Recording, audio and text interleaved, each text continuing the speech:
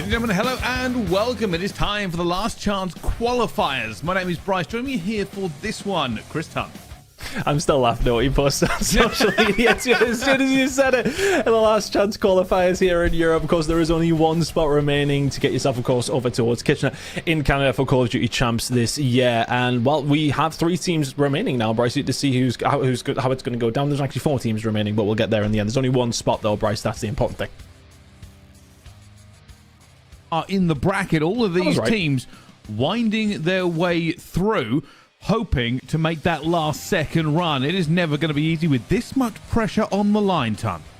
No, absolutely not. It is a real pressure scenario. This is your season pretty much here. This is kind of what you built up to throughout the majority of the year. That's where you've been aiming for to get yourself the champs. If a lot of these teams, there's a couple in here who have obviously been in and around the mix when it has come down to elites. There's some that haven't and have made a bit of a run, so it should be an interesting day. There's definitely some notable names in some of these squads. We'll be keeping an eye as we do go through, though. The surprise for me is to see Mighty go actually down in the loser side of things. They lost to what, defeat 3-2 in winners round 2. That's Melco and co. You would have expected them to be able to maybe make a little bit further of a run than they already have done, but they are still in the competition. Only have to win 2 more games. But that grand final, Brycey, just to remind everybody at home as well, is a best of 7 for that final spot.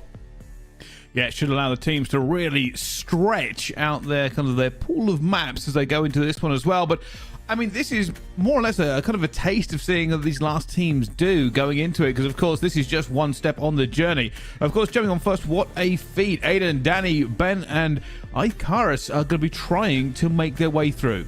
Yeah, I think for these guys, they're one of the rosters that have kind of come through and surprised a couple of people to manage to get this far. They did really well. They were the team that beat Mighty and Co. in winners round 2. We'll be really keeping an eye on how they're going to do here in this winners final, which is going to be a very first game, but their opposition are a very strong roster as well. But interested to see how these guys are going to do. We haven't seen too much of them, of course, over the regular season. Somebody we have seen a little bit of, though, is Cleems, Alpha, Trunk, and Ivo. I mean, we've seen a couple of these guys in amongst the elite over the season. They would be favorites in my book to win this game in particular, just based on what we've seen across the entirety of this game. But look, it's really coming down to it. It's the end of the season. Everybody knows what they're doing. It is a different lay of the land, I want to say, than what it was when you're playing in elite. You're going up against people, yes, okay, they will know each other very well. They will end up scrimming against each other, playing each other in rank play, etc. They will know what everyone is about, but it is the end of the season. It's a very different scenario to when you're just playing in an elite. Big pressure scenario at that. Oh, 100%. Leave absolutely nothing behind, because if you do and you don't qualify, well, then you've got nothing to do anyway for the rest of the summer. But it is a very big game, and these teams will be 100% pulling out all of the spots, so we should see a very high level of Call of Duty. But mental fortitude is also the name of the day. They've done the hard work and gotten to this point. But it is only a journey if the destination is worthwhile, and to be worthwhile, they have to win some more games. And for everybody watching at home, it is going to be a great one for us. And here's the maps that we should watch it on. Vault Hardpoint, Protocol Search and Destroy, Protocol Control, Rewind Hardpoint, and Dealership Search and Destroy.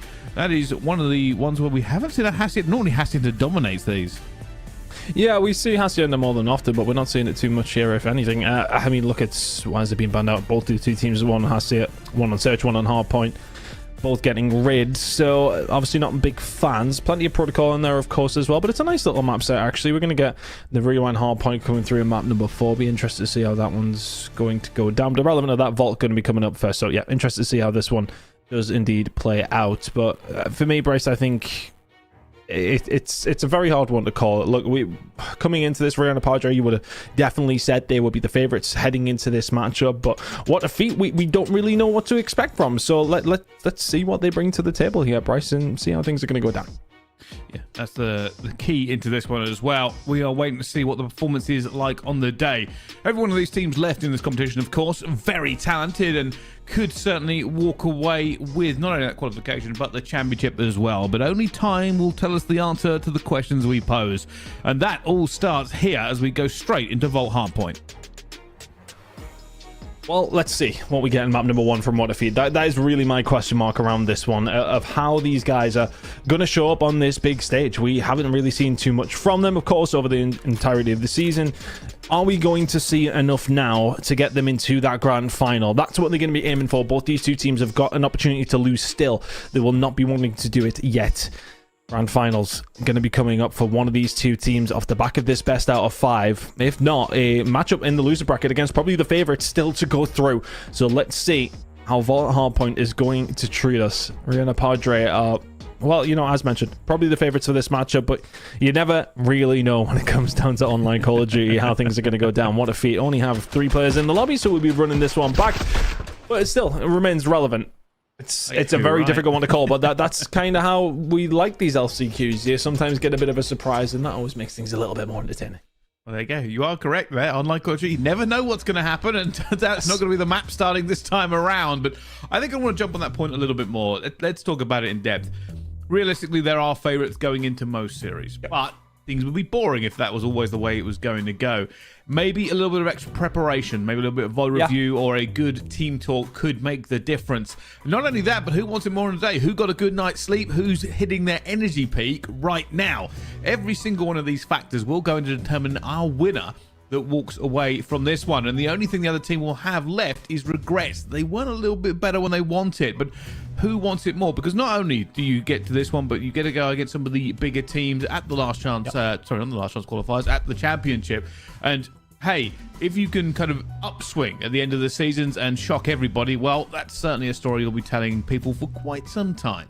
And it's not just that, right? I mean, you're going into what is the biggest event of the year. You go out and have a good placement. You're not just telling people about how well you've done. You're speaking to people who run franchises about how well you've done. If you can put yourself in that position to have a good old time, then, okay, you can go from there and see what you can do on a big roster potentially. This is the last chance for you to prove how good you are this year, heading into what could be a monumental year next year as well for yourself. So it really is all on the line for these guys. High pressure scenario as mentioned, but who is going to thrive under that pressure? Who is going to crumble? Vault Hardpoint will be the one to kick things off. And well, quite often, Brycey, we have had a couple of absolute crackers on this map over the year. I wouldn't mind ending it on a couple of good ones as well. Me either. I mean, realistically, this map seems to lend itself to it a little bit with some of the rotations that come in, allowing teams to really bounce back in the points. But we will see if these two teams can do the same thing. How is this one? Well, I mean, I'm not going to put any permutations on how I think this one's going to go, because I'm going to wait until we got everybody in the lobby before I actually start claiming anything. But it seems as if we're having a bit of a struggle again. Is he still not in? We're having a bit of a problem. Hopefully we're going to be able to get these guys into the lobby. I think there's one player in particular that's having a bit of trouble connecting, but we hopefully should get this one up and running again. Such is Call of Duty Online. This is you know what, I wonder if we've just saved them all for the last, because if I'm honest, Bryce, we haven't had too many delays, so maybe we just get them all in now. Oh, why are you saying this? It's been really quite smooth this season, but hey, yes, sometimes just getting everybody locked in. Maybe the pressure's got to him. Maybe it's too nervous to hit the join button correctly. It could be. Obviously, we'll keep you updated with everything that is going on. I believe they're going for another lobby restart to get these players into it as well, and they'll be going up against obviously some of the other great teams from across North America and Europe who've already qualified. So if you're wondering where some of these teams are, they're already in the championship, so they don't need to be here. But while we get this lobby situation sorted out, we're going to go to a very quick break. Don't go anywhere. More action here at the Last Chance Qualifiers right after this.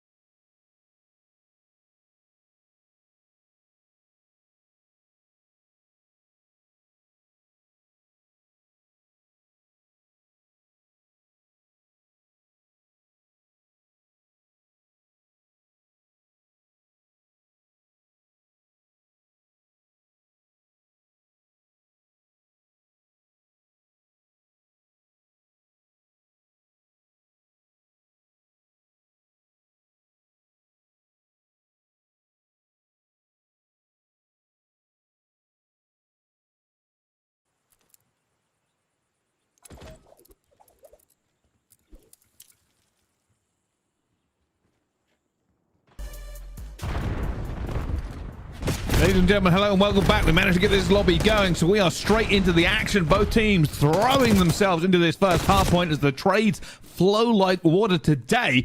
Few points going down, though. What a feat will be the first one on the board. Yeah, let's see how it's going to go down. Eventually, we did get everybody in, so hopefully we can keep this rolling nice and easily. Yeah, for Icarus, Danny, Hayden, and Ben W. Is it backs against the wall? I'm not too sure. I mean, they took down what probably was the tournament favorites in the winners round 2, so are they able to carry that from yesterday into today? Well, we'll find out. Decent enough start for them. A little bit of time over towards P1, but nothing that Rihanna Padre will be threatening about too much. Najix will find 2. Kill starting to run on through from the other side as well, though. Rihanna Padre will find a few of themselves. We'll be able to put the pressure on over towards P2. What feet on the first one's there. Okay, they're trying to hold here. Realistically, P1 almost isn't a score draw, but with What a Feat getting that P2 rotation, they'll be trying to make sure that they come out the victors of that first little flurry. Daniel picking up a couple of kills, and trades so far going their way, and that does really kind of show down Arena Padre. They're going to have to try and work this a little bit better. Good pressure, but I mean, when you've lost that so quickly, it's not necessarily ideal. Can they get themselves in there, though? They won't be wanting to allow too much time to go over. They got one player just contesting from the front. Alpha is doing a phenomenal job, actually. We'll give the child. We'll find a couple more, and that's going to ease a little bit of pressure for his teammates, who can then just make their way forward. Icarus cannot find anything. It's Cleams to find a few. And W towards the back spawns some time for Rihanna Padre with 10 seconds to go. Not too bad of a push considering the position they were in. What if he's doing a good job, though, to find a way back through? They'll pick up the scrap time. Not too bad of a holdover towards P2. Good amount of time for them, and now onto this rotation. P3 not known for its great holding abilities, but so far Arena Padre doing a pretty good job to even this score back up. They're looking for that first engagement as it rolls across. And here comes the push. Realistically, What a Feat not able to get the trace. They need to get this one down, but it will be Aiden who breaks the back of it, but straight back onto this one. It feels like Rihanna Padre are finding those moments now and then so far. Seems as if each player is having that little pop off that is helping them along the road. Demon's going to get taken down by Danny, though, in the middle of the map, so the pressure will start coming through from that side. Got to worry about Ben W on the outside as well. Shots are good from Najix, but will eventually get taken down. Unfortunately, the car is there to blow him up. Cleams is there for the pickup. He's on a 5 spree, looking for the 6th, and will find it. Cleams taking over the lobby right now. 10 seconds remaining here on P3, and if you're Arena Padre, you're happy with that. You don't get much time, but you've got the rotation over towards P4. This is still very much the balanced game. One team, one big hole could do something. Danny there already picking off of Cleams very, very quickly. And that's going to cause some issues here. Arena Padre are being squeezed back as well. They're going to have to give up the point for a few seconds. More players jumping in here. Danny's going to get another one.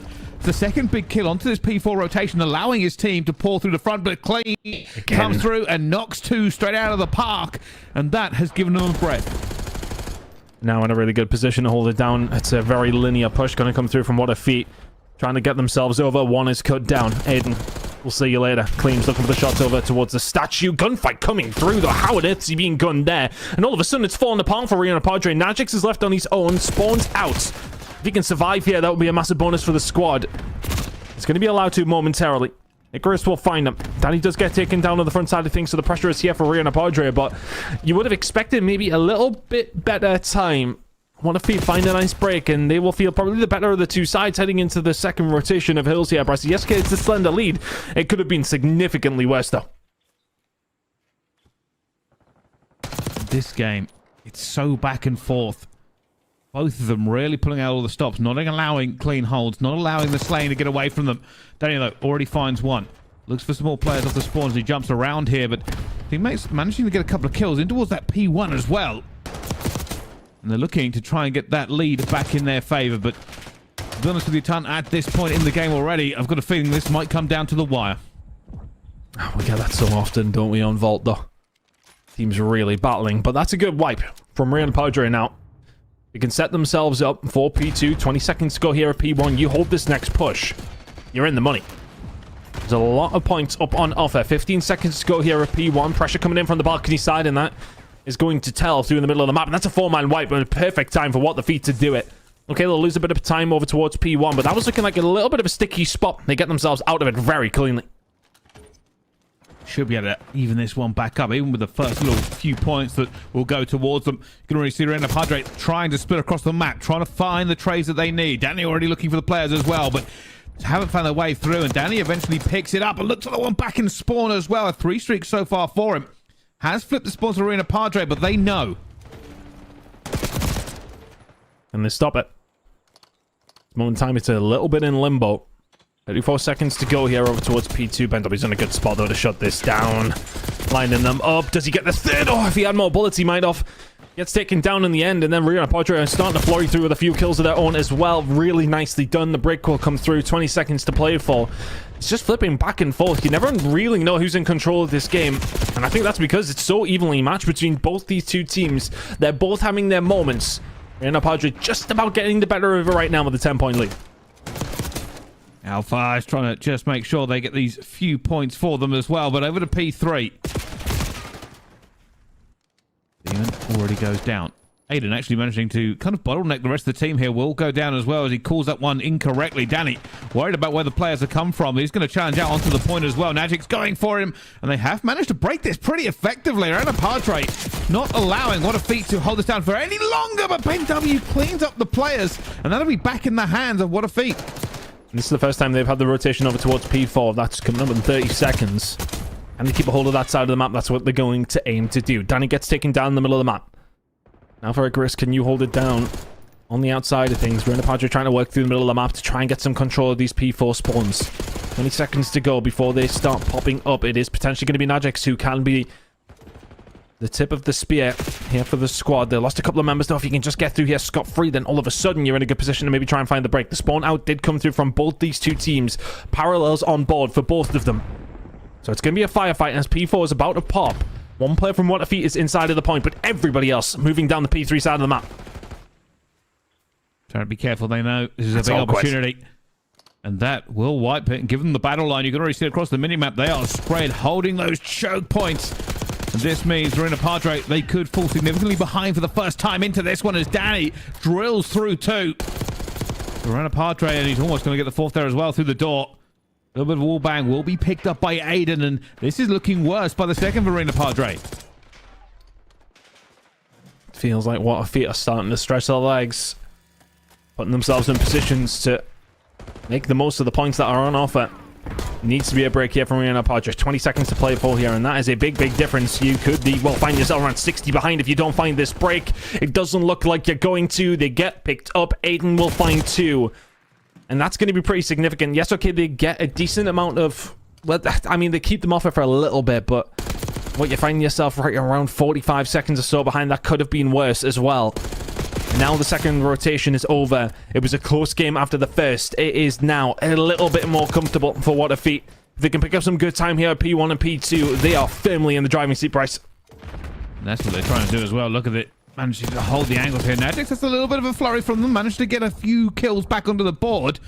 It's certainly not the easy route to do so. They want to now try and bleed this P1 as much as possible. But Danny, who's been hitting up this entire game, bangs three. And this is slowly but surely turning to What a Feat. Arena Padre are finding themselves now fighting for survival. That's always the worst thing you can possibly have to do when it does come down to hard point. You don't want to have to be scrapping away for just any points you can get a hold of. You really need to be looking on these rotations. You need to be holding it down. P2 rotation is going to be coming in. You find yourselves around 40 or so points still behind. Icarus towards the back. Can't find the second. Claims is there to find one. He will start to find the push through. They do get rid of BenW as well. That's massive from Claims.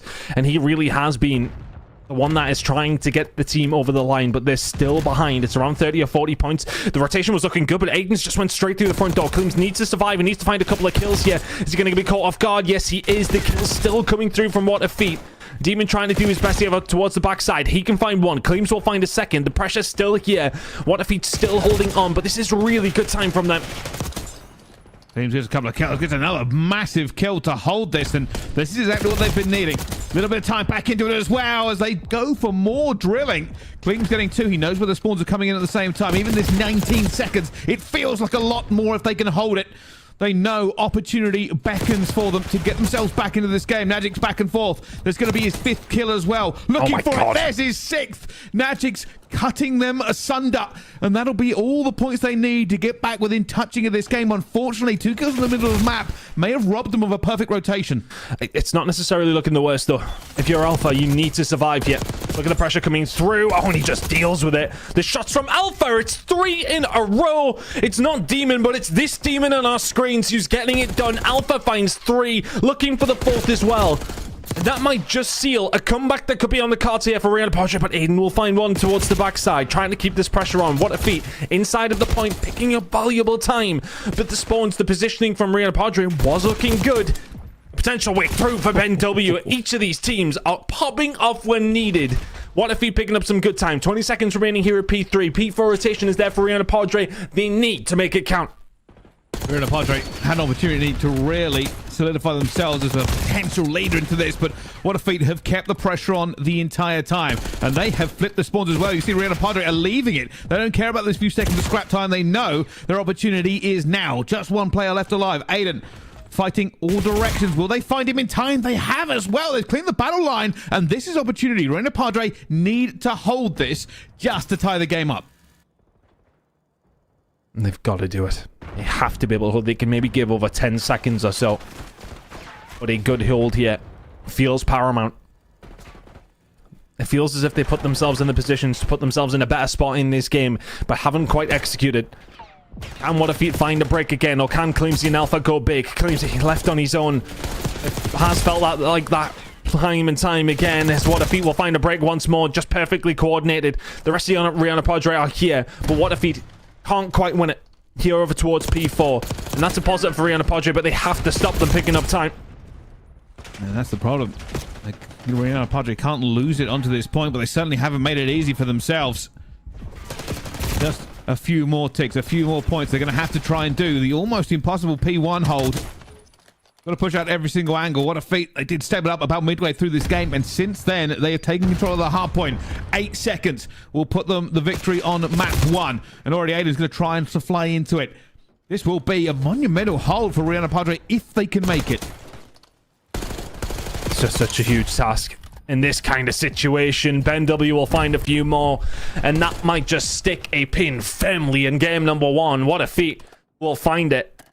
And it felt like on multiple occasions that the Rihanna Padre were finding moments, but that was it. It didn't feel like necessarily they were able to find holds, Bryce. And it was tough because they were putting themselves in spots to find some decent time and just never really executing on the holds. So is it really on the other side for What a Feat and finding some nice breaks? I think it might be half of one. Was it half a dozen of one? 6 of the other? I'm sure that's the same. Close enough. That is the same. That is the same. There I you was go. waiting for the second half. We're getting correct. We're getting there. But it just felt like a bit of a both sides of things. Good breaks coming in from What a Feat when needed. Rihanna Padre did have their opportunities, didn't take them. Yeah, I think it was very back and forth between them, but we were looking for realistically one big hole, one big rotation, and that can settle the game, and that's exactly what we saw there. So many times we're saying Rihanna Padre need to make this play or need to make this hold, and unfortunately it never really came cleanly for them. It was a big step up by What a Feat, just breaking it over and over again. I know Danny made a few big kills as well. Ben W also really putting in the kills and the positioning when they needed it the most. And that has given them the advantage in this. And a massive advantage as well. That's a really nice one to take away. I really like that though from What a Feat. You know, they just made sure they were finding breaks time and time again. I don't want to say their backs were necessarily against the wall, but it definitely felt as if they were the ones that had to fight off the back foot, so to speak.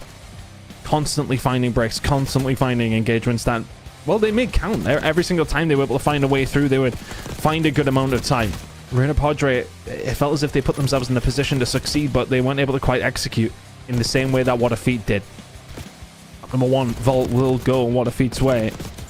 And they are one step closer to that grand final. Even moments like this from Alpha in what felt like a really, really big moment weren't made to count whatsoever. And we're already in the map number 2. I mean, these lot are keen, my word. We're not quite ready to go yet. We run through the highlights. We're nearly in the search and destroy. We're only nearly. We'll get in as soon as we can. But What a Feat have a 1-0 lead.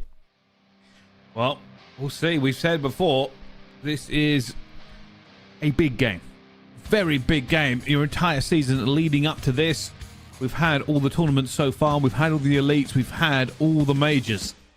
Only this remains. Only this last opportunity to showcase all the work you've put in this year, all the scrims, all the conversations, all the VODs, and all the practice. It comes down to just this moment. You have to make it through this tournament to give yourself an opportunity to shine on the biggest stage of the year. And if you don't make it, well, there's no more excuses, unfortunately, because there is really not a lot more for you to do. And now, Waterfeet have made their first point into this game with a pretty good hard point. When you took it out of context, the slaying was certainly there, and the rotations could have been a little bit cleaner on some of them, but did enough to get that victory. 100%. They're more than enough. Protocol Search and Destroy are going to be coming up next as well. Gotta be feeling good about themselves after that one. Protocol Control will be map number 3. We need to see it. It will be Rewind, Hardpoint, and Dealership Search and Destroy. I have a feeling we'll go some distance today, though. I think some of these teams, you know, they're admittedly, you know, on the lower side of things in Europe. They're not fighting with the big boys on a constant basis, but they will be very, very well matched. I think so as well. It looks like we're now loading back into this, so it should work this time. Hopefully Protocol Search and Destroy between the two can really be the decider between some of these teams. You know, they've played this 1,000 times, and just the few breaks, the little tiny micro decisions during these can swing an entire series. So we'll have to find out which team wants it more. Close on the hard point. Will it be close on the S&D? Let's see how it's going to go down. We know that Protocol can play fast and furious, so it can play slow and steady, depending which way these teams really want to go with it. But we'll see how it goes down. Hopefully, it should be it's actually about this map, Ton. I mean, I feel like we've seen a little bit of a change, especially during the kind of the early stages of this map. It used to be just a continuous almost bang out down low, right? Like you just heard teams keep going at it over and over again. It seems like as this map has developed, teams are really learning to maybe work the map a little bit more and not going for those all or nothing plays straight down the bottom, including, you know, going towards the other bomb site. It's become kind of more prevalent as the game has gone on, and if you can work, you know, correctly through this side of the map, then it should be the kind of the case where we see it a little bit more open play towards it. But which team has adapted better? Because some teams still love just headbutting over and over again. Yeah, we see the headbutt plenty, don't we? And I think it's one of those that sometimes when, you know, you feel you've got the better of the other team, you feel as if you can match them in that firefight, you'll sort of say, okay, well, let's force this. So even on the defensive side, we can go and take over that area of the map. All right, okay, if they don't come to challenge this, so down low, we can sort of say ourselves, right, okay, well, are they playing this one slowly? Are they waiting for us to push further? Are they just making the way over towards B? But then you kind of, well, set yourselves up for that. You cut off half of the map, one of the bomb sites at least, you are in a really nice position. So is that going to be the case for Waterfeet after that map number 1? I'm not too sure. Rihanna Padre will be feeling confident as well here in this Search and Destroy. We are going to try and get ourselves loaded in as quickly as we possibly can. Search and Destroy should be coming up shortly. Yeah, I think the players just maybe locking in ready for that map number 2. So we're going to wait for them to be 100% ready. But what we do, of course, we're not only going to have this today, this is just the European side of the Last Chance qualifiers. We've got 3 games. We've got this one for the Love Finals, and then, of course, the Grand Finals, which will be a best of 7. But that's not all. Taking over as for us, our North American components will be going through their own set of Last Chance qualifiers as well. So we will jump on board with them. But before we do that, we're going to go do a quick break, just try to get these players ready, locked and loaded. Don't go anywhere. We'll see you in just a few minutes.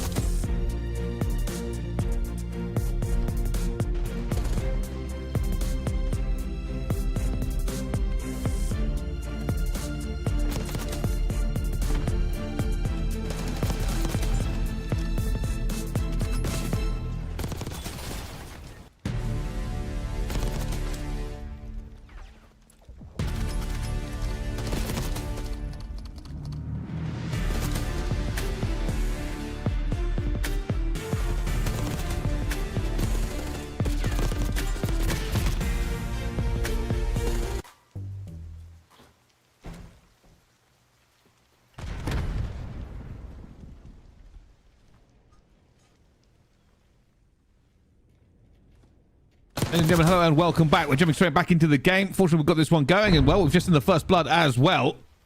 Alpha already finding one as he runs the gauntlet. Oh, looking for even more here. That's going to be an easy one and second one at the same time. Alpha finding two off the rip ton. Yeah, nicely done. Straight through the top of the map, and well, Aiden did the same thing. He's going to get caught out though. Big gunfight coming through. Claims will find it. And Danny left in a 1 versus 4. I really like that from Marina. Padre put themselves in a really good position. Love the pressure coming in through mid-map. Setting themselves up lovely. They just wait for their teammate. As soon as Alpha finds that first kill, they kind of sit in a little bit. They're waiting for it to come through. They get the information that there's one down low inside of the site. He's like, boys, don't you worry. I'm flanking them down spiral. They pinch together. They find the bomb site. They get the bomb down. That's the round. Simple as that. All off one kill, basically, through the middle of the map. Not a bad kind of start for them as well. And hey, sometimes that's what I've been talking about. If you work other parts of the map here rather than headbutting, it can be very influential. And that's what we'll be looking at from both of these two teams. What a feat. We'll be looking to try and get their revenge though as well. Danny being a bit cautious, waiting for those nades to go through, doesn't get caught. Alpha being aggressive, and that is an unbelievable kill from Alpha to get. Straight off the rip, straight into a gunfight where he's at a bit of a disadvantage. Gives them the advantage again. Danny looking for info. He seems to be on the cards. The bomb carrier, not necessarily in the best of positions, but he might have got some timing here. Yes, he did. Claim's going to get caught out. Now B is wide open. And Aiden ain't necessarily where he wants to be yet. He can wrap all the way around. I don't think the Demon's going to have a look down this side. Aiden should have a free rotation over towards the B bomb site. His teammate will be calling that out. He really is taking his time here. Just making sure to dot his I's and cross his T's, but he'll be planting for the backside. Teammate has control of that. This is a hard round now to win if you're on a purger. Already holding the back. We'll say this. NW quite a way out of this fight if it comes down to a fast one. Slowly making his way through. This timing in the middle of the map is going to be insane, by the way, and well, BenW gets it. Queens was checking all the angles, but it isn't going to be good enough, and BenW throwing bullets every single direction. Both of these players waiting to try and get some health back, and he's called it correctly, but gets taken down as well. Down on 2 versus 2, but no time ton. There's no time at all. Aiden set himself up here nicely, waits for the push to come through. What a feat will find a round back. Especially with the opener coming from Alpha again. I think you'd be a little bit disappointed if you're in a power trade there, but for what a feat, they did the right thing. They got some control over towards that B side and they committed to it. Always a difficult retake from where you were for Rihanna Perdre. They were able to find a kill through the middle of the map once more.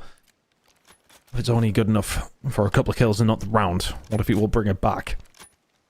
I have a feeling this series is just going to keep going this way. Blow for blow so far. Who comes out on top though? Alpha, the main man so far, in Pedro, and going for it very, very fast. Down already. And somehow they get away with the first blood. Their ton could have been caught with that trophy in hand. They get away with it. Start from Cleams as well, just looking for a little bit more info. Just taking their time here. What if you're going to back up? Aiden's going to, well, Semi be left on his own here. Over towards the A side, but I think, yeah, you're reading this well if you want to feed. BenW's on his way over here. Would have seen a little bit of movement over towards the chopper, and then all of a sudden, yeah, that bomb is going down. That nade will have to be very good. It was decent. Magic's tagged up. Will continue to survive. Stays alive. Bomb goes down. And look at this line of setup just across the map. They've taken over the entirety of the gun side. Magic's will find one. It's 2 versus 4 for what a feat. That is just improbable, but not impossible. A bit of timing! Oh, it's going to go down as well. BenW straight onto that bomb here. They're going to have to keep an eye on it. Aiden coming to the rescue. Still hard. 2 versus 2.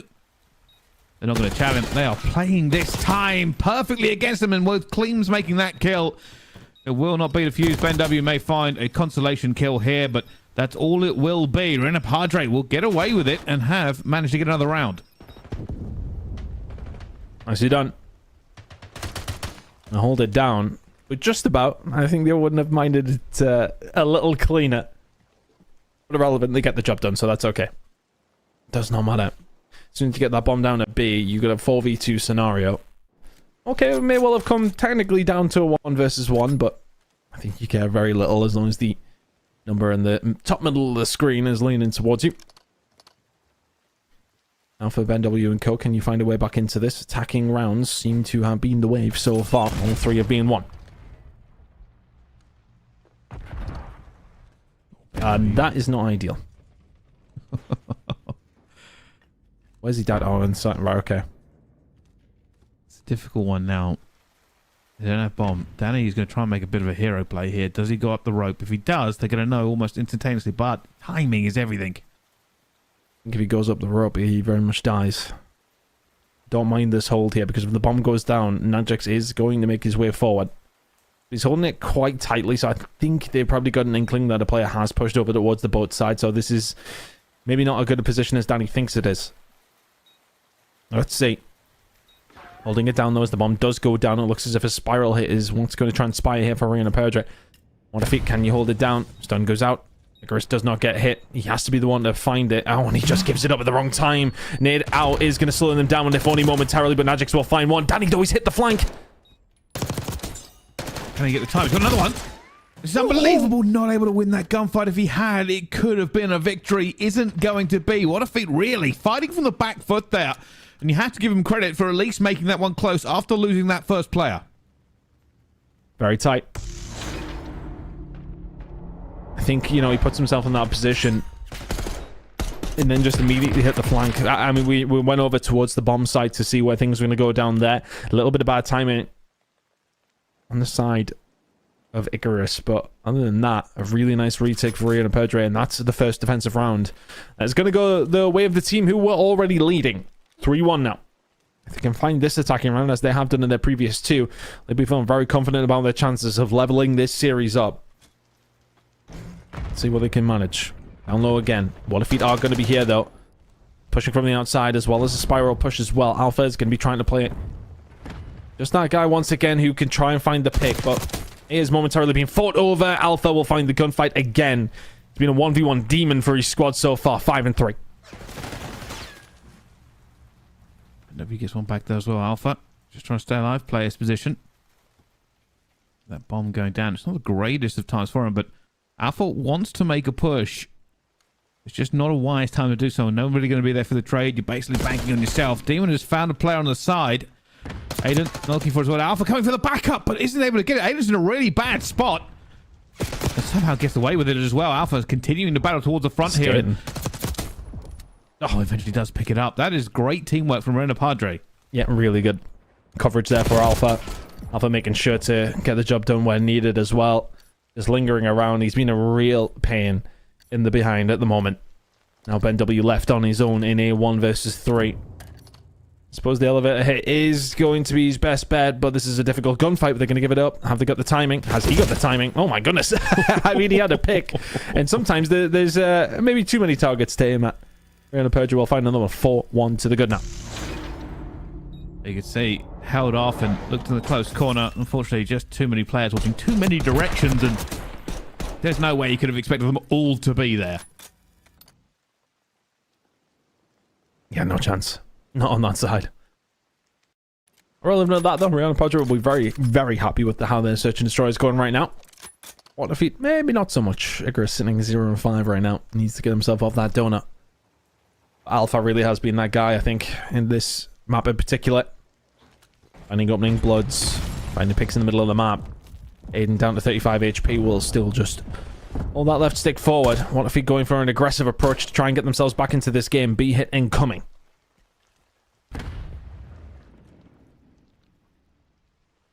Alpha could not be any further on the side here. Aiden and Alpha goodness. Just having a little bit of a crazy fight there as they're both laying down, but that bomb is now in no man's land. It has been brought back to a 3 versus 3. Clemsy around the outside. The pistol is not going to be as good as a main weapon would be, and loses the fight because of it. What if we now have the advantage? Alpha in a sneaky little spot is not enough to put them in a good position. How's he found that snapper? Oh my goodness me. He's got another one as well as the push will come through. Danny does fantastically. What a feat. Find around back. 4-2. Well. Turns out you just win some crazy gunfights. You get the round ton, because that's pretty much what happened in that one. Yeah, I wasn't too sure if Danny had seen him when he came around the corner there. But yeah, he sees him jump over the top, and it's just a free gunfight. Nice one to get back. On the back of crazy 2 kills coming in from Danny. First one was bonkers. A hellish snap. Now Rihanna Padre still in a comfortable position, but that's a round you wouldn't have minded another run at. Definitely positions where they could have done something about it. What a feat now. Within 2, Alpha once again. He truly doesn't care. Pre-spray and Danny gets taken down anyway. Najix will find one back. 3 versus 2 in favor of Rihanna Padre here, and now they are making their way over towards B, but Alpha is a problem. And with this bomb going down, you can see they have pretty good map position already covered over by helicopter. I think Demon's going to go up top, and what a feat. This is a very, very difficult break. They'll be looking for at least one player to try and work this side, but even now, you see them checking the corners. They haven't even really approached this bomb site properly yet. You got one player towards the back. At least you know that it's not covered from that side. You know everybody's going to be towards either the chopper or through the middle of the map. And then, well, there's your answer. There they are, yeah. You know where they're going to be, but stopping it is another thing. Rihanna Padre now 5-2 and absolutely cruising here in this search and destroy. Not a great deal you can do about that. I mean, the first gunfight, Alpha opens things up. You maybe think they're going down the elevator shaft to get themselves over towards A and get that bomb down, but it's basically a hit through the middle of the map. It's nice and easy for them to get the bomb down over towards B. Rihanna Padre just in a phenomenal position to win that round, and they do so. What a feat now. Need 4 rounds in a row, Brycey, to, well, keep themselves in the lead in this series. Rihanna Padre looking to tie things up. See if they can do it. Never say never. But it has been very good from Rihanna Padre, and if they can get a first blood here, this could automatically end it. They're going down low as well. They've hit it with some numbers. Looks like what a feat are going to go and join them. Danny, that is a crazy first blood to get out of the gate. Magic's coming under a lot of pressure, going to go down as well. Danny finding 2 straight off the rip, and that bomb's coming down. Huge play. Yeah, nicely done. This is going to be the route back in, and Chris will find another one himself as well, so there you go. That should be the round.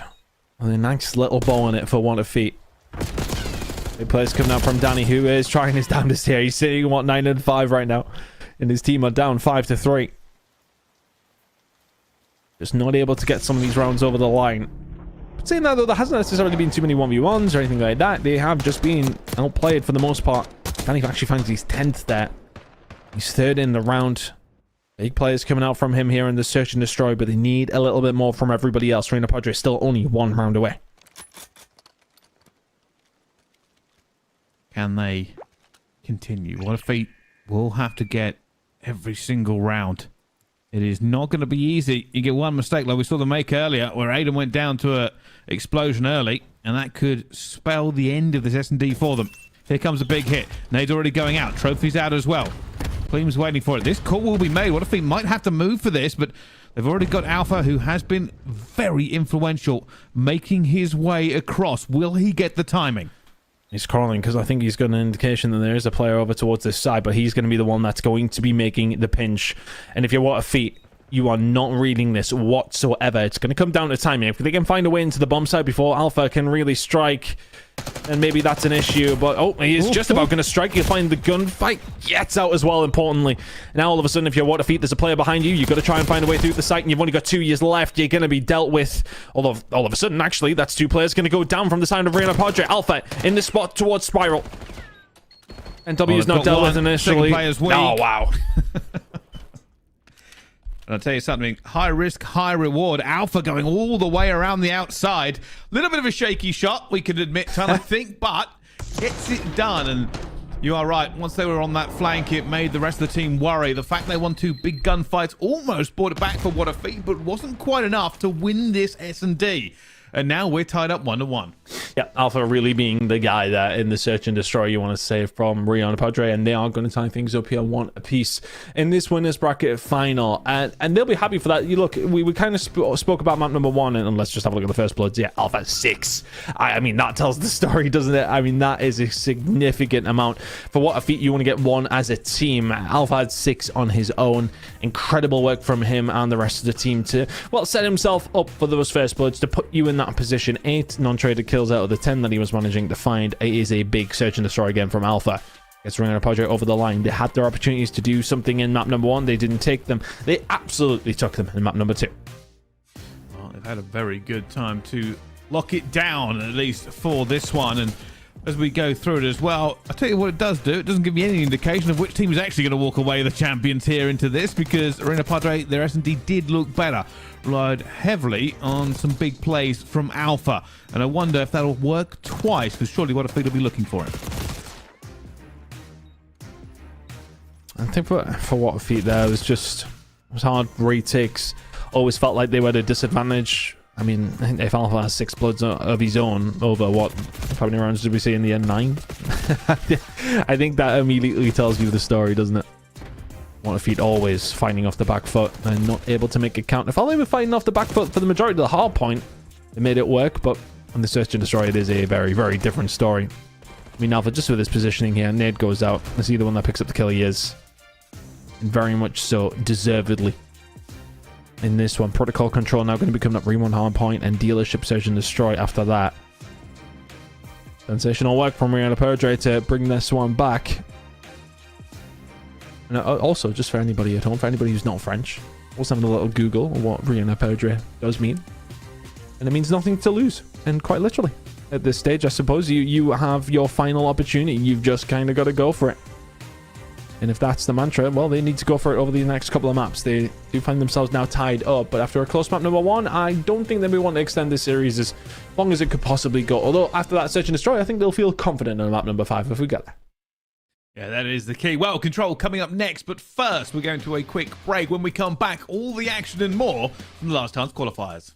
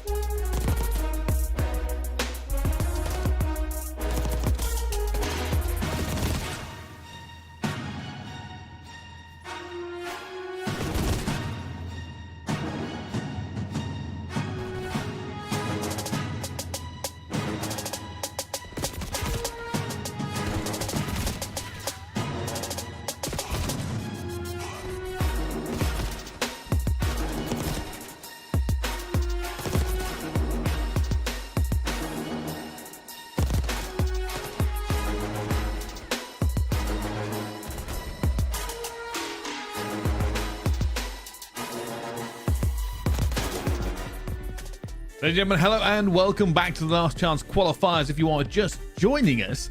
What a Feat and Renda Padre are tied up 1-1 as we head into the control. So far, pretty good win for What a Feat on that first hard point. Only a 35-point difference though, and a good thing for Renda Padre on the S&D. A bit more of a dominant performance from them on that map. Of course, this means we're tied and we have no idea who's winning.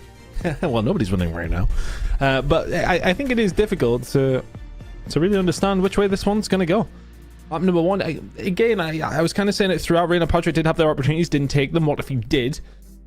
But map number two was pretty convincing for Renda Padre. So I think this control is going to be a big swing. I think whoever wins this map might go on to win the series. Yeah, and I don't think that's necessarily the most analytical thing I've ever said about Call of Duty, but I think as if how many times do we see control be the swing map? How many times do we see how important it can be? And to me, who kind of played those scenarios better over the search and destroy and the hard point? Okay, you know, control's kind of in a mix of of those two game modes, I suppose. Are the particular teams who are finding breaks, because that's what's really important when it does come down to control, especially on the kickoff. If you're on attack, if you're on defense and you can find a break, even more so. On attack, you can get things going. Attack is the favorite side, of course, when it does come down to protocol control. But if you can find a big defensive hold off a really nice break, who were the ones finding it? It was Renda Padre in that search and destroy. Keep an eye once again on these guys who are finding these pushes, are finding those first bloods. It was Alpha who was doing it in the search and destroy. Can he be the one to be the tip of the spear for Renda Padre to get them over the line, put them in that position, or can What a Feat fight themselves out of difficult scenarios as they did in map number one? We'll find out now. Certainly will. Well, at the moment, both teams obviously playing this out pretty standardly, looking for these first couple of kills, and What a Feat finding two already should put them straight onto that A point. Teams will be in a good position. Threads in it already finds one as well, and they're now going to have to deal with him if they want to make any more progress on the map. And again, this has been the issue for them, is those opening picks. What if he will find a one back though? Personnel find themselves in a decent enough spot, but this is not a bad start for Renda Padre. You put yourselves in a position where you haven't been broken immediately. You've got a line across the map. What a Feat, it's about trying to find your way through if you can. Good shots coming in from Ben W though. Unagix was up top.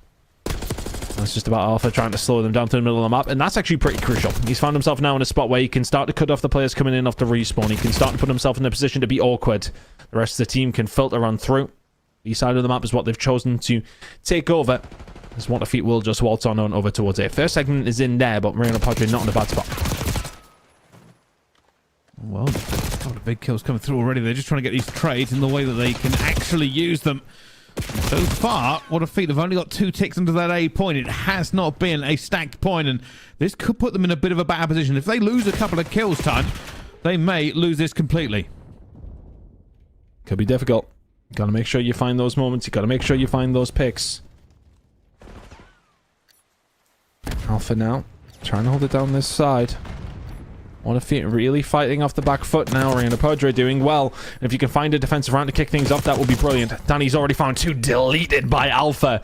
It feels as if it's these two going at each other consistently, but Alpha winning the battle right now.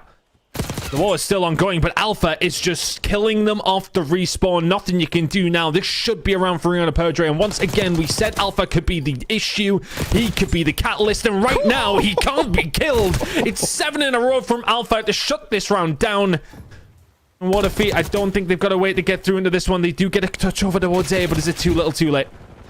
Well, Ben W's getting here as well, but unfortunately they lose their player onto the point. 0.2 seconds.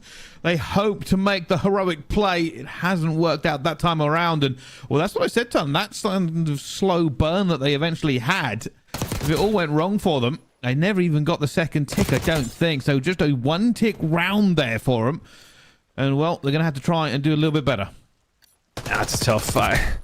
You find the break, but then you allow somebody like Alpha to come and do this kind of thing.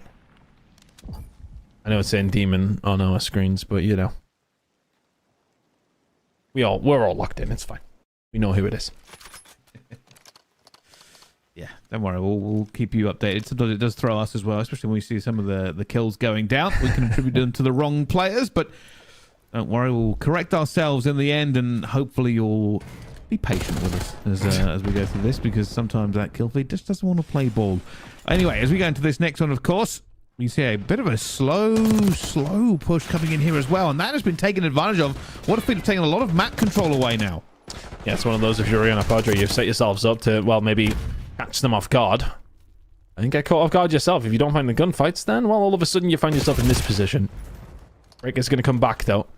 NW is going to be the one keeping an eye on things here for Water Feet. Can he keep control up top? Yes, he can. Icarus finds 2 down low. They start for Water Feet on their defensive side.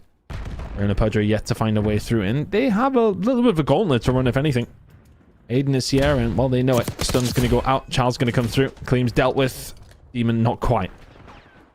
NW now trying to follow through for this reinforcement towards this backside. They're keeping the pinned in their spawn.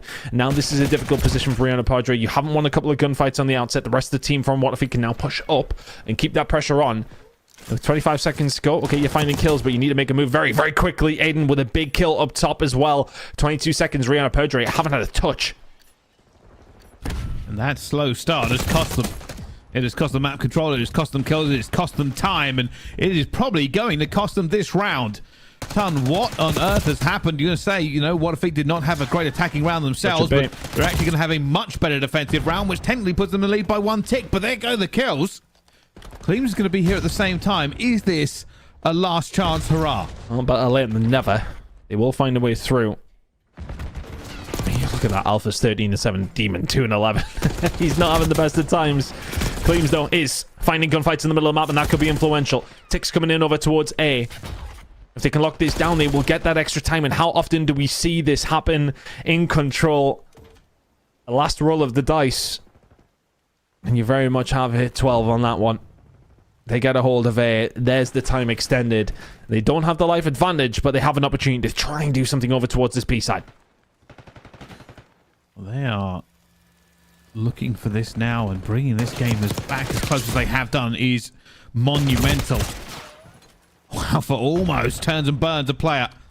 They have a little bit more time to play with, but realistically, it only boils down to a couple of pushes on this kind of a map.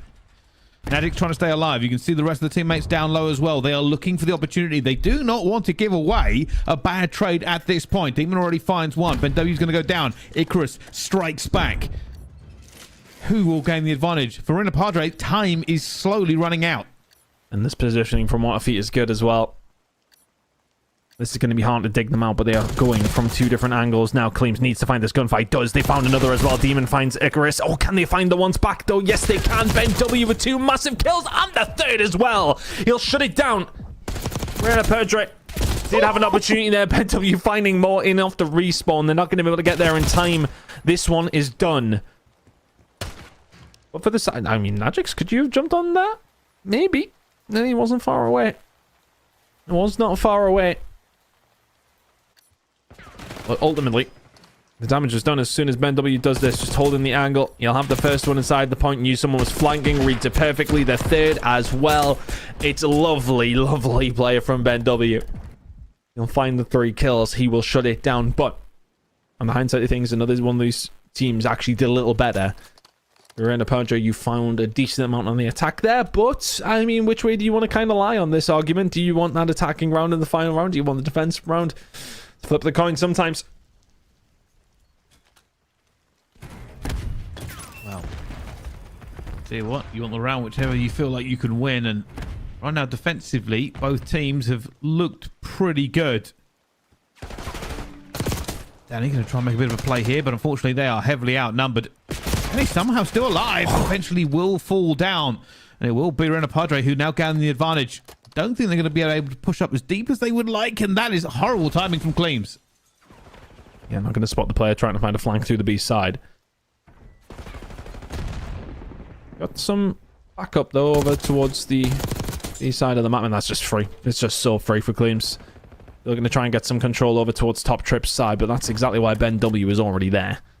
Wants to make sure that they can't give that up, and, well, if anything, they've got a little bit of control over towards the other side of the map as well. Cleve's still continuing to stay alive. Awkward gunfight, we'll find it. And she gets taken down. A little bit of an inroad made by Waterfeet. They've already made it further than they really did in their previous attacking round. Up through the middle of the map, and they are now finding themselves with an opportunity over towards the A side. Here comes the push. Now Jigsaw, well, he catches one as well by W, falling down maybe at an inopportune moment. So far, so good. Second one done. Still getting it as well. BenW going for the flank. Does he give himself away for that trophy? Probably not. As he threads the needle, gets one as well. But unfortunately, the teammate's going down while he's picking up kills. Nobody can get on the point for him. Has been traded back and forth, which doesn't work out for the attacking team. And the Padre keeping them at bay for now, but they are just about keeping themselves in a position where they can maybe do something here. If you are what a feat. Alpha, though, in a position to shut this down and does immediately. Might get pressure from the top side of the map, but once again, just being elusive, keeping them at bay. Should be a free kill. Finds it. Yeah, trips control on defensive side. 7 seconds to go. This one is done. Claims just making sure to tidy up everything they need to. Look for that last player. You absolutely will not get onto that point before you do anything. And realistically, Ronald Patrick just had such a good run here already. That should have locked them in the defensive side. Whether or not they want it, though, it's one of those where you kind of have to think to yourself, right, do you want to be attacking in what is typically the more favored side? Or do you want to be holding defense, which seems to be working so far? In the moment, I think you'd probably say you want defense, right? Well, these two teams have managed to hold it down. Yeah, I mean, it's always the case. We say this. Yeah, defense is the one. Everyone's winning defenses. Get onto the last attack of the team that just completely changes it. And all of a sudden, they win the attack. But for Rena Padre, I mean, you could end it here technically. And that's what they'll be hoping to do. Cleans on his big 6 streak. Last time, the break was slow and it cost them. This time, if they're a little bit faster, maybe it'll be better. It's just about these opening breaks sometimes, isn't it? And it's a bit of a 50-50. Look at this big hit that came towards Trips. And Najix has dealt with 2 of them, though. Ben W will eventually take him down, but is that going to be the way through? No, it isn't. And can find another over towards the A side. Najix did a really good job there. If they kept Trips control, they were very much in over towards it. Got to be careful. Alpha tried to make a play through the flank. Hasn't worked out for them yet. And this is feeling reminiscent of Rena Padre's first attacking round. They really weren't able to get that momentum flowing. A couple of kills might be worth, but Aiden is going to try and get the players off the respawn. It means they have to look for him as well. And Danny does the same thing. And while they are slowly getting that first tick onto B, because one player has been sat there this entire time, there was going to be cleans, and they do get it done. Unfortunately, they have been shut down. Yep, just completely isolated. Couldn't get anything going because your teammates are not making it through the spawn, and that has been a big problem. Aiden just ghosting by 2 of them. Will continue to survive, though, and that is the important thing. He's now in a position to just shut it down over towards A very quickly. Teammates positioned well. Defense seems to be running true at the moment. And Padre, though, still not in the worst of positions. So that's a big gunfight win for Ben W to find. Demon gets shut down now. All of a sudden, you've got nothing on the front foot. You're fighting out of trips just to try and get some map control. And Aiden is just lying in wait, ready to pick you up when you do make a move over towards A. It's just not a good spot to be in. But those couple of gunfights are going to help you out. Onto A we go. Aiden is being red. So all that positioning that he had, all that time he waited, was for nothing. And Rihanna Padre kicking the gear. 2 ticks over towards B. This is happening very quickly. You can see already what a feat committing over towards the B side. They don't want that to go. But A progress is still being made. Got a couple of kills as well here, Danny. Gonna find one. Looking for the contest. Looking for the second one as well. And that's a huge play by Danny. Third. Lock and stock and shuts them down. 4 ticks here for Rena Padre, but nothing more unless they can make a break here in the next 12 seconds. Shuts it down all on his own. What a feat now. Forcing what will be that round number 5 by the looks of things. Barring a big push going to come through from Rena Padre. I don't think they're going to have time. I don't think they're going to have the kills. And we will see in round number 5. Definitely going to be on the side of Rena Padre and as far as the defensive side of things goes. And that has been the king so far. Both these two teams winning both their defenses. Rena Padre doing it just a little more convincingly. So they will have the advantage based on what we've seen over the previous 4 rounds. But still anybody's game. We know how attack can go on this map. Hasn't went that way typically throughout these first 4 rounds. But we'll see how it's going to go down now. What a feat on the attacking side. Rihanna Padre on the defense. Is this the round that changes the script that's been written so far? What a Fate have not had good attacking rounds either. Rihanna Padres have been slightly better. Danny on his 6 streak is ready. Drills the first. Looking for another. Isn't able to get it, and that could have been massive if he had made it. Alpha already deep into the spawn. Looking for the players coming off as well. Will continue to do what he did. Just a couple of rounds to go, and this is already a problem. Oh, this is bad. This is not who you want here with the way that he's been moving on Protocol. This is just not what you want to see. They are able to find a couple of kills, though, but not their way out yet. Alpha has got them in a chokehold. Can he find some good timing here? Does not. They will find the kills and they will find a way out. That's a nice little break. But then you're going to get through another wave. And by the time you get through that wave, there's another going to come as well. Claimsico doing the best they can here, just holding down the middle of the map. Najix will find another towards the staircase. And they're just keeping that pressure on. But the thing is, what if we have actually found a way out over towards this A side? For all that the kills have been going the way of Rihanna Padre, there is some progress being made over towards A. Doesn't matter. Doesn't matter. Alpha is just cleaning everybody up right now. Oh, that is unbelievable. They have just run into the spawn and just continued to be a problem. It's currently 14 to 23. 35 seconds remaining. What if they need a turn of fortune? They need a change. Najix will surely get at least one here while he sits outside, but no, player come around the back and it's going to get taken down. An opportunity maybe now to put the pressure onto A. Can they make the most of this opportunity? It's a slender one. Oh, good shots from Najix. It just feels as if when they've needed to clutch up, Rihanna Padre have done. Although they have just put themselves in good positions continuously. It's made it very, very difficult for What a Feat, who are now about to find themselves down in this series for the first time. Barring a minor miracle from Danny, ain't gonna happen. Alpha again. The Reaper of Protocol over these last two maps. What was it? 6 first bloods in the Search and Destroy alongside 10 kills. And he's just dropped nearly 35 on their forehead as well in the control.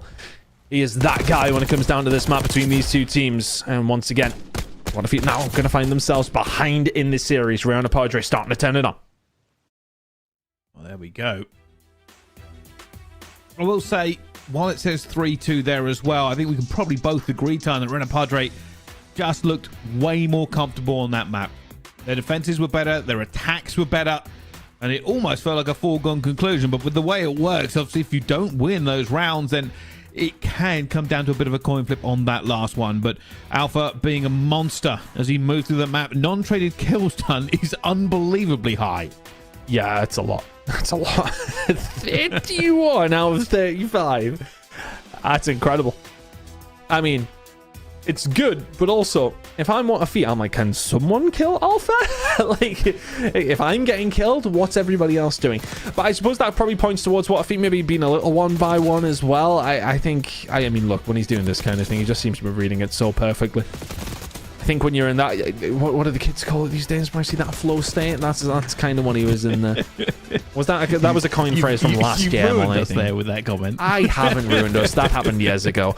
Ben W's already and finding these kind of kills to just try and keep them in rounds, whereas Alpha is just continuously putting the pressure on these defensive rounds. Very, very difficult to deal with when he's doing that.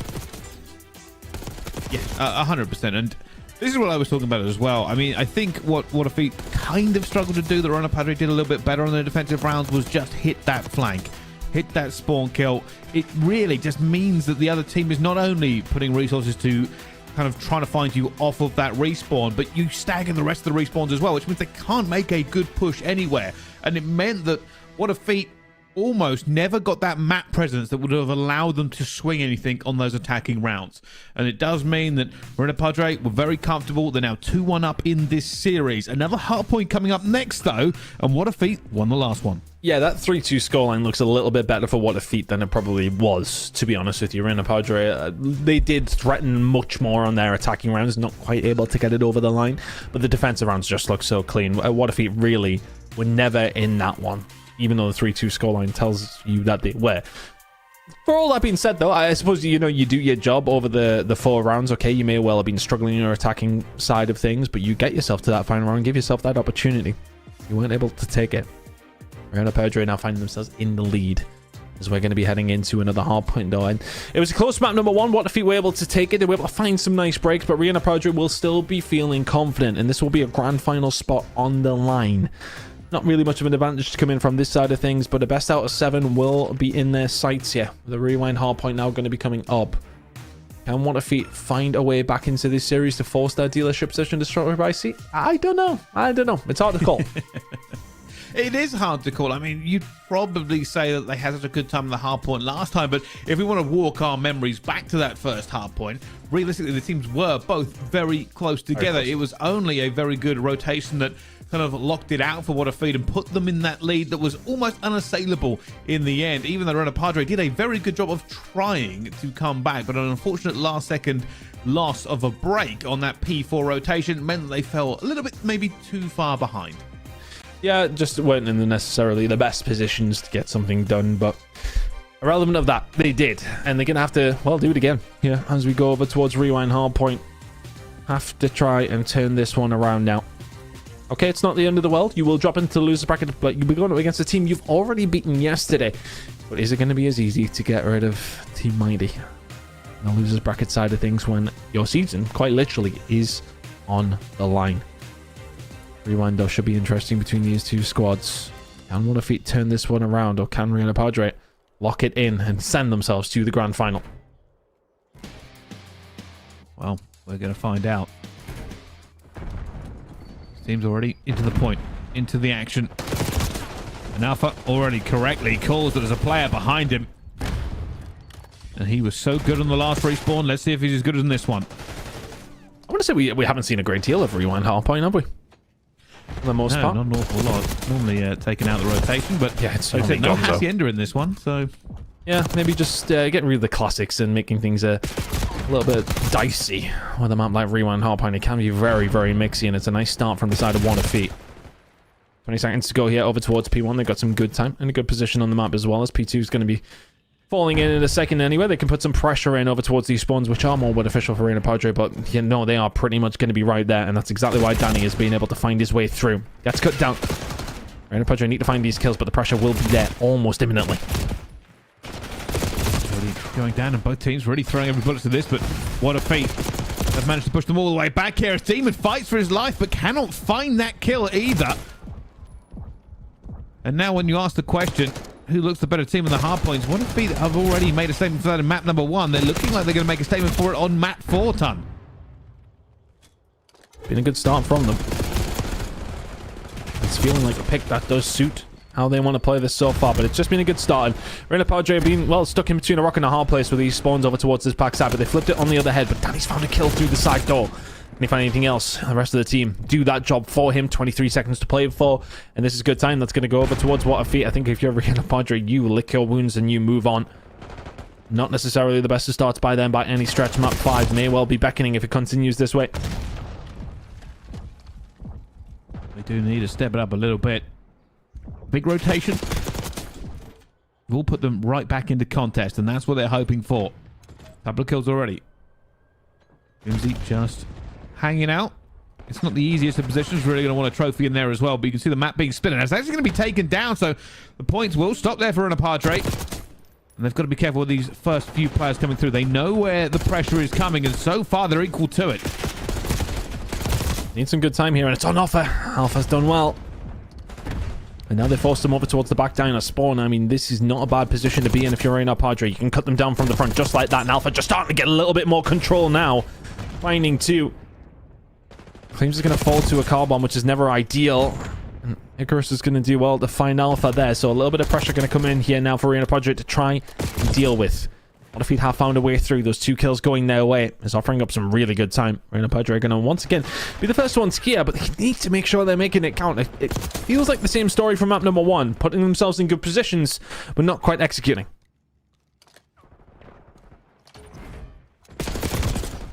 Here comes another big push.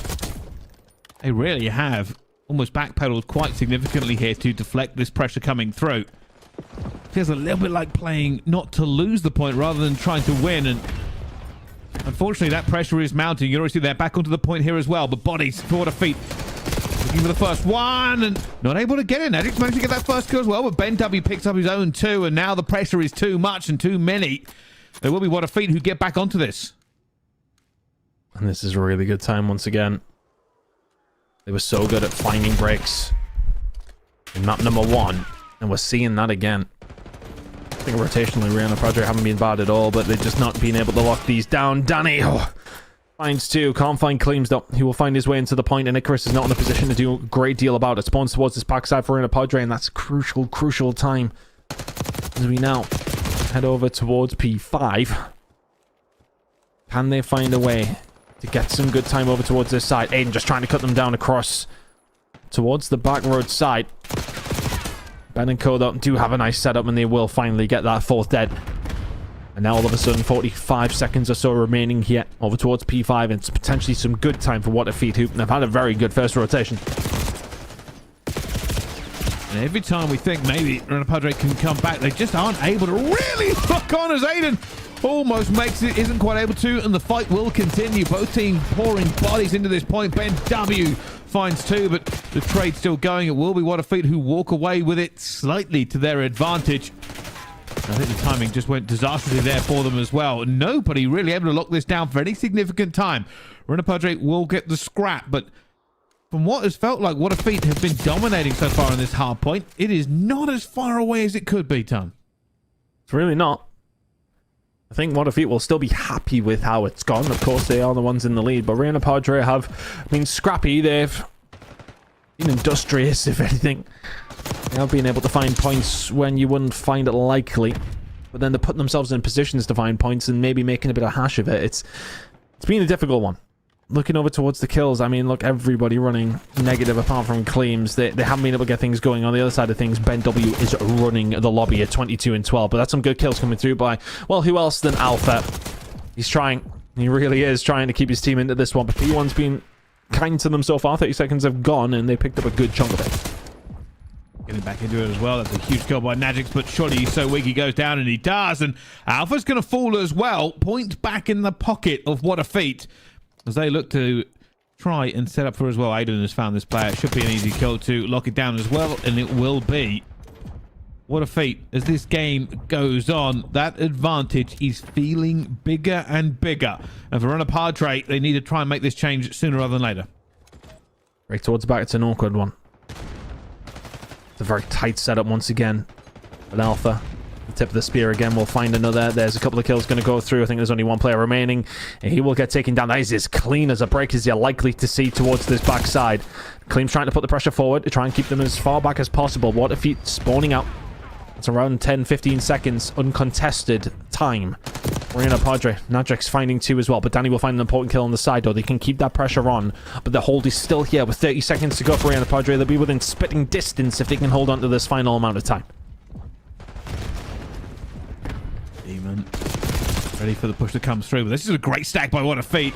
They got the bodies that they need to into the point here and almost get away with it. Demon, last player alive as Najix pushes out and makes sure that nobody else goes for this one. And again, same story. Rena Padre have managed to pull this back into at least some semblance of a close game. But with already the kills flowing towards What a Feat, will it be the same case that What a Feat pull ahead again? Can they hold it down this time? They did have a rotation over towards P2. Got broken very quickly, and Rena Padre have made this an interesting game. But it does scream of him map number 5, doesn't it, Bryce? It feels like that's the direction we are heading.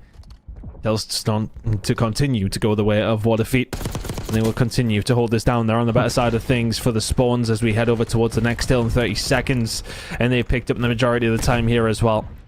Dino push coming in from Rena Padre. It feels like, well, maybe one of the last rolls of the dice that you just need to go your way right now. Kills not going their way at all. What a Feat are holding this one down. And as we say, map number 5, it feels like it's beckoning. Good God. And I'm just not certain that Rena Padre can get their way back into this. They don't have the rotation. They are very close to losing this hard point again. Aiden already finding one kill onto Demon. Just not going away. He's going to call this one out as well and finds a second. And I think map 5 is beckoning. It would have to be a monumental turn here for Rena Padre to find their way back into this. It would have to be something special. What a Feat barely need any time here. But Rena Padre will find a wreck. They will find a wipe.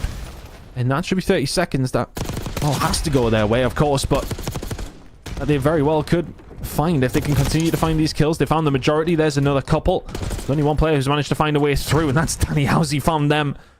Now, all of a sudden, is he going to be able to try and find a way through? His teammate's not too far away. He will get cut down. Rena Padre backs against the wall here. They need to hold this time. Trying to make what will be an incredible comeback if they can find it. But everything is stacked against them. This man is essentially the best player on the map so far. And he's waiting for Aiden. He's waiting here with a knife as well, but he's going to get caught. And they're looking for this P1 push here. Ben W going to hit the flank.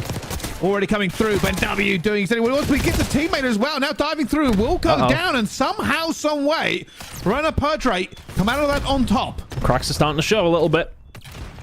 What a feat. Maybe a little one by one, maybe a little bit overconfident, but should they be? Aiden's found one, but he's the only one who can until Icarus finds one himself. Kleem's gonna have to back on down. He's got a little bit of help now, but they found the way into the point, but only finding 2 kills, and Danny is there to pick up the pieces.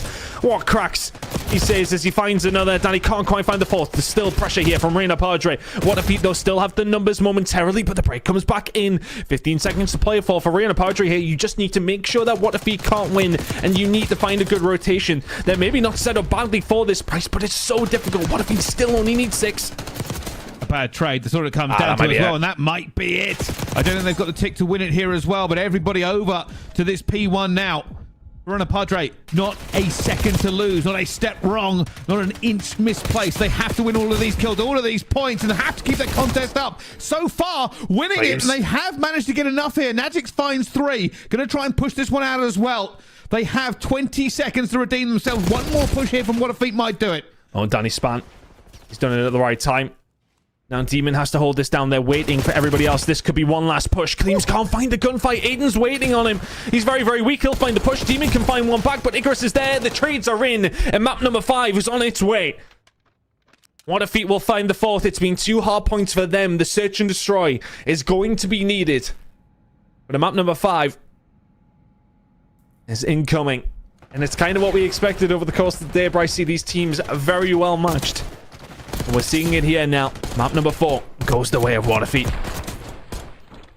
And there was just a small, minuscule glimmer of hope. Just the tiniest bit that said, hey, maybe we can do this. Unfortunately, it was just too little too late. They will lose by 14 points. And they did make it a lot closer than I thought it was going to be. But close is not enough. We are going to a map 5. We will determine this in one final S&D as well. I think Danny stepped it up there towards the end, 33 and 20. But my goodness, if anything, What a Feat made that difficult for themselves. They did. I think it's sometimes awkward though when you're in that position, when you're in such a substantial lead. You can kind of play safe to a certain degree, but it felt as if they were maybe just trying to throw everything at it to win on occasions where you didn't need to. They maybe just need to take a step back after what they've done over the first 3 quarters of that map that we've seen, where they played it very, very well. They were consistently finding breaks, they were finding good holds when they were finding rotations. It was all looking rosy until things got maybe a little bit loose, a little one by one. Rana Perdre did bring it back, and full credit to them for doing so, but they weren't able to close that gap that was made. It was a pretty substantial one at one stage. What a Feat built that up. Now have themselves an opportunity on dealership to try and find this map number 5 and their very first spot in the grand final. 2 more games to go today. The first one is almost done. The map number 5 to seal it. That kind of kill there from Kleemsy. I wonder if that would have maybe changed things, because Aiden wouldn't have been able to push. With the trades have went in a different direction. You're never going to know. The 14-point game in the end, but What a Feat will find it and force us in that map number 5. Well, that's the way it goes. We've always said, realistically, winners finals like this are some of the best games of the tournament, and these teams are proving that every single step of this so far.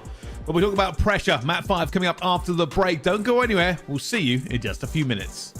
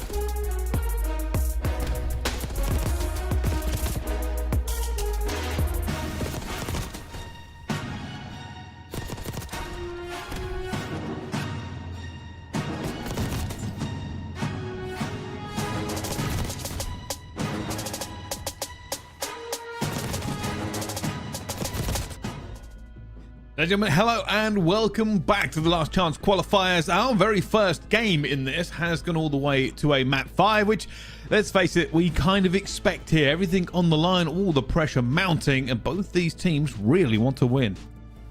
It's been an interesting game. As you can see on your screens, What a Feat have done the job in the hard point. Protocol search and control obviously went over towards Ray and Padre looking for their Neslo. Dealership search and destroy. It's going to be coming up in a second. And I just wonder, I'm trying to think back, of course, to map number 2. Alpha was that guy, Fernando Padre. Is he going to have to be? That's the question. Is it going to be about that pressure? Is it going to be on him to find those first bloods that he did so well at? Is What a Feat going to be able to do something about it, though? Are they going to be able to set themselves up to stop it from happening? They're going to need to, because, I mean, what was it? 1 first blood out of the 9 that were on offer that they managed to find in that search and destroy map number 2. Needs to be better here in map number 5. Let's find out. So far, everybody being a bit cautious. Alphas. Let a player get through technically, and well, that's the first blood. Does manage to get the trade back here as well, but could have done with just having the first blood and no trade. Not ideal, but able to deal with it. 2 players now backed up. They're pretty convinced it's not going to be A, although twisting and turning, Najix gets a bit of timing. Back on down to Ben W. See him as well. Well, I think he did, because now all of a sudden he's backed up himself. Cleams will get taken down though. Alpha and Demon left now on a 2 versus 3. Alpha, good shots. We'll just back on down as well. Nicely done. Now for What a Feat, you're thinking to yourself, yep, we can't plant that right now. It's just an automatic rotate, and Demon's here to cut off the map. I'm in. Oh, Demon, this is a kill he really wants to win as well. Getting out of there, not quite though, and goes down. And now Alpha already has 2 kills here. We'll know the ace and the 1 versus 2. They're coming back, and he's called it correctly. They're not going for this rotate. They are going to commit to this bomb site, and he finds them both, but he misses the gunfight. They know he's here as well now. Looks for 1, not going to get it. And it is just the most unfortunate round you will ever see. Runner Padre had so many opportunities to win that. Oh, that's tough. That's really tough. Put himself in a really good position to do something with it. Has been that guy in the search and destroy so far. But Aiden finds the kill. As you say, you know, he put himself in that position. Not able to execute this time. 1-0 to What a Feat. That's a better start than they had in the previous. Well, this has gone well, and sometimes you need a little bit of luck, and for the other team to have a little bit of bad luck. And Runner Padre, I don't know whether it was nerves, whether it was just a bit of misfortune, but that could have been theirs, and they weren't able to get it. Alpha already trying to make a little bit of pressure coming through this one as well, but so far, all they've done is taken mid-map control. Not a bad thing to have, though. But they need to kind of try and figure out which way they want to make this mid-map control count. The fact that they've got that should allow them pretty much to plant a B, because they can see they can jump in towards that B side, but they're going to go for it. A little look through the window. Didn't see anybody there, but not wanting to take the bait. Aiden, he's positioned well here. Just 1 kill would be brilliant. Oh, he's going to maybe get more than that. Oh, he gets nothing. Oh, Najix finds the gunfight. Aiden just spoilt for choice. NW can find 1. The comms would have been there, but they're not there quick enough. Danny now left Hilly in 1 versus 3. Oh, he's going to be sick when that happens. Target-rich environment. They're basically standing on top of his nose, and unfortunately just not able to get them. The movement proved too much. And I wonder if it's going to be like this all S&D long, with so many missed opportunities for both sides. And here's the better thing. We've spoken about pressure so far, but it's only going to ramp up in this S&D. The only thing for both these 2 teams, they do have an opportunity, of course, to still lose. So they'll be thinking to themselves, if we lose this search and destroy, it's not the end of the world. But if it's further pressure onto you, you then have to go completely undefeated through 2 different games. Not where you want to be. Danny and Co now starting to make the push over towards this B side. Once again, Rio and Padre have that mid-map control. And once again, Alpha has been that guy. 4-1 from him through 2 rounds. B pressure, though, is going to be there. Gunfight comes through. Ben W will be dealt with. Rio and Padre with another first blood. Bomb down. Alpha's still waiting. Oh, the timing thing as well. It's going to be. Wow. And Aiden finds it. Oh, not able to get away, though. Advantage slightly slips toward Ren Padre. They will have to move though. 33 seconds as well. Danny going for this one as well. Almost gets caught down to very low lives and will be caught opening the door as well. A 1 versus 3 now for Icarus. As he finds them, they line up for him. He's going to go for the chow. He gets 2 as well. And now runs for his life. Time is on his side. He's being hunted down. The timing is... No! Oh my God! There's no way he should have made that. Oh my God. Is that maybe a huge moment? Knows the pressure's going to come in from this side because, I mean, he's cut it off, right? He's pushed himself towards this side of the map, so knows it has to be coming from mid. The first 2, I mean, semi-fortunate. He does well to find the first, puts them both in the second. Through the other, the collateral damage does the damage. And Rio Padre throwing this one away with that round. It's a 1 versus 3 that you got to give credit over towards Icarus for, but you cannot excuse it if you're on a Padre now. You have to make sure you find those ones in these kind of moments. Oh, Aiden's going to get taken down by the car bomb. Teams will find it. And now a 4 versus 3 for Arena Padre. They're looking to try and get one back. One back that realistically they shouldn't have lost, but Icarus finds it. Where are they going for this push as well? They've got a little bit of mid-map control. I think Danny knows where he's going to be. I don't think Alpha can get out of it. He's not going to. Down to a 3 versus 3. Commitment is coming to the A side as well.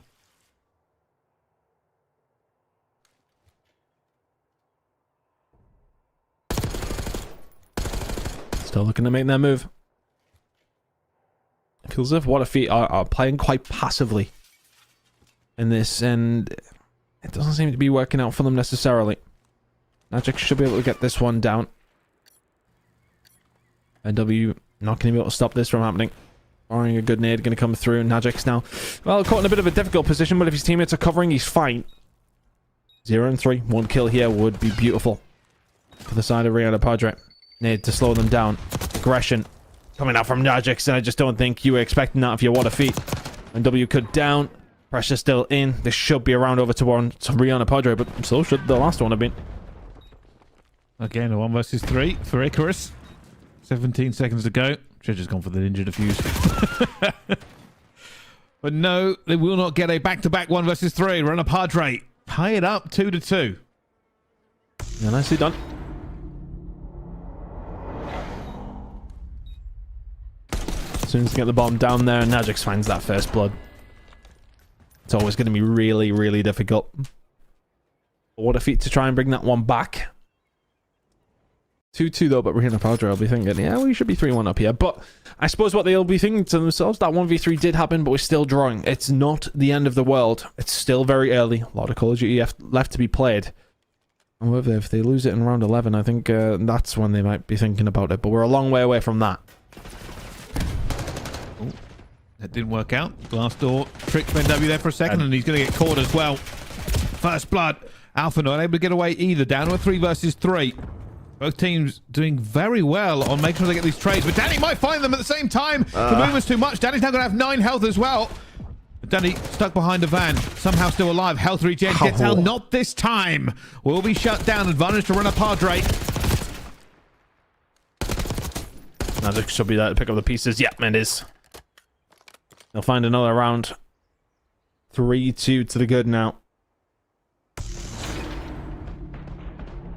was actually... Yeah, Magic's towards his backside. I mean, yeah.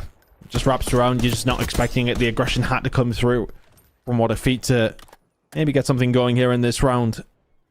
Could not quite get that. Another round for Rihanna Padre now. Again, we will mention the 1v3 maybe a little bit later on, but it just completely changes the course because What a Feat are sort of thinking to themselves, right, we found that 1 versus 3, we're only 1 round behind. But for Rihanna Padre, I mean, they could have been in a hellish position. What if he's still with a lot of hope yet? In a very close to search and destroy. Thanks to the heroics of Icarus. Danny holding this push now, which has been coming through quite often. Aggression through the middle of the map has been the hallmark of Rihanna Padre's S&D here so far. On dealership, and they will do that again. Plenty of aggression. No bomb, though, to get down, and Danny will say thank you very much. Lines him up. His third kill of the search gives the advantage over to What a Feat for what feels like the first time in a while. That's a huge kill to find, and now Danny just checking his angles over and over again. Rihanna Padre They finally brought the bomb a little bit further up to the map here, but they've lost a second player as well. And now they would have to be better than good to find a way back into this one as well. And there are just too many players to trade. Surely finds the first, not going to be the second. There is no Cinderella play on that one. What a feat. Get around back and tie it up. Close search it. Very close search. It's a nice round for What a Feat to find as well. A convincing one. Just get the juices flowing. Confidence will be there. That's what you want. Don't want to be coming into this and for all that 1v3 was found, you're thinking, okay, well, other than that, you know, we haven't necessarily been great, but now all of a sudden you're tied up and you're not thinking, not at all. You're thinking about these next potential 5 rounds coming up. It was a really good job from What a Feat, though. I think Danny finding that opening blood so influential. Aggression for Rihanna Padre not working out whatsoever. They're over towards his defensive side once again. Aggression through the middle of the map. What a Feat just not playing with it, though. They're not bothered. They're happy to just push down one side. And A seems to be the name they're going for here right now. That nade is solid, yeah. It's always a difficult one to deal with. Najix takes down Ben W. This is deep. This is about as deep as a flank you'll see on this map. You don't see it that often that players go this far around. And for Alpha, he will now wait for a call from his teammates to make the inroad in towards A. But with that bomb not going down, he's not going to do it yet.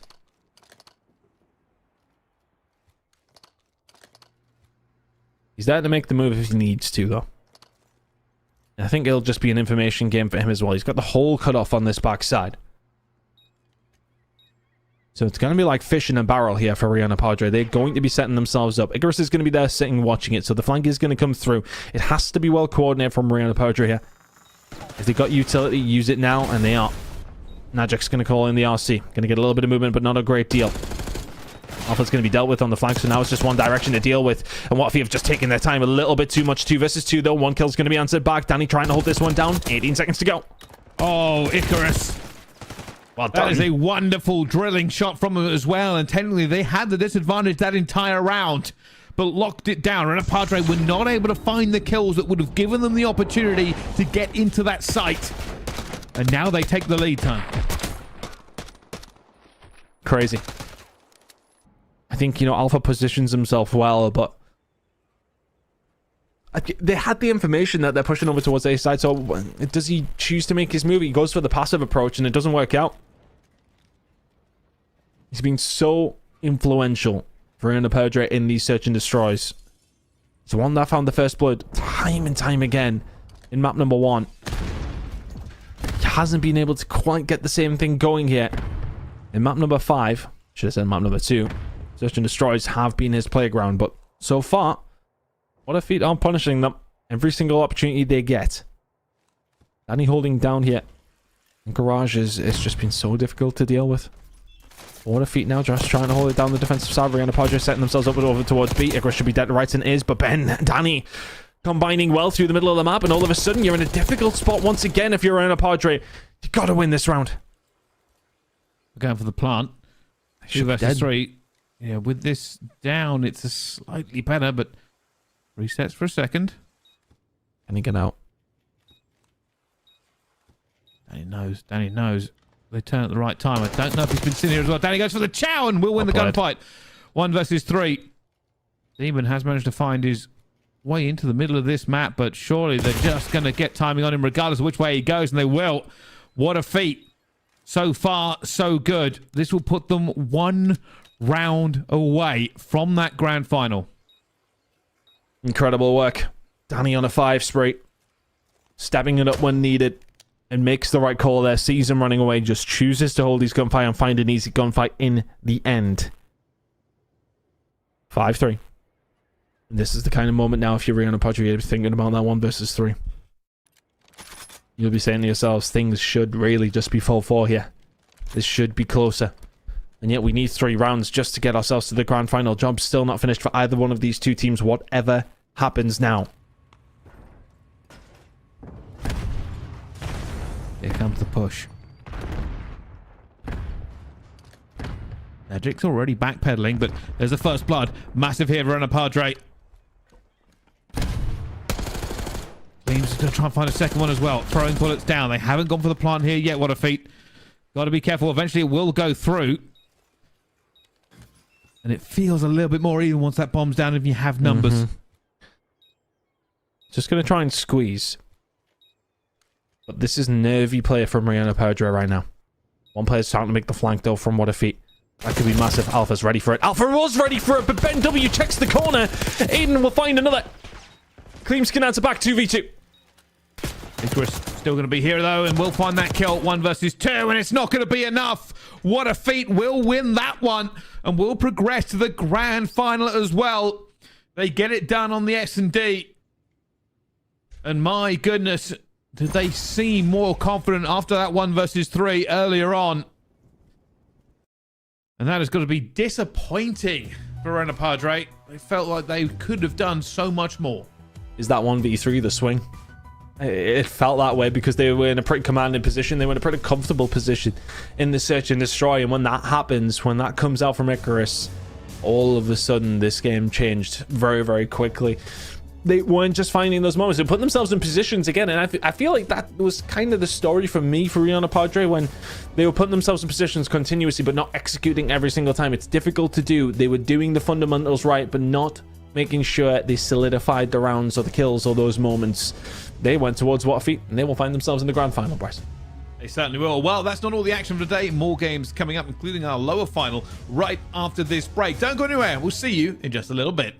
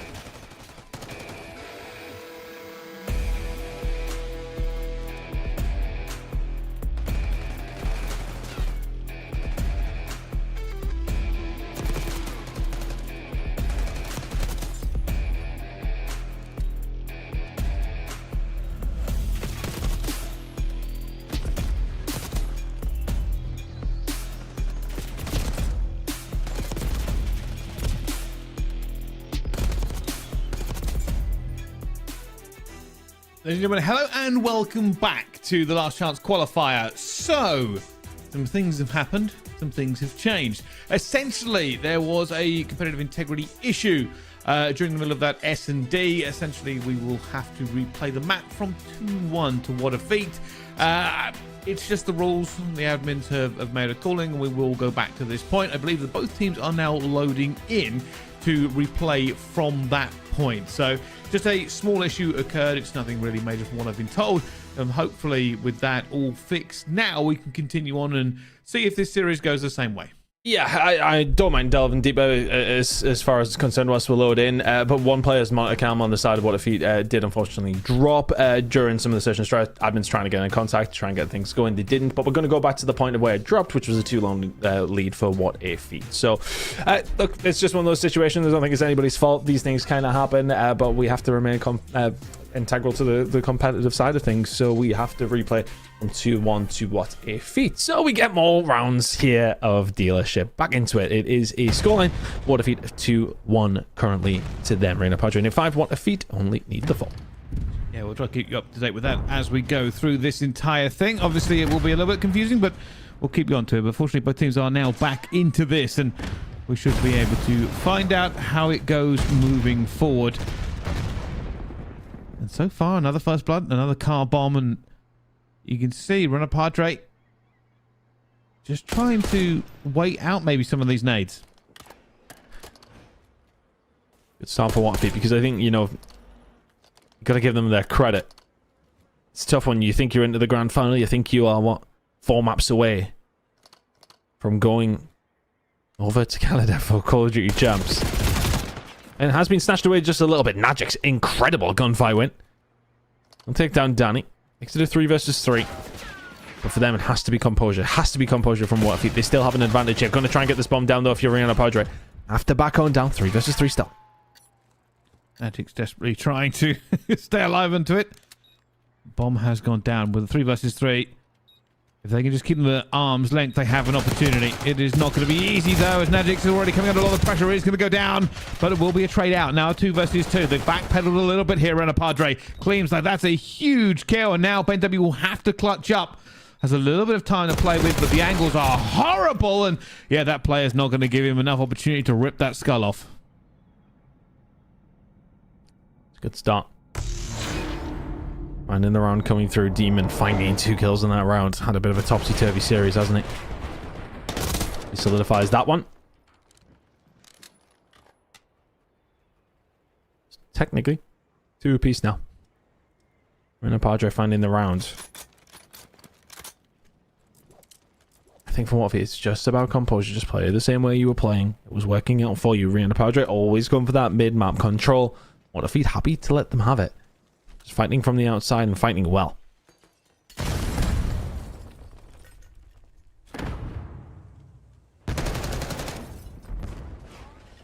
And this is...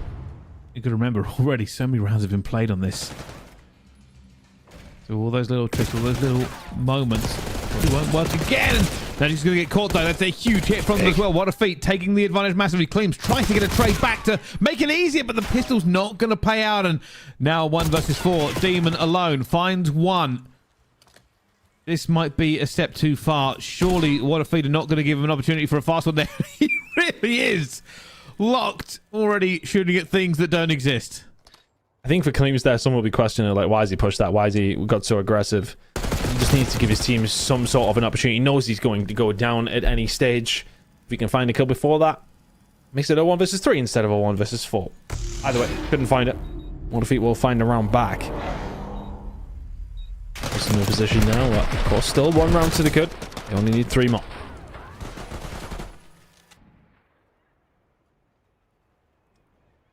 And this, again, with everything that we've had, who walks away the victor here is still anyone's guess. Obviously, if you have been following, technically What a Feat did win this S&D last time around, but that only really matters in nostalgia because nothing else is going to be that good for it, as Najix has to get into there and find that one as well. Down to 1 versus 2. They have a heavy advantage here at the same time, but they are not playing next to each other, and the bomb is not anywhere near the site. Magic's on for the ace. And then we go super aggressive here. Reyna Padre's going to read this. Magic's on for the ace, and there it is. Like, what a time to find one. The game all now tied up. 3 apiece.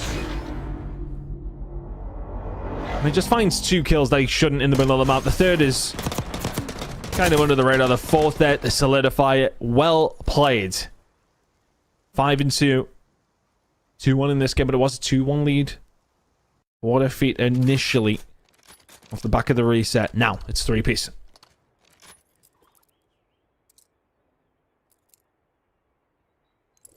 Does this one go differently? I truly can't tell. There was in the last game a couple of moments where Reyna Padre was certainly regretted losing.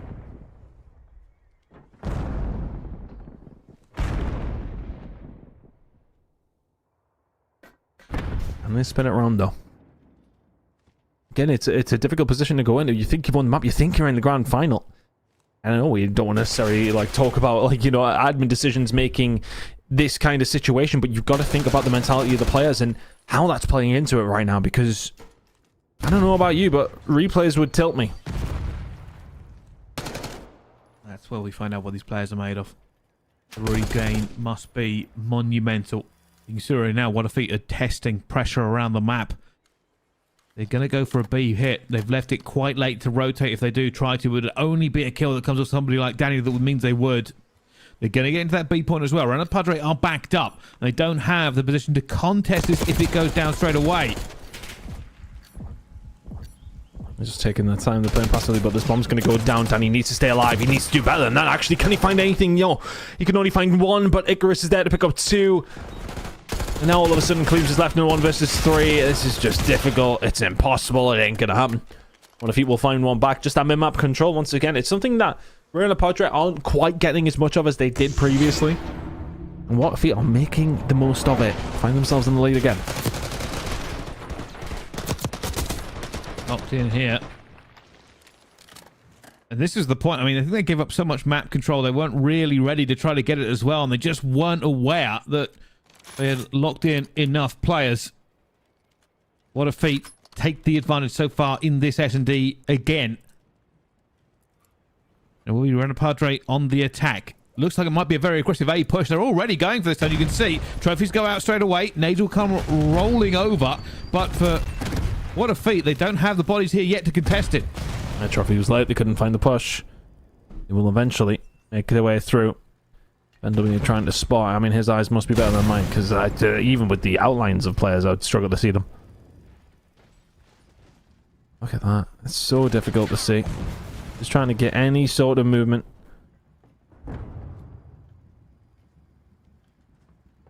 I think he'd be playing on better than 1080p, Brycey, to get to see that.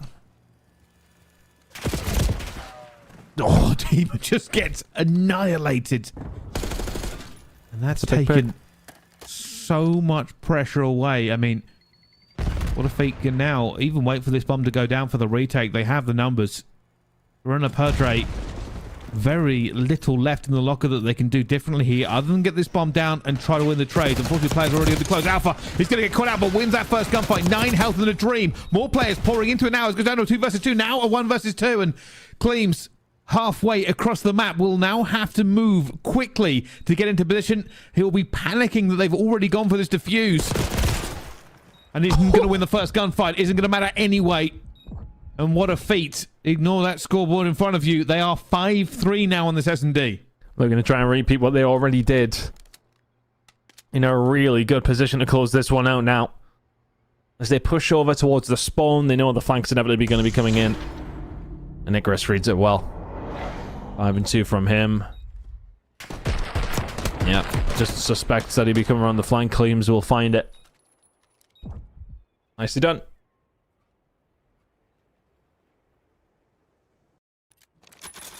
Well.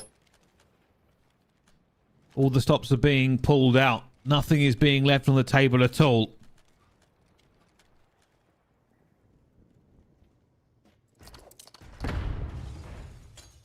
Reyna Padre find themselves in a less than optimal position. Yep, they need 3 rounds. can't give any more over. What if you only need one round? If you're joining us late, purely just down to a reset. Danny will find the first blood as well. I mean, this is just looking difficult. This bomb's now going to go down. Mid-map pressure here for Ben W. He can find another as well. Slides on through. Second time of asking. It's going to be done anyway. Unless Najix can pull a 1 versus 4, it ain't going to happen. Not a problem for What a Feat for the regain. You get the job done. Second time of asking. And again, I'll go into the grand finals. Well, exact same score, just 10 minutes later. It looks like they certainly are the better team on this S&D. And I mean, you can't have it much more concrete than that. Doing it again, but 3-2 will be the final score here as well. Both hard points. The final S&D puts What a Feat over the top. And Runner Padre, well, they will drop down into the lower bracket to give themselves a second opportunity. Yeah, let's see how it's going to go down. Runner Padre not taking that second opportunity in that game, though. They got gifted it. Couldn't do anything with it. Good series between these two, though. In the end, though, it will be What if he going to that grand final. But we're going to find out who's going to be joining them. Will it be a repeat of what we just seen here? Or is it going to be a different one up? Which, again, it could be a repeat of a game that happened in Winners Round 2. 3 teams still remaining here, Bryce. Let's see who's going to play out as the winners. But Rihanna Padre will drop down into the losers bracket. Going up against Mighty Goat. What if he, though, have secured themselves that spot in the grand final. Well, there we go. The first one into the grand final, and does mean that while Runner Padre will be very disappointed with having lost that series, even though when the distance do get a second opportunity. And that's now what they have to focus on. It will be a regain for them. They still can walk away with this championship. It's just a bit more of a difficult process and certainly a longer one. Let's see what they can do in that Elim final. We're going to be heading into that very, very shortly. But yeah, real credit to What a Feat there, because considering you have to go for the reset because of what happened, considering, yeah, okay, you're still in the lead, you still have that advantage, to then find it so convincingly, typical, to say the least. Really well done. To be able to regain and just hit it again just like that. And the repeat kind of showed what we got in map number 5 in the previous iteration. Really, really well played. They will go to that grand final, Brycey, but we're going to find out who gets there alongside of them. Yeah, we certainly do. And we'll be looking forward to that one as well. Lower finals coming up just after this break. Don't go anywhere. More action here at the Last Chance Qualifiers.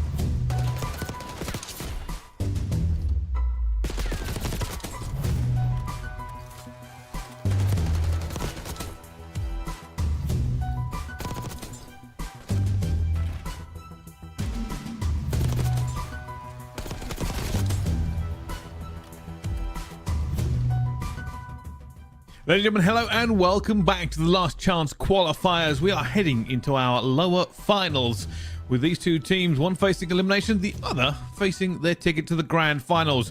Tan, this is how it's gone so far.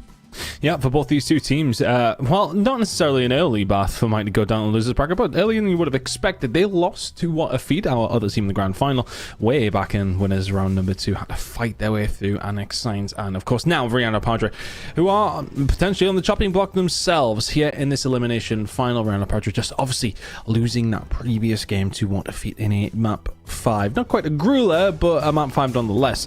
Now it's for them to try and bounce back very, very quickly. They need to, as they head into this elimination final against another team who, I mean, they would have probably thought they would be going up against in that winners bracket final. I think these were the two teams everyone would have looked at least what I was looking at heading into this one, which is where I thought they would be coming into a grand final. I thought these two teams would be the ones there, but they're here in this losers final. Here's Mighty Goat, the other squad, Mighty, Naddox, Melko, and Sykes. We've seen plenty of these over the elite season, and let's see if they can potentially bring something to the table here in this losers final. Well, that's what they're looking for, and realistically, this is a big showdown, and I said we missed Hacienda last time. This is kind of what I've been expecting. Well, the triple hitter of Hacienda, Hardpoint, Search, Destroy, and Control will be gracing our screens first, then Skyline, Hardpoint, and then Rewind. Yep, going to be interesting to see how this one goes down with a triple header Hacienda to kick things off. Let's see how that's going to play into either one of these two teams' hands. Skyline, Hardpoint, Rewind, Search and Destroy to finish it as well in an entirely different map set than what we've seen in the very first series. So that might just actually be giving us an indication of how things maybe work in the grand final. Are we going to just see Hacienda get banned across the board? I'm not too sure. We'll see how it goes down. For both these two squads, though, I mean, this is do or die. This is it. This is your season on the line. You cannot lose. You've both had your opportunities to lose. You have no more. Which way is this one going to go? Who is going to meet our grand final squad that are there and waiting in what a feat? Let's see how it's going to go down here in this losers bracket final. Always an interesting matchup. These two squads going to battle it out. Well, let's take a look. Obviously, if you are one of these teams, you've just suffered a little bit of a defeat. Rihanna Padre lost in map 5 just a few minutes ago. So they'll be looking to redeem themselves at the very least. Mighty Goat, this is their opportunity to maybe make an upset and overturn and book their own ticket to the final. Both teams will be feeling everything about this one, though, because this could be the last chance they have. Yeah, for Rihanna Padre, really not our best time of things in the hard points. They did struggle. So let's see if they can potentially turn things around here up against Mighty Goat. Very, very solid roster on the other side of things. French boys. Let's see if they can bring something to the table. I think, you know, if we're talking to the finesse of how a tournament works, that kind of thing, Rihanna Padre will be nice and warmed up. Mighty Goat, are you coming into this one hot, nice and ready to go? Or Rihanna Padre just mentally drained by that map 5 gorilla? We'll find out over these next 3 to 5 maps. Well, that's the key. I mean, for Rihanna Padre, going to be a little bit disappointing, especially even after that reset, when able to get it done, but it's not going to be an easy game regardless. Mighty Goat coming on firing on all cylinders, and they're the team you'd expect to come in a little bit cold maybe off the back of this one. Obviously waiting for this game to get ready, just the basic bot warm-up. Both teams hammer and nail against each other in the middle of the map. Rotation here is currently belonging to Mighty Goat. Hills coming through from Melko and Co. They're doing a really nice job over towards this backside. That should be some really good P2 time.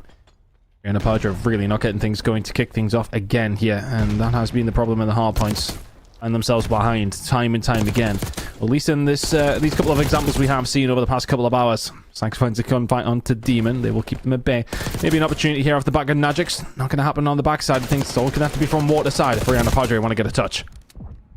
At the moment, so far, so good. I mean, they are just holding them completely. Alpha will try and make the hero play. Finds the first. Now gets to the point himself. Teammates also making the trades as well. And, well, that's broken it. That's all they needed to do. It turns out a swimming Alpha gets them into this point and stops it being a complete hold.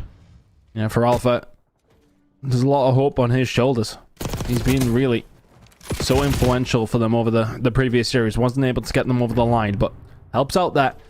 Because, I mean, that was a good 15-20 seconds they're going to get back. That goes in the opposite direction. You're staring down the barrel of a 60-70 point deficit heading into P3. That's just not where you want to be. As it goes, you're heading into P3 with being the team who are the first ones there. Mighty and Co. have found a way through the middle of the map and are fighting over towards fences. Not going their way right now, though, but a pinstripe kill feed is going to... Well, is it going to work out in the favor of the team who are first here? I'm not too sure. Magic's trying to hold it down. Good gunfight win. That should be some more good time, potentially, over to Rihanna Padre, but the break comes through. Magic's still trying to hold control here as well. Has that player just below on the stairs, but his teammate will. And Magic's again flying into this one, and it's going to be Rihanna Padre who come away with this. Still a little bit of pressure being applied. Mighty Goat trying to get into this one, and Demon is fighting. So many bullets have been exchanged. Eventually that trade comes into it as well here as players swarm over to this point. Going to be contested as Alpha goes over the top, picks the wrong direction though, and well, there's only going to be 5 scrap seconds left. Everybody off to the races for the next one. Really, really good time for Rihanna Padre here. It's just been a full minute of comeback ability. Is that the word? I don't know. I'm just making them up at this stage, Pricey, but here we are. Doing a really good job at finding a way through, and are they going to be able to do anything over towards the rock side? Looks that way. Kill feed in their favor. Demon and Co starting to warm up into this one. Mighty Goat came in screaming.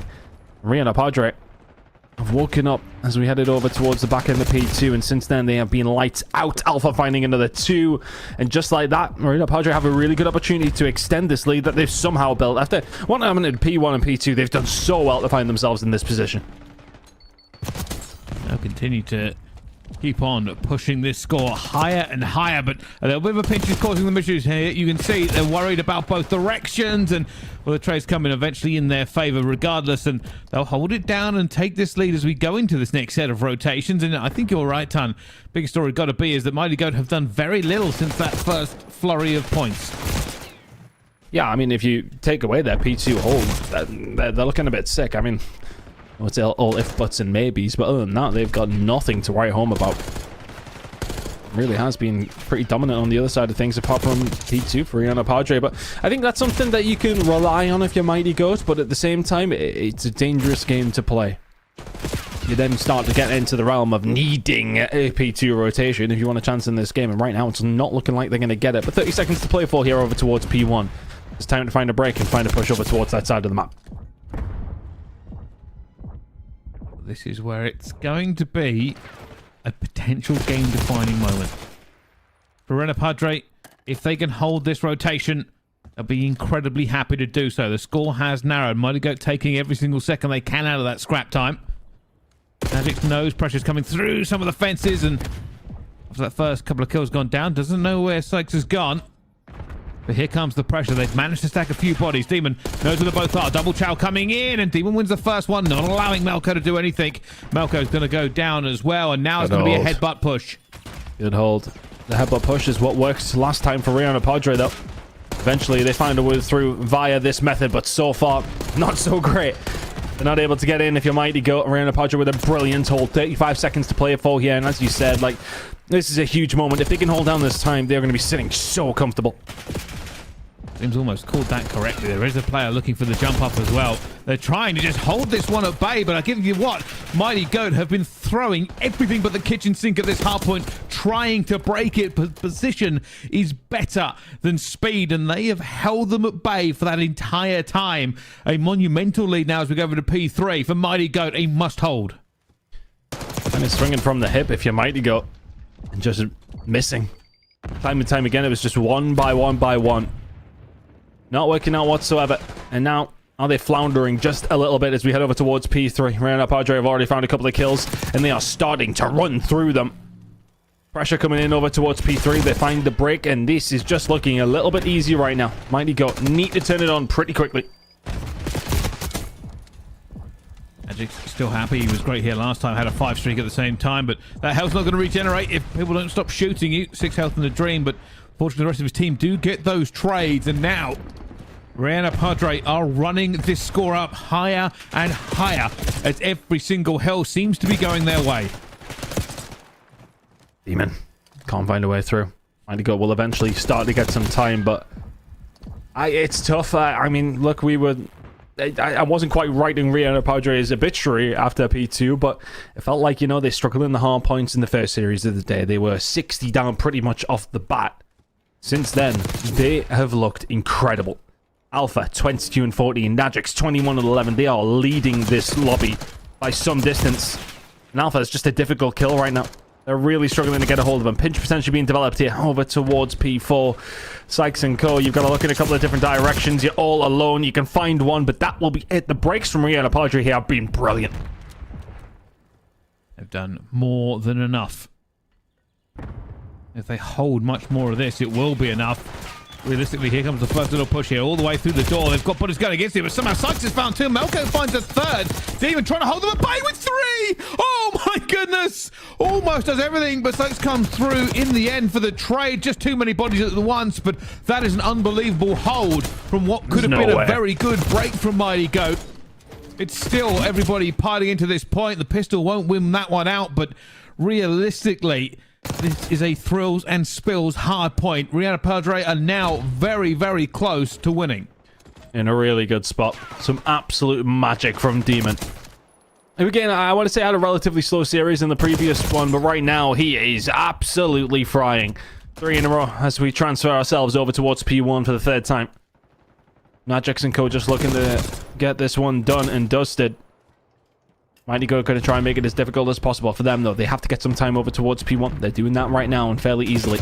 Demon on his way in. Melko, Sykes ready to shut him down. This is some good time for Mighty Goat, though. You pick up another 20 seconds here, though. You get yourself over towards P2. And all of a sudden, you are back into the game. They are trying. It is not the easiest of fights to realistically win over and over again, but P2, as we know, is a money hill. And they need it. Oh, almost that would have been a big kill at the same time. 8 seconds to go. A little bit of scrap time for Rihanna Padre, but this is what matters. Mighty Goat have to hold this flawless. They cannot allow them in. That is a bad first step to lose. Oh my goodness, it's down to 2 versus 2. The pressure's now coming onto it as well. Nanox needs to hold this as well. You can see the spawns on the minimap. It will be Rihanna Padre who have a slightly better spawn for this next one, but a team kill already comes in, and Mighty Goat are holding. You need to do what they did in the first rotation, and that's get a very, very good hold at P2. If they do that, they are well and truly back into this game. Kills, which way are they going to start going? Alpha, though, he is everything for Rihanna Padre there. Finds 3, breaks it open. Rest of the team are there for the pinch. 25 seconds remaining on P2, and what Mighty Goat needed to do was hold that, and they got picked apart. Rihanna Padre now trying to hold this down. 20 seconds to go at P2. The game may well be over if they can hold it down.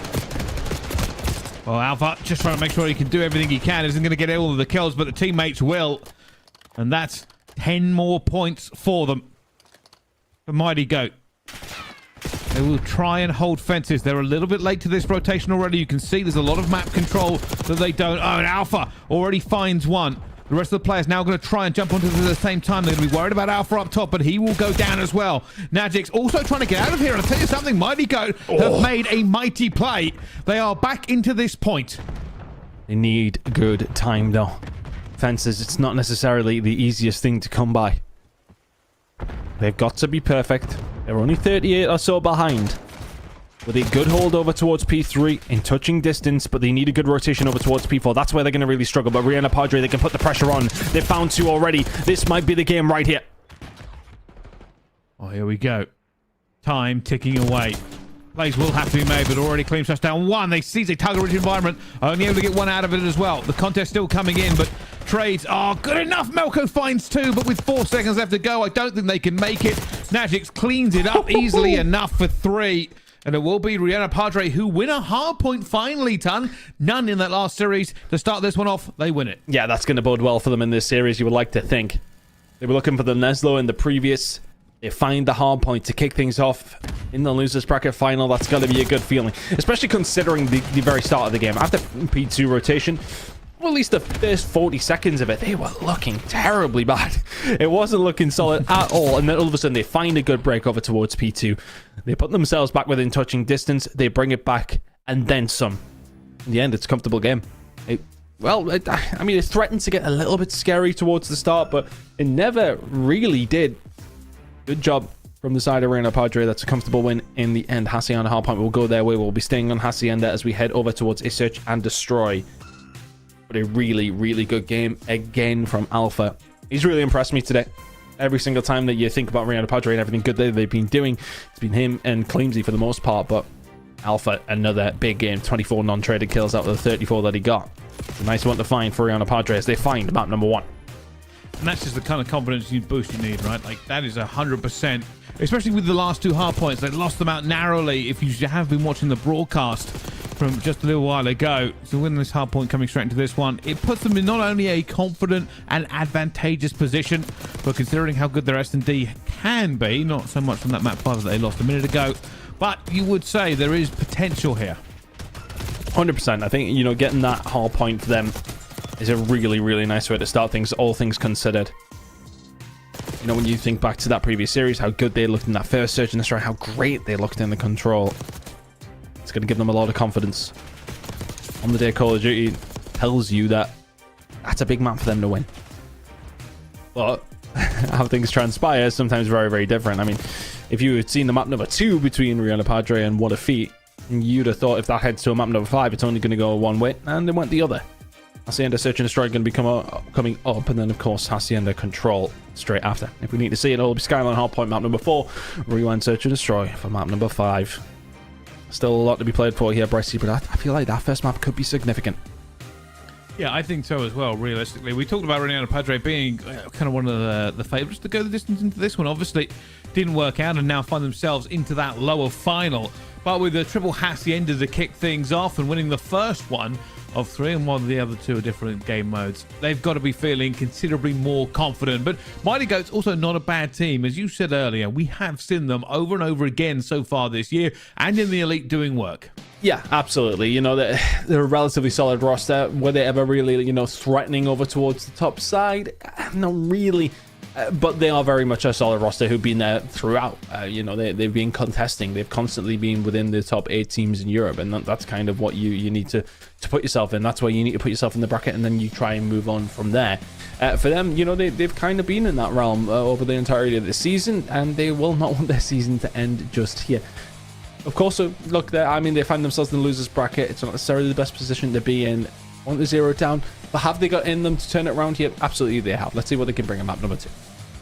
Yeah, that'll be the key. We'll find out. I mean, realistically, if Rihanna Padre managed to get the advantage here and win map number 2, you got to kind of favour them as well. The control that we saw out of them last time was certainly pretty dominant. Did end 3-2, but I don't think that scoreboard told the entire story. They seemed more confident. Now, different map for them, of course. It was Protocol rather than the Hacienda we are going into, but still an awful lot of talent on display. And for Mighty Goat, the way back is not going to be easy. No, absolutely not. I think especially, you know, we're just kind of relying on what we've seen from Rihanna Padre in their previous series here, of course. But for Mighty Goat, it's tough because they had a really nice start, but then as soon as they lost that bit of scrap time, I felt they were chasing their tails consistently. Okay, it's around a 50 point, less than a 50 point game, so it's not necessarily like they've been smoked by any stretch, but outside of that P2 hold, it just felt like they're picking up the scrap time. They're the ones kind of being reactive rather than proactive, and I always feel that's not a spot you want to be in. It's especially not a spot you want to be in on Hacienda Search. You want to make sure you're the ones dictating what's going on the map. You want to make sure you have that mid-map control, balcony control. Offense is going to be something you fight over a lot, and you have to make that decision. Might have got need to find a comeback here. If they go 2-0 down after the Search and Destroy, not a good place to be. Well, let's find out. This S&D could dictate the series. We're certainly going to be paying very much rapt attention for it. First round kicking off, of course. Got to be careful of the nade spam. No trophies in play yet.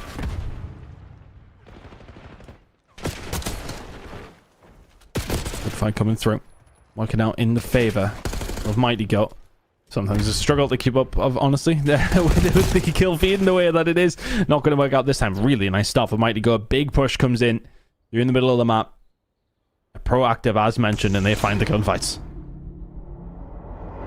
Getting that all done as well. And you can see, I mean, there was a very aggressive start coming in from Padre, but it didn't work out in the end. That gunfight up the top could have gone the other way.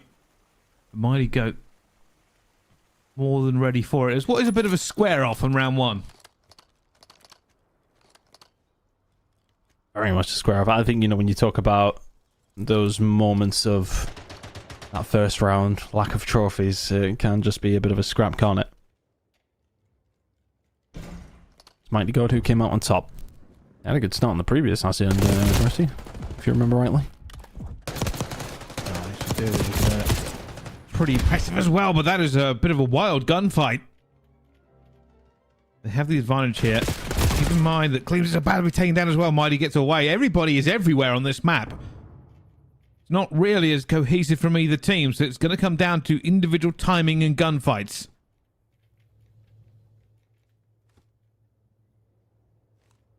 This is... It's awkward, isn't it?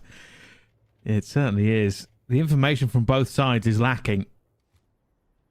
This is the team on defense, doesn't it? They're the ones that have to just sit tight. They don't have to do anything, really.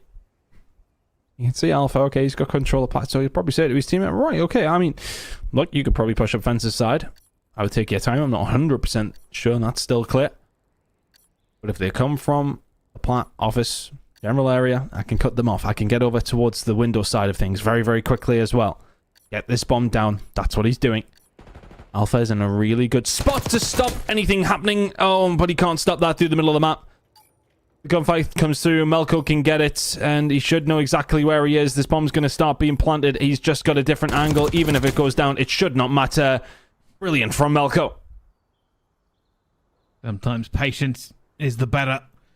And they get it out there as well. And I think realistically, a lot of that can be put down to what we talked about. No information from the sides. You can only really play off what you know. And when everybody gets a little bit crazy and ends up in every spawn and everywhere across it, what more can you do? For these two sides at the moment, Mighty Goat coming out the victors in 2 rounds. Will they continue it with this attack? It's a great start.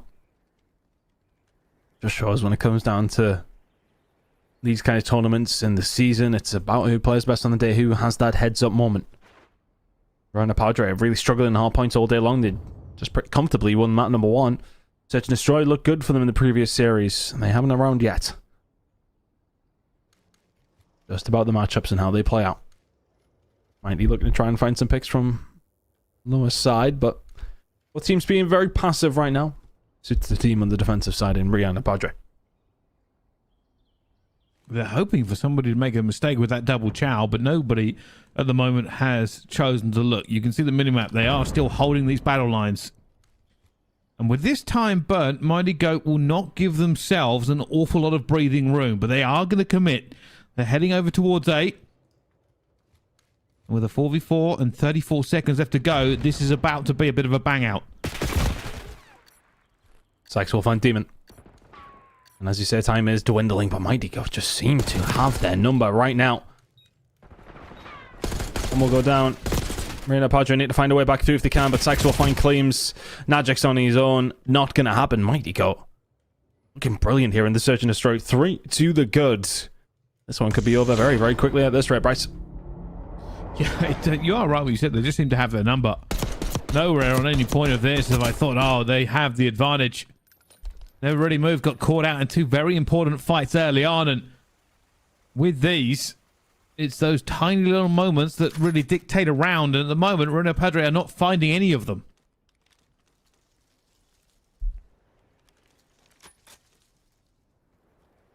I wonder what the adaptations can be. I mean, they just constantly find themselves behind. I mean, I suppose if you think about Rihanna Padre and what worked well for them, Alpha was finding themselves in positions to find first bloods consistently.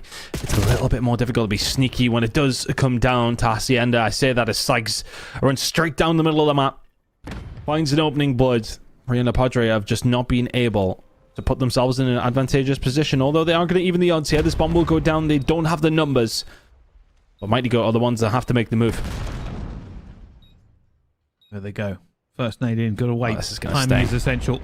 Huge catch there. Claims going down. Trying to find the first one. Will go for the trade as well. Does get it. Somehow getting away with it. It will be Alpha that gets 2 and goes down as well. And that will be Mighty Goat again. The retake is amazing. And they will go 4-0 up in this series.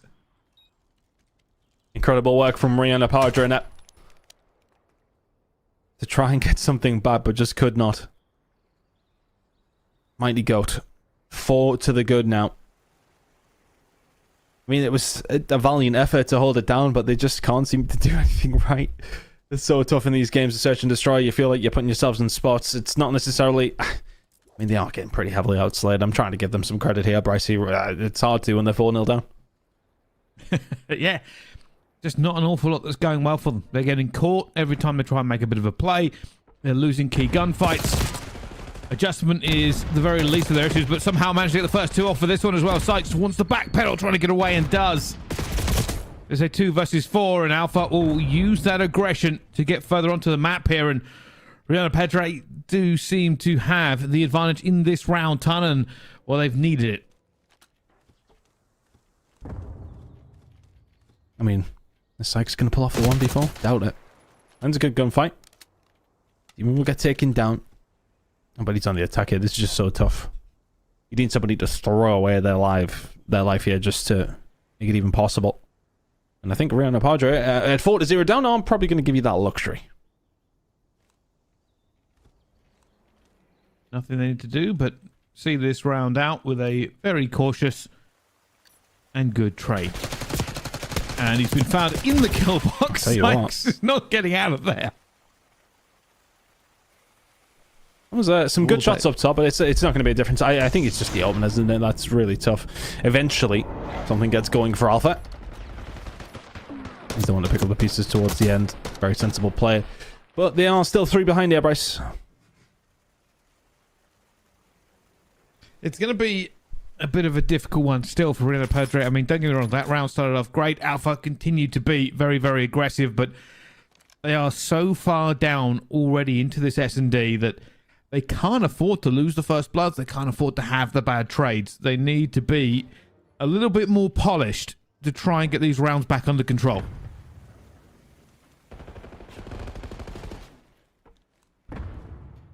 Maddox getting aggressive. Oh, shots are in, but he's got some backup. Melko is there. Mighty Goat, trying to find the kills, but Alpha with the big flank. He was the one making the plays for running a portrait previously, and is now as well. 5 in a row from him. Oh, Mighty needed to find it. Alpha, ambitious Chal. Mighty should be able to regen his health before the Chal does come through here, and he does. 1v1. He's seen it now as well. Oh, this is tough. Nate has to go for the Chal as well. Unbelievable from Mighty. Locks it down. Sensational work. A little bit scary for a second with Alpha finding 2 through the middle of the map. The nade just baits him out. Nothing you can do there if you're a demon. Either take the nade in the face and get gunned, or take an unfavorable Chal.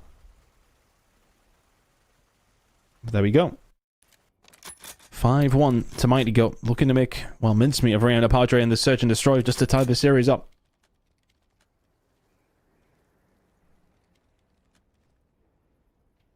Only we've taken a 1.5 sale. Still, not particularly easy to do ever. Taking a bit of map control here this time, Rihanna Pedre. They are moving forward. Now, you've seen this every time from Mighty Goat. They wait as a double chow on that corner. It has not been pushed one time. RCXD also going to be out. Now, looks using it for information. Not going to get away with it, anything more than that. Very little found, but it doesn't matter. As you say, information is, well, semi there. Completely free bomb site over towards the B side. Rihanna Padre going to have to go for the 4v4 retake to keep themselves in this Search and Destroy.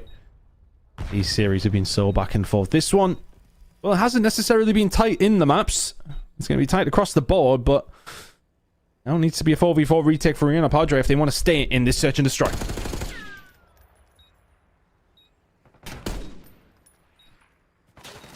Alpha finds the first blood. Here comes the push as well, and they managed to get them somehow. All the trades going towards the Mighty. Finds himself heavily outnumbered. And that is not what they were expecting. That was a bit of a massive push. They get done with just enough time as well. Give themselves a lifeline. But is it too little too late? That's the feeling I got anyway, Bryce. Just a little bit late. Nice retake, though. That extremely nice retake. 2 through the front door. I think it was Cleams and again, ambitious Charles coming through. But when you are 5-1 down, that's something that needs to be done. Very well played. But as mentioned, Bryce, they're still 3 rounds behind. The half sale, you called it? Is that the official term, or is it just your term? No, I'm fairly certain we've mentioned it before. it's basically what would not a quarter the full sale be? But a 5-1 reversal. We've called it the half sale. Obviously, the full sale from the infamous event of full sale, but we'll see if it becomes any different for this, because it is still a long way back regardless. Long old way back. A long old swim for Cleams. Just been calling them Cleams. Should we go with the I as well? I don't know. I'm just for shortening things up. I like Cleans. We've called him that for quite some time. We have, yeah.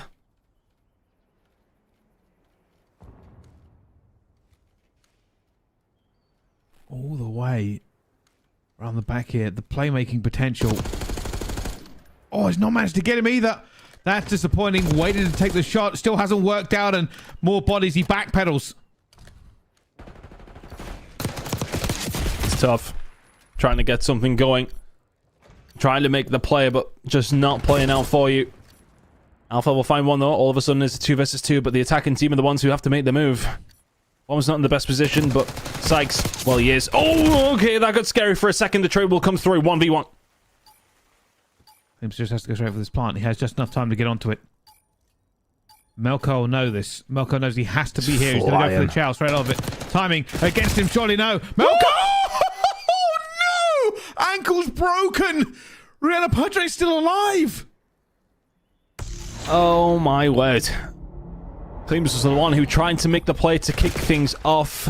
I'm sorry, Melko. Yeah, can't be losing those. It's like me on Verdansk this week. Can't win a gunfight. 5-3. Oh my goodness. Don't even know what to say about it.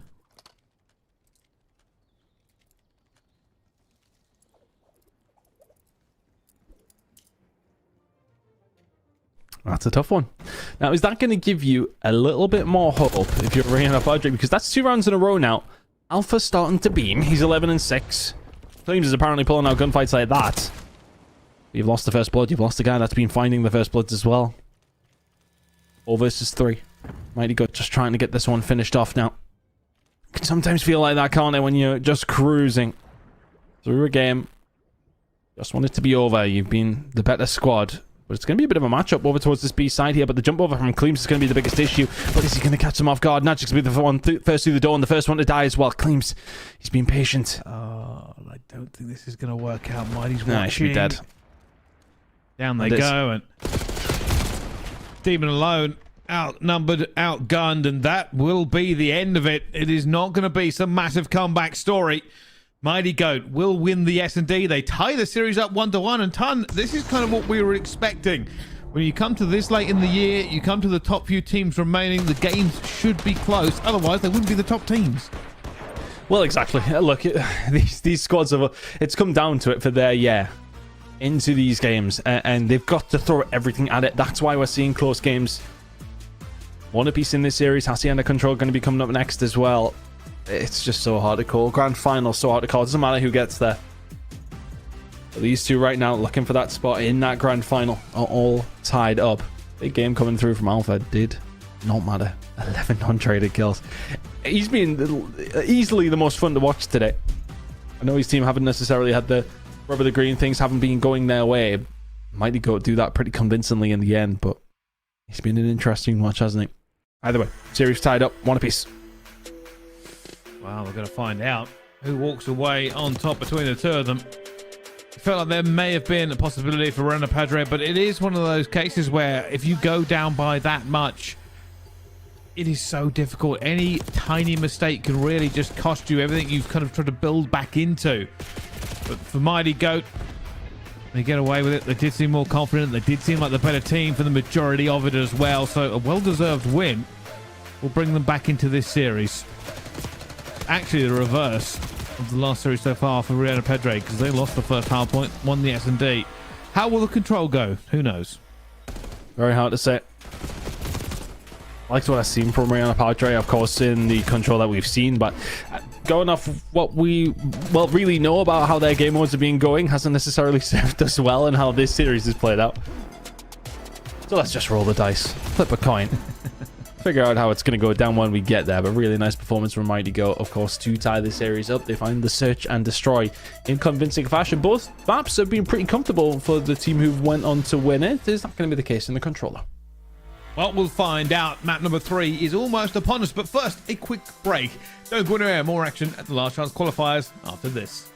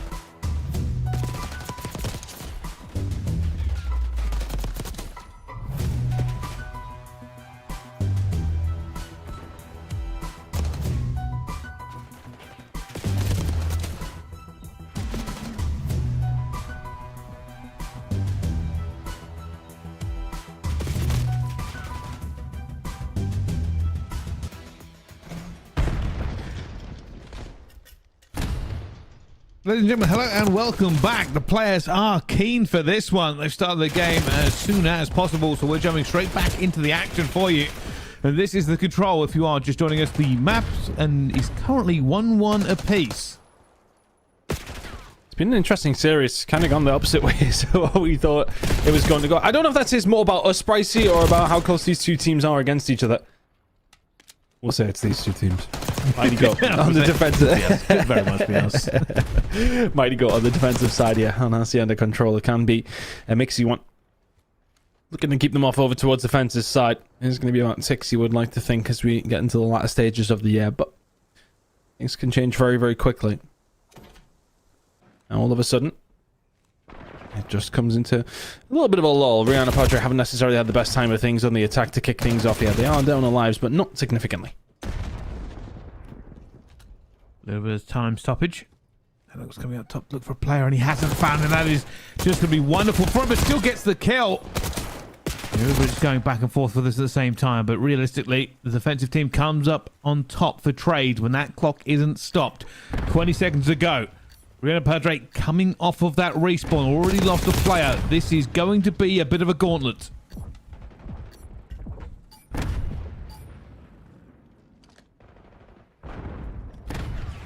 Still difficult from here. Gotta be pretty much perfect if you claims. Mighty big flank. Yeah, 5 spray for him. Oh, make it a 6. Mighty doing sensational work there to close this one out. You'd like to think can't get much further. And there is not a tick to be spoken of. Mighty got brilliant defensive hold. I think, you know, Mighty just playing around that kind of area. Just trying to stay alive. Being a pain. It's just so difficult to deal with if somebody's got the control over towards the well. Plays it perfectly. Very, very well done from Mighty Go in that round.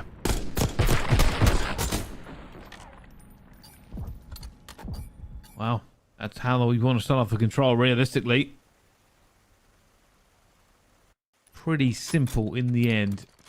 But one round of control does not make this map. It is about the back and forth. And if Reina Padre can do something similar on their defense, well, we'll go back to pretty much even.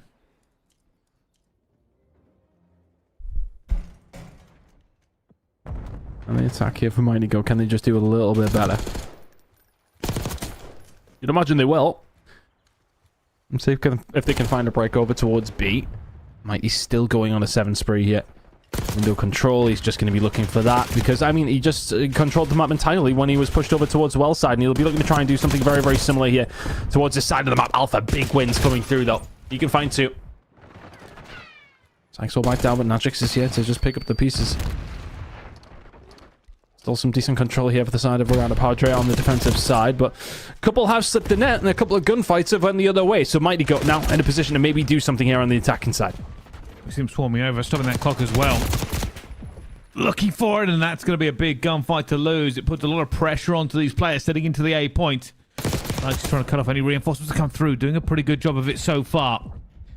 Still to the A point, still with the clock stopped. They've lost a lot of map positioning as well, but just stopping that clock for a little bit can help them regain. Coming off the respawn here as well, they're going to know Sykes is still in the backfield somewhere. How many do they commit to trying to get this done? Cleem's coming for him and almost gets caught. Still no text to be said. Got to try and get something going here. Just give yourself a little bit of an advantage. Yeah, there you go. You are going to get a tick. So advantage over towards the side of Mighty Goat in a certain kind of way, at least anyway, and they may be able to take a little bit more. Momentarily, 3 dead. Alpha, well, they've got to pretend that they know where he is, surely. Flank has kind of been the option consistently for Alpha. He's found 1. Cleems can find another, but the other 2 players on the team are being dropped. And out of nothing, Mighty Goat have found something in this round. 2 ticks over towards A. Clock has been stopped. Progress at B now as well. Opportunity for Mighty Goat to get something going. Still got bodies here, but they need to win a couple of kills. Just enough to give them the opportunity to push. They're still holding on to A. They're going to get A locked down if Reina Padre don't move, and Reina Padre aren't moving. Eventually, they're going to get off to the point. They're going on to B as well. They leave that with only a few seconds left to capture. And now, if you're Reina Padre, you are struggling. You need to retake this. You cannot allow them to get a toehold back into this game. A is already gone. They've got the extra time as well. And for Mighty Goat, this is looking mighty good. Turn it around so quickly. Just one big flurry of gunfights. Go their way. Oh, they are running through them now. Nadix can find one. Alpha gets taken down as well. And now they're just playing with him. He's in the spawn. He spawned them over towards the boathouse. And there's another player here just to try and farm them. They're just trying to cut the snake off at the head. And trying to keep everybody in their spawn. The only thing here for Reina Padre is the fact that they actually have 1 player over towards the tin side. And maybe saw something down over towards this B point. But Nadux and Mighty are causing holy hell right now. Hold on. A huge wipe. Oh, okay. Unbelievable. That's a full wipe as well. Just when you thought Mighty Goat might have the horsepower to get it done, it comes down to a big push. Najix should grab this player, or at least 1 player when it comes through. The rest of the players go through the middle of the map. They know if this is the last opportunity. Whoever wins these trades probably wins this round. Alpha already finds 1. Cleans finds another. Najix is going to get his legs broken again. And Demon now backpedals to try and hold this as well. But they are making a play for this. They're back on the point. It's a 3 versus 4. 2 versus 4. Mighty trying to stay alive here. Reina Padre know exactly where they are. They just need to get them off the point. They're going to go for the contest. This the timing going to work in their favor. Demon left on his own in a 1 versus 3. Comes down to 1v1. Mighty Goat find the round. Oh, that was a stressful one to end it, but they put themselves 2-0 up here in this control.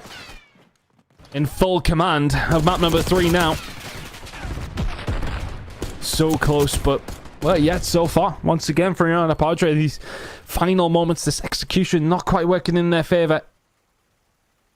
2-0 up now. Here in this control. This should be their map, Bryce, you right?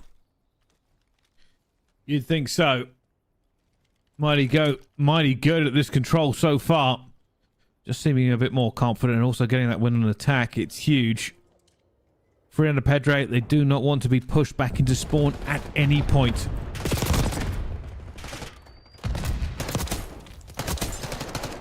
I mean, this could be over very, very quickly, especially if Nadux is shooting like this.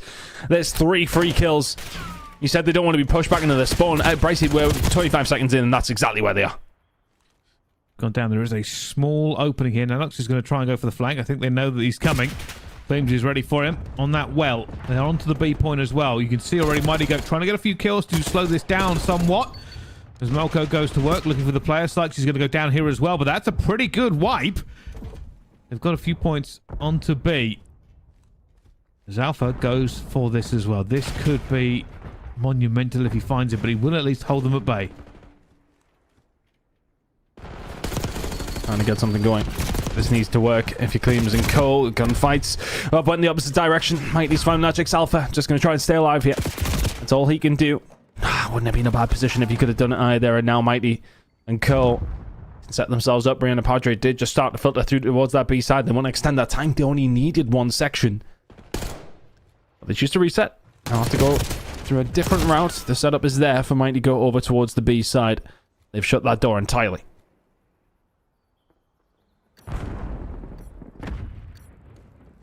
Here comes the pressure. Ryan and Pedro are going to feel it. They're going to have to stop the clock a little bit, but this has not been working out for them at any point. Nanox already sees him, and that could have been a very influential gunfight. Would have put them all the way back into it as well. Malco now watching for the players on the flank, but they've got too many bodies. It will be stopped onto A at this point, but only one player. That's all that's going to be there. Another player should sneak through onto B, keep that clock stopped. But this is basically like trying to push water uphill. You're constantly on the back foot. You constantly have to make incredible hero plays to try to get back into it. And one last roll of the dice for the last 5 seconds. Roll the dice just needs to be perfect as well. Alpha, he's going to try and find something. It ain't going to happen. That one was over. The second second round went over towards Mighty Goat. Control will go their way in, well, devastating fashion. That's one side as they're likely to... Well, I say that. I suppose, you know, the second one in their attack, they just about clutched up to get a hold of it, to extend that time, and then from there, it did eventually come down to 1v1, but the defenses were solid. That's all you need to do when you win one attack. Skyline Hardpoint going to be coming up next, and is it going to be the end for Rihanna Padre? Well, based on what we see in map number 1, possibly not. This series is feeling like we're going through the maps quite quickly. It's still a relatively tight one as we head into map number 4, but this one still could go either way based on what we've seen in this series, but it feels like the momentum is behind Mighty Goat now. Well, I can't disagree with you. I really can't. I mean, after that first hard point, you thought maybe Ren and Pedro were the superior team in this matchup, but after the S&D and after this control, they've seemed a bit absent. Another hard point coming up, though, could give Rihanna Pedro a opportunity to find themselves all tied up and send it to another map 5. It would have been their second one of the day. But is that how we're feeling? Is that how we see it going? It's difficult because even when we came into the series, to see Rihanna Padre find that first map in a relatively comfortable fashion, it was almost a bit of a surprise. But at the same time, to see them fold like they have done in the last 2 maps, have they maybe run out of steam of what has been a potentially long day for them? That's kind of what it can boil down to. You go in a full best out of 5 like they did. It was arguably 6 maps that they had to play in that very first game, to go on to lose it. Okay, you get over the line the first one, but has it just relaxed them a little bit? Have they run out of energy? They would need even more to go on in the grand finals. I don't know if they're going to make it there, though, Brycey. Right now, it's not looking likely. No, it isn't, and it's an unfortunate run from them as well. You got to remember, they started off in that winners final as well, and had some very good maps. We were wondering whether or not they should get through. We thought they might be the team favorite to do so. At the moment, they find themselves down again. This is going to be an uphill battle. They've got to get into this hard point completely refreshed, because now the pressure's almost double mounted for them. They lost out the last game they had in a map 5. Now they're into this lower final. It's elimination after this. They find themselves 1 map away again from going out completely after having played so much today as well. Yeah, it's a lot of Call of Duty to be playing, isn't it? When you have to go through all these 3 games, it is about the grind, and if you do run out of steam, that's how it kind of feels at this moment in time. You can kind of fall foul. I suppose, you know, the shoe on the other foot for Mighty Goat, they were sitting around waiting for a game to be played, so they had to come into it cold. Is that maybe what happened in map number 1? You'd argue maybe not, because they had a relatively decent start to it and then kind of faltered themselves. But heading into this map number 4, it's still anybody's to play for, Bryce. Skyline Hardpoint's going to be an interesting one. It'll be a fast and furious one, and that as well. I think, you know, if I'm Rihanna Padre, you're looking at Alpha, see what he can do with the SMG on this map. If he can get things going, you've got every chance of sending this to a map number 5. Well, let's find out then. Skyline. It's upon us. Rihanna Padre, it's just about staying alive. For Mighty Goat, an opportunity to move forward into the grand final. And this... Trying to put this into context for anybody watching at home, I know obviously it's fun to just watch the games, but you've got to bear in mind the players. They put an awful lot into this season. They put an awful lot of work through. And sometimes you have to watch dreams die at the last hurdle. And for Rihanna Padre, that is becoming a possibility. They must be better now or Mighty Goat will knock them out. Let's see what they can do. We need a good start into this one. Magix is trying to make that happen as well. He can find 3 to kick things off. P1 controllers there. P2 rotation. Not looking too bad for them either. The setup is there. Alpha and Co. with the start they needed here in map number 4. So far, so good. Good bleed time. We're getting to this point as well. Sonic's dancing around. Klim's trying to get through him, but already Overwatch. Putting bullets down as well. Just managing to hold them at bay a little bit longer. They know that this rotation is crucial. It will be repeatedly on this map. Alpha starting off with a 4 streak. Not too bad.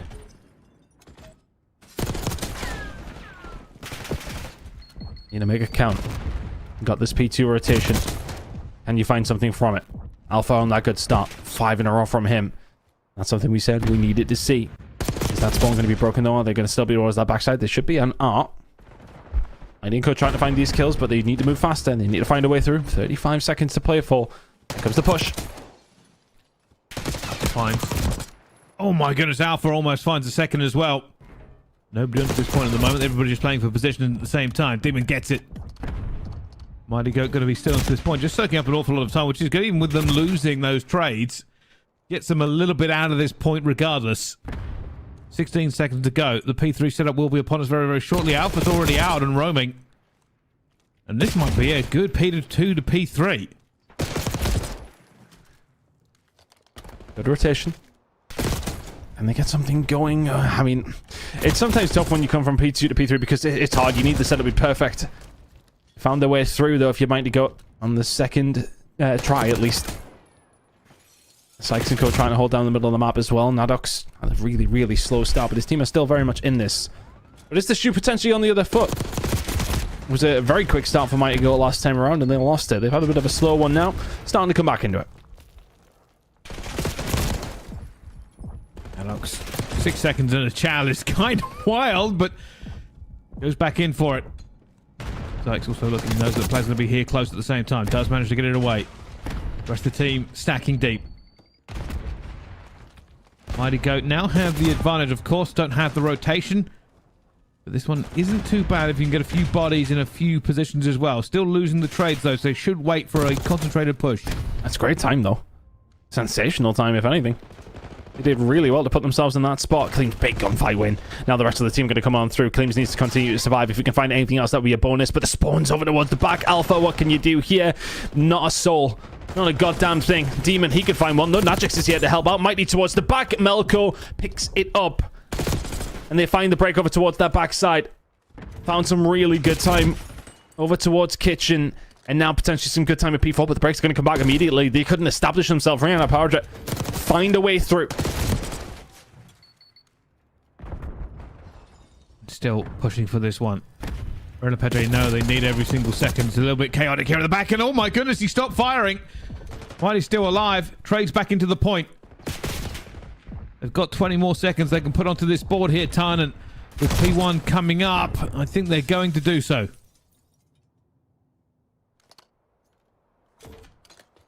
Some decent time over towards P4. What a scrappy one.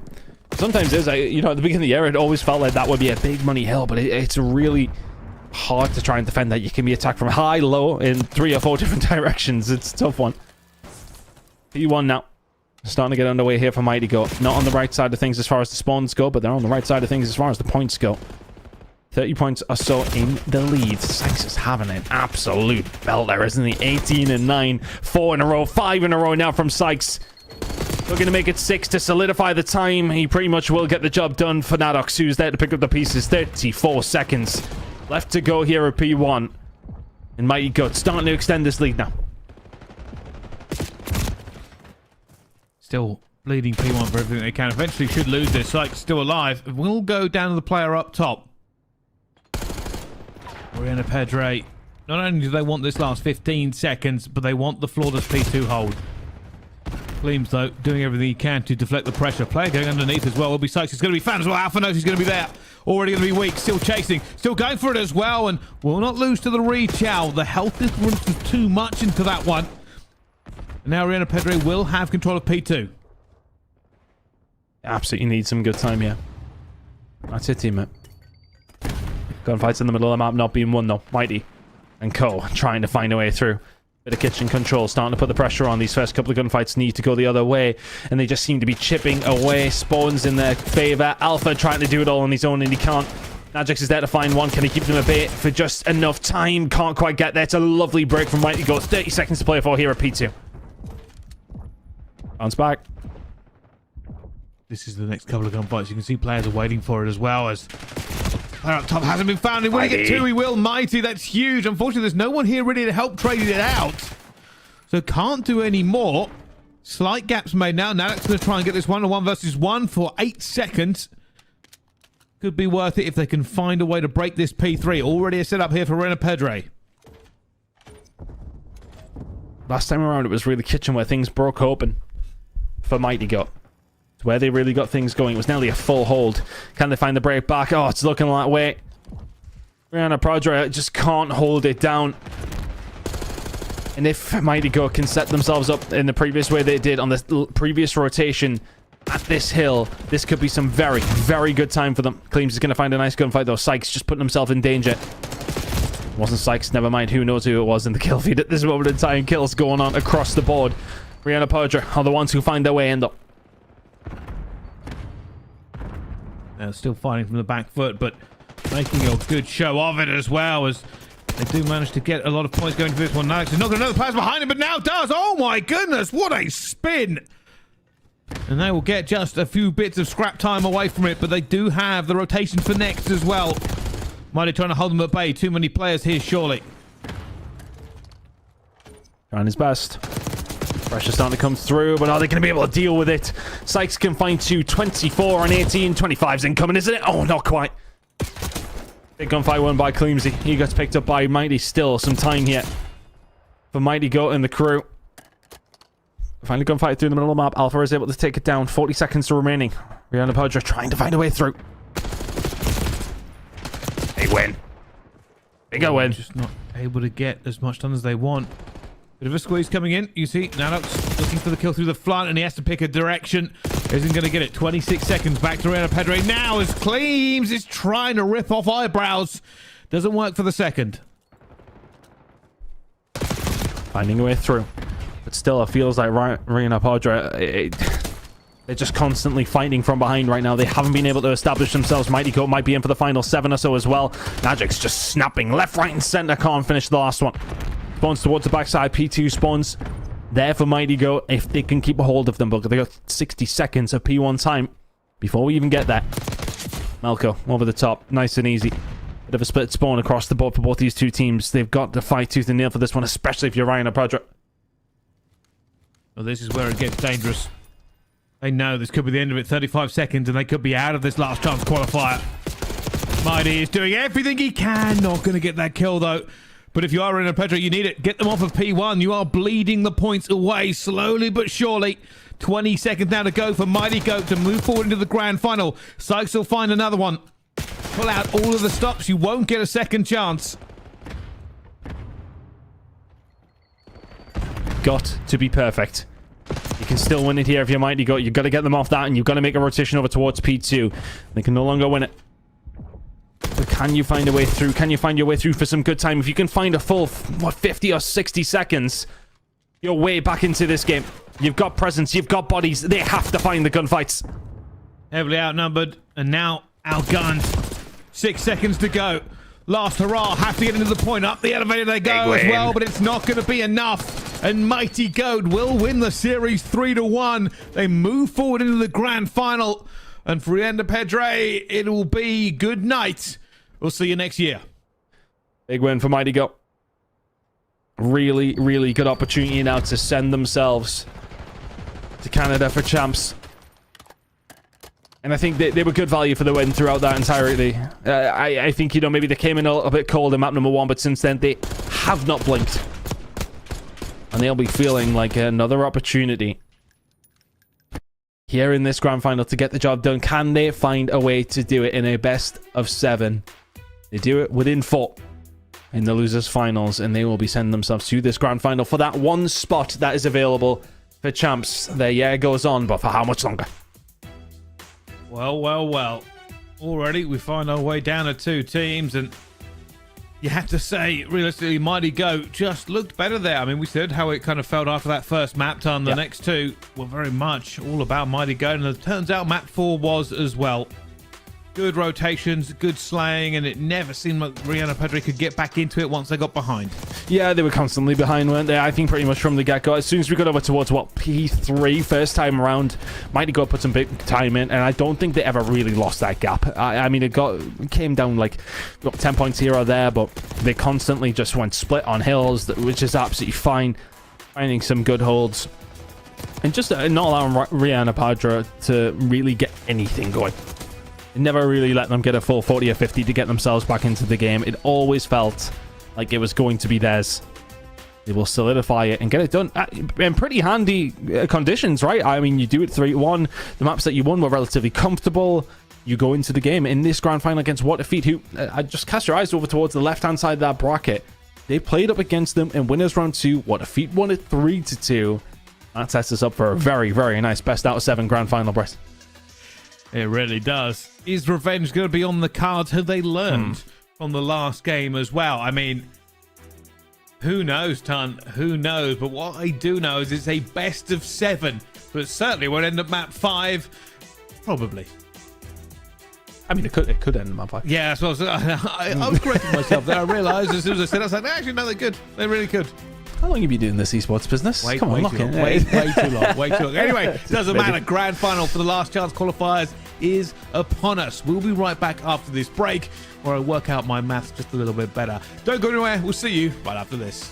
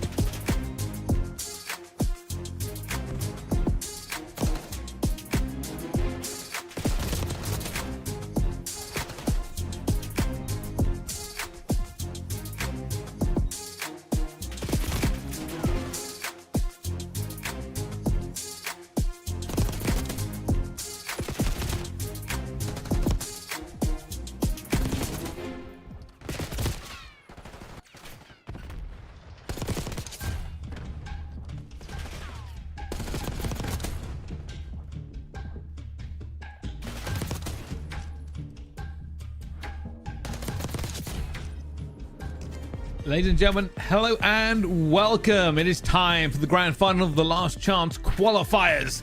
We've found two teams, but only one can walk away the winner in this best of 7. Tan, we've watched them the way through. This is how they've got here. Yeah, it's been an interesting day, hasn't it? We've seen Waterfeet obviously beat Rihanna Padra straight out of the gates.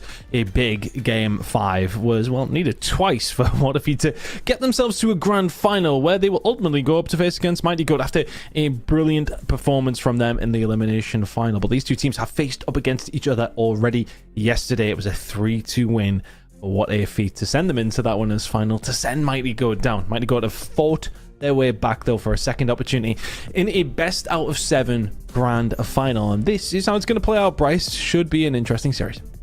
It certainly should. Well, it's a long series. It's a best of 7. Will the teams go the distance? Vault, hardpoint, red card, search and destroy, Hacienda control, red card, hardpoint, protocol, search and destroy, vault control, and rewind search if we go all 7 maps. But who knows? These two went the distance last time in a best of 5. Will it be a course of history repeating itself?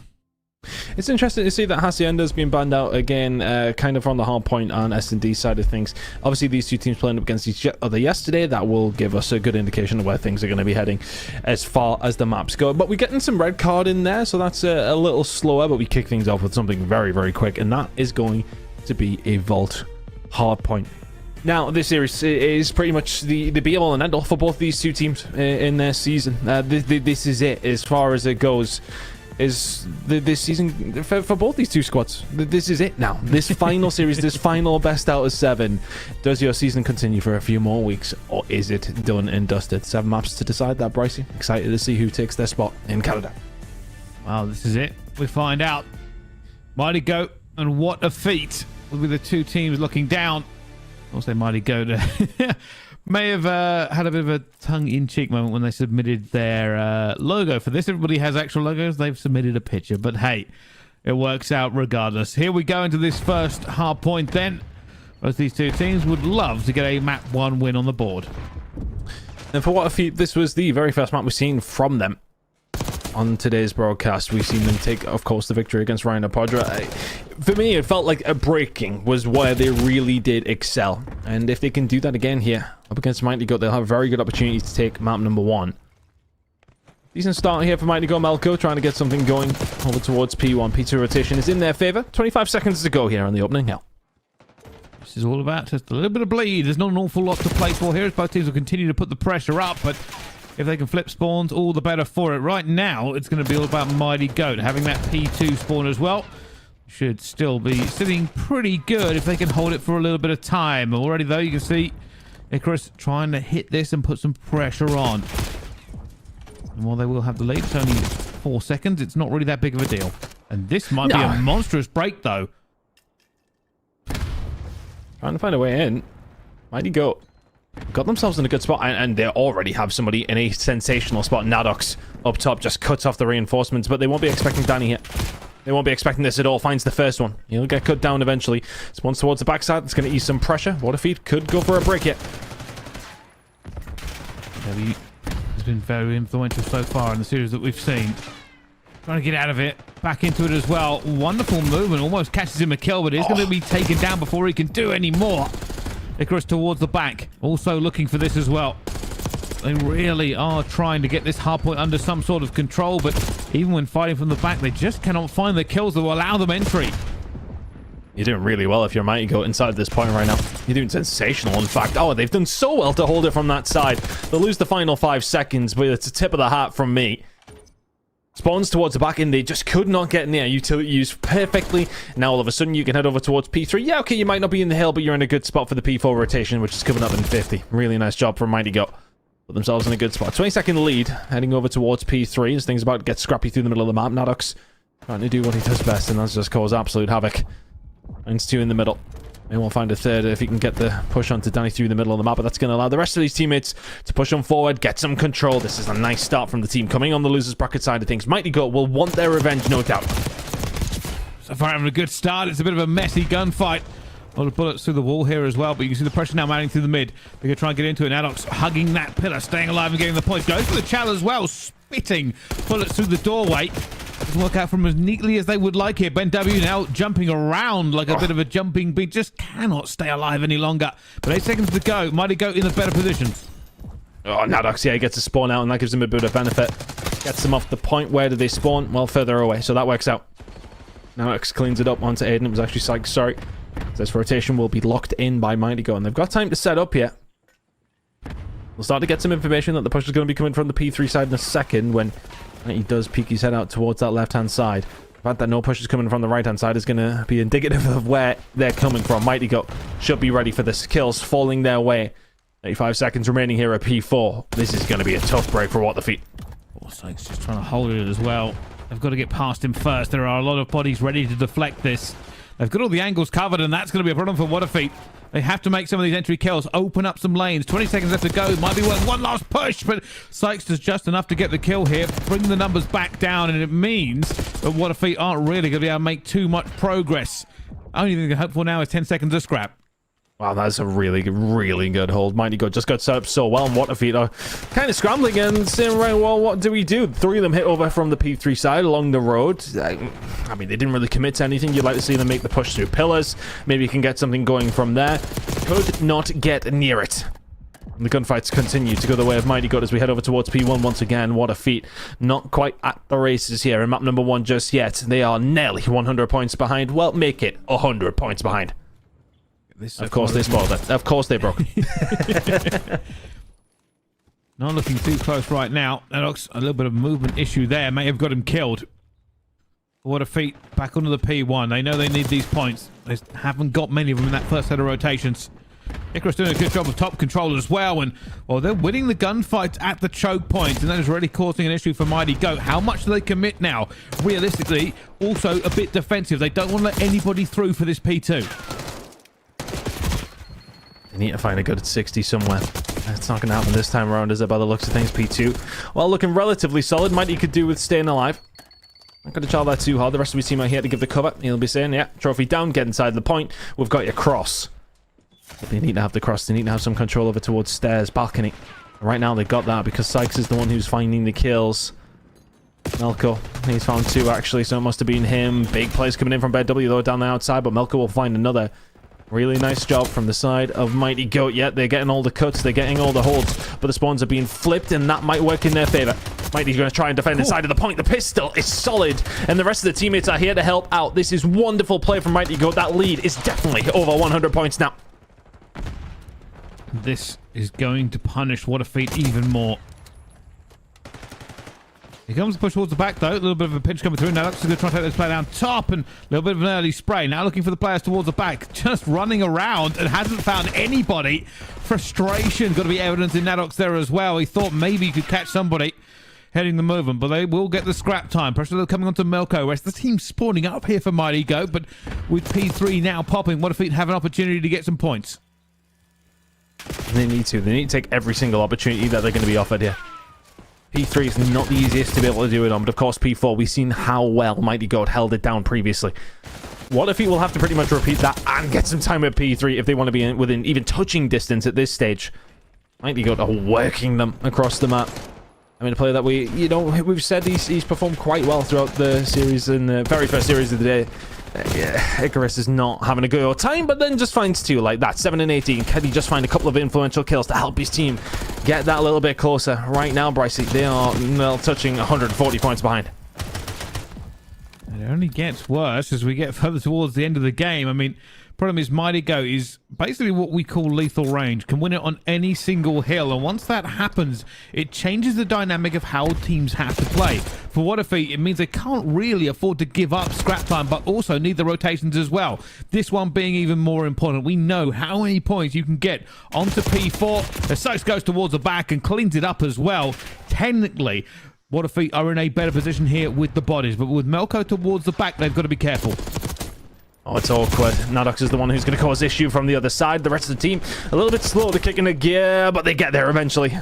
Melko is there to pick up the pieces, and they work off the pinch from the front side. 35 seconds to play for What a Feet need to get back in here, and it looks like in their play, they're playing a little bit desperate.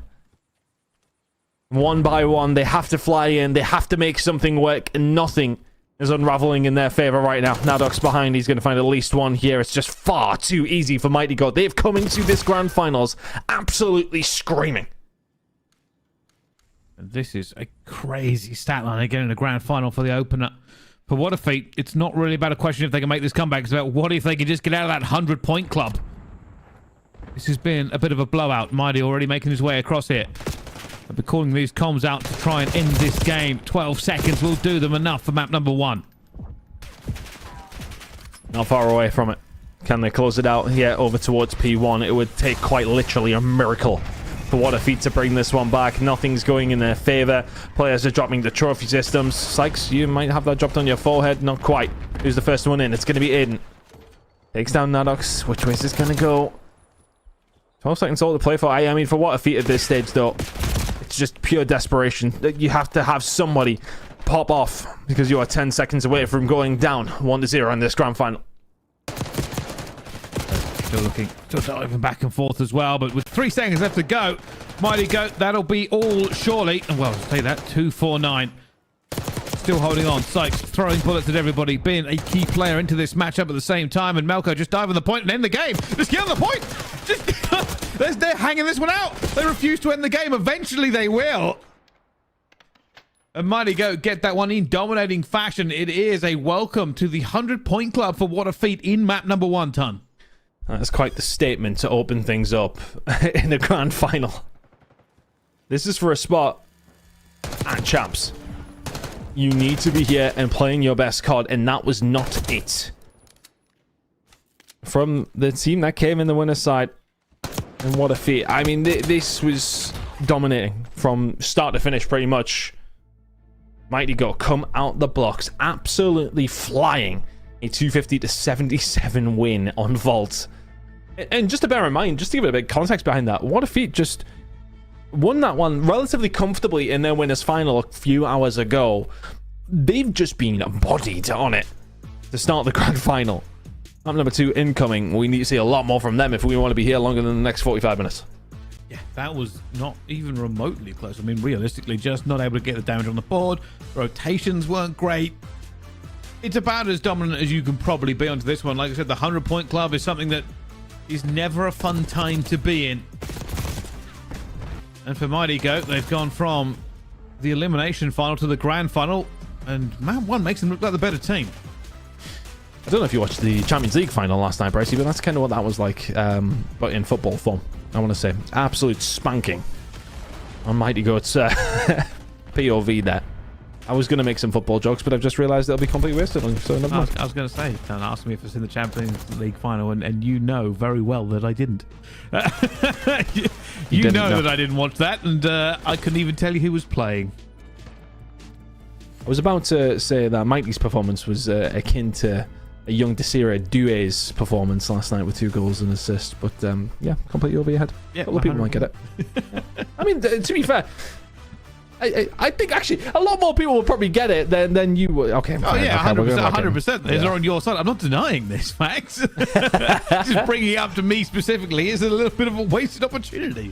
Completely wasted opportunity. Next time, just bring it up and I'll just say yes, exactly. Okay. And we'll got it. We're at a football stadium now, Bryce. There's even more like sort of interjections I can make here that you won't get. Anyway, red card search and destroy going to be coming up, and that was a very, very impressive performance from Mighty Gut. Let's see if they can find something in map number 2. They look good in the previous series in Search and Destroy. They've looked good here today. And What a Feat will have to turn this on very, very quickly. You don't go 2-3 down very fast before you've even started to wake up in the series. You need to find something here in map number 2. Let's see. Is this a bit of a swing here? Will What a Feat have a much better opportunity? What they do need is a round on the board to maybe get a little bit of confidence back. That hard point will not have been comfortable for them at any point. Comes the first round here. Ben W looking to almost take down Mighty from up top. Mighty must be very weak. Tags are there. Remember, no trophies in round number 1. Still building them up. So utility is so influential. Nedax on the attacking side. Nothing left. Trying to get something going initially to maybe give him a little bit more space. Space is being given to Sykes though, that he can get this bomb down. What if he'd have backed up? And that's fine. No, Maddox is hunting. He's finding minimum of 1 here. Turning around, expecting somebody over towards the goal side. Everybody over towards the middle, though. First blood for the side of Mighty Go. What a feat. Need to try and find a retake in a 3v4. Look at the flank. Look at the flank. That's going to be massive. Nanox, this is a little bit of a fight, and he does manage to get it as well. 4 versus 2. A 4 versus 1. And Ben W, who we spoke about at the very start of that round, Ton, putting some bullets down onto Mighty, finds himself alone and in the cold. There's just zero you can do here. Just absolutely nothing. I think in fairness to What a Feat, they had Icarus on the flank and maybe gets a little bit of bad timing. They were all searching for each other, trying to find the positioning. If he can find a kill there, then it turns around in a different way. You're in a 2 versus 3. The player on the flank, one player at the front. It becomes a lot more doable than, well, you don't find the kill on the flank and your team is left in 1 versus 4. And those odds change extremely dramatically. It's a nice start for Mighty Goat here in the search and destroy. 3 for Nadox. We've seen him through the front door. He was the one that opened things up. And he was the one that finished it. Well, let's see if they can continue this. Will only be described as a reign of terror, because What a Feat of not having a good time. Oh, Nadox is get caught though. Huge first blood from Ben. It's a weird place to get caught as well on the defensive side of things. I mean, you can see where his X is. Literally, just outside of Ticket, middle of the map. No need to be there. Psych should have this. Psych should have this. It's an awkward gunfight. He does find it. Makes it 3 versus 3. Aiden was looking for a little bit of intel. He was being that island player, just trying to find a little bit of space. It has not yet been found. This is so freak. This is so freak. I think Melko accidentally just shot Icarus as well. That is incredible. 2v2. I'm right below them. You can see What a Feat. Trying to work out, how do we get this bomb out of here without giving away any more deaths? Icarus throwing the shoulder, checking, going all the way across here as well, but he's going to get caught. The shoulder's not good enough, and Aiden actually goes for the chow. Look at that bomb back as well, going over at the same time. Going to go for the reach out. Has very little time left to play with, and Mighty puts a few bullets in him as well. I don't think he can even get there. Yeah, even if he didn't go for it initially.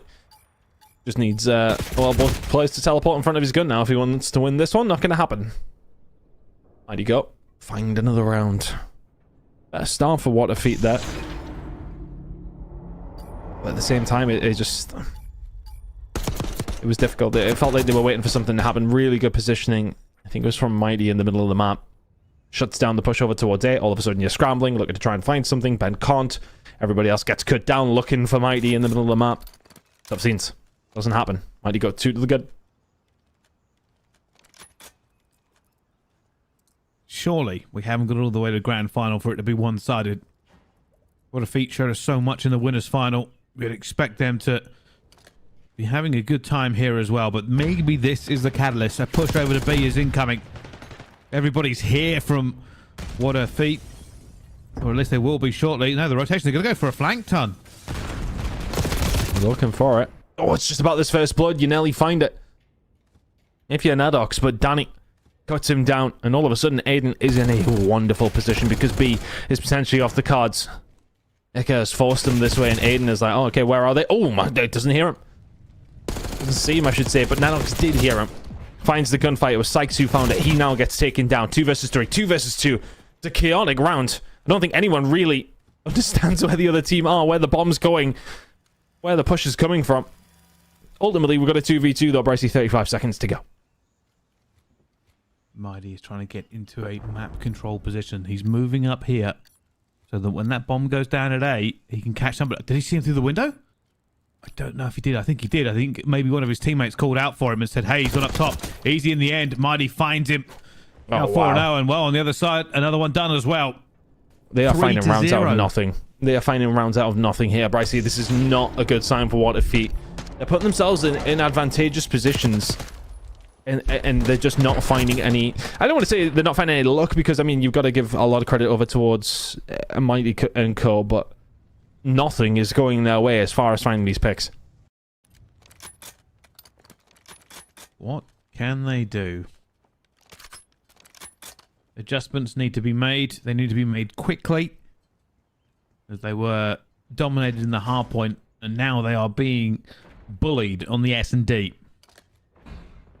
Are you going up top looking for the information? Sykes throwing shoulders like he's in a nightclub. Not finding all the information he could have done there, and well, he's about to be in an awful lot of trouble. Information's going to be gained there, though. They knew. Oh, did they know? They didn't know Sykes was there. I thought they did. What a feat of just brute forced their way into B. Is this the way you're going to get back into the game? Well, that bomb's going to go down. And now for Mighty Goat, what's the plan? Through the front door seems to be it. Nadox is way over the top. He's looking for everybody inside the point, but are they going to be able to deal with it there? The kill's starting to go the way of Mighty Goat again, and they have been wiped off the planet. B defuse will come through. It's 4-0. Bryce, we may well be away by 9 o'clock at this stage. This is not what we expected. Also, give credit to Nadox there. Somebody has to go first. Somebody has to go first. And he went absolutely sent it. Threw himself over the balcony. And all that did was cause chaos. As you could see, What if he had to react to it. And the rest of Mighty Goat found the gunfights.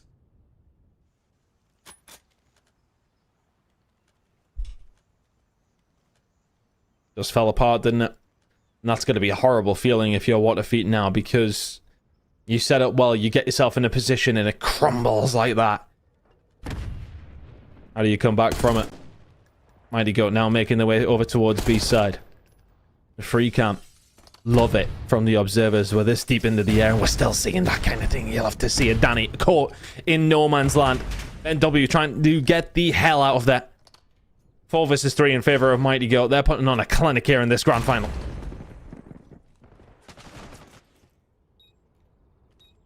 Okay. Just trying to keep this information. And this is basically the exact same setup we saw a minute ago from What a Feat, but will it be deflected any better? Less numbers for What a Feat as they try to go through the door. Nadox should be one of the first ones. Already puts a few bullets in. They're going to have to commit to this. They are running out of time. Ben W also taking a couple of love taps. Nadox has moved up. He might go for this. Looking for the first one. Going to lose it down to Ben W though. The rest of the team's flying in as well. Trades coming in. It's going to be a 2 versus 3. Mighty around the flank. They're getting a few of the gunfights. It's a 1 versus 2, but 13 seconds left and Mighty will continue to run around. Finds a kill. And they hold off the pressure. Well played. And they just show them how to do it. From that previous round where they set up towards B, it was a 4v4. We had a similar scenario. This time they hold it. They got every base covered. The difference was there, they never let a door be open. They never let a player just be able to push through and jump onto the site and cause havoc. Like we've seen from Nadox in the previous round. We didn't get to see that this time. Mighty hold it down so tightly. They are 5-0 up in this search and destroy and are about to be 2-0 up in this grand final. Is this going to end like this? Surely not. It's first blood. There's a second blood. A 2 versus 4. It's just a disaster at this moment in time. Nothing is working in their favor. Danny is back in his spawn. Shaking in his boots right now, Bryce. There's not a lot you can do from this position. Mighty Goat have just been above and beyond the better team here. Mighty's 6-0. Melko 6-1. Nadox arguably letting the team down to 5-4. Can he put the one kill in the back of his pocket here just to put it to bed? It's actually Sykes that picks that one up. Ben W left in a 1 versus 4. You might as well chall it at this rate because this one has been done for a while. I mean, what do you even really say to this one? I mean, it's been so one-sided. It's just been unbelievable. This shouldn't be happening in a grand final. It shouldn't be 250 to what, 77. It shouldn't be 6-0 on the S&D. But here we are. Mighty Goat 2-0 up here already in this best of 7. Well, again, Bryce, if you watched the Champions League final last night, you would see that it could actually happen in grand finals on any level. You're right. It's exactly like the Champions League final. I was just saying that earlier. It's very one-sided. It is what it is. Hacienda Control is going to be coming up next. And, well, I mean, at this stage, 2 goals have been put in the first 5 minutes. Mighty Goat absolutely roaring away with this one. And it's just about a curiosity for me of how many are What Defeat going to concede before this one's over? It's just so one-sided. What was it, a 70-point game in map number 1, a 6-0 in the Search and Destroy. What Defeat need to find their thumbs imminently. 7 kills total for What Defeat in 6 rounds. It's about as bad as it could go. There's not an awful lot more you can really discuss with it. You just don't expect it, and maybe just having a bit of trouble on these first 2 maps. It's gonna have to be a mighty regain from them, or we could see one of the fastest grand finals we will have seen all year. I mean, considering that these two went up against each other yesterday, and What Defeat pulled it out of the bag with a 3-2 win. I mean, I was speaking to Vortex about today and how he was expecting things to come out. And he said, like Melko and Co should be able to get the job done. You would think they are probably the better team in this one, and that's kind of running true. But it was the fact that What Defeat found the win yesterday. I think had this been, the opposite way around, and What Defeat had come from the losers bracket and Mighty got to kind of stomp their way through winners, you'd be like, okay, well, fair enough. Maybe they just met up with some better opposition, but they beat them yesterday 3-2. They barely look like they can get a round of Search and Destroy or 100 points in Hardpoint right now. Never mind beat them. So you tell me what's going on, Bryce, because right now they are getting slammed, and this could be over within the next 3 months. Who knows? Truthfully, who knows? We are going to go to a quick break. Let's find out if things change as we go towards the control, though. Don't go anywhere. This is the Last Chance Qualifier here live.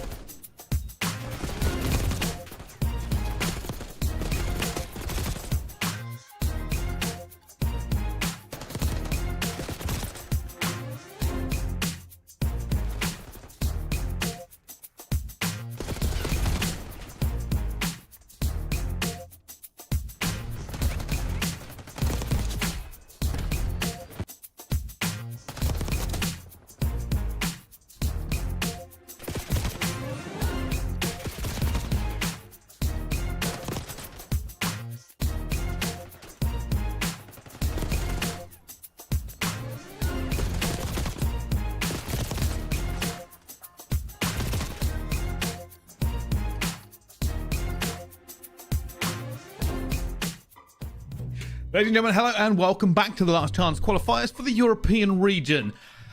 To get you up to speed here, we've had very close games all day, and then suddenly into the final we don't, Ton. Yeah, it's not. Well, I mean, that does tell a story. I mean, I know the logo isn't necessarily pointing in one direction, but that is Mighty Goat, and they well, have not allowed What A Feat merely a moment to breathe here. Hacienda Control is going to be coming up. We've seen Mighty Goat play it this well in the losers final.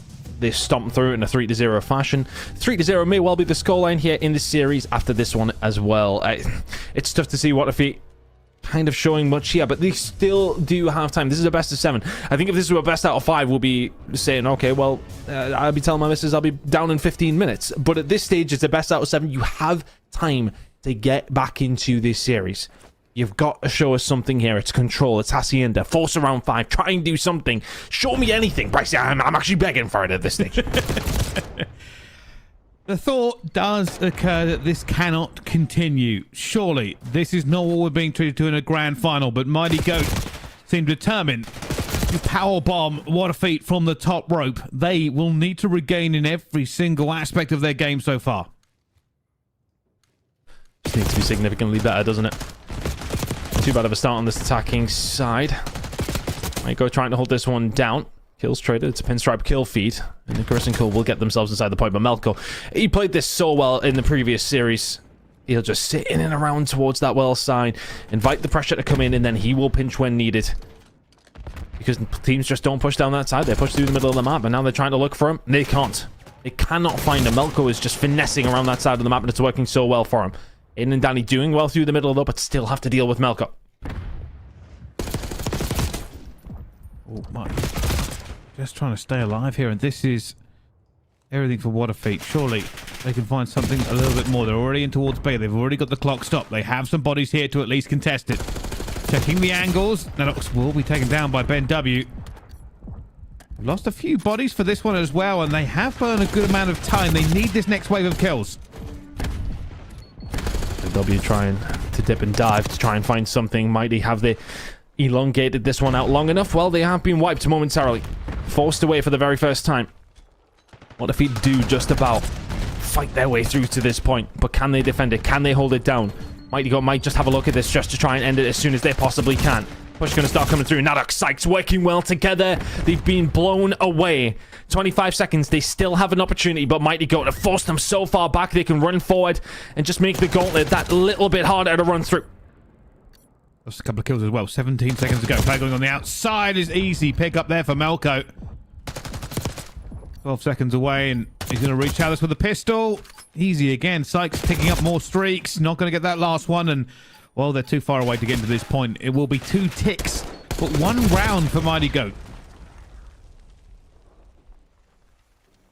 It's not the end of the world. They had an opportunity, but just to lose the gunfights through tin and up towards the plateau area. It's just... It's tough, because Melko played his life really, really well just to slow things down, to kick things off.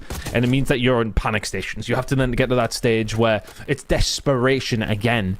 And that's kind of how it feels from What A Feat. It feels a little bit desperate. That's how their gameplay feels. Just go back to your basics and what works well. And let the process kind of fall out. Because right now it just feels as if they're reaching for things. And it ain't working. Mighty Goat dominant in this series. They barely missed a step. Do they just blitz through this and, for many people, put this game to rest in their mind? Because at the moment they're still looking pretty good. A little bit more even on the slaying though, What A Feat, in their last attacking round. So maybe there is just the glimmer of hope and opportunity. But I don't know about you, Tom, but any second, for me, it just keeps feeling like Mighty Goat are about to take over. Based on the experience of the last 2 maps, this feels almost like a foregone conclusion, but is it? I'm 100% with you. It definitely feels like it's just a formality. Mighty Goat are on a different level right now. It hasn't necessarily been the best of starts to this attacking round, but they've got a little bit of room to breathe as far as map control goes. A little bit of control over towards the mid side. A B-tick coming in pretty quickly. Elko's there to pick up the pieces to help his teammates, who have actually just backed down from the point. The shots there with the Jackal from Melko. Not quite enough to finish his dinner, but backs his opponent down. Just don't really have the control to be able to push this, and that's because Ben W's on a 6 spree. He's trying to do something for his squad here. Just trying to get something going. Can he be the catalyst for What A Feat? What would be a sensational comeback? 7 in a row for Ben. This is much better. What feet are not going nicely. That's 8 in a row now, Ben W. He is the candle with which they will navigate this darkness because they have found the way back. It will not be a blowout on the control. They will hold them at bay, at least for this round. 9 for Ben W. Oh, it's not going to be 10. He's going to fall. Not going to happen. I don't think they got time to get anywhere near it either way. Good defensive hold from What a Feat, and it is all thanks to Ben W. Just seeing him over towards the top window side, just farming them off as they're trying to push through fences, keeping them at bay, getting them off the point, but never giving up his position either. And I think that's what's important. This is where it started, over towards plat, made his way over towards window after helping over towards fences, and just never give up map control, consistently putting the pressure on and making their life extremely difficult. Must have had an absolutely terrible start because he's only 11 and 8 after the 9 spree. But irrelevant. What a Feat get a round of the board. It almost feels like their first round, full stop. It doesn't really feel like they struck a blow in map number 1. They didn't strike a blow in map number 2. They get around here and Hacienda control, albeit just a defense. Well, is this just potential of the game we have been waiting for finally coming to realization? Ben W. He was on 9. Drills a player straight off the rip here as well. They are looking to try and get into this point. Try and get some maps back into this grand final. Ben W just throwing up the old aim down sights everywhere he can. And they need him. Taken down. Gunfight's going the way of Mighty Goat here. They have established control pretty handily. Danny's just trying to survive here, and I think it's best that he does. He's going to dip and dive, waiting for his teammates to get themselves set up, but the line has been set now. The battle lines are being drawn. Mighty Goat are inviting this pressure because they've got guns up and everybody is falling, and now that battle line will just advance forward. Melko is going to get caught out here, though, as he does try to just make his advancement, try and put himself in a good position over towards that well side. Ben W, it's an important kill to find. No way he finds that gunfight now. Looks like, who the hell's this guy beaming me like that? Something, though, that Ben W does have, though, streaks. They can potentially help them get back into this one. They may well need to be used with 15 seconds to go in this attacking round. Oh, Nanox finds a big kill, though. Still looking for this one. Just trying to hold them at bay here. Really, nobody's had a great time on attack yet. Danny's just in the corner. Just don't move. Just in the corner. They've got a player out. But basically, Aiden is alone. He's alone to a certain degree because that streak from Ben W could come in. I haven't seen it yet. They may need to commit towards it. Danny's going to fall. Ben's going to fall. Aiden's on his own. He is dead. Icarus, yeah. He can't fire in 4 different directions at once. Mighty go find their defensive round pretty easily. Can they secure it with an attacking round, though? Didn't necessarily look too likely in the previous, but let's see what they can get going.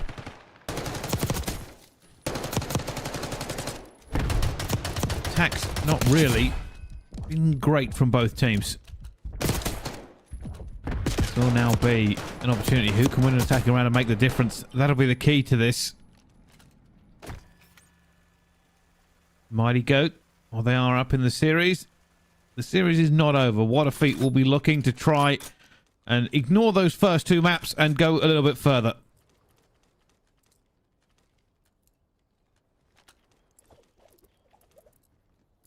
See if they can spin this one around. Or can Mighty Go just solidify themselves here, put themselves 1 map away from a trip towards the East Coast. Is it East Coast? Is Toronto? Yes, it is. It is East Coast. Come on, lock in on the geography. East Coast, East Coast, East-ish coast, okay. It's further east than it is west, Pricey. Yeah, that's true. We're still very much west of us, though. So, anyway, we're getting sidetracked. We need to get back into this control. But there is a team really fighting for their life, and that team is What a Feat.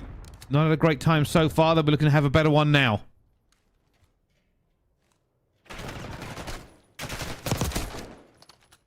Trying to finesse is Mighty at this moment in time. They do have Danny behind enemy lines. Never mind. Nanox finds him. Mighty, dead. Transition comes in. They are able to get something going, but Melko is just trying to get a tick over towards the safe side. Will be denied, but just keep the map control. You've got to know where he is, surely. Never mind. Malco can't find the second, but he's just released a little bit of pressure for the rest of his team to push up the fence's side. B should be in their sights right now. Onto the point. Sykes going for those kills. Will he find them? Gotta be careful climbing up this as well. Malco will have to back off as well. Nade's going up the top. Trying to make this one. Maddox and Sykes combining. Here goes Ben W. Has to use this. They're going to lose one tick onto the A point, but this will give an awful lot of information, and he does manage to curve it to get a kill done. Keeps them off it momentarily. But is it just papering over the cracks right now? That's a big kill from Maddox. Can he find a second here as well? Oh, it's just free fodder. Another one will be found down the fence's side. Now B is wide open. Danny, that's a big kill on the Sykes.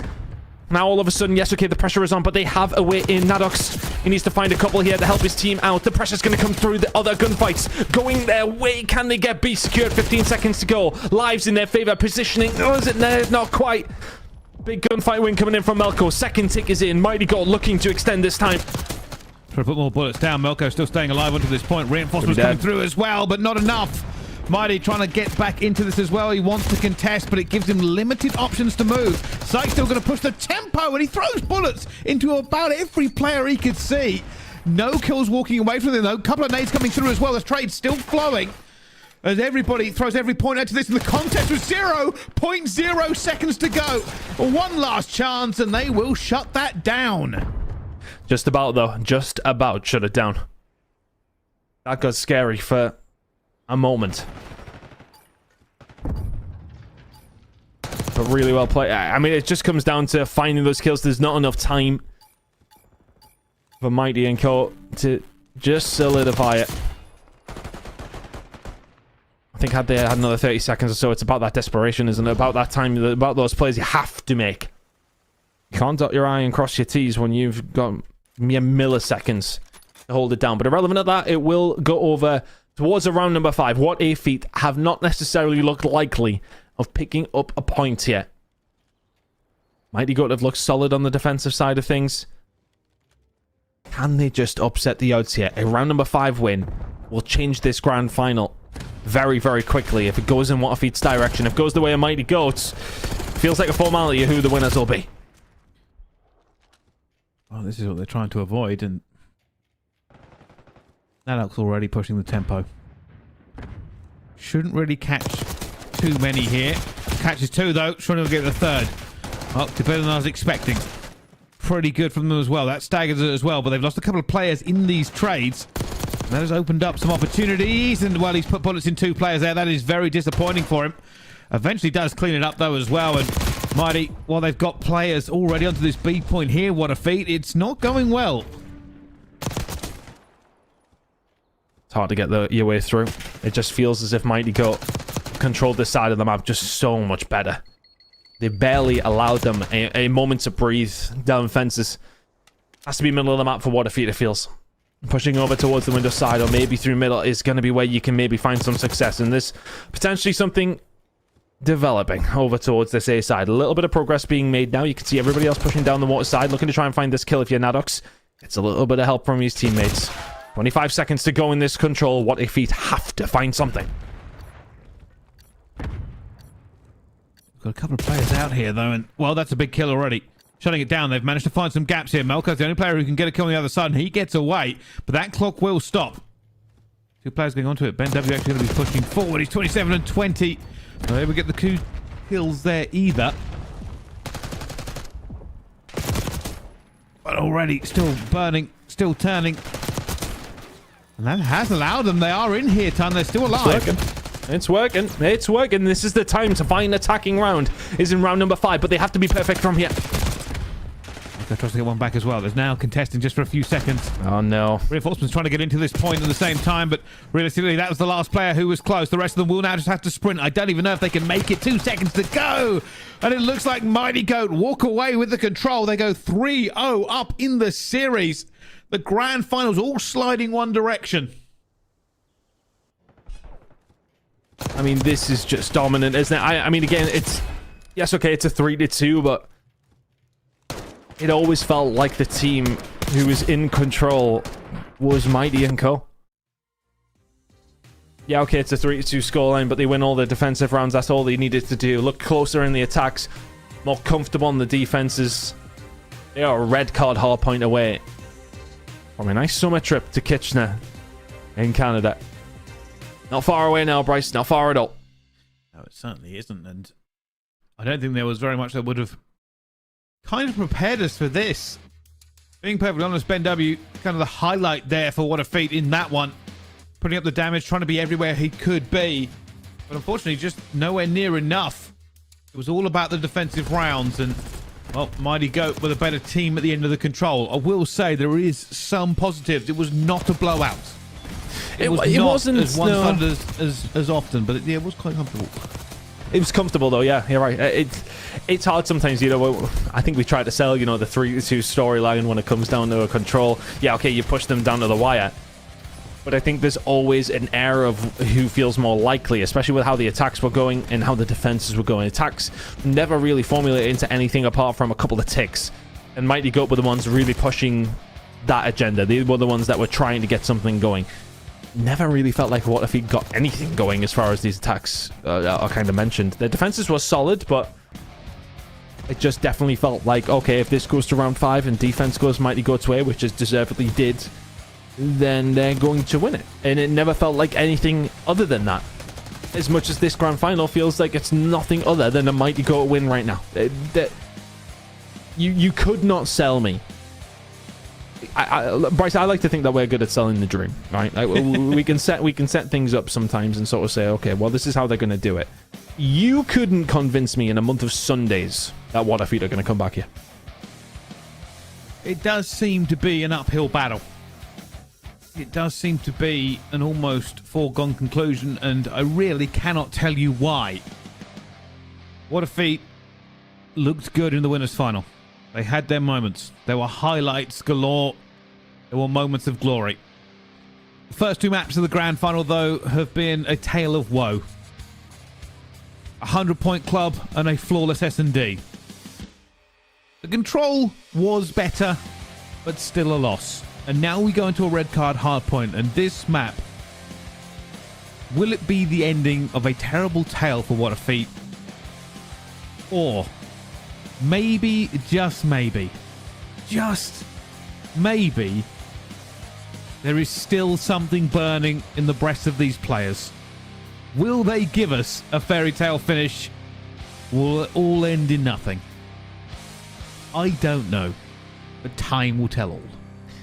Considering how the previous hard point went, I mean, what did it really come down to? It came down to holds. Then it was sensational work from Mighty Goat. They got themselves to these rotations. They managed to hold it down. And how often do we see that be a huge catalyst? I mean, full stop in hard point, of course, but on red card especially, if these teams can find these rotations, you've seen how well Mighty Goat was setting up. You've seen how What a Feat just struggled so difficult for them to even potentially find a break.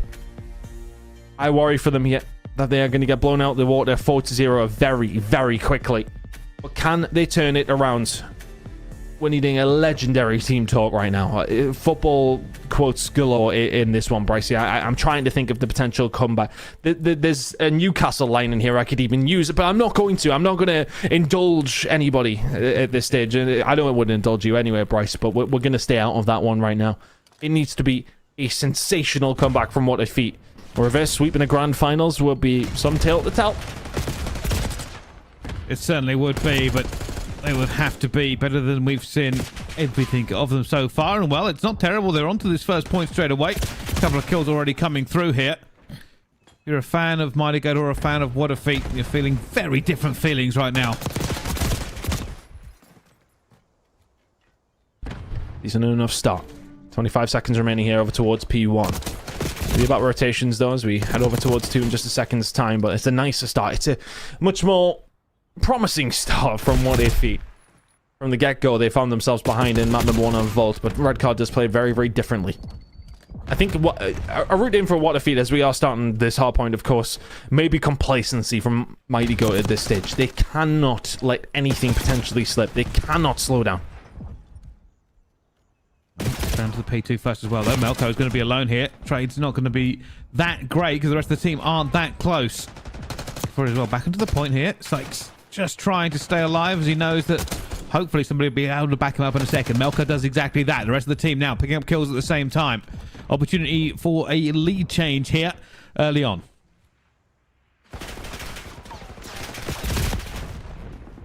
P2 rotation is in. Right, it's starting to go down. Couldn't quite find a decent amount of control there. There was a bit of an awkward one at times, P2, with both these teams necessarily dotting their I's and crossing their T's there, but Ben W crossing up Melko. Fantastic shots coming through. 6 and 2 out of him. And he needs to have a big performance. We see him have a big round in that control. He was the only reason they won a round. Managed to find a way through, but a rotation over towards P3 here with a lead is... well, nothing to turn your nose up at if you are What a Feat, but you do have teammates spawning out momentarily. They may well spawn in there now. No, they're not going to. Mighty have pushed up far enough. That just makes it a little bit awkward. Icarus is going to turn around maybe at the wrong time. Melko finds the gunfight. It was awkward. Danny's there to pick up the pieces, but Mighty can find another inside of the point. The pressure is in here, but from Mighty Goat, they found their way over. What a Feat currently not getting time on the board after finding the rotation. Just trying to stay alive and finds that gunfight even under pressure.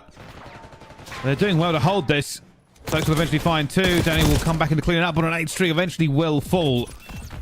And there is 20 seconds still up for grabs here. A little bit of a flurry here from What a Feat. They will put some more pressure in towards this point. They don't want to give it up quite yet. They're trying to survive. Kept that spawn over towards that backside. Actually, down the spawn, What a Feat back there as they now rotate over towards P4. That's a big gunfight win from Rican. Well played. Get things going. Starting to put some pressure on. Melko could do with surviving on this plat side. It definitely feels like What a Feat are shooting a lot straighter in this one. But it's still a very close game as we head over towards the stage.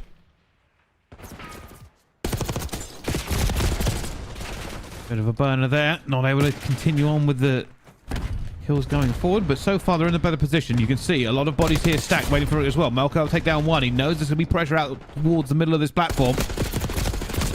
This heady fight is always a little bit tight for everybody else, but now that's managed to find one. Surely not going to find the second. Isn't going to. Down they go. Now comes a squeeze into the point. What a Feat should be here in numbers, and Sykes will fall. 20 seconds of scrap time will almost tie us up again. Yep, it's a very close game, this one. Back and forth. Danny having a very good time with things, sitting at 13 and 7. Much better performance from him in map number 4. He's going to bring it out of the bag when it really does matter. Mighty towards that backside, just trying to survive here for you, Danny. You found a little bit of an inroad. Can you find a further way through? Good shots coming in onto Melko. Ben W on his way over as well. And the rotation may well be there for Mighty Goat, but they're being battered off it just a little bit. The spawns coming in relatively close for both these two teams. Bit of a fist fight.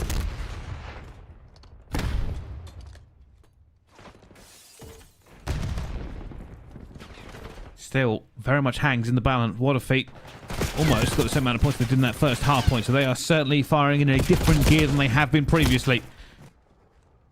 Still continuing to put the pressure on. That was a huge kill in the end. Just because it took away the concentration. And somehow finding a second, it really will break down Mighty Goat, and now they're scrambling. That was an awkward one. Not an awkward one for Sykes, though. He'll find 3 in a row. Onto the point we go. 10 seconds to play with. And, well, 10 seconds feels like a big 10 seconds in the grand scheme of things in this map so far. It's been relatively close, but it's about a 30-point lead for Mighty Goat. They have started to stretch away. It was a decent start from What a Feat, but we need to see some sort of good hold. Not to get them back in this, but just to give them a base. Just to give them something to work with. P1 wasn't too bad from the last time. Let's see if they can reap those rewards once again. Alex looking for the players. He knows he's going to be outside here. Sykes also, they try and hit the flank. They're looking for the players, and Sykes will jump over and pick that up one pretty easily. P1 bleed going pretty well. Sykes missed a player, but a bit of timing. Already got on through. There will be Danny. Onto the outside. You can see them all circling here, ready to try and make this pick here, but Sykes also got through. So he takes a player off that respawn. Oh my word, Sykes. It's 8 in a row. I mean, again, he must have had a terrible start, sitting 11 and 9. But now that he's started to wake up, What a Feat are struggling to get some sort of control. They're not on the worst side of things. It comes down to this P2 rotation coming in a second, but the pressure is very much going to be there. Need to batter them away. They need to figure out how to find some good time here, Bryce, because if Mighty Goat break this and find some good time themselves, it's their game to lose, but it's 9 in a row from Sykes. 10 in a row from Sykes. Nearly cursed him. Looking for number 11. You best believe he's challenging that one. Pistol out. We'll have it as well. Yes, we will. 11 in a row from Sykes. Non-stop. Another player coming just below his gunfighter, all the way for the street to end. Doesn't see it as well. Fall down. Big wipe by Waterfeet. 30 seconds here as well. We'll get them back into contention once again. Here comes the push. One player going to be out here. It's going to be Mighty, who is halfway across the map looking for this pinch.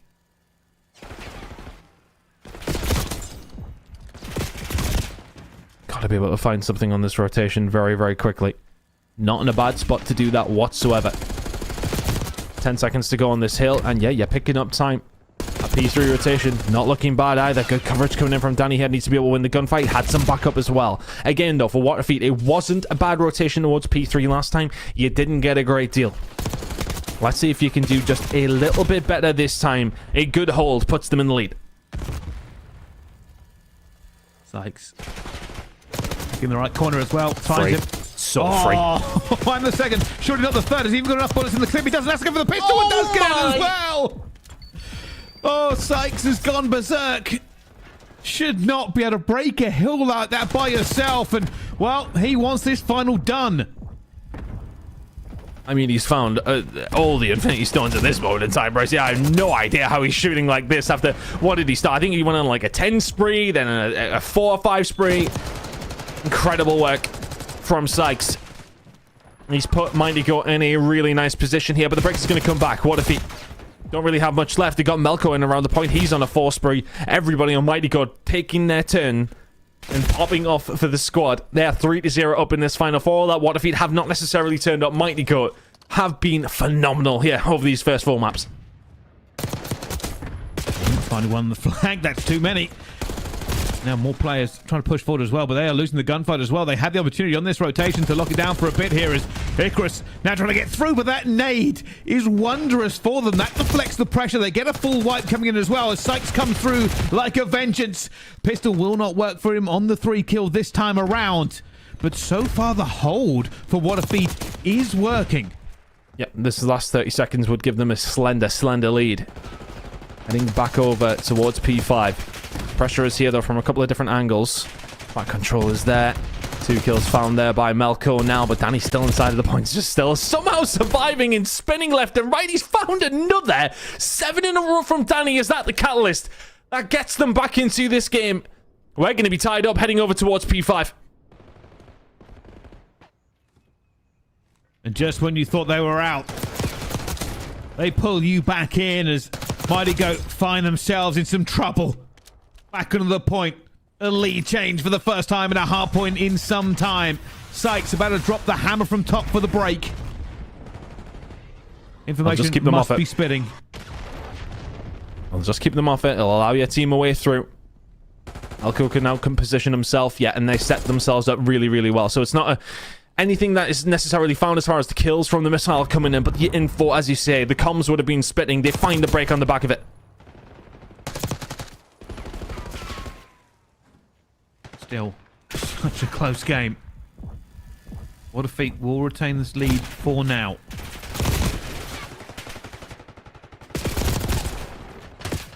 The thing is, though, I mean, all things considered, that missile is invested to stop Waterfeet really getting a great deal at that. What have they done? Maybe getting 10 points, if that? And that is all prevented just purely because Sykes has been popping off and was able to bring in the missile. Danny has one of his own. Is that going to be influential as we head back over towards P2 in around 50 seconds? Handing over control over towards the outside of Ticket now. Mighty Goat still want to get this one finished off. They don't want to offer up any hope whatsoever to Waterfeet if they can potentially do that. They need to hold out. They need to try and find a good rotation. Ben W now starting to pop off as well. They're starting to believe, Brycey. Mighty Goat have not had many points recently, but will be the first one onto P1. Got to be careful, though. Waterfeet know just what's at stake here, and that's another wipe from them every time. They are finding the kill feed full of their victories across the map, and well, Icarus shuts this one down. Heading into lethal range. Crossing that 200-point mark as Danny just goes berserk. 32 and 23. A turn up for the ages. He switched on big time, hasn't he?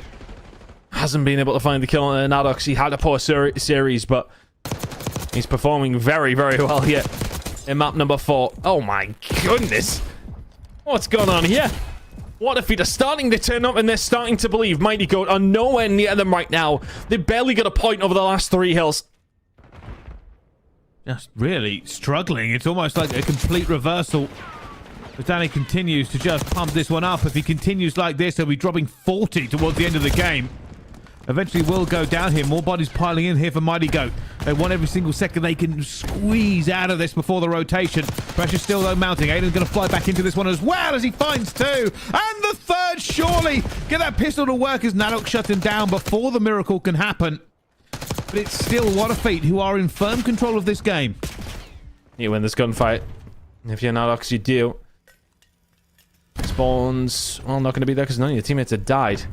Aiden was inside the point. This is a big gunfight. He's waiting for the push to come through. It was Melko towards that backside. He gets dealt with, but he's bought his team some time to get inside of the point. They need a good hold. Game clock is going to come into this. Danny calling his streak as they start to transpire their way over, but they're inside of the point. 25 seconds on the game clock. 43 remaining inside of the hill. You need to hold this down if you're Mighty Goat, and you need to hold it down cleanly. Aiden already finds it as well. They've got the kills coming into the same point, but still trades going through. So it's going to go down as well. Just one player left to be Nanox outside the point. Not going to get any more here as well. What a Feat. Jumping into this point, they can still win it here, but already taken out by Melko. It's back and forth for these two teams. Aiden trying to thread the needle one more time.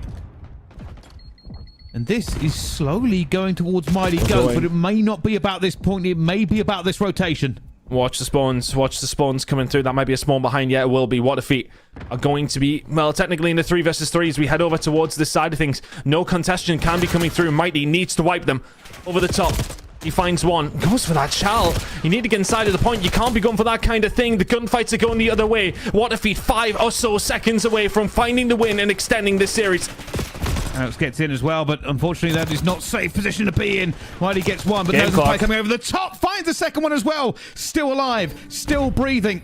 Time's going to be contested. They're going to be in serious trouble here as well. He has to get one. He has to actually go for this chow outside the point. His teammates are going to get it as well, but no! A teammate drops onto his head. 3 seconds left of contest. They're going to try and just get into this point as well, and it's not going to be. Surely, What a Feat have just won this there with that one. They're going to leave it open for the points to go down, and they stay alive. We are going to another map. They have found their footing.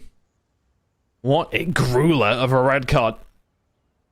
In the end, it is a 19-point game. Danny having an absolute storm. And this is where it really popped off. 2 kills with the grenade. Finds the third on the Mighty. Was just doing everything he possibly could. He held this down and they found some really, really good time. 3-1 now. What a Feat with some life. But is it too little, too late? That will be the final hard point of this series. It's a 42 bomb from Danny. Danny certainly turned it on when they needed him. Huge amount of damage. 28 non-traded kills. Just a phenomenal. And even then, he may have slowed down a little bit at one point. He was, what, 35 and 23. Ended up 42 and 30. Slight slowdown, but still massive for them to get that win in the end. It gives them some hope. Because, I mean, they had absolutely 0 after the first 3. But it's given them some inspiration to say that they can potentially do this. It was a hard-fought one. It's a long map that Mighty Goat... Well, again, I kind of said it at the beginning of the map. Was it potentially going to be one of those series where have they taken their foot off the gas? Have they got complacent? And that's a theory you got to test if you're What a Feat now.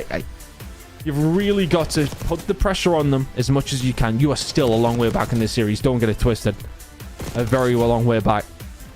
Can you find 3 maps in a row? The big reverse sweep, the 4 in a row in a grand final. That would be something. I think would, well, I mean, in European COD, full stop and challenges, I don't think I'll ever have seen anything like it. I mean, if you're talking, what, a few years ago, we've seen something similar with double best of 7s, double best of 5s, I should say, in the grand finals, that kind of thing. I mean, what was it? The one from Mini that they did as well, over Ultra, that kind of thing. That's the only time it's really been done. Protocol Search and Destroy coming up next. It certainly will be, but hey, maybe we've got the grand final we've been waiting for. That was certainly a map more reminiscent of what we expect. Will the next one be the same, though? We'll find out after this break. Don't go anywhere. We'll see you in just a few minutes.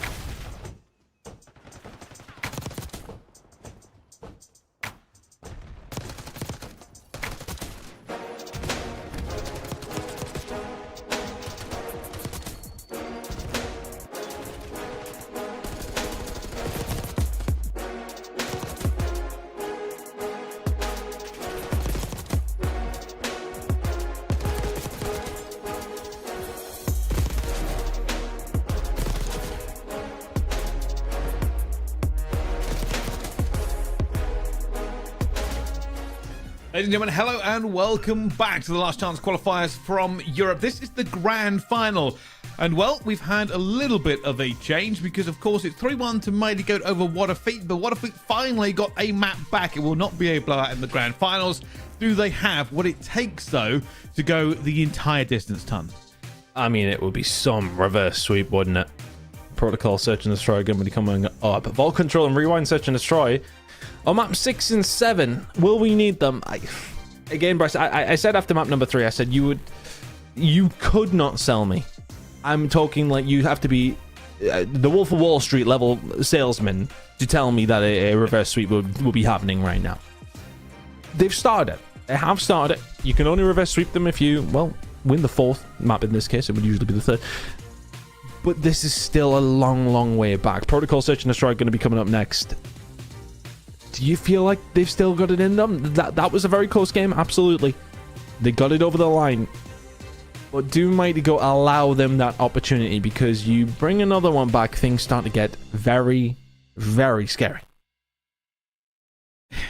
If they get another one, then maybe. I mean, the problem is always going to be when we talk about those first 2 maps. That has been what has convinced us so far that this should be over. And even then, it's not that big of a difference on the red card hardpoint. Realistically, it took a monumental effort by Danny to bring that game to its conclusion. I am unsure if What a Feet have it in them to take 3 more maps flawlessly. Because if they even have a little bit of that performance they had in the first 2 maps, it's over.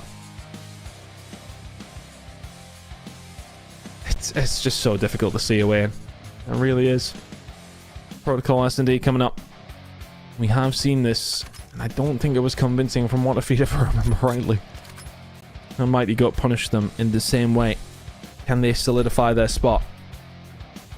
We'll be finding out very, very shortly. I can hear them loading in. Mighty Goat looking to just get this one done. Do not give them more hope. You just give them hope on the red card. On point there. Put them to bed now, and that'll be what they're being told. That'll be the comms. And we are heading directly to A to scrap it out immediately. Straight into the action. Oh, Sykes backing off there. Almost gets caught with the nades. Got to remember, no trophy systems to back you up here as well. But a 2 versus 4 to kick things off. And, well, Aiden fights too. Actually goes down to a 2 versus 1. But Ben W gets caught with a nade. He could have used that opportunity to get in. Yeah, the nade goes through. They know he's still weak. The info was there. Mighty Goat just about find the first round. Aiden made it potentially interesting. Just catches them. And maybe a bit of a collide, to be honest with you. Just gets the angle. They line up for him. That nade went out, and you best believe Mighty's challenging that one. Good shots coming through. Belly takes a bullet back. First round goes their way. That was shocking. Oh, down towards that A side. No trophies available. It's very much, well, I don't want to say carbon copy of what you'll see the majority of the time here in round number 1 on Protocol, but still, standard behavior in the first round. Can What a Feet answer back with a good attacking round of their own? Oh, a little bit of a lick there to begin with. Chris backing off as well. That's a first blood again, though. Mighty Goat. This is kind of how the first S&D went. First blood's always going to Mighty Goat. The thing is, as well, yeah, Melko's going to be tagged up by that nade, but the thing is, it's been Danny both times. He's been red, and he was a massive catalyst for What a Feet in that previous map. He's been wiped off the map within the first 10 seconds in these first 2 rounds.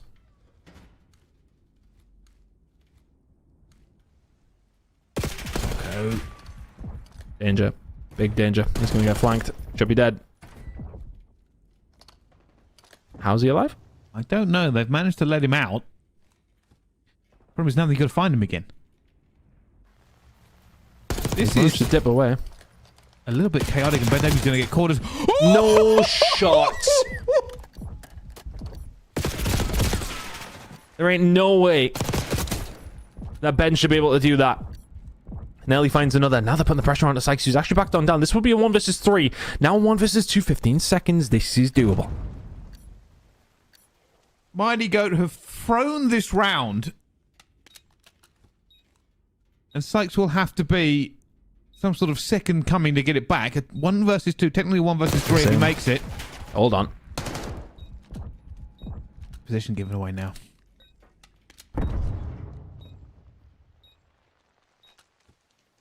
He's dipped over here very quickly, though. There's one freebie. This will be for the 1 versus 3 from Sykes. Goes for the Chal. He's got him weak. He might just jump this. Timing is everything here. Got to get to it fast. If he lays down, it might be over. It is going to be as well. Sykes for the 1 versus 3. Kills 2. Diffuses in the face of the 3rd. The timing was perfect for him. And that is ridiculous. So many things that round should not have happened, Ton. We knew there was potential for it to happen. He had time. When he puts those first bullets in, he transfers himself across the map so quickly that they just don't read it. Both watching the same door just to commit to it. 2-0 down. It's the kind of moment you just don't want to happen after you give yourself some hope in this series. And now all of a sudden it's going to have to be a 4v4 retake, probably around the side. But Danny's got so aggressive. He got very, very quick into the point, but it's a 1-for-1 trade. 3v3. And trying to get out of there, and I think they're done with this. They're going to rotate out. Fight going on up top, and Icarus gets caught by too many bodies. It's a hard one to read. I think Mighty Goat just didn't like their positioning. They didn't like where they were, and they don't like where their bomb carrier was. In the middle of trips, all on his own, and now it's a 2 versus 2. Nadux, yep, doesn't check the right corner. And this has been a real nice comeback here from What a Feet. in this round in particular. Mighty gonna get some aggression coming through. Yeah, they'll deal with him as soon as they see that bomb go down. That's a very, very difficult round. Mighty got made that transfer up through Spiral. We're looking to get towards B, but their bomb carrier gets caught in trips. That really was the difference, that bomb carrier getting caught. It took away some options for them. Man, they couldn't really rely on taking those gunfights that they wanted to. Now with it being 2-1 in this, what a feat do in their first S&D round.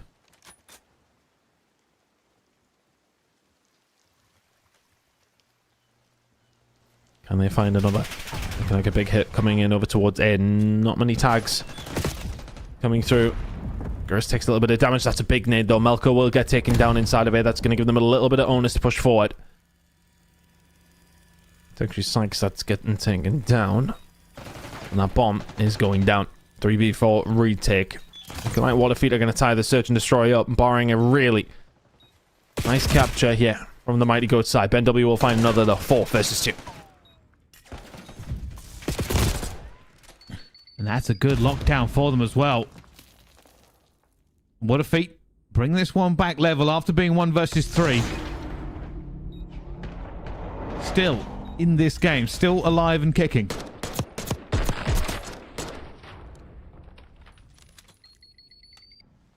Brilliant work. Managed to find a way through. As soon as they find that opening nade. And it's immediately winnable. As they get the bomb down inside of it, always when you got the numbers with you. A hard one to lose from there.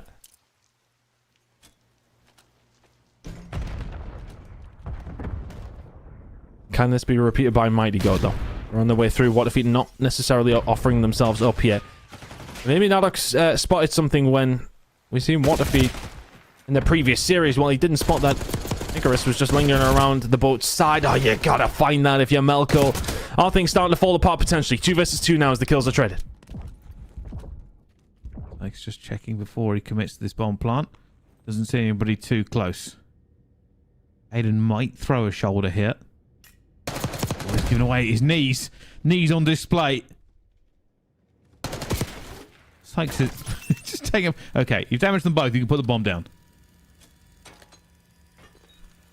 Nade will slow down any push through that side. They've got that covered. Albeit, I don't think it was a great one. You're going to have to push out one side, and they're choosing to go through Spiral. Aiden's going to be able to find minimum of 1. Yeah, oh, Sykes just caught between a rock and a hard place. You need to make sure when you're in a 2 versus 1 at Spiral, you find it. They force their way in one direction. They do the right thing. They do not execute. What a feat now in the lead here in this search. And it made Mighty Goat panic. Once they couldn't get into Aiden, Aiden already had backed up. Look at that first gunfight, and Sykes must have just felt his heart drop when he looked out the door. It's like, oh, the other player is there. I can't even escape. I can't try and play my life. But what a feat. Now take the lead in the S&D, and they have certainly found some form. Is there a reverse sweep? Is there a possibility of it? Aiden on a 5 spray. We're going to continue things here as What If Feet are bringing themselves back. Oh, well, we're into the series. As a well-placed nade by Sykes. Just in time before the trophy goes down. And this should be around now for Mighty Goat. They get a little bit aggressive, though, and Danny was ready for it.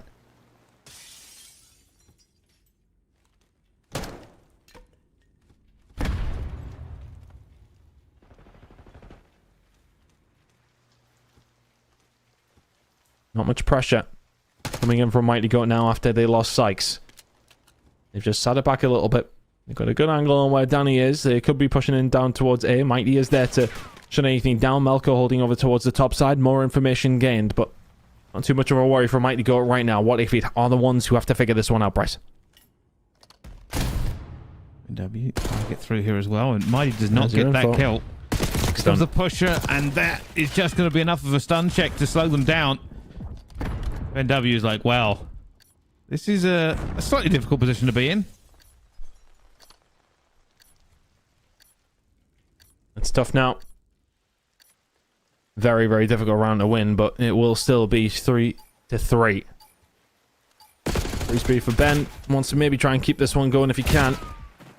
RC is not a bad thing to have. Not going to get the opportunity to do so. Mighty Goat shut him down 3 apiece here in the search. Who wins this one? Really, anyone's game. I will say this. Those first 2 maps seem like a distant memory. It has not been that one-sided in the rest of this. You've got to ask yourself, what happened to Waterfeet in those first 2? Just came in very, very slow. Impressively slow. And they still turn it around. There's still a mountain to climb. What's the heck going to be? It's been very A-oriented here. We haven't really seen anything over towards the B side, and this might just... Oh, well, this one's over very, very quickly. Ben W. Lown left in a 1 versus 4, and there's 1 minute and 15 seconds left on the clock. First one's on his right, but he's not going to... It's a little bit of a flurry. Not going to matter.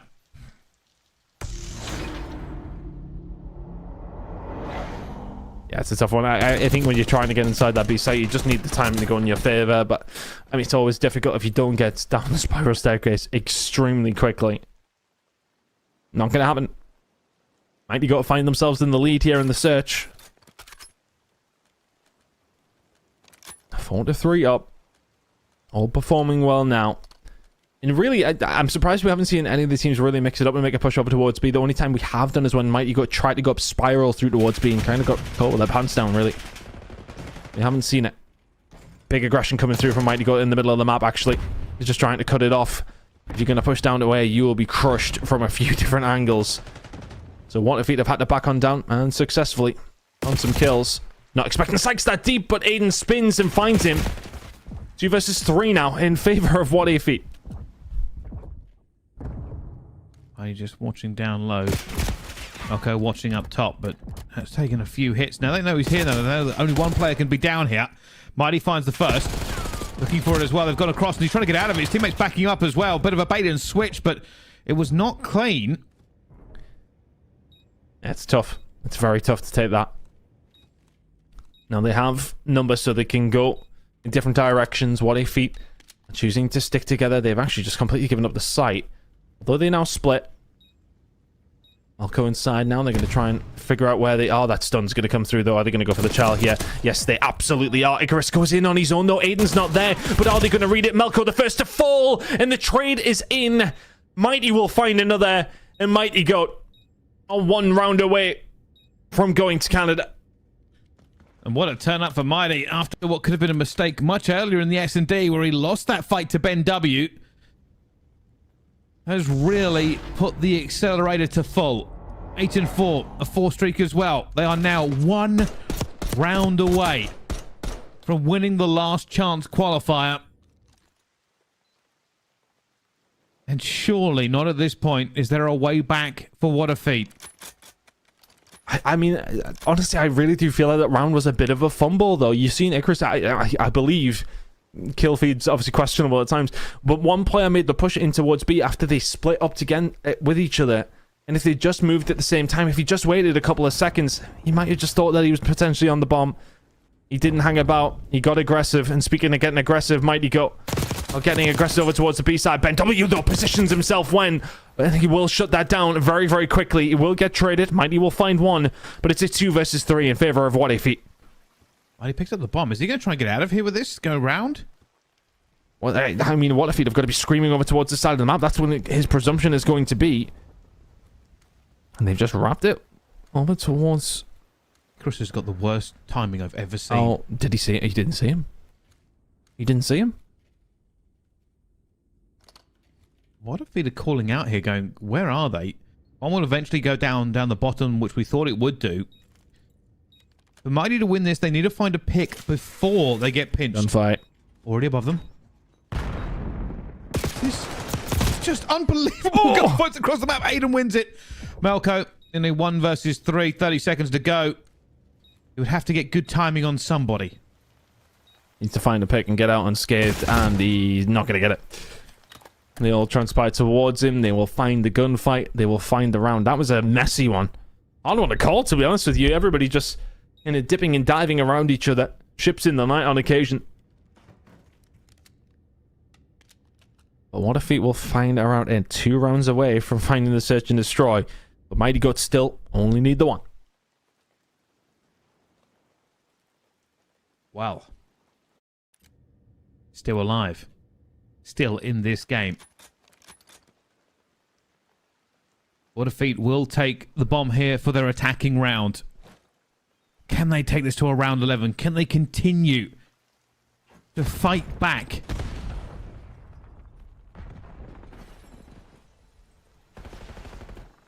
Push over towards B again. Navix will find the gunfight though. And already, you are at a disadvantage. Melko knows the push was coming over towards the B side. Did he spot the bomb? Yeah, he did. So that becomes ever more difficult now. Nadok's putting down the pressure with the utility. You've got to try and get this bomb and try and make something work. Or your day, and well, honestly, your season is done. Oh, BenW, this is a kill for him as well. Finds it. Back down to a 3 versus 3. Bomb is still out in the questions. Like, how has BenW found his way there, boys?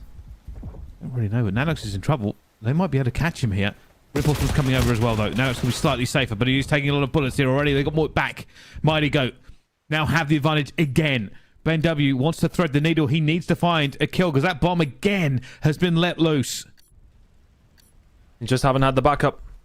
Mighty holding over towards the backside. He's got some backup for his teammate over towards the chopper. He finds one over towards that side. BenW left all on his own. And Mighty Goat will be going to challenge as champs. Dominant performance across the board. They get it done in 5. And we will see them in Kitchener. They've done a wonderful job. First 2 maps were record-breaking pace, and now they get it done in 5. This was their last chance, but qualify they do. And you are right, they make their way forward. For what a feat. It is commiserations. And we will see you next year. On the other side of it, Mighty Goat. What a performance. Mighty, by the way, 12 and 5 in the end. Yeah, incredible work from him. Across the board. I mean, we've seen so many different moments, but I think you got to point out the Sykes 1v3 in that one. Everyone in the first 3 maps was sensational. They just blew them out of the water and really just didn't give them much of an opportunity to bring it back. Yeah, okay, the hard point and red card. Maybe they took their foot off the gas. But a nice win in map number 5 to get it done. It was back and forth, but that 1v3 may well have been a catalyst to get things going. Puts them in a situation where they can just make it a little bit easier, can take the pressure off themselves. And they get themselves a huge opportunity to, well, maybe try and do something over near Toronto. That'll be interesting for them to see what they can do. Really impressed with them today, though. Especially considering that what if they lost to them yesterday in winners round 2. They fought all the way through the loose bracket. I think it's 4 or 5 wins in a row to secure your space in the last chance qualifier. Tippable, to say the least. Wow. There we go. It's been a long journey. 3 teams entered today with high hopes, but only one gets to walk away as the champion. They did it in pretty impressive fashion as well. Mighty Goat, as you can see here, fell early to what a feat in winners round 2. Since then, a 3-0 versus Annex, a 3-0 versus Science, a 3-1 versus Rian Apedre, and then they go into the grand final. 4-1, but that is not the story it was told. The first 2 maps were utter decimation. What a feat regained a little bit, but it just wasn't enough. And now we have our champion. Incredible work. I mean, look at that run. 4 in a row. Absolutely no problem. Going up against Annex as well. That's another team who are in the elites. Sign's not a bad roster either. To find their way through all these games to get yourself 2 champs has got to be a really, really nice feeling. A 4-1 victory there in the grand finals too. Sensational work. But it's not done. Of course, we have our teams, logos aside, from the NA side of things for the LCQ. And that should be super interesting. Some stacked rosters over towards that side of the pond. It should be an entertaining watch, so don't you dare go anywhere. Shift and Stud will be covering over on that side of things. But it's been a pleasure calling EU here today. And, of course, across the entire season, Brycey, it's been a good year. It certainly has. And, well, if you haven't got enough action, you are right. North America is winging its way towards us. in just a little bit. And if you're wondering just how long, probably about 30 minutes if we're being honest. So maybe make yourself a cup of tea, although I don't think North Americans do that very often, but you can do it. Give it a try. You might like it. Anyway, Europe has been wonderful for us, Ton. Any last thoughts? No, just that's, of course, very good luck to all the European teams, of course, over in the Challengers Champs. Good luck to all the teams, of course, at Champs as well. It's always a very, very wonderful occasion. So everybody who's going out to Kitchener, enjoy yourself. Looking forward to watching from home. Certainly is. All right, well, that'll be it for Europe. More Last Chance qualifiers up in just a short while, but that is all for us. So thank you very much for watching, and we'll see you next time.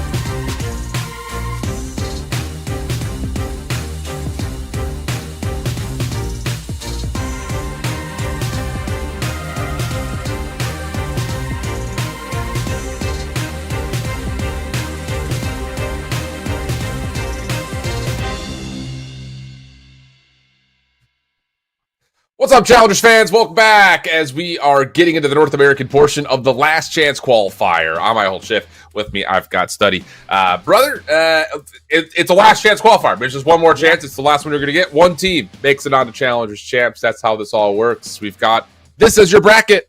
Take me through some of the kind of story points that you've seen so far, because for the most part, the teams that I think based on rosters you would have expected to get to this point are there.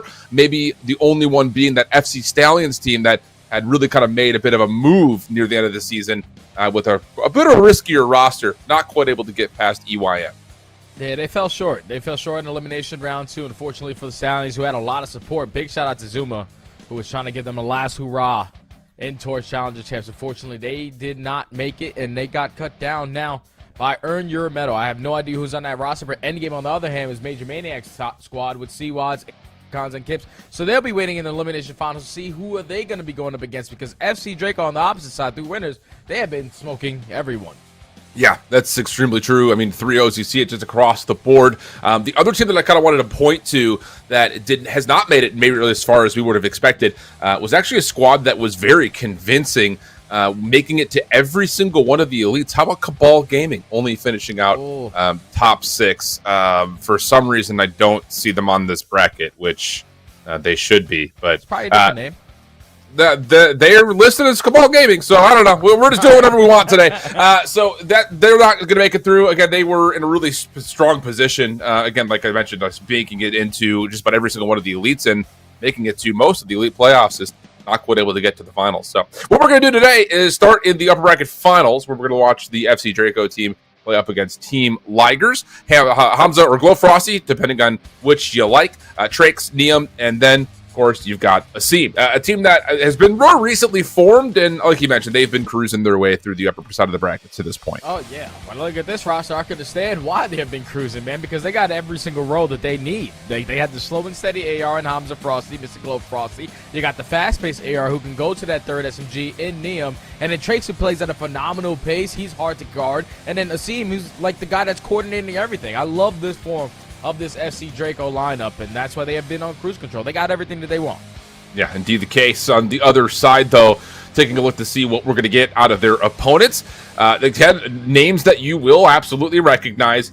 As for this Team Liger squad, you're going to have famed Gunless Lurks, and then Millie is that last one, more formally known as, rather than Millie the Gunny, which I imagine is his face-it name. This team is an interesting one because obviously Gunless comes with a long, extensive Call of Duty career. Fame has seen the league and not had a long standing in it. And then Lurks was part of that initial Stallions roster and really kind of explosively took over a lot of our conversations because his POV was just so crazy and cracked out to watch. Millie would be, I think, the more recent face that you may not have seen a lot of this year on this squad sitting in the upper bracket finals. Yeah, I think if you're Lurks in this situation, you want to make it to Challengers Champs, because you've watched every single one of your teammates have a lot of success throughout this entire year. Mercules is obviously sitting on Optic. Abe is already qualified for Challengers Champs. And Encourage, unfortunately for him, he just decided to not. Yeah. Entire season. All right, well, that's what we have in the head-to-head. Here's what we have for our map set for this upper bracket final. Double dose of Rewind, followed up by a Protocol, Hacienda, and a Dealership. Again, this is, these events are always almost like difficult to frame up, simply because, again, just kind of reframing how this goes and what exactly we're doing here. The winner of all of this obviously makes it to Challengers Champs or Challengers Finals, however you prefer to say it. Yeah. But in that mix, just to kind of give you how other teams had gotten there, if you finish top 2 at DreamHack, you automatically get qualified. So for Amit and Team Orchid, they finished off those spots. And then there were 4 spots for North America, 4 spots for EU, and then a piece for Asia Pacific and Latin America, just based on where they finished in their overall Challengers points. The last 3 or 4 spots, I should say, are determined by this LCQ. So this is, technically speaking, playing for the 6th best North American spot, with the other 5 having already qualified. Yeah, so that means we're not going to have any of the top dogs here, but we're still going to have players who've been making stuff shake throughout this entire season. Talking about Asim, who started off the season with, Vegas Falcons, the Academy lineup. He was able to breach them into Elite Stage 1. They didn't qualify for Elite Stage 2, and they bounced back at least for Elite Stage 3. He's just been trying to figure out what his season has looked like, because, when you're in Challengers, it's all up in the air. You never know what your teammates are going to be next week. You never know what they're going to be next month or how many tournaments you're going to have. But, you know, at this point of the season, it's do or die. Like, I'm sitting right next to three guys who I haven't really been familiar with all season, but this is our last chance to try to end it out with a bang. Yeah, and again, stepping into a double rewind, there is a level of, again, that recency of how much time have you been able to put into the new maps with a new squad. So it's kind of a double dose of question marks in a lot of regards. I think the other thing, we are, going to be pretty heavy leaning towards talking about the storylines for the players that have either A, been in the league, or B, have been at the precipice of being at the league for quite some time. It's never too late to tell a new story, and for Millie, that has really been the case. Again, just kind of looking over how his competitive career has gone. Really only started playing last year in Modern Warfare 3. Did not find a tremendous amount of success, but did play with some players that, got him some notoriety coming into this year. And then this year has kind of gone from mediocre up into a bit of a boost in the last handful of weeks. So definitely some good stuff there. I think there was a little bit of that. He did play with the rebooted Stallions roster for a moment. And I think definitely got a lot of eyes on him when, Zuma and JP and all those guys were watching scrims and things of that nature. So an opportunity for him to hopefully get his new squad into the picture. So here we got Rewind Hardpoint to get us kicked off for this upper bracket final. Yeah, and FC Draco already not spawning on the preferred side that they want, but players like the Seam are already going to put themselves in a position to hit a route to try to instantly flip these spawns. Early time, though, going in favor of Team Laggers. They're currently lighting up the kill feed, go 3 for 1 in the trade fights. And now they know there is pressure from both angles, but we can still suck up time here. Yeah, and that time is looking pretty solid for now. Back and forth go the gunfights. FC Draco able to find their way in. Gunless valuing his life just a little bit longer. Able to turn that into 1 plus damage on to another, but no chance for a follow-up. And you're going to have to really do your work here, friends, as you're watching along in the kill feed with Neum not really actually showing up. The kill feed will not be fully accurate. Just more things with Codcaster as we finish off this season, and we finish off B1. Yeah, just Codcaster things. It's never really fluent. We talk about COD competitive play, but it's all right. We're going over toward the P2. FC Draco dominating the kill feed. They're able to clear out the backside. Drake's is already on 4 in a row. Still trying to locate where the last player is, and it is going to be gunless. You get that trade, you clear out the back, you secure the back spots for your team, and you end that on 5 in a row. Now you can earn yourself sort of close towards a Hellstorm. See what else you can find on the re-entry here. Diving forward, 6 in a row. Almost able to get snapped onto 1 more, but not going to fully happen. Asim able to watch over the outside and then immediately join his teammate inside the hill as spawns will stabilize. 30 plays up against 13. A couple of, again, hard to read kill feed moments, but it is a back and forth affair with still FC Draco spawning good. Draco trying to find more on the street side is decent, but the hit from the front leads it just down to Lurks, who's able to win his 1v1 and at least contest some of this back time. Yeah, he's not really going to be in an opportunity to even get any of this time. He's just going to trap them in towards the backside. So Draco going to walk with that final 10. The Team Laggers now are banking off this rotation, and 2 players early dropping. You're going to spawn at old, or at least 1 will. But thankfully, the entire kill feed is lit up in blue. So Team Laggers going to stabilize on the map. The spawns do flip. No one hard blocking. Big 1v1 here. Just trying to clear out the space, and Millie able to assist Gunless with that nade over to the top, but inside the hill. Neum's able to open things up just a touch. Shasim Drake's working on the rest of the action over towards street side, and there will be an opportunity for, a hit from the front to start to come through, and the break is good, 35 seconds, and Liger's still spawning close, looking to possibly put a little bit more pressure on the hill, while also trying to get an early rotation underway. Yeah, and Fame was trying to find an angle through at least the middle of the map, but he's going to get cut down, so this is not ideal if you are Team Ligers, because now the pressure's heavily on your end, so you need to make up time for at the P4. You're still going to contest it, but you're still losing the one-on-ones. FC Draco sling, and now they're pushing up for the map control, and that's a big one-on-one. They're secured there by Millie. Team Lions looking for a full 60 there at P4. I was about to say that this is one of those situations that you're not necessarily playing for old as much as you're just trying to keep Draco away from new. Yeah. But Neum's able to find 1 immediately over the old time, plus then good shots from Glowfrosty over the top. Looking for possibly another, but Lurk's able to put him down. Pulling out another AR, showing off some of his flexibility as one of the young guns that really took away some of the rookie presence in this 2025 season, but it's not enough to stop the break and, of course, the flip. Oh, yeah, now all the pressure's coming through the middle of the map. If you are Team Laggers, you need to find a break and find it quick. We need to get the trades with the ARs. and put some pressure on the back end so they can spawn all the way across the map. But Neum's able to line up a double. Spawn secured by FC Draco. This final 25 is also going to be secured by them, and they're going to have a 100-point lead at the end of this HP. Well, Neum will be shut down in the rotation through Street, but like you mentioned, the time at Old is pretty much a guarantee. Liger's setting up a pretty aggressive zone to find some exit kills, but have been unsuccessful, at least in being able to tally them to this point. And yeah, the kill feed just continues to dominate in favor of Draco. As a lot of this come from, pending the scoreboard is correct, it's coming from Neum, 18 and 11. Trake's also at 17 and 9. Team does get taken down, try to enter into gens just haphazardly, and Ligers will open up the first 15. Yeah, big double there out of the gunless. They need a good hold here to get themselves back into the mix. Fame's starting to get a little bit more activated. He was 4 and 12 to start this game, 8 and 14.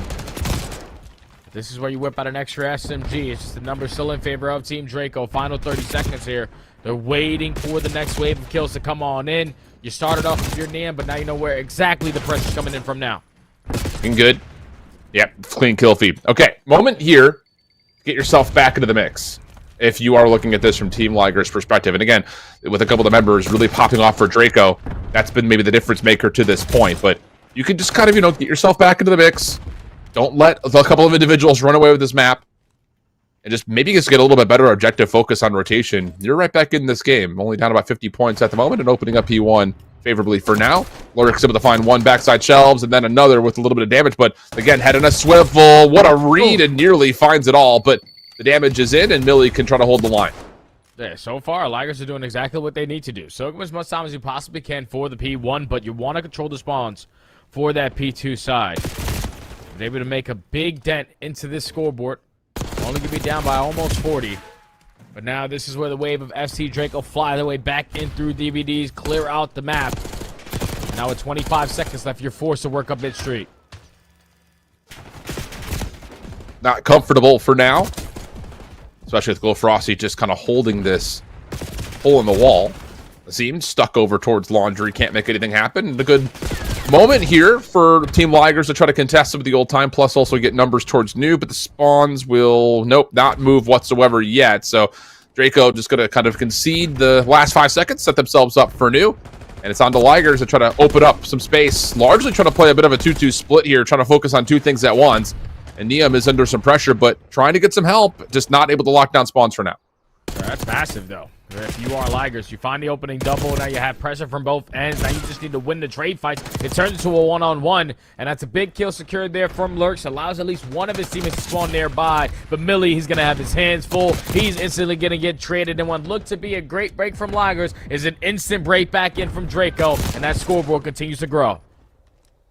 Up to 80 points now, and it starts to become not do or die moment, but you need something convincing if you're Team Ligers, and these little 2-for-2 exchanges is just not enough for them to fully flip out the spawn. So yeah, Draco just has an advantage, and what feels like a lot of these, kind of 40-second looks at these hills, whether it's in the first 40 or the back 40, they're just doing it all so quickly, and now you've got rotation success underway. And yeah, with 5 in a row on Trakes, plus 3 in a row for Racine, it's just, again, a couple of individuals really taking over, and that'll be enough to get Draco over 200 points. Yeah, this is what makes hardpoint so difficult for certain teams or certain players. Because when you find yourself down by 100, you're forcing yourself now to play different hands of the game. You have to contest all the time. You don't want to give up that final 20. But if you contest it too much and you spawn out because you're losing those gunfights, then you're just shooting yourself in the foot. But that's just how you have to play when you're desperate. In this point, down by 100. Team Ligers have the spawns, but still again, Draco soaking up all this time. Looking good for it, but there is a momentary contest. It's just one of those moments that it has to be flawless, not just here, but also on rotation. And Neum on 4 in a row is just going to trust the pistol. And oh my goodness, man. What a set of shots. 31 and 21 for Neum. Breaker, the scrap time is good, and now you focus on rotation. The new every kill, a big kill here, but spawns are still in for at least a moment for Ligers trying to hold on. Yeah, and they're all lined up on the backside of the truck, and Glow Frosty's able to line up a double. That's already 3 dead in the feed. Team Ligers now are in hell, spawning all the way across the map. You only need 20 seconds to close out the game, and you're not missing bullets. Neum lines up another double. Here comes the last push from Ligers. Well, Frosty at 5 in a row, holds on the trigger for another. And now you're dealing with just the final 10 seconds. Team Ligers have to go in one by one. Fame able to find one opening elimination, but Lurks can't quite get in the front door. There's no one in the hard point for now, so maybe one more chance for Gunless to try to contest this. Where is he? Now trying to make his play over, and Neum almost wins the game himself, but we'll have to wait for those last 2 seconds. Yeah, but we're still here with the close spawns. I see him trying to slide and glide his That'll way work. on in. There he finds the kill, and that is going to be map 1 going in favor of FC Draco. They dominated that map 1 there, Alan. That was not even close. Wow. And it's just one of those things, like at one point, again, we look at the scoreboard, and it does feel like just based on rotation and how things are going around the objective, that FC Draco are kind of dominating, but it's only a 30, 40-point game. And then when we get in the middle of that second rotation, then things start to get a little bit cooked. You know, it gets up to 80, and really there's not any sort of resistance that's after that. It comes out of, unfortunately, well, the side of Team Ligers. It's just, you look at a couple of individuals that pop off early, and you say, okay, maybe that's the difference maker. But there was just no response. It felt like, Fame not really able to quite get things going. Everyone else is fine. I mean, Gunless, Lurks, and Millie are right there participating in the kill feed. But look at the difference in the hill time. I mean, pending, of course, that is fully correct, which it looks like it is. I mean, it's just everyone over a minute at a time for Draco. So they are very understanding of when I need to jump in the hill. How do I move my teammates around me to make sure that they're watching over my, angles and corners that I can't see from inside that objective. And it just kind of feels like everyone's a captain at certain moments. Yeah, it's perfect to see layering like that, because that's how you like to play hardpoint. I fill this gap. Oh, wait, you think I'm holding this power shot? No, my teammate's coming off the respawn. I'll give it up to take better space away so that he can fill that gap. They just had that lockdown on this map. When you're dominating a majority of your rotations, at the end of these hardpoints, you're finding kills in the final 20 seconds of spawning behind you and have the advantage off the rotos.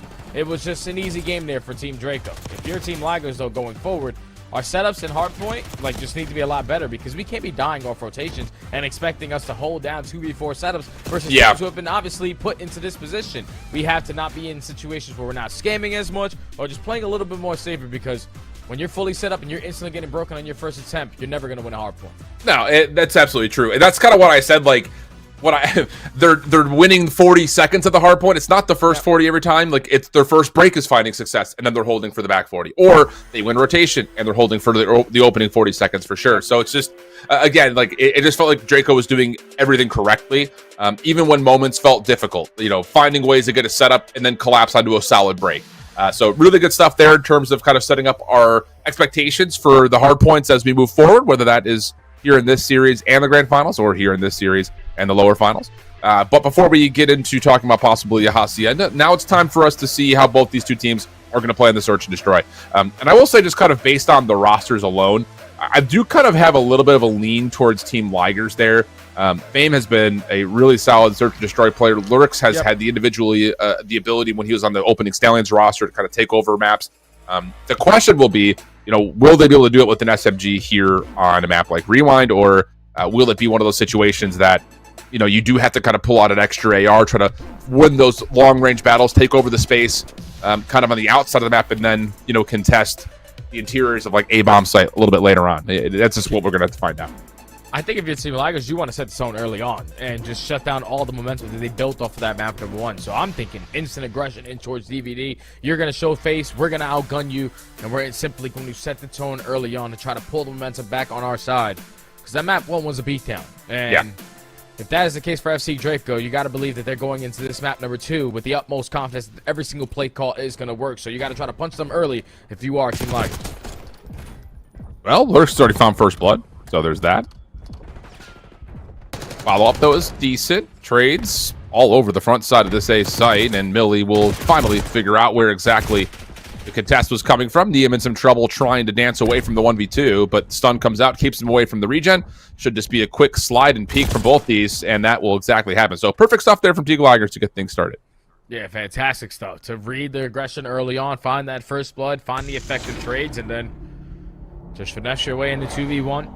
The stun is able to connect, and he was not able to rejuvenate his health there. And then just put him in the vice grip there as Fame starts off 2-0 in this Search and Destroy. Team Ligers go up 1-0 with the aggression. Got to keep that up.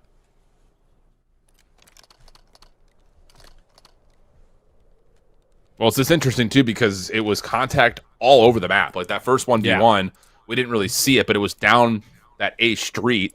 The next couple of exchanges are inside of A, so it's just... looking to play a little bit more brawly for both these two teams initially, and you can kind of see that continue to be the case for Team Ligers as they step deep up in towards shelves. Seem trying to work on this back glass position. They will find Millie. Trade is out. Good counter stuns coming through as the seam will drop. And now as Jens has been taken, the offense is a little bit stuck playing from inside of A. Okay, and I love that play right there from Team Ligers to realize we got the man advantage as everyone just regroup. Solo out these next gunfights. Yeah, able to catch the first lurker. Now Niam again left in the clutch. 1v3 opportunity. Lines up the first, has info on the second and the third.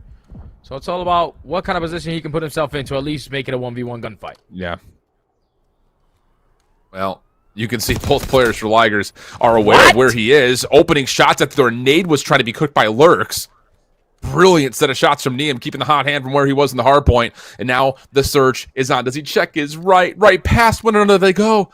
And surely, Millie had seen him over the top of courtyard, but maybe not. Still kind of holding, searching, playing over the top of the A site. And Niam's going to have a chance to collect this bomb. Maybe just surprise Millie completely here. Yeah, but he doesn't really have an opportunity to look for him. He has to instantly pick it up and work the bomb plant. He's going to check a little bit towards courtyard, and Millie's going to spot him. He's going to realize he's not going to be on the bomb. No need to contest the gunfight. The round is going to be secured there from Team Ligers. You almost allow him to pull off the 1v3. I don't really know if the kill cam lied to me or not, if that was just fame, just getting caught with his pants down with a nade in his hand. But that is unacceptable. Does not matter. Team Ligers up 2-0. Yeah, I think that was Lurks based on the name that I saw on screen, not the one that was in the kill feed. It's somebody from Ligers tried cooking a nade and died. Very difficult to give reads to that, friends, but I know you've all been watching all day and you know exactly what that means. The seam quickly inside of generators. Wow, that worked, but same thing can be said for the offensive team Ligers on the outside of B. Evenly exchanging and actually kind of dominating those long-range fights, leaving Asim by himself with no exit, and that is a round that you blink, you miss it, and Team Ligers are already up big. Yeah, this is beautiful, man, because FC Draco, they're trying to change up their pacing. That time they send it all through gens. They have multiple bodies there. Asim is able to find the opening first blood, but everybody drops around him. So at that point, we have Asim, the only player who got a kill in towards gens, left in a 1v3, and we know exactly where he is going to be positioned. Let's just set up a trap and close out the round.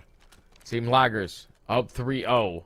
Millie ends that round on 5 in a row. And Draco now looking for a response to show some life here in the S&D. Some life, yeah. I mean, I told you, I knew Team Ligers was going to be a successful search and destroy team. I didn't predict this. And again, it's still early, but these 3 rounds have been very convincing for Team Ligers. Multiple first bloods, and of course, the ability for them to keep numbers late into the round. Lurk's able to really, again, showcase that individual presence, and Millie will find 2 more by himself inside of A by glass. That's almost unexcusable. Now he's on 7 in a row. And Niam, over towards the drive-thru, is going to be stuck in a very impossible 1v4. Okay, he's at a 1v2. He's got a 1v3. This time a 1v4. Not going to stand a single chance there. Team Ligers dominating in this search and destroy. Millie, 7 in a row. Almost earning himself a Hellstorm, but now you just have the utmost confidence to play aggressive through side burgers. If you're finding that opening first blood, realizing there's no pressure through the middle of the street, Lurk gains all that info. He spots someone deep, doesn't commit on a gunfight, catch ones in blue, and then at that point, once that first blood goes down, Draco starts to panic a little bit. They're thinking, we lose that first kill, we have to instantly play for a trade, and that's what allows Millie to strike at the right time on the backside of glass for the double and stay flawless here and to destroy the scoreboard at least. He doesn't have an RCXD equipped onto his score streaks, though. Can't mess those up anymore, Alan, I'm telling you. Opening first blood again comes through. That's Lurks. He has been the king of first bloods, it feels like, in a handful of these rounds for Team Ligers, and he's doing it from some not guaranteed positions. He's going to catch a second one there, so Lurks is on 4 in a row. Gunless and Fam are just hanging out this map, dude. I mean, Lurks is going to get on for the ace here. He's on 3, not able to quite get to the 4th in time, but another impressive round, and another one that just our Draco spawning in. This is a run and gun right now for Team Ligers. Yeah, it's a smoke show at map number 1. I have the same exact recipe here at map number 2. Just one team showing life, the other team rolling over and dying. And that seems to be the case for FC Draco. Down 5-0. Have not found any success in the first blood column. And just cannot get anything going right now. Millie's still on 7. Lurk now on 5. That's 14 kills in a row. Like, you're not beating these guys. No. Here comes just a flood. This is one of those, we don't know what we're doing. Let's just hit something together and see if we can win the gunfights, and that may work. Gunless, able to find another. Up and over. A little bit of trouble here, but oh my goodness. Oh my goodness! Oh! Even that doesn't work. Gunless just puts him in the dirt, little 1v2. And how about the fast and speedy 6-0 from Team Ligers as a response to map 1? Oh, that's too easy there. And that was technically a 1v3 there for Mr. Gunless. He's got the vertical grip on the Amos. Don't really see that class being used nowadays, but the vet knows what's going on. Lines up the clutch. There for the flawless 6-0 in the search and destroy. That wasn't even close, Al. Like, they got 2 first bloods on the side of FC Draco, but as soon as you got those first bloods, they were instantly responded with traded. So it's not like those are very impactful first blooded kills. But Team Ligers, just the S&D was the recipe for success. 2 players dropping 8 kills, Gunless spawning in the final round, and Fame's big back bully hit. He only goes 0-3 with 200 damage. Doesn't matter. That's an easy work. 6-0, tied 1-1 in the series now. I mean, what do you do in that map if you're Fame? Like, you're watching Millie take over early, Lurks get on to a handful in a row for nearly an ace, and then Gunless 1v3. It's just like, I'm happy to be here, boys. Just come where I can. So, wow. That is one heck of a way to get our upper bracket final kicked off. One team absolutely getting hammered in the hard point and then responding by dropping the hammer in the perfect search and destroy afterwards. That may have been like a 6-minute search, and a lot of those rounds were extremely quick. So crazy scenes, and now we can start talking about not just the control, but also that Hacienda hardpoint that's going to be coming up eventually. That's insane, Alan, how they were just able to completely turn the ship on where the momentum was going. Because you basically get a 100-point club in map number 1. If you're FC Draco, you're like, all right, these guys suck. Like, it's our day. We can do no wrong. And then you spawn to the search and destroy. 5 minutes later, you have a completely different aspect of what you thought of this team. Because you already lost the search and destroy map. Now you're going into a protocol control where I know. We saw it since the beginning of the season, especially when Lurks was on the map. When that FC Stallions officially was put together, this was their favorite thing to play. And just the way that guy's shooting, the amount of confidence he had to find multiple first bloods in that search and destroy, all the way through Burger's side with an SMG, he's going to get lost on protocol. So your hands are going to be full here if you're FC Draco. Yeah, I remember in particular, Season 1, we saw this Stallions team not just have Lurks dominate this map, but the team overall like had not lost it at any point through their 5-0 group stage until they played up against the Houston Spartans and Lurks dropped like 45 for the L or something like that. And I think it was like in 4 rounds. Like he was crushing, but still, it's one of those situations that as the map has now changed a bunch since that point, and we obviously have new teams. Again, nothing is a guarantee, but that's the setup. It's convincing results in map 1, followed by convincing results the other way in map 2. We're going to step away for a brief halftime break. Come back with map number 3 after this.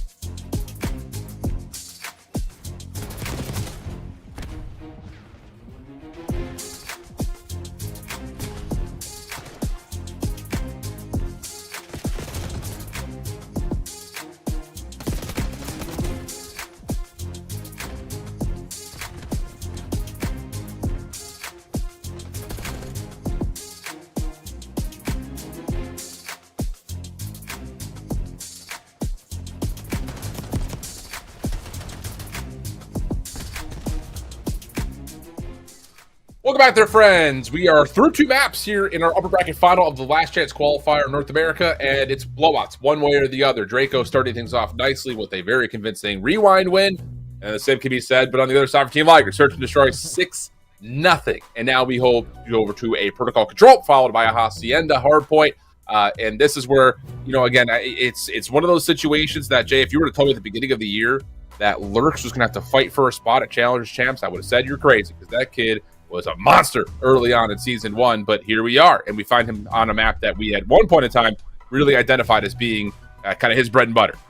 Yeah, it's just the Challengers pit, man. You just never know what your team is going to look like, how much pro points they were able to put in the Challenger Cups or the LAN events, and fortunately for him, he ends up in this LCQ, but he put on a performance there in that Search and Destroy, and now he's going to his playground on protocol control. He just tends to get lost with that SMG, so hard to handle. And what's good now for Team Loggers having that response in the S&D is that they got map 4 Hacienda. And if you're gunless, you're like, dude, I was playing this 17 years ago. I think I'm going to be pretty well prepared to potentially close us out in 4. We just got to get through this control here. Yeah. We'll see what we get. It will be Team Ligers on the opening offense.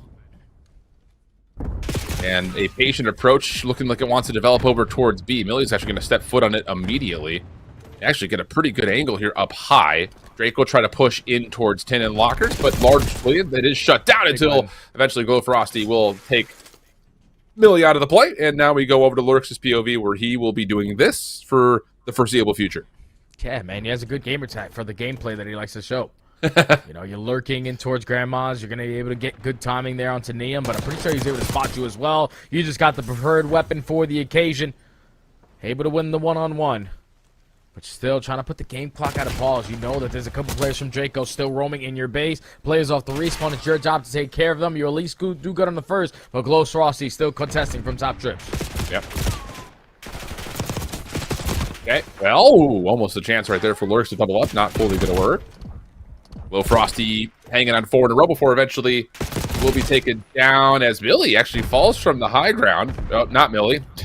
Fame. Somebody from Team Ligers falls from the high ground, finds the kill, and will join the effort over towards the B point. Looked like that was Fame now as we hit his POV at mid. Gonna leave the readout 1. Lurks again, just respecting his gamer tag. That's gonna be all 4 dead, except for, well, Asim, who's off the staggered spawn. And an early 60-second tally is coming to come through. Lurks not quite able to pack the punish on the spawn trap, but will allow Gunless ability to work on this A zone. Yeah, he was able to give the information to his team. Like, they're all going to approach back Grandma's, and if they don't, they have to work their way through towers. So you set up Gunless at least for the first free B, but they both lose their initial gunfights through the middle of the map. Now Millie, last man standing on the point. He is going to fall. It's all on Fame, still slaying, but at least trying to hold down this blue position. And he does a good job, at least for now. You're still up by 4 lives. Looking good, looking good. Opportunity for Lurks to, again, just utilize this position to deter this defensive setup. And yeah, he's going to find another one for free on the zone. Now it's on to trying to work for these spawn traps. Be playing a pretty inevitable 1v2 for a while. Fame feeling the pressure over towards the top side of 10. The stun hits, and that will be an easy double. And let's say if Lurks finds one more kill, you're off to the races at A, but he will be shut down, and the defense will have a chance to try to get here, and they will, to contest the second tick of progress. Millie working on just the 1v multiple situation. He's got help from above, and that'll be enough for Lurks and him to secure the second tick, plus the follow-up at beyond. You can stack this, and as long as no nades come overhead, this should be the round. Oh, yeah, that is definitely going to be the round. Just way too much. Right there from T Ligers. We talk about the map control that they were able to maintain. Lurks consistently working his way through the bottom side of on the ground. Fame not missing a beat in towards Trip's window. Was dominating with this AR in this presence. And this is actually him on our POV, not Millie. He went 10-5 in that opening round. And he allows Team Ligers to secure every single segment there and take a heavy advantage now going forward.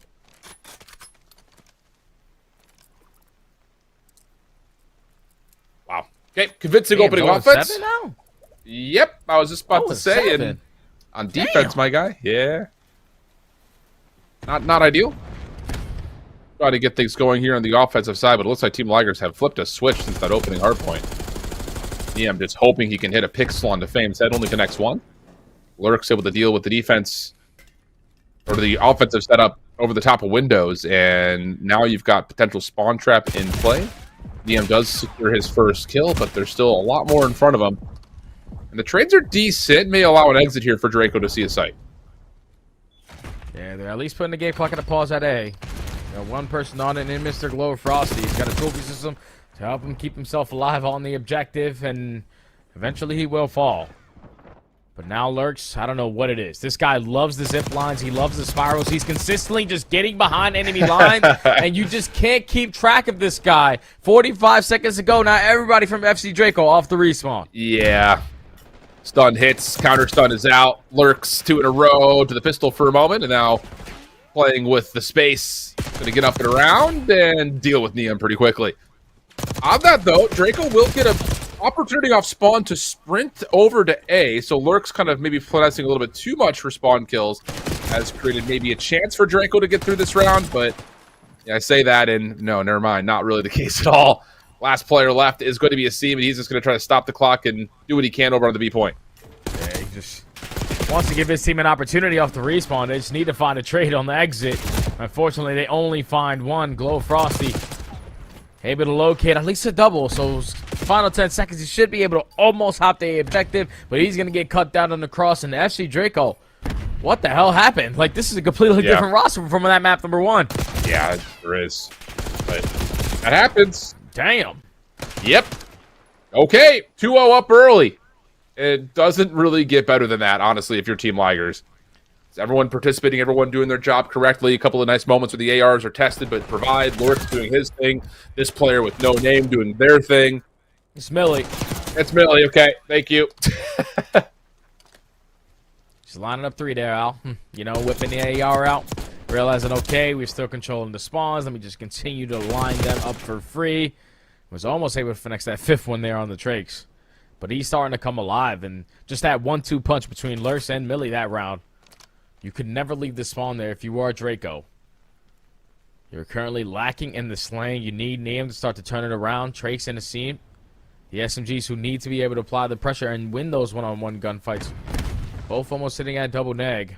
Just a slaying differential right now for Team Draco. They got to turn it around.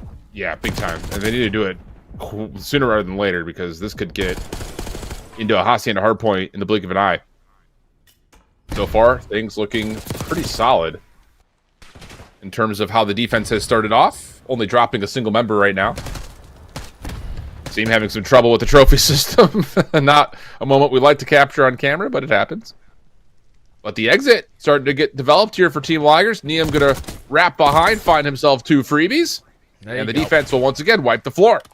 Fantastic shoulder there as well to get information onto the last player. Now, you're pushing out towards Heli, controlling the pace of the game. Has a couple freebies again lined up in front of him. Give me another clutch double. Where the hell have you gone gunless? Because now we still have some presence in towards blue, but we are understanding our timing. We are catching these pinch angles every single time. He eventually dies on 5 in a row. Wow. But there's only 30 seconds now left on the round. And the life differential is significant. And there's still so many layers of this defense behind even some of the individual kills that we're seeing be tallied by Team Ligers. So what is happening with this series, Jay? It's like one team takes over, and then there's a follow-up where the other team takes over. It's just like a back and forth flip of the switch as it's domination for one team or the other. It really hasn't been much of a chess game at all. But Team Ligers at least showing some life here in this final moments of this round. Open number 3 through the middle of the map. Glow Frosty's able to find a trade, but now you're locking up some segments here at the A point. You're forcing the spawns for Team Draco all the way over towards tower. You might be able to extend the game clock here. You just got to hold on a little bit longer. Yeah, you just can't scam right now after Millie. I know you want to try to get some kills in, but you have to stay alive. Good read towards Trakes, but tagged up too heavily. Gunless would have to move. He needs to move quickly. He won't. So Draco will get a really solid start to that defense and then not allow Ligers to do too much damage, but with the ticks of progression that have come through, it's enough to at least guarantee a round 5 defense for Ligers. Yeah, if you're Team Draco, you already knew that that was going to be the case with at least the first 2 rounds that you've already played on this map. But if we were going to do this, we have to do it 3 straight, most likely double through the attacking side. But already first step done. Now we just got to figure out a break off here on this attacking round, because at least in the previous one, you went trade for trade. You just didn't really keep track of the SMG to get behind you. And that's what breaks you down every single time. So, the break off, The SMGs need to win their one-on-ones. Can you get anything going offensively for Draco? The idea at the moment is once again to play over towards B. That nade over the top is brilliant. Plus, you get the shutdown on the low ground, so it's just Millie, last one left, and he's actually feeling bold enough to get on top of the gun barrel. Now looking for trades, and will find the one he needs. So now it's just on to one player who's slipped through, that's Trakes, and he will be found immediately. So the idea for Draco was decent. You get the kills you need, but you don't really get any pressure on the zone, and the lurker also drops, so now it's just back to neutral once again. Yeah, and Team Lagers have all of the B Street control, so now they can consistently work this OE. Lurks can continue to lurk in toward your trips window. Line up another freebie. Almost finds that kill onto Neum. He's still a little bit weak from the previous engagement. You're up by 3 lives if you are Team Lagers, and you have that midline defense that seemingly looks unbreakable, at least for now. Yeah. Yep, feels that way. Yeah, Fame doubles down. He's on 3 in a row. 23 plays 18. Last chance here for Draco. They do have a Seam who's gotten through, but you're going to need kills from the front first before that could really develop into anything, and at least there's a couple of kills that can come out, but the Seam's going to continue to play for spawn kills here. Re-wrap back behind B. He's going to have time to make this play happen to stop the clock, especially if he wins both gunfights on 4 in a row, and you do get clearance through mid, so progress happening on both zones at once. I would love to have seen them commit to one or the other, but here we go. We'll see what happens. Watching the front angle if you are Neum, able to line up a double, but the game clock again still ticking on down. Asim was spread over at that B point. He's just going to give it on up, try to assist his teammates at A, but unfortunately they all fall, and Team Lagers now take a commanding 2-1 lead in the series. Yeah, and kind of, again, to my point, Jay, it's just like you've got progress happening on both zones, and we need to commit to which zone we're going to go for. I think eventually the call is like, oh, let's do A. But after everyone falls, the Seam is like, uh-oh, well, now I'm stuck kind of in no man's land trying to make the mad dash across, and would have loved to have seen them commit to that move a little bit sooner of let's get a Seam across safely, let's get that stack, let's let him play inside of Grandma's to make life a little bit easier for the players on point, but not the case. And it looks like frustration is starting to settle in here for FC Draco as they get blown out in the last 2 maps. Yeah, they just lacked in the slaying department. I don't think anyone was positive on their end. That's why Seam leaves the game to potentially save his scoreboard stat line, but did not matter. Team Lagers were in control of that map from start to finish. It got Gunless, who's consistently hitting flank routes, also finding multi-kills with the AR in hand, dominating the power positions, and then Lurk consistently finding his routes, like working through underground. He loves the zip lines. Like, if you just watch the zip lines, I promise you, you can kill Lurks at least 7 times in a single round, because he's always just working his way around the map. And when he's finessing, just playing loose on it, that's what makes him so hard to keep track of. And now Team Lagers, who didn't show any life in the first map, can potentially close it out on a Hasi hardpoint. Yeah. And just based on how the search and destroy went into what we've seen here in this control, you start to really build some favor to Team Lagers. The only question will be, can they just rotate better on a map like Hacienda? Because they really did get punished quickly, and they got punished often for making mistakes or just not winning or not finding good timings on Rewind Hardpoint in the opener. It was like 250, like 118, something of the nature. Like, it wasn't close at all. So in a map like Hacienda, which is, again, has a lot of the same indicators of you don't rotate successfully, you're going to get punished. So that just has to be different, but it does feel like there's a bit of a wake-up. Yep. It's always based off, like, the initial kill, too, there, Al. It's like if you're a team on Hacienda who is working off these rotations, it's cool because if in the case of Team Lagers, you won a couple of rotations on map number 1, it's just your setups were instantly broken into. That has to be a lot better, and it should be a lot better on a map like Hacienda, where you know where the pressure's going to come in. You got a player like Gunless, who's playing Black Ops 4 competitively back in the day, winning championships back in the day on maps like this, so he's going to be able to direct the troops on what they need to do, what power position they need to dominate, to try to close out this series in 4 and try to avoid anything scary happening in a map number 5 on Dealership. We just have to be able to close it out here on this hard point. And the opposite side for Draco, though, it's been a lackluster performance these last 2 maps. Like, the first map, everybody was slaying. Neem almost drops 40. He barely could get over 15 kills in that map number 3. The search and destroy, no one had success there. But for this team to truly shine, you got all the pieces, but the killing has to be the main priority. Yeah, well, it's interesting that you say that, though, because, like, they weren't that heavily outslated in map number 1, like halfway through. It was just, as the trend started to come out, again, the individuals that started to dominate for FC Draco eventually led them to win convincing hard points. I think in particular, like 3 to 4, and really even 2 to 3. That second rotation was the same thing. Like, it's just, the kills have to mean something. I think that's what matters the most. Like, these little kind of fringe eliminations, these moments where like you do get a couple of kills, like as you're trying to break the hard point, but you don't ever really get a 4 dead, or you don't get enough presence off the kills to flip spawns. Like, they just kind of come up as relatively insignificant eliminations. So, yeah, it's just, it's one of those things that you have to find impacting kills around the map. I think that's the biggest part about it. Let's just not find these exit kills that don't turn into success on rotation. Like, we just have to be able to play the map less, maybe more so than playing the team that's on the other side. Like, play the map first. How about that? And I think that's what Draco did to all of map number 1. You saw how many times that they were contesting in the old HP or prioritizing the hard point instead of really prioritizing the spawns. They are more focused around the objective. They understand if we get the opening kill or we find kills around this objective, then we're putting ourselves in a pretty good spot to not only dominate in this position, but dominate on the next. So it has to be a lot more focused here if you are Team Ligers, just to play more OBJ-oriented, at least more team-oriented around the objective. You're going to stand a pretty good chance here, potentially closing this one out. Who's going to be the team to start off on the preferred side over towards Spiral? You want to make sure that you're taking your time on your attempts and your gunfights. Don't give up a lot of time here at P1. But stop dying in the final 10 seconds of the rotation, and I promise you're going to win. You're going to win. Yeah, that too. Good call. Okay. It will be Team Ligers from the favored side. Spawning closer to P2. Draco looking to play for hallway, and then underneath connector. Odd break off. Don't often see this. Usually it's either one or the other. More often than not, it's up top that you really keep the focus. And Team Ligers get the read, get the kills, and we don't need to overshell that, but happens anyways. And now we're into neutral setup as we try to fight for sides of the map. Yeah, it's a battle for the spawns, at least for now. But if you are Fame, thankfully you were blessed with the spawn over towards Spiral, so your teammates are losing every single gunfight to them on that. FC Draco will absolutely take it, because you can walk away with 20 uncontested seconds, but now it's a battle for the spawns. A seam going to rotate right through the front door, right into the preem of Gunless, and even though you don't get a lot of time off P1, you are fully set up to make up for it here at P2. Yeah. Well, see what this break attempt's going to look like for Draco. We talked about it in map number 1.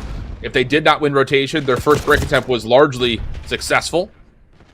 Trade initially now has Team Ligers focused purely on the back. Spawns are still in. Nilly saves things from the side door. But there is a battle. Lurks reading that the play through mid is looking pretty dangerous. Forces Gunless out of the hard point and back to save the spawns. Good shots onto Drake. Stun nade, and that's enough for the trade to come through. Spawns will now likely move. And now it's time for how much can Team Ligers actually hold from the front.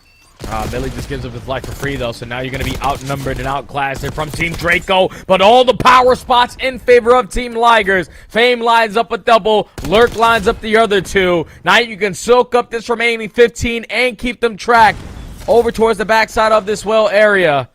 And win the rotation over towards New. A massive response there from Team Ligers to give themselves a nice little comfortable lead, and now fully set up at New. Yeah, looking good. Already better from what we saw in map number 1, but we are just 2 hard points in, so let's not get ahead of ourselves. The game is now just a 30-point difference. Spawns are still good for Ligers, but the pressure is a bit unknown in terms of where it's coming from.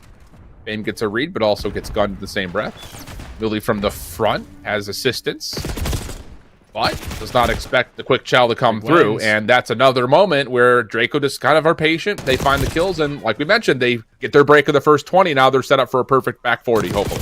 Yeah, it's a beautiful break there from FC Draco. All 4 dead at the right time. You know exactly where the pressure's now going to come in from. That's from the front side of well. So we just got to set up for this second wave. So far, Traix is single-handedly taking care of it all. Has an AR and an SMG for the occasion. The team is able to assist them for that final kill. And Draco are now looking for this final 15 to tie the game. But a battle off the rotation. Glow Frost, you're going to be the first one up.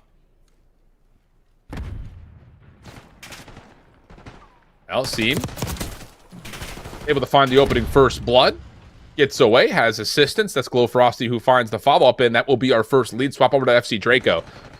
So just as much as the rotation from 2 to 3 was looking convincing for Team Ligers, 3 to 4 looks better now for Draco. Pinch setup on the way, though. Fame able to find one on one side. The rest of the team hitting from the other. Two. Fame's going to maybe create some space here to just do it all himself. But no, instead it's Asim who finds 3. Help is on the way, and FC Draco will hold. That's massive, because now you know. Another clean 4 dead. All the pressure has to be from Lambo side or through mid door. Let's just rally up for that next wave of kills. You find the initial 2. Gunless is able to get a trade, but he's instantly going to be traded. And your second attempt is already going to be shut on down. FC Draco now pulling away in this game. Are not going to be prepared for the pinch spawns that come in from Team Lager. So they're going to walk away with the final 15 and still be in the mix. Well, opportunity to get a little bit of scrap time here for Team Ligers, kind of mitigate the damage that had been dealt in the last 2 hard points. And beyond that, it's not just finding the scrap time. They get some successful exit kills. They get a little bit more time on New, but Nate over the top will take that player out of the hard point. See him working on the wrap over towards topside halls, but he's got help. And he's able to find that kill and then immediately jump into the hard point. And now Trakes has all the info again. If they're spawning over towards Plaid side, let me just continue to be annoying, be a nuisance. At least draw them my way. And allow my teammates to be uncontested on this hill time. Currently up by 20, about to be 25. Your ARs are still dominating the top hallways. Gold Frosty on 3 in a row. Final 25 should potentially go their way, because now if your team Lagers, everyone's got to push too well. We need that new rotation. You need it. You need it quick. Draco getting a read on where this play is coming from, but that's a first big elimination from Millie. It's going to have Neum having to worry about 2 things at once. Trake's trying to help out of the backside, but loses track of the play in towards Spiral Stairs. So Team Ligers will get in at least around the hard point. They don't expect Neum to be this close, but still find the kill regardless. But Millie, who had been playing the backside of lobby this entire time, does drop. Spawns are going to lead to a natural pinch setup, and Gunless tries to take the battle first into checkers, but gets broken, and FC Draco are in with spawns. Oh, that just can't be that easy. Like, if you're Team Ligers, there's only one player who lost a gunfight through the backside, but all the other pressure was through the front door. We don't fully have to commit on these gunfights, but you lose every single one of them, and now you were forced to try to find a break into one of the more difficult hills that we have here on Hacienda, all through the front side. Your first wave already got shut down, and now with final 25 seconds to play for, it's like if you can't do it through the front, we're down by 60, and we are potentially going to lose the road out of new. Yeah, for real. Not ideal. Not ideal at all, but a mixy moment here in the last 10 seconds. Spawns will have Draco still spawning old, so this could lead to an opportunity kind of naturally for Ligers, especially with a couple of exit kills starting to be tallied as well. So you've got a pretty aggressive line of scrimmage to try to hold this rotation off for FC Draco, while someone should be able to get some early time here for Ligers. That'll be Millie, who offers the assistance on the OBJ. Fame gets caught, trying to play over towards Rockside, and oh no, Gunless also falls, and now everyone's in a weird spot. Millie gets one from the front, but Lurks trying to play off the window will fall, and that's just another rotation completely blown by Team Ligers. That's so beautiful right there from FC Draco. They understand, okay, the biggest thing about finding breaks successfully in this game is always finding that opening kill. They're realizing Fame just popped a double head hold. Let's just start off by getting that one. Once we get that kill, now we have the advantage around the map, even though they're fully set up, but they don't have every single angle cut off. You catch the timing off to the player who's holding on the back end, and you spawn 2 all the way across the map. It's just beautifully coordinated there from FC Draco to find the break there when it was needed. Now in the final 12 seconds, you're able to work back in to walk away with this remaining junk time. And now it's a one-on-one for the Roto at new. Yeah. Looking pretty good, I'd say. Looking pretty good. You can't read Well, at least for now. Huh? This is unreadable right here. This play that he just made is simply unreadable, but somehow, some way, Neum is going to lose that gunfight. Does not matter. Your teammate should get the trade or does not. Gunless is able to lie down but double, and now Team Ligers get all 4 dead, and now right back in this game with a full hold here at P4. And we're seeing some things that I think are big byproducts of teams being recently formed to try to make this run happen. It's not fully coordinated. It's trusting on a lot of individuals, which both teams have had success with. I mean, you've got Neum, once again, 23 and 14. We're on the other side. Millie's hanging his best out there, but FC Draco just, again, too convincing, playing around the hard point. Up to 175 points. Team Ligers trying to break this all through the open hallway stairs. Asim on one cross. You've got some shots on the way in, and that's going to be enough to just completely set up Asim. Glow Frosty there to finalize the last 2, and that'll be a perfect final 30 seconds or so for FC Draco, getting above 190 points. Yeah, what a play call there from Team Ligers. You know, like, nothing is working unless it's 4 hit through a doorway and hope to God that we can win trades there. And that's just playing right into the hands of what Draco want them to do. Just make the game as simple as they possibly can. You're almost up by 60. It's a battle for this early P1 time. We can tend to play like a little bit of a rat in this occasion if you are Neum. Just keep away is good enough, at least for now. Yep. Wow.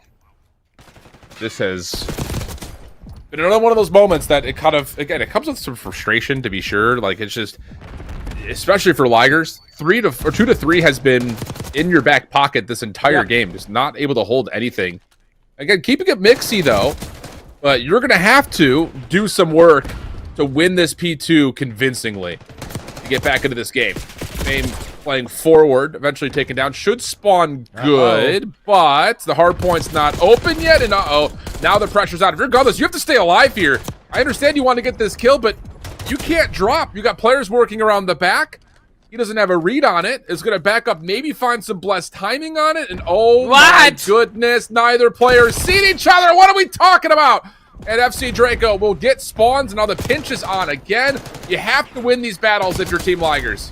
Oh, now the last man standing is going to be Lurks. He's unfortunately going to fall to the Semtex of Glow Frosty. So Draco with too much pressure through the front doors. Find another break here at the P2 potentially for the final 40. And if they get all this time, it's going to be a GG. We're going to a map number 5, and Team Ligers know it, so they have to commit on it. Get every single kill in the feed. Get the break potentially for the final 25. Yeah. At least you're giving yourself, again, a chance, but we cannot be losing setups like that. Lurks heating up here late. Knows he's got a seam with a pistol, but kill still comes through regardless, and now it's the mad dash over. Fame, gun up, ready for Trakes. Not ready for Neum. Gunless trying to follow up on that play. Able to find at least his trade. But you have to get some pressure over the top of the hard point, and finally, they're able to get at least all 4 players together. It just comes down to, can you find the kills on your break attempt now? Yeah, you got to clear these plays on the backside of 10. Don't have any stuns or nades to make this a little bit of an easier approach to these gunfights, but now Gunless with the SMG, gonna start to work this pinch. Finds that opening kill onto a seam. And now you know there's only pressure sitting on top. Plat, Lurk's gonna jump right on up. Lines up the double. Hello, Go Frosty, how you doing? Team Ligers showing some life here. Potentially a lead change on the cards, and it's Millie, last man standing. Yeah. Fame also just trying to hold his ground. Rotate. Yep. You've got 3 members that are up right now for Team Ligers, but they're still looking to, they're going to commit for this scrap time. You're only going to get Millie on rotation. He does have a Hellstorm available, and he's going to get some good timing here, likely to find the 1v1. Does he wait for help? No, he doesn't, but Fame is able to find one. Now we got another 1v1 to the top of the hard point, and Gunless will win this, and surely you call him the Hellstorm here, and this rotation back over. I'm calling it in as soon as I come off spawn. I just want to make sure I alleviate the pressure from my teammates, but he's just going to decide to do this with the gun. The opening kill goes to Gold Frosty. Millie looking for the response, lines up a double, but the numbers now in favor of FC Draco. You're going to be able to get the break, and this is what you got to invest in, because Trakes just did it all. That is an unbelievable double from Trakes, little spinner for 2. And now the Hellstorm gets called in desperately. It does take down Neum inside the hard part, leaving Fame for a 1v1 with Gold Frosty. Gunless working with him. Oh, but how about the opening shots? Those are decent. Still win it. Numbers are here. You can still win it. Just comes down to, can you break if you're Draco?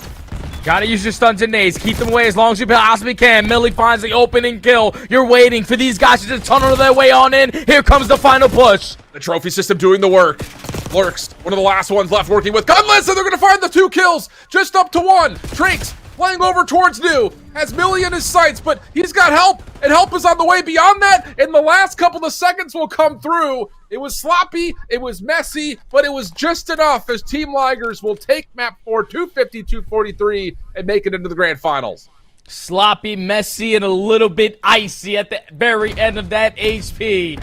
Team Ligers knew we could still do heavy damage and we can hold down a majority of the time at the P4, and thankfully they were the last team to end in the P4, because that makes your rotation over towards P1 a whole lot easier. You already have open control, you already have players in power positions, and you also have the objective covered as well. We just needed to keep him alive, and even though Team Ligers didn't have the best performance, like you said, sloppy from the P3 to P4s, but the P2 was their money hill, and thankfully they make up for the broken P4 there at the final moments. They are going to be the team early on to advance now to the grand finals. Wow.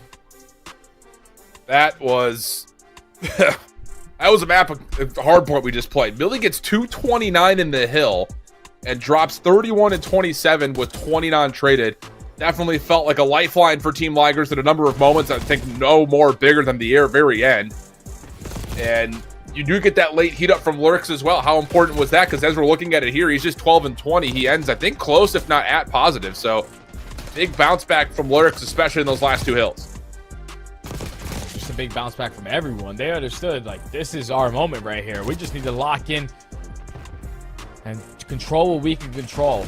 Guns fights is going to start going our way, and that's exactly started to be the turning point in the game. Millie just popping a double here in this highlight allows his teammate Fame to secure one, make it a 1v1. Even though Neum or Trakes is able to find a double, at least you know everybody else is coming off the respawn. We got the Hellstorm. We have the numbers now to work our way back on in. Now, when you end out this kill feed, dominating in blue in the final 5 seconds, you know that you have a lot of mid-map pressure to go with it. Just got to keep your teammate alive, and Team Ligers able to ice up, man.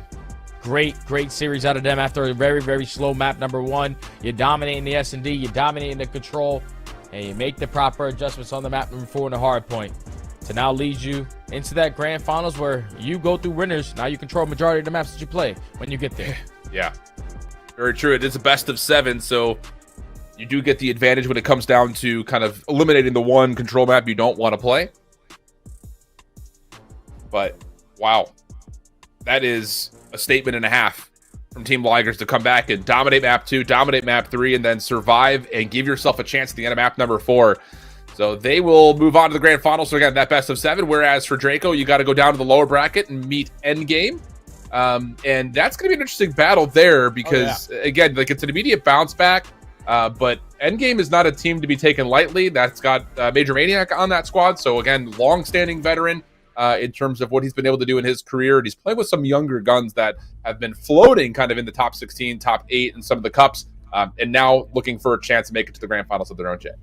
Hey, that's going to be fun, man, because you know Major Maniac has always got those S&Ds circled in every best of 5 series. So you need to make sure that your respawns are on point versus this end game roster, because if you are FC Draco, map number 1 was great, but everything after that was just lackluster. We need to relock back in and be more prepared going into potentially our next 2 series.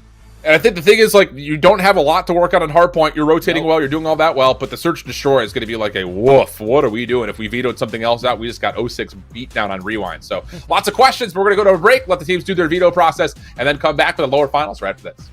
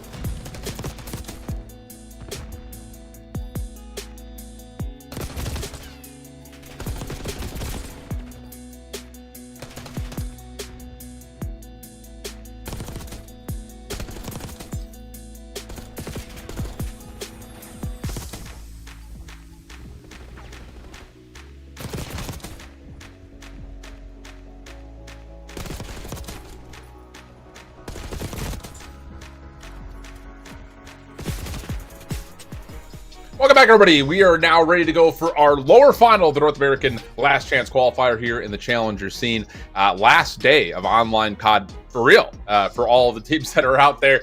And this one's going to be an interesting one because coming off of a pretty significant loss, you're looking to see if FC Draco can bounce back, whereas waiting in the wings has been Endgame, a team that, again, just kind of speaking to, and we'll look more at the roster later, is one that, you just don't really know what to expect out of them. The three guys that have had, some moments where we've said their name, but largely they've gone under the radar, and Major Maniac, who's part of that squad. So looking at their run, it's been a very long lower bracket run for them to this point. After dropping in winners round 1, now they find themselves in the lower bracket finals, and this is the roster that makes it up. What's your thoughts here, Jay?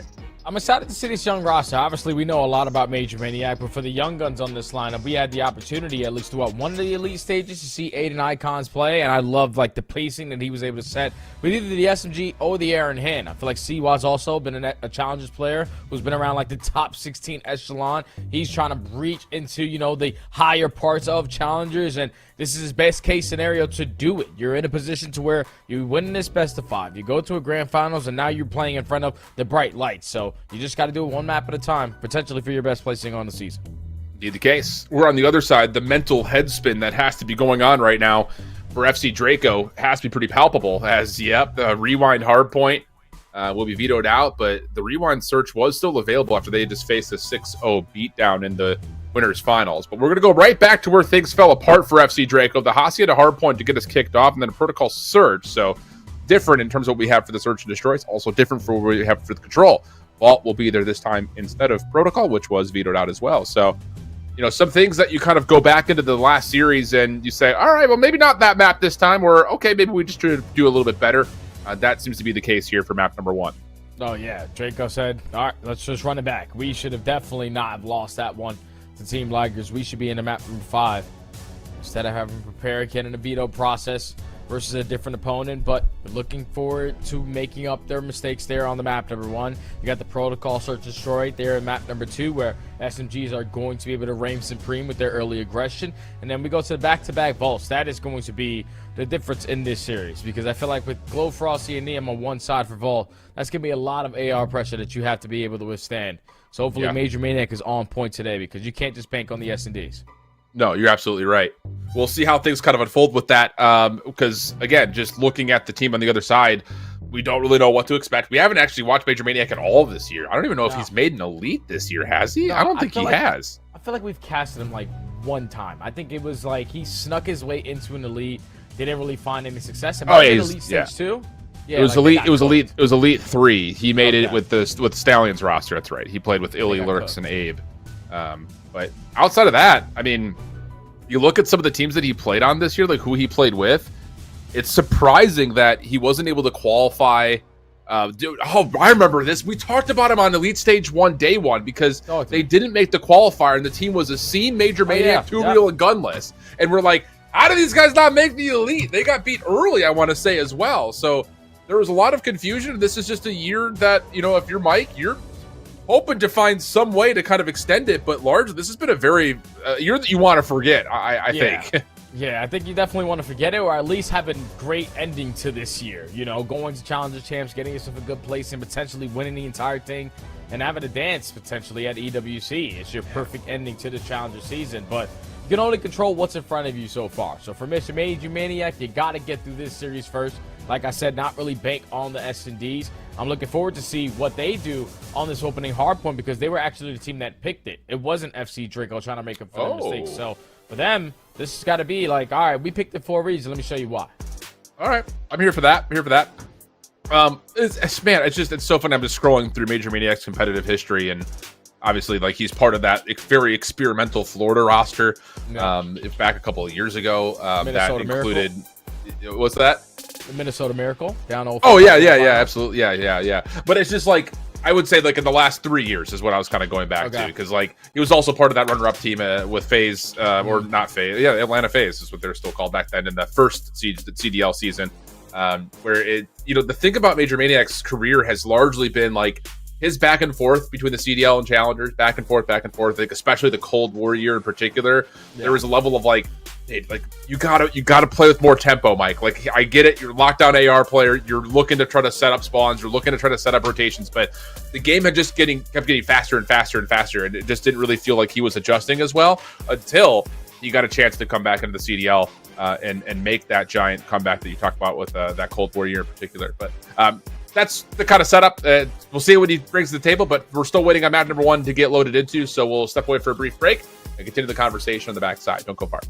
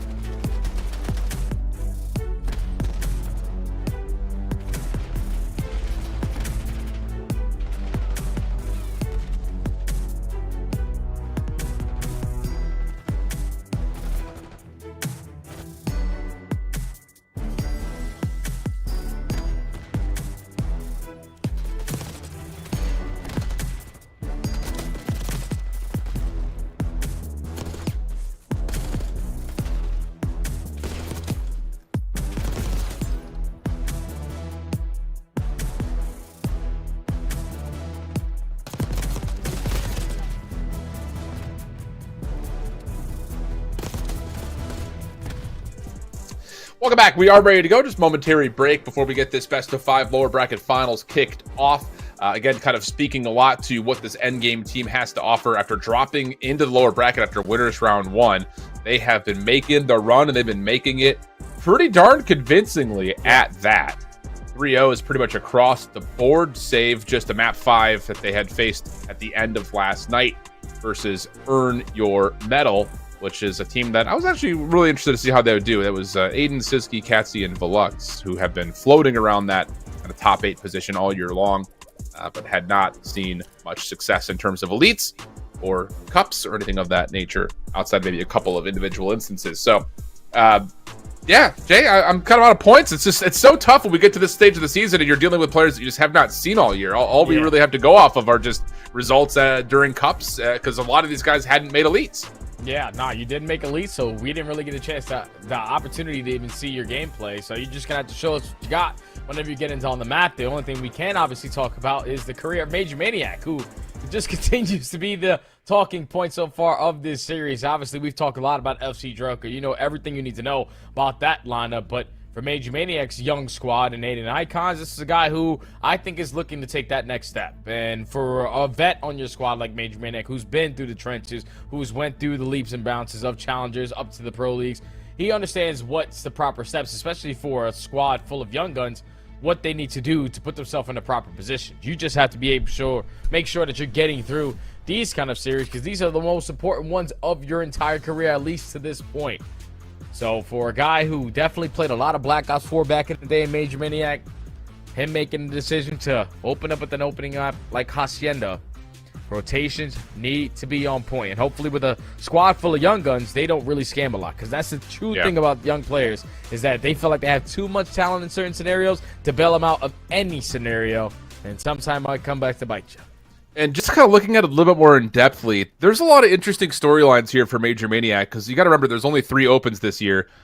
in Dallas. Top 24 position, but listen to what the team was. This is interesting. It was him, Trakes, Hamza, and Neum. Okay, so that's 2 players on the other team. You fast forward up to the most recent at DreamHack, he played with Asim, Gunzi, and Icon. So Major Maniac is trying to get some revenge here. Playing up against the teammates that he had played with throughout pretty much the entirety of the year. And it looks like things are starting off pretty nicely here for Endgame. Yeah, so far, great start to this opening HP for Endgame. You're dominating the hallway presence. You got Kips with the AR in hand, looking for the freebie on the Globe Frosty. Fortunately, your teammate walks right in front of you, so it's technically a 1-for-1 trade, but you soak up a lot of time there at the P1. You still have a potential chance to soak up the final 14, but we're more focused on the rotation over towards New. We already have presence in towards the garage. We are now in a position where it's just going to rely on a one-on-one gunfight. Kip's last man standing, so he's technically going to win the rotation, but he's the only one here. Yeah. This is also Kips' first year playing. He did have, actually, I was going to say, I remember the name from somewhere. Looking back at his history, he played way back in the day in the Atlanta FaZe Black Ops 4 Invitational. Played with Yeez, Tyler Hunt, and Parzelli. How about those for some names? And he's again just kind of in his first actual competitive year. It's been kind of here and there as Endgame are looking solid over the top of P2 with Major Maniac finding a couple to finish off and likely get the large majority of this back 30.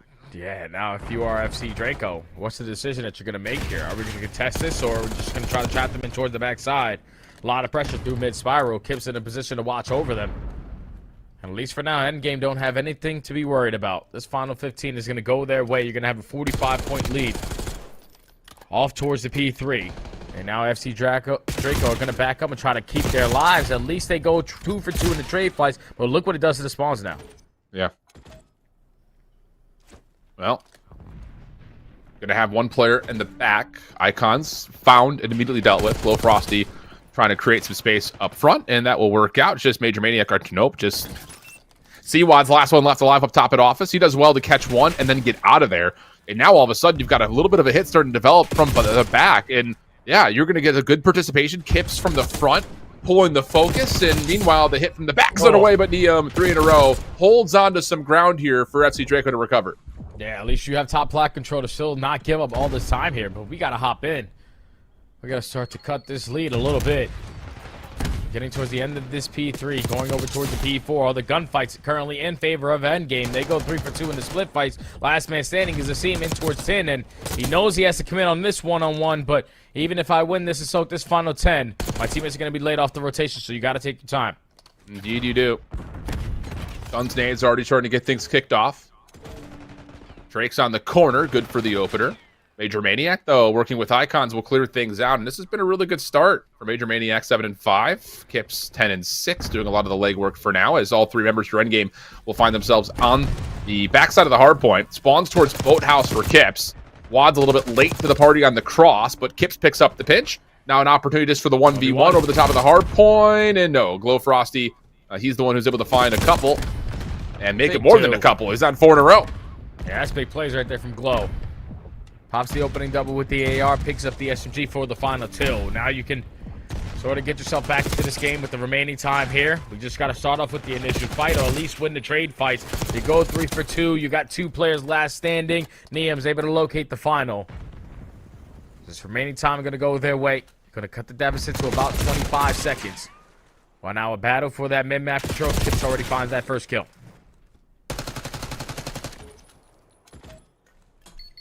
20-point game. Endgame off the exit from Old will find some very early success here inside the courtyard.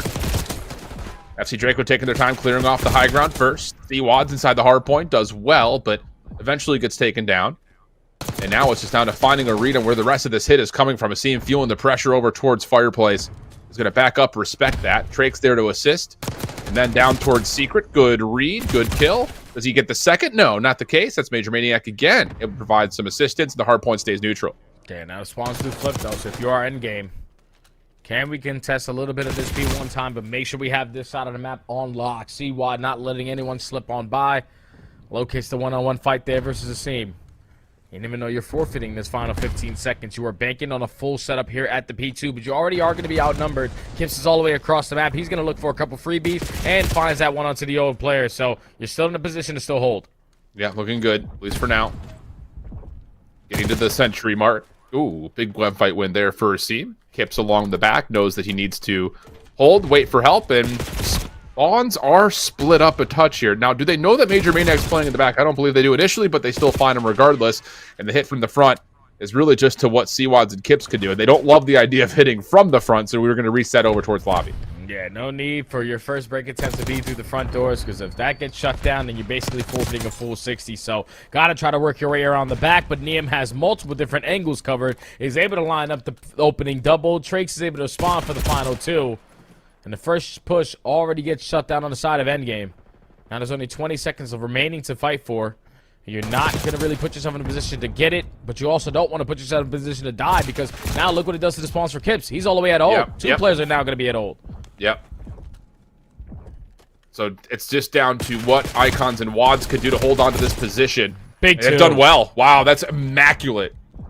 So you get one on the exit for Bold. Wads good awareness that the spawns may not fully be flipped yet. Tries to play deep, and will catch the information that a couple of Draco members did spawn up in the back. So again, split focus here for Endgame.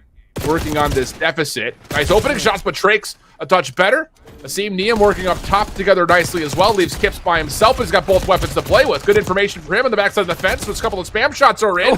That's enough for Wads to follow up, and Endgame are going to hold from the front. Yeah, this is good stuff, because you were not supposed to be able to hold this down. You lose that initial gunfight. You lose the second initial gunfight towards top flat. But even being outnumbered, you're still finessing the hell out of this HP to not allow FC Draco to grow the lead even more. But they're able in the final 15 seconds to locate every single kill, secure that remaining junk time. And now Endgame have an opportunity to right the wrongs here at P4 for a good setup, but they lose the initial fight already. Yeah. Just down to the follow-up gunfights. Neum trying to find some timing to break his way on in. Dude, team shots come through with Glow Frosty on 3 in a row. We'll get Draco into the early time at P4. This route for Endgame is not a comfortable one. Everyone having to play through the hallways. They do find a couple of big eliminations, though, and actually gives Kips a chance to jump in and contest for free. Here comes the pinch over through the closed door, and that works out beautifully. Kips for 2. Trophy system in the way, but still the break is good for Endgame. Massive break there for Endgame, because if you were FC Draco, you would have been able to withstand that pressure coming in. Could have blew this game wide open, but Endgame staying in the mix. Extra SMG in favor of Major Maniac's hands. Just trying to choose the right time into Chow, and at least locates the last player. 4 clean, 4 dead. Now you're going to apply the pressure over towards office side, knowing that you're influencing them over towards boat. And you're going to take the lead by a slight margin now. Yeah, looking good. Looking really good. Major Maniac feeling the pressure. Just trying to extend the play as long as humanly possible. Now it's a little ring around the rosy. And this is really good finesse for Major Maniac. Turns that into now 4 in a row. Off the regen, can help his team clear out the top hallways. And with an AR, maybe can deal some damage, but Glow Frosty is in his way. Icon's trying to at least keep Spiral in the control of Endgame, and that's good. Maybe even more so as he gets out of the hard point and can take this to a tie game. Oh, but can't win the one-on-one there versus Neum. Does not matter. Your teammates are there for the trade. You're still controlling the majority of the map that you want, but you can already see the long route on the horizon there from Glow Frosty. He's taking a couple steps ahead. FC Draco able to dominate the last go-around there at the P2. Glow Frosty knows, though, I can't just leave my teammates out stranded. Let me get into the mix a little bit, get 1 kill, and get out of dodge. Secure this side of the map for my team. Massive play there from Glow. Yeah, really well done. Trakes also keeps his eyes forward over at Checkers. Maybe more than he's bargained for, though, as the entire team is trying to get in from the front. Opening first blood is good. Trakes still staying alive nicely, and with help on the way, they're able to hold on inside the hard point. The AR's getting the job done as Trakes gets to an even 21 and 21. Asim winning out 1 gunfight around the back, but there's still more to come over through L. And Asim knows. Asim knows that there's going to be another gunfight right in front of me, but he already loses the initial gunfight. Thankfully, you had 1 player who naturally is going to spawn out, so he's going to be properly set up for an easy pinch. You're still trying to locate this last player in towards lobby. Neum not going to fully commit. Let me just set up my teammate for that gunfight. Now we just got to withstand the pressure coming from the front, and this could be a full 60 hold. All but Wads able to create something from the front with Icons. And this 23 seconds is not insignificant, especially with FC Draco limited on approach to try to rotate, but Icons doesn't really know which way to look. Kips unfortunately falls into the water. Now he's in a weird spot to try to mantle back over, but he may have actually caught a little bit of timing here. Yeah, kind of splits the rotation versus the players playing on hold. So now he's got maybe a 1v1 to try to open up space on rotation around through P4, and that looks pretty decent. So 6-point game. Spawns still had one member for Draco spawning old, but due to the nature of the timing of their rotation, they will still get defenses first. Yeah, they're going to be over towards fences side. 3 players in favor of 2. They have top plat control as well, and even though Major Maniac was able to locate that player coming off with the old HP, his teammates fell at the same exact time.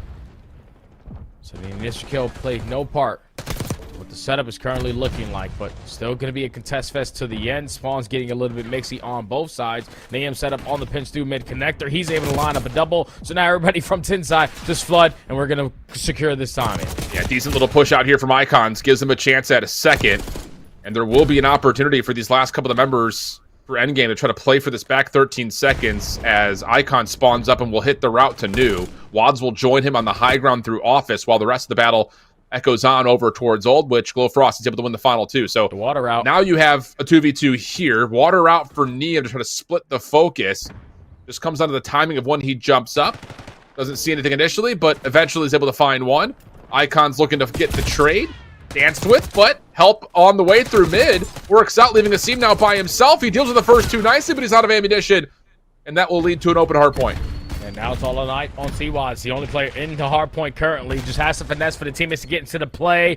Team kills also going to help the scenario because you're still standing with the numbers if you are endgame. All the pressure from both sides. Kips is able to line up a double. And that allows you now to stabilize on the map. A 10-point difference. You can pull away here. If you are endgame, you just got to hold on for one more push. Yes, you do. Well, it's all 4 dead. Leaving Kips now by himself, and no, not going to happen. Last 12 seconds. Look good for Draco. Rotation from endgame. From the P2 side of the map is right over the top through Spiral. And that's Trakes for 2. Just kind of splitting the focus with Neem up top. 235, 216. Major Maniac. Trying to move quickly through fire. Able to find one through the open halls. Now it's just down to, can you actually get the players off the hard point themselves? And yeah, good angle there. Major Maniac for a second. Looking for more. Feeling that he can get more, and he will. 241 is where it comes to a pause. 216 and counting for endgame, and there's only 47 seconds of game clock. Oh, but these spawns are a little bit mixy. I don't know if you're going to be able to read the pressure coming in from both sides or from every single angle. You already did a great job so far finding that one-on-one through Spiral. But now a mixed fest around the middle map. Glow Frosty's able to line up a double. Major Maniac eventually will fall as well. And FC Draco only need 5 more seconds. They're finding every single kill. They're looking to close it out.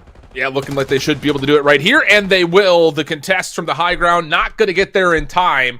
So FC Draco, another barn burner here on Hacienda, but this one with a little bit more control, does get through the finish line, and they will start off this lower finals up 1-0. Yeah, good stuff there from FC Draco to dominate the P2. That was truly the difference maker of the game because there was a couple times where if you are endgame, you're finding every single kill around the middle of the map, but then you just not are accounting for the long routes on the side of Glow Frosty. With 30 seconds left still at P1, the guy's already at fences on the outside of well. Wins a one-on-one, backs up, secures a good spawn for his team for a full 60 hold. That was truly the difference in this game, even though it's only a 24-point difference. Anything could have been just a swing moment. But that was the one that stood out to me. FC Draco, take map 1. Yeah, better in the hard point control as well, where Seawads had 2 minutes in the hard point.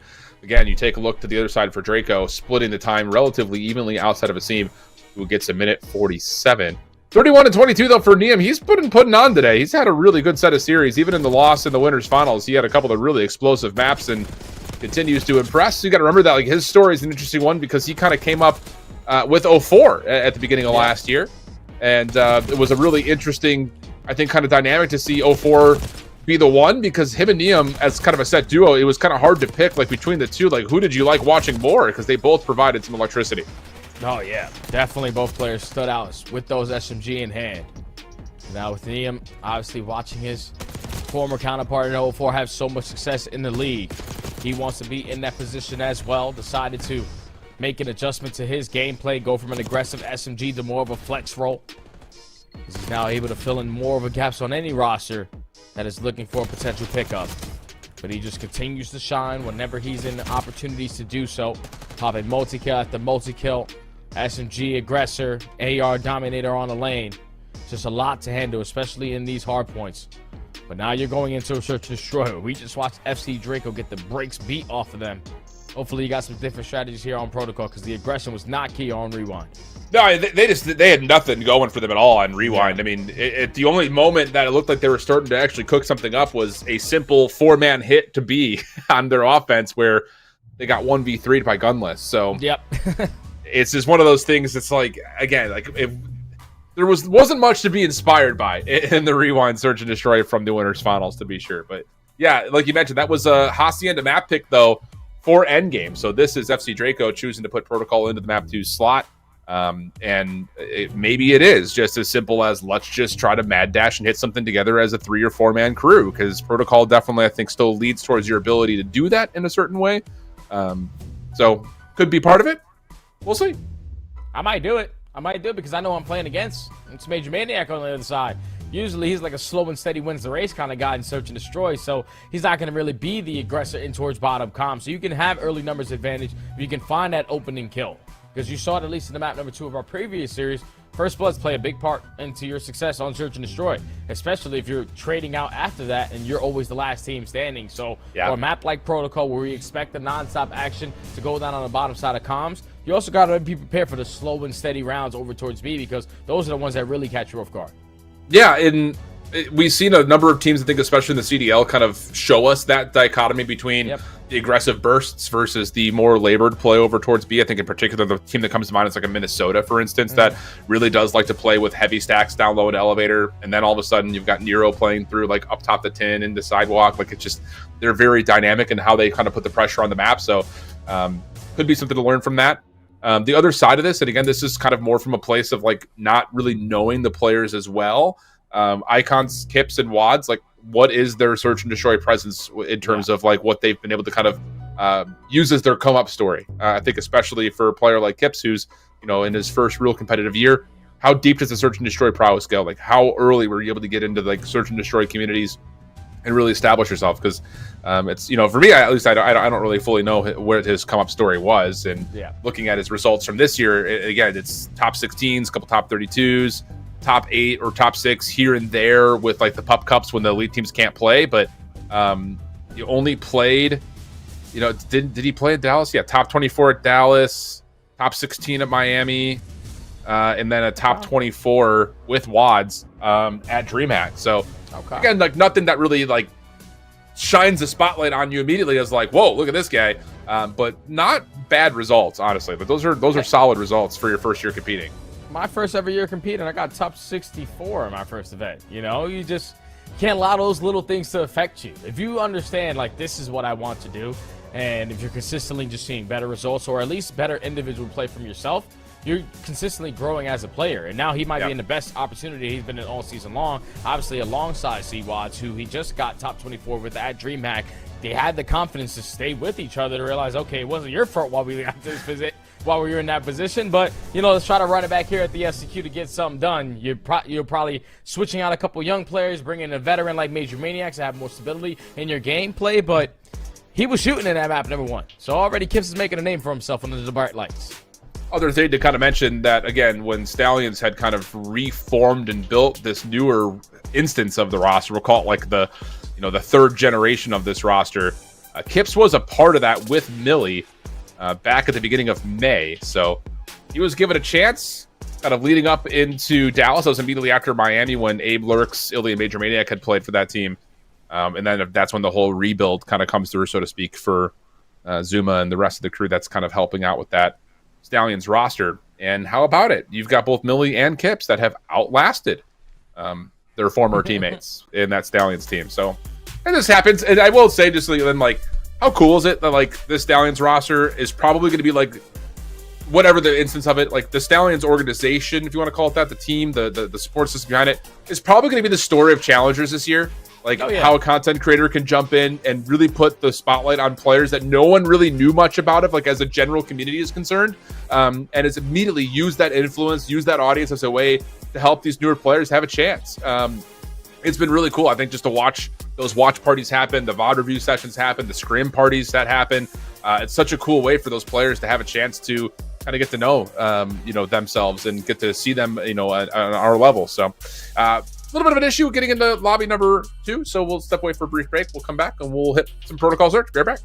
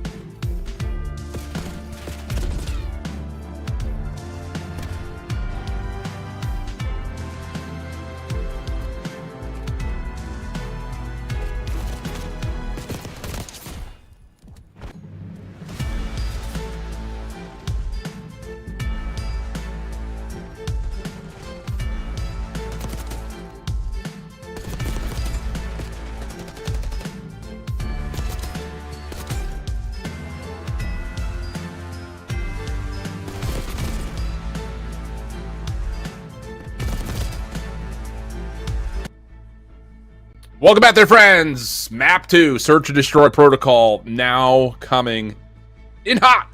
And after a very hotly contested hot seat at Hardpoint, led by the FC Draco team, barely, it felt like all game. Now it's time to see, can they actually put something together on Search and Destroy, except for a 6-0 tally in the winners finals.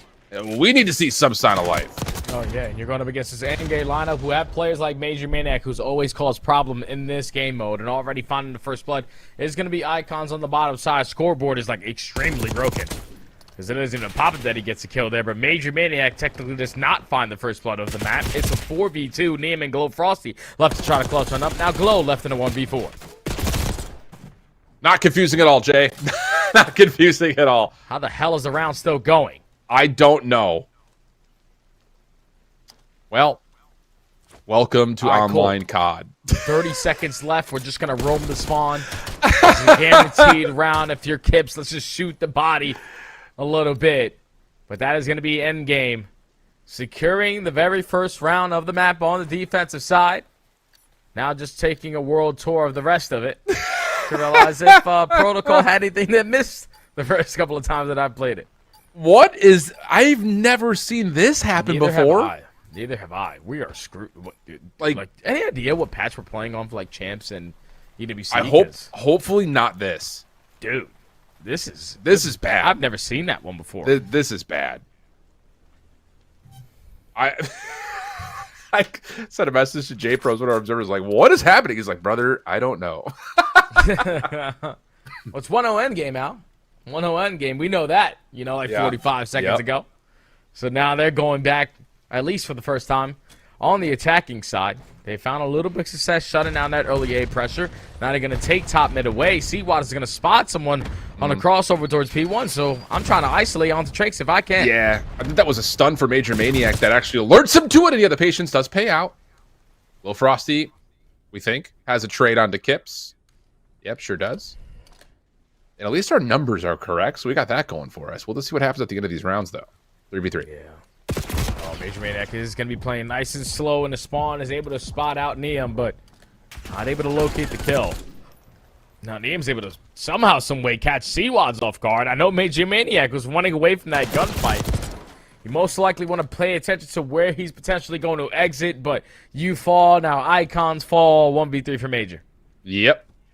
In a really tough spot, too. Just, at least he's got the bomb, but again, Draco knows the last time they saw him, he's going to be still floating around this position in some form. Or maybe not. He may catch some timing to kind of make a play. Hits the ropes, down low into elevator. May have a 1v1 with a seam for possibly a plant. Shots are clean. Does he have the space to plant this? It looks like yes. Neum's going to try to play this through the main doors. Does he get here in time to stop the plant? No, not necessarily, but the pinch is good. And that'll be enough for FC Draco to find their first search and destroy round on the evening. There you go. You know, 7 in a row. Eventually the 8th is going to go your way. The first blood did it, but the instant respawn on the trade from Glow Frosty on the Kips makes it a 3v3. Then with the pressure that you sent over early on towards tower, you realize where the play was starting to develop. You're able to find a kill, get out of dodge, put yourself in an early numbers advantage, and then force them to make the play. They can't secure one-on-one gunfights on either side of the map. And that allows Draco to secure it, tie the game, with Glow Frosty locating 3.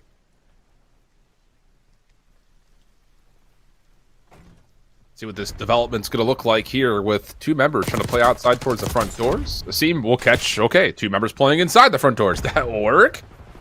Neum trying to see if there's any help over the top. There is none, so it'll just be a 4v2 post-plant situation. Major Maniac tagged. Neum, did he also get a read in the player up top of the windows? Seems to have an idea of it. Is going to make a long route around the back and really make this post-plant difficult to read. Oh, Major Maniac nading himself, so that's not going to help the scenario. Kips left in a 1v4. He is instantly going to fall. FC Draco with the aggression there. Overdue tower. Asim is able to open up the massive double from tower side. Instantly takes A control, and as soon as you find that initial 2 kills on that side of the map, realizing that's going to be their only line of defense, just plant the bomb, and the round is pretty much over after that. Yeah. Easy one there for FC Draco to take the advantage. Yeah, really good. You have to be pretty impressed with what you find right there. In terms of your opening first bloods from Asim, you just don't really anticipate that you're going to get 2 on the interior with no one else helping. You know, over the top is not something we often see, but see how things go from here. As Kips will take a very quick route down low. Trakes is playing with some elevation. Stun will hit. They'll see the slide across, but do they anticipate Trakes? Not fully. But there is a still 1v1 trade. Trake's still hanging, and he's got help from the mid doors. Trying to get out, not going to happen. Neum will back off, and we'll go to the 2v2. You already know where the pressure's going to come on in, but you just don't know where the positioning is of Glow Frosty. Were you potentially able to spot him on the hop-up? I think you are now. If you are Kips, can you locate the gunfight? No, you do not. You get isolated. Now Major left in a 1v2. Nade not going to connect, but catches Glow on the jump up. And now he's just finessing the jump over. Wow. Not good enough to secure it. FC Draco, get the round. That is one of those moments that, again, you look back to and say, we have this. Like, what are we doing? But Todd can be a fickle monster. And Neum, nice snap on a Major Maniac up top just beyond that to give himself not just the clutch, but also another impressive moment in what has been a, again, really solid opening to his career to this point. But 4 in a row, that's the bigger news. RCXD earned and a 3-1 advantage for FC Draco, looking clean after that first round weirdness. Yeah, starting to show their dominance in search and destroy as long as they can find some success early on with their aggression. And they're always looking for a gunfight and already have a lot of presence in towards bottom side of comms. You're banking now on this retake if you are endgame. Early pressure going through big door, but everybody else working this pinch. It's going to be a 4v4. Someone's got to find the opening kill. And again, just the mind games from that last post plant. How much does FC Draco put the pressure on the pinch versus just flooding through the front? Neum 6 in a row. I mean, we're going in 1 by 1. This is a shooting range for Neum. Icon's last one left, looking for 8 in a row and another ace for Neum. Nade bounced off. It does tag. Won't get the full kill. Someone else will take it away. But those challenges, woof. Bad. Yeah. They're just bad. Like, that is unacceptable. If that's what your break attempt is going to look like, if we're giving up bottom comms, we're banking on a slide over towards the boxes on the Godheadies.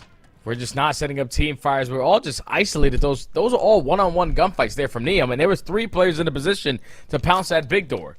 That's just not the way you want to play there. That if you are endgame, and that now allows Neum to take full control of this map on 7 in a row, can earn himself an early Hellstorm and guarantee an attacking round, especially over towards that B site. So, just going to play this one a little bit safer. I got B on lock, guys. You guys go why not? control Yep. A. Yep.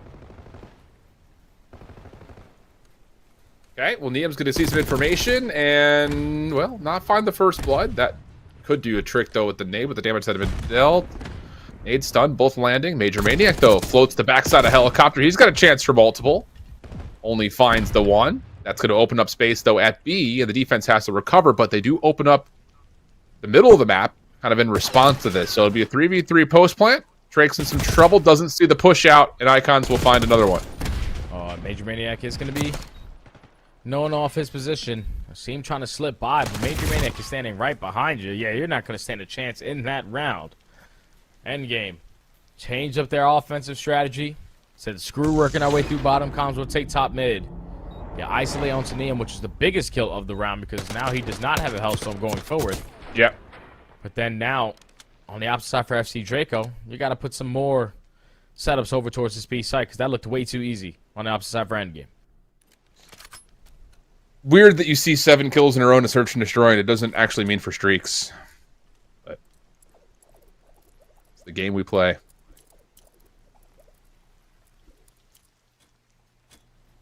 Nades over the top, just trying to make a play over towards field, and actually they land. Long-range fight for Neum. Tags up one, but doesn't do too much. It's a solid read, though, on what the defense is looking like. The nade that lands at field, plus the AR watching over the top, you would think this would mean, yep, try to get a look over towards B, and that's exactly the case, but Endgame are rotating quickly to try to deal with this. Oh, yeah, they're going to already be in a position to contest this B site. You have back gun control, you're watching across out of heli side, and all the SMG presence for FC Draco have yet to be able to spot anyone. The nade is going to be able to connect. Major's going to try to send it on in, give him his positioning, but at least knows this is where the play is developing. Wad's throwing shoulders, trying to keep the defense at least somewhat involved on this contest. Bomb not being planted yet. Major Maniac just continuing to throw shoulders on this backside heady. And we're bailing. FC Draco going to try to go for the rewrap back over to A. And yep, you can use Neum as a pivot point. He finds one, drops back in through Spiral. Should be a very comfortable plant here. And if you're Icons, you got to make a more impactful play than this. You know that you're the only one behind enemy lines, but you could potentially be the difference maker here if you can sneak your way in towards comms.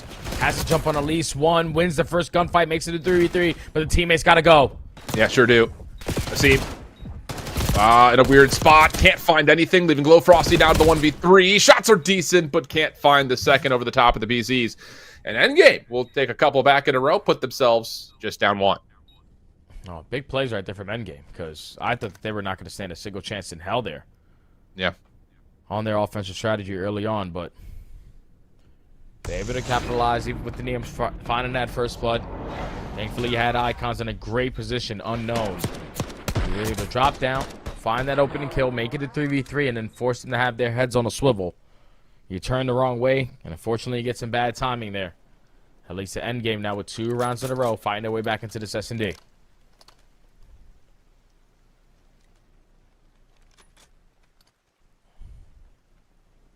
Well, what are you going to draw up here if you're Endgame with a little bit of momentum on your side? You talked about it from that last round. Changing up their offensive look, finding success with it. But instead, they're going to go right on into the mix. Drake's once again up top. Oh, whoa, no. RC. I didn't even hear it get called in. But Neum takes down 2 with it, and that will immediately stop the play over to A. Major Maniac still has a look for maybe a 1v1 in the Glow Frosty. Nade denied by Trophy System behind him. Glow Frosty still dives on into A, surprisingly enough, and that's going to lead to Endgame rotating freely up top, and this is going to be a free B plan if they commit to it. Yeah, just get it down for free. Put yourself in the clutch position if you are Major Maniac, who loves to be a player to be put in those kind of scenarios, but FC Draco are just going to forfeit this bomb plant, play to their man advantage. Everyone going to exit the same exact way through Spiral. And if you are endgame C1's a Major Maniac, how much time can you stall? Well, this is tough, and yeah, C-Wads won't be able to find anything there in that forward position. Major Maniac is going to jump up and around. No, What? he had an angle at Niam, but that is... it's a call. That's an idea. I don't think I've ever seen anyone use that route before, Jay. No, I've never seen it. He just knew that he was doomed for nothing if he just stayed alive there at Heli, so let's just try to do something that is completely out of the ordinary. But unfortunately for you, there were 3 players left on the side of FC Draco to watch every single angle potentially. Shut down that diffuser. And Niam was the closing factors on that one. A massive map number 1 there from Niam, followed by a massive map number 2 here. Already chopsticks to the name, FC Draco at game point. And it's going to be just a full flood out through the A control point and over to B. And I like the idea, especially reading what Endgame was doing on their defensive round last time, where they're heavy to hit through field and then immediate try to rotate over to B. This time you're going to beat the timing of the defensive rotation. Trax will fall, but he does get the bomb down. He's in some trouble at the sidewalk, has to back off. You should have an angle here if you're Niam. But shots are coming through. Seam will drop, and now Niam's also in trouble. And you've got to hopefully hold something. You're hoping that Glowfrost can get here to stop them. Wow, they don't find a single gunfight win. Woo! Not how you draw that up at all. And we're going to go to another round, 5-4. Thankfully, you know, if you are endgame, you were able to catch that bomb planet as soon as he gets off of it for the first blood. And every other kill after that just led to really good COD timing on both ends. I thought the scene, once he was able to wrap his way through frontside trips, could have worked the re-pinch, but the player coming through Spiral just catches him with his pants down. And at that point, you isolate onto a player on Heli. Last minute standing 1v4. If he's not in front of us, he's got to be behind us. So endgame are able to clean up the streets pretty easily there. Extend the search and destroy a little bit longer now to round 10. But the answer so far for them really hasn't been the aggression in towards bottom A. We got to try to find something else to do here on the attack. This time it's an option for an AR battle over the top of field with icons being enabled to move forward into A. First blood to C. Wants good read off the information from your teammate to catch another. Major Maniac is able to find a consolation kill over the top, but it's not going to be anything worth stopping this plan. So, a little Frosty and Niam for the 2v3 retake. Otherwise, we're going round 11.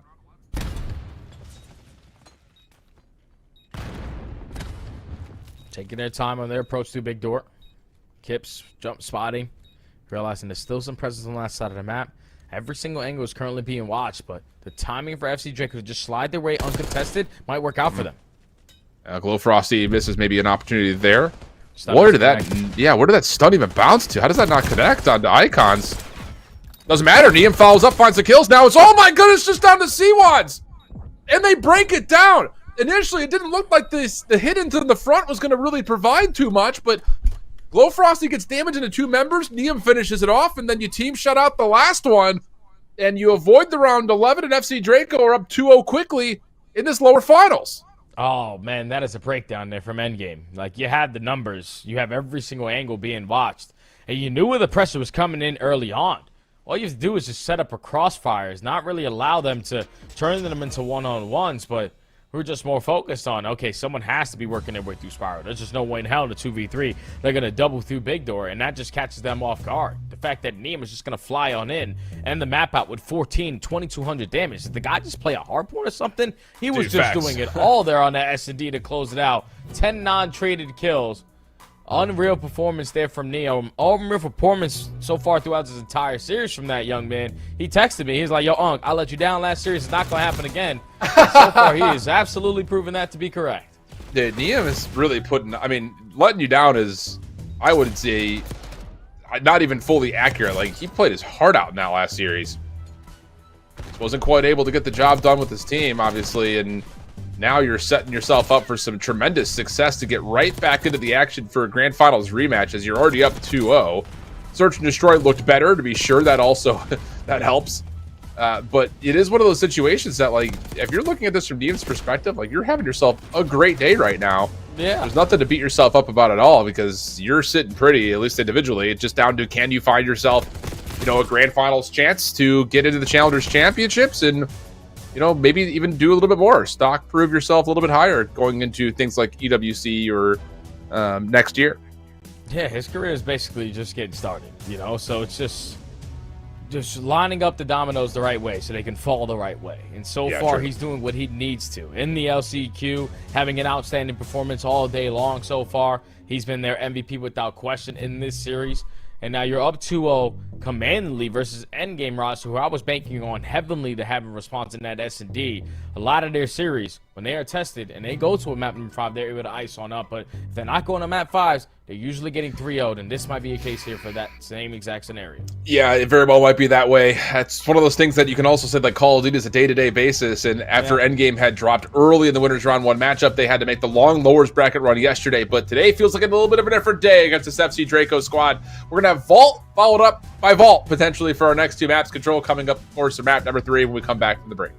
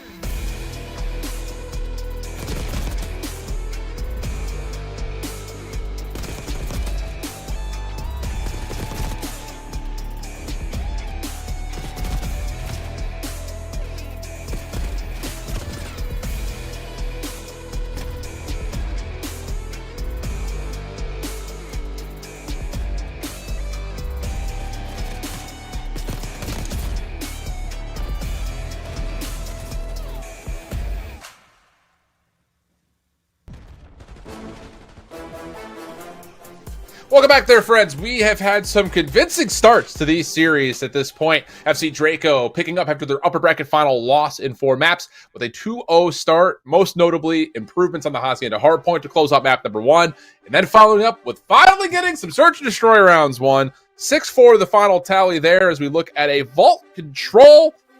And, well, we'll see what stories we get here, because on Protocol Control, they had a really tough time getting on a spawn. Shouldn't figure that's going to be necessarily the case here, though, on Vault.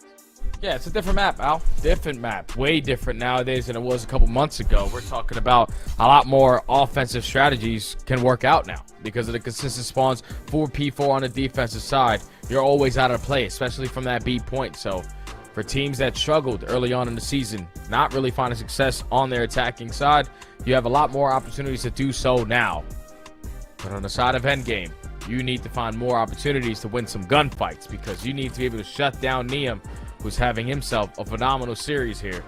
He can do it on both sides, and if you allow him to continuously set the tone early on into these maps, he's just going to continue on his hot streak. You technically now, too, Alan, want to be the team on the attacking side in round number 5, so I'm curious to how these segments play on both ends. Yeah, very true. Well, we'll see how things go. Jumping onto the mix. Opening battle, we'll have Kips kicking us off for first blood down B Street, but the focus for FC Draco is, well, largely on A. Asim has actually snuck through Vault stairs and is getting some work done on the B point. Now, there's one player that's going to be left behind defensively. That's Wads, but aware of this, largely is FC Draco, but they just cannot quite shut him down with the crossfire setup. 1 tick of progress is all they'll get on the B point. Yeah, initial break off at B sometimes tends to work if you can dominate in the kill feed, but if you're only able to find 1 kill, it allows Endgame to develop on some routes there for some pinches and instantly shuts you on down. Now Icons trying to get lost in towards Emo. Neum not going to get caught off guard. Wins the one-on-one gun for you. At least someone on the side of FC Draco does. But there only still 1 segment to their name. No pressure around that mid-map area. Finally, they clear out some space, and the team is not going to commit on A. We're going B. We're still going B. We've seen this kind of be a boon for some teams in the past, like over-committing to this position. Second tick of progress is looking pretty likely, especially if Trax can get here to help out on the Kips, which he does. Jump on, please get that second tick.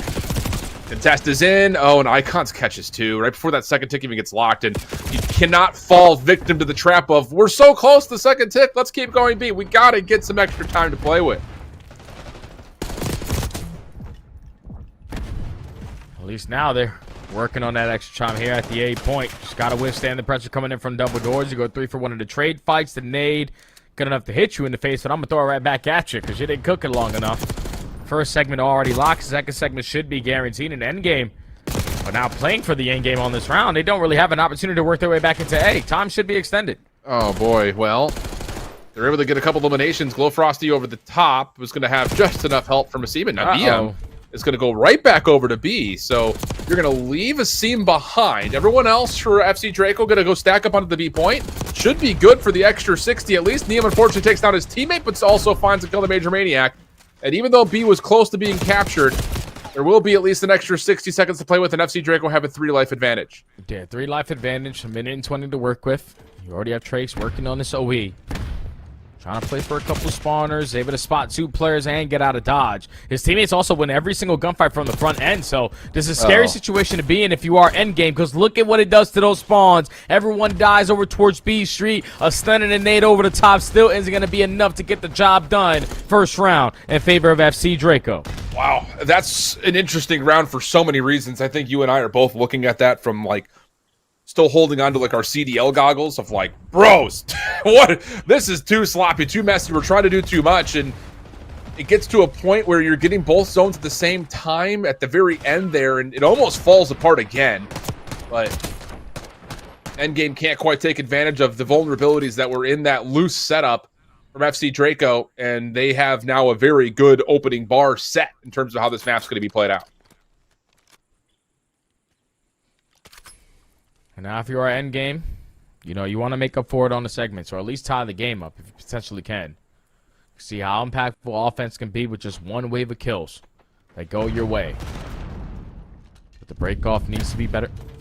Already sending 3 players over through Cat. Stuns and nades are connecting on their end. You're finding the opening double. You already have a lot of in-map control to go with it. Glowfrost is able to find 1 through top Cat, but it should at least guarantee you a segment here at the A point. Yeah. Looking good for it. Unless there's some sort of a play from, Glowfrosty, who actually is allowed to mantle up. Pinch is now on the way, and that 3rd tick of progress will be fully depleted. Yeah, Glowfrosty finding that opener is really everything for FC Draco. Makes that reapproach super simple. Wads is trying to get around the back and deter the defense from actually getting full control of the middle of the map, and that might be enough to finish off this A point here now. Yeah, they just got to make sure they're accounting for Neum, who's trying to work this pinch, but when you have everyone dead, it's easy for someone to just pick up the flank angle. Now the transition over towards B might be a lot to handle. FC Draco need to put themselves in a position to contest this. Asim is able to find the first kill, at least sets up his teammates for the second. It's Asim actually in the kill feed who finds that double there, not Glow Frosty. So it's at least cleared out for now, and you have B Street control to go with. Well, Seam's still holding the close corner.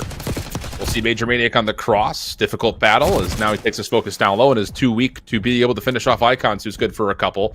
So now you've got B Street control. 2 members on the zone. Long route for Neum, but he's going to have to do something very quickly. Major Maniac is aware that this is a possibility. Tough shots, tough angle, lots of damage. A Seam from the front uses that as a window to move his way in and find enough. Actually, the partner that was Neum on the backside who found 2. And regardless of who found the kills, the clearance is there. Now, 1:25 to work with. Looking for 2 more segments if you are endgame. You're winning every single gunfight around that middle map area. Now, Trace is your only safety net. Sitting over towards Ammo's side. He knows there's still at least 1 player on the objective, but now he's going to edge his way on up. Finds a freebie on the pinch. Teammates are now back into the play, but the second segment does get locked, so even though no one from endgame found a kill there, that was still a successful push to now give you 1 more chance to close this out. Yeah. Drake's 4 in a row, give him 5. Low Frosty from on the point is good. 4 life advantage. It just comes down to, can you stop this 3rd tick before the clock expires? The Seam, good damage. Icon still on. Pistol out. Able to win the first. You need help to get back on a contest, though. And there will be an elimination on the Neum to make sure the defense can re-deplete the progress and get to work trying to set up this route from Trakes, who's on 7 in a row. Dude, this guy's been dominating this pressure still is. over towards Ammo side. Like, he's the only reason why FC Draco still are alive in this round, because now all of a sudden you blink and he's on 9 in a row. Almost really close to earning yourself a Hellstorm. But he is just implementing the game the way that he wants to. He is setting up the game the way that he wants to. Controlling the spawns. No more respawns now for endgame. And now with 30 seconds left, you got ball control. You got to stack it. You got 2 players on right now, and Asim is trying to watch from the high ground. Yep, just able to do enough. Kip's last one left, and he will drop a save for a moment there. You've got a double stack that starts to create an opportunity through stairs at Vault. A 3rd that could have joined, but not able to comfortably get on. There was no trophy system, it looked like, on that last approach. So it'll be 5 ticks of progress only captured. And the problem now becomes, how do you win 3 control rounds in a row just to extend this series? Yeah, and how do you shut down this young man? Because he's 22-7 right now. He's crushing. Yeah. He just dominated over towards Ammo side. You gave yourself so many opportunities to fight through that mid-map. Had bulk control. Find 3 dead over towards Art side, but Trakes is always the guy roaming over towards Ammo that just never really allowed you to get fully set up. A massive round there to allow FC Draco to not go up 2-0. Not really worried about the segments, even though you're up by 1. Because now we got a Hellstorm, and if we walk away with this attack, it's 3-0. We're back to the Grand Finals. Absolutely. Right back in it. I think most importantly, you feel a little bit better about your search. You also have the corrections on that Hacienda. You feel like you can come back into that best of 7 and easily take it. Or at least be more contested in it. Trakes able to find 1. Glow Frosty getting to work over towards B, but shut down. Trakes trying to find his trade. 23-7.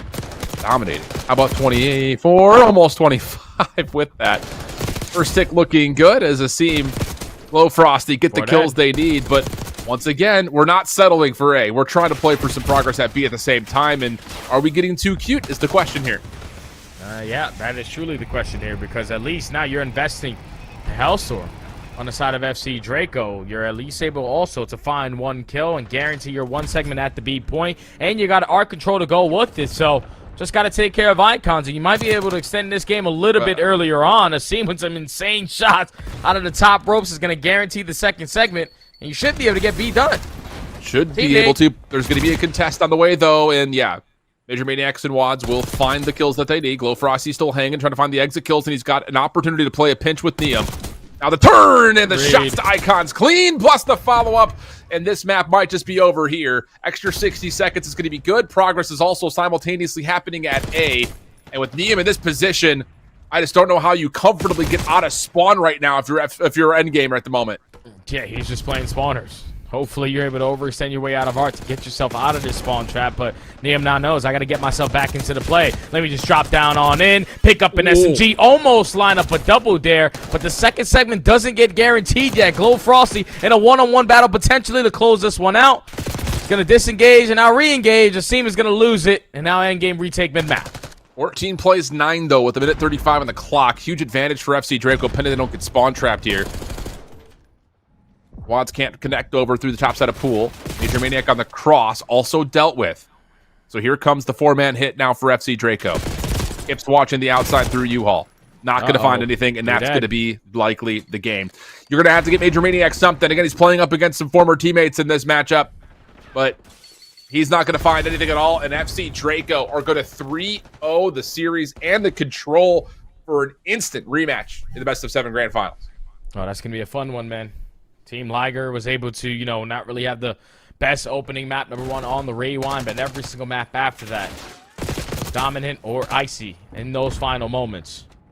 Just right now for FC Draco's side, they looked a lot more warmed up. Neum is playing with the utmost confidence. Simi is making big-time plays. And Glow Frosty was a lot more consistent with his AR in this series versus Endgame. They get through the losers finals and now move to a best-of-7 versus Team Ligers for that last spot there at Champs. Yep. Wow, man. What a statement, though. Absolutely insane bounce back after the winners finals. Again, a couple of sloppy moments, a couple of mistakes in upper bracket finals. Did not really see much of that here for FC Draco. Yeah, you can really nitpick and I think kind of break things down at a high level and say like this isn't CDL worthy at this moment, but regardless of it, looking solid. Like across the board, that Search and Destroy still kind of leaves a sour taste in your mouth, I think, after the upper bracket finals, but everywhere else was decent in that matchup. And then again, the ability to kind of fix the mistakes that they had made, be a little bit more polished on the Hacienda, win a Search and Destroy, and then come out and really showcase your ability to play off both zones here on the offensive side of Vault is something that is going to significantly, but I'm sure, play into the minds of, you know, this winners bracket final. You just don't want to be caught maybe even playing Vault anymore. Like, do you, if you're looking at this for Team Ligers, do you want to just play Protocol and Hacienda after seeing this? Yeah, 100%. We've already beat them on Hacienda Hardpoint. We beat them on Protocol Control. We're not going to allow them to have a comfortable map like Vault, where SMGs are getting lost, ARs are even pushing out towards Art Control, and they're pushing some questionable positions as well. Like, after this update, you don't ever want to be that guy to jump out from Cat, push out towards P4 side, and then spawn them over towards Art, because then that's not really helping the situation. You want to trap them in on that left side. So for a couple of those risky plays that worked out there for FC Draco versus squad like Team Liger, they're going to be able to capitalize on those things. The other side of this, you know, kind of, we'll talk more about it after we get to the veto process and reset, but like, Neum is out here. He's fighting for his life right now. He's taking tags right now. Dude, that exactly. I mean, he's out here dominating. And we've talked a lot about players like him in the past, but I think just beyond that, also players like Trakes, who, when we watched him play throughout the year, has also showcased a lot of individual skill that may have been overshadowed by teammates that he had played with before, but he's having a really good, successful year in North American Challengers. After largely, again, he kind of started off playing in Latin America, makes the moves, plays with Cabal Gaming. I think that's the first time that we really saw him step up, and it's exciting stuff right now for, I think, both those two, you know, younger players. I don't know if Trakes is really young anymore, but regardless, it's been a kind of a breakout year for him, and Neum has had 2 consistent years back-to-back now.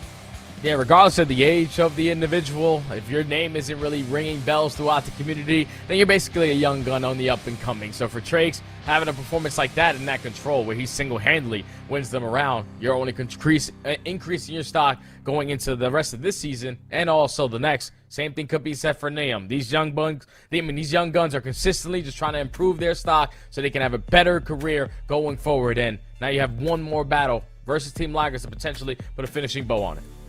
Gonna be a fun one. We're gonna step away and let the veto process ensue. Best of 7 coming up here to finish off our online challengers portion of the season. But don't go far. Enjoy your watch parties. I know most of you guys out there are watching Zoom and JP. We love you guys. Catch you guys soon. Bye.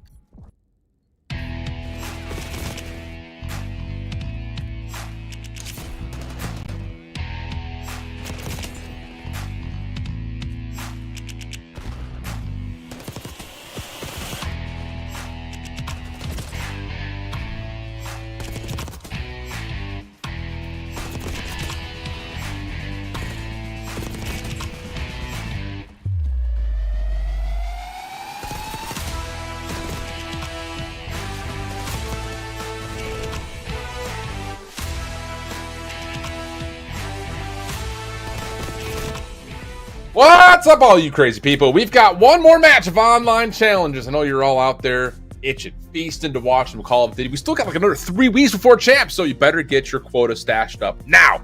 Grand finals, best of 7. I'm Ship. That's Jay or Study or the most handsome man alive, whichever you prefer to call him. Team Ligers out of the upper bracket finals going to be having a rematch against FC Draco. Tell me your thoughts, Jay. Give me the action. This should be a fun one. Obviously, if you're FC Draco, you want to make up for what happened earlier on today. You dominated them on the opening hardpoint, but every single map after that, besides that map number 4, was a smoke show. And that cannot be the case here, because this is going to be a best of 7 now, where majority of the maps are obviously going to be controlled on the side of Team Ligers. They're going to be the team that got rid of Skyline right off the rip on the hard point. They said, nope, we're not going to be playing that. You go over to the S&D, we're not going to be playing Protocol. We just watched you play that map, and you look pretty damn good on it with Neum dropping 14. So the only thing that they did different from this series is just simply not allowing that ball control to be played. And we knew that that was going to be the case when we were having these 2 squads in the final dance-off. It's going to be an interesting one, my guy. I think I am putting a lot of focus as we get later into the series, as we have, you know, the back-to-back rewinds still there. But there is a level here of like, okay, like we saw the drama. What happened in this Hacienda hardpoint right off the get-go? Can there be just an overall better approach here for Draco in terms of taking advantage of Team Ligers, who, let's be honest, both hardpoints, they really struggled on rotation in particular. Again, this is a spot for challengers, champs, or your season to be ended completely. And we're kicking it off this best of 7 grand finals with FC Draco and Team Ligers. Hard to say that seriously. Let's get it on. Hey, let's get it on, baby. 2-2 splits already in the fights around for this mid-map pressure. And our team trying to do the objective and this lane at the same exact time is going to go for the hop up. Unfortunately, walk right into the preem of Millie. Again, we're consistently finding trades around this middle map, but neither squad is really focused on the hill time until now. Team Lakers jumping in. Oh, DM shooting real solid. Again, all day long today. Trying to get his team some sort of a spark, as they have been a little bit slow in the killing department to now, especially with Millie on 5-0. Again, you talk about just the presence of the Stallions' name and team organization, if you want to call it that. You know, it's been one of those that, again, you've put the spotlight on a lot of very successful young players, and Millie has really showcased that away from that team on 5-0, also earning himself 19 of the opening 22 seconds.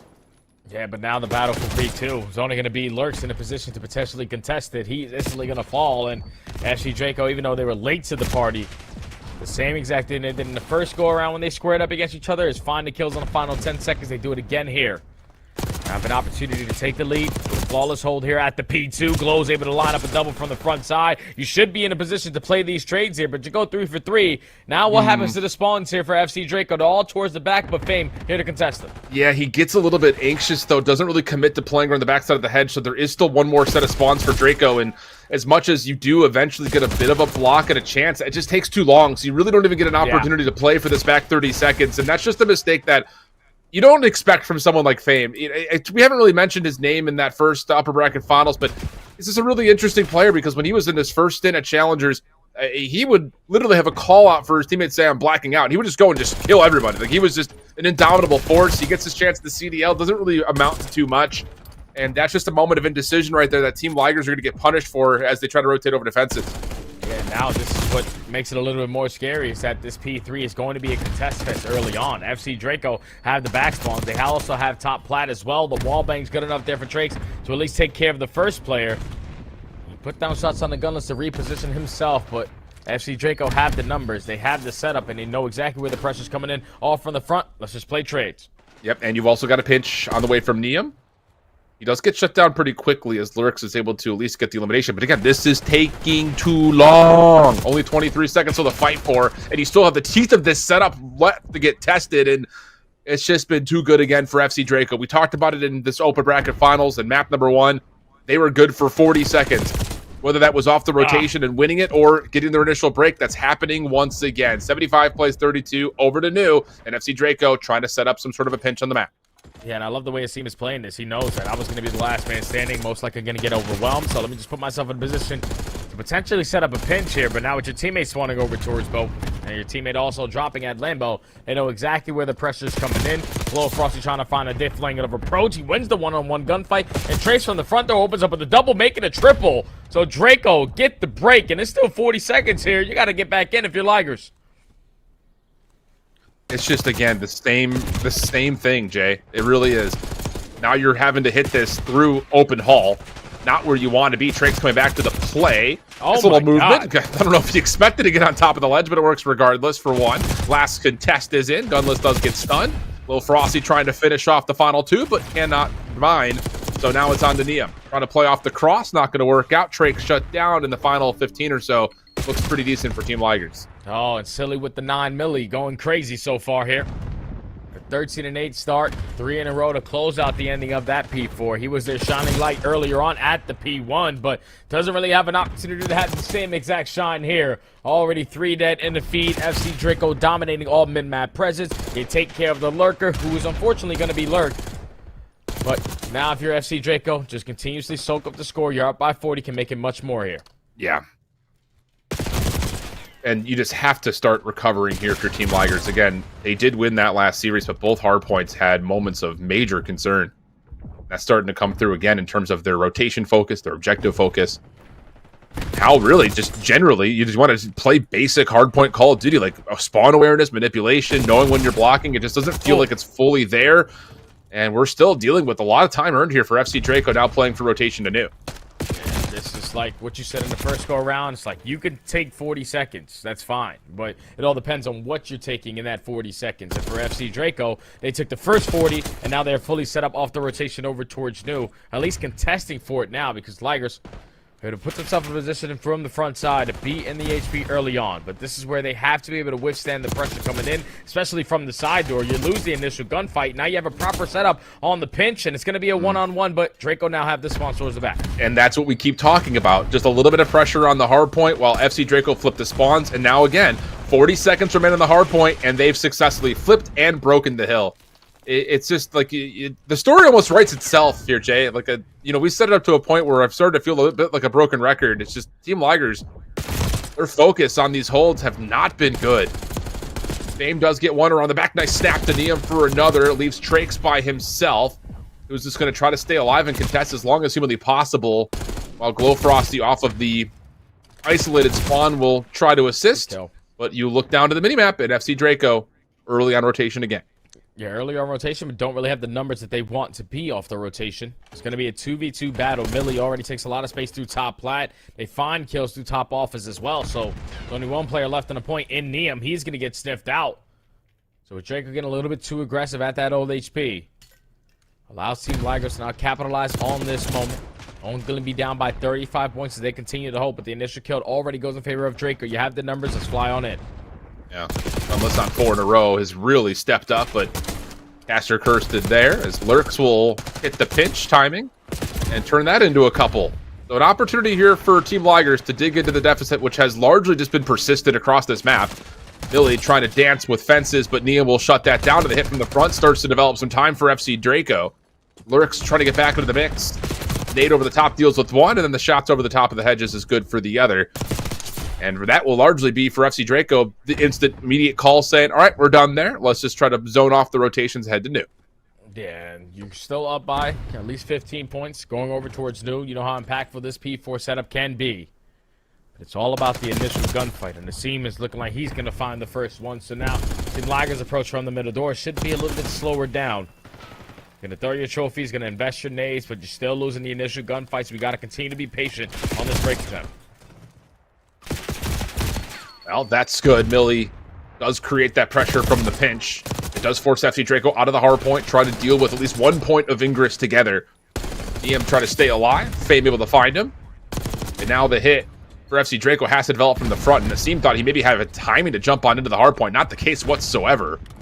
So that's going to stall out this inevitable hit. Well, what will be a last chance for Draco on this time. And Gunless and Lurks combined for a couple.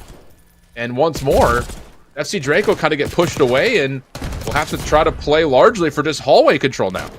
Yeah, this is exactly what Ligers did in the first go-around of Hacienda Hardpoint in their previous series. Just consistently keep themselves in the game.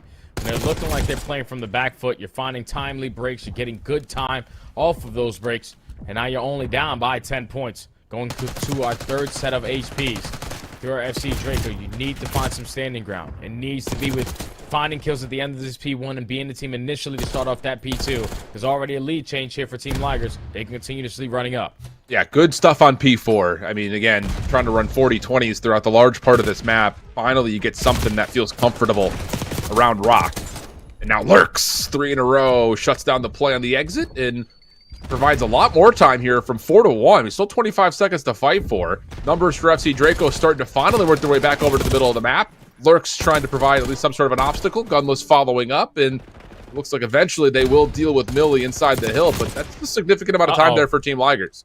And that's a bad death, too, there from Gunless. Because now you're going to spawn all the way across the map. There's still pressure here from Neum on the backside. So FC Draco again in the final 10 seconds.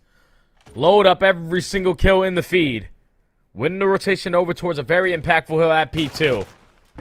And now Neum, they were looking for one player. Account for him. Everybody else going to approach from the front.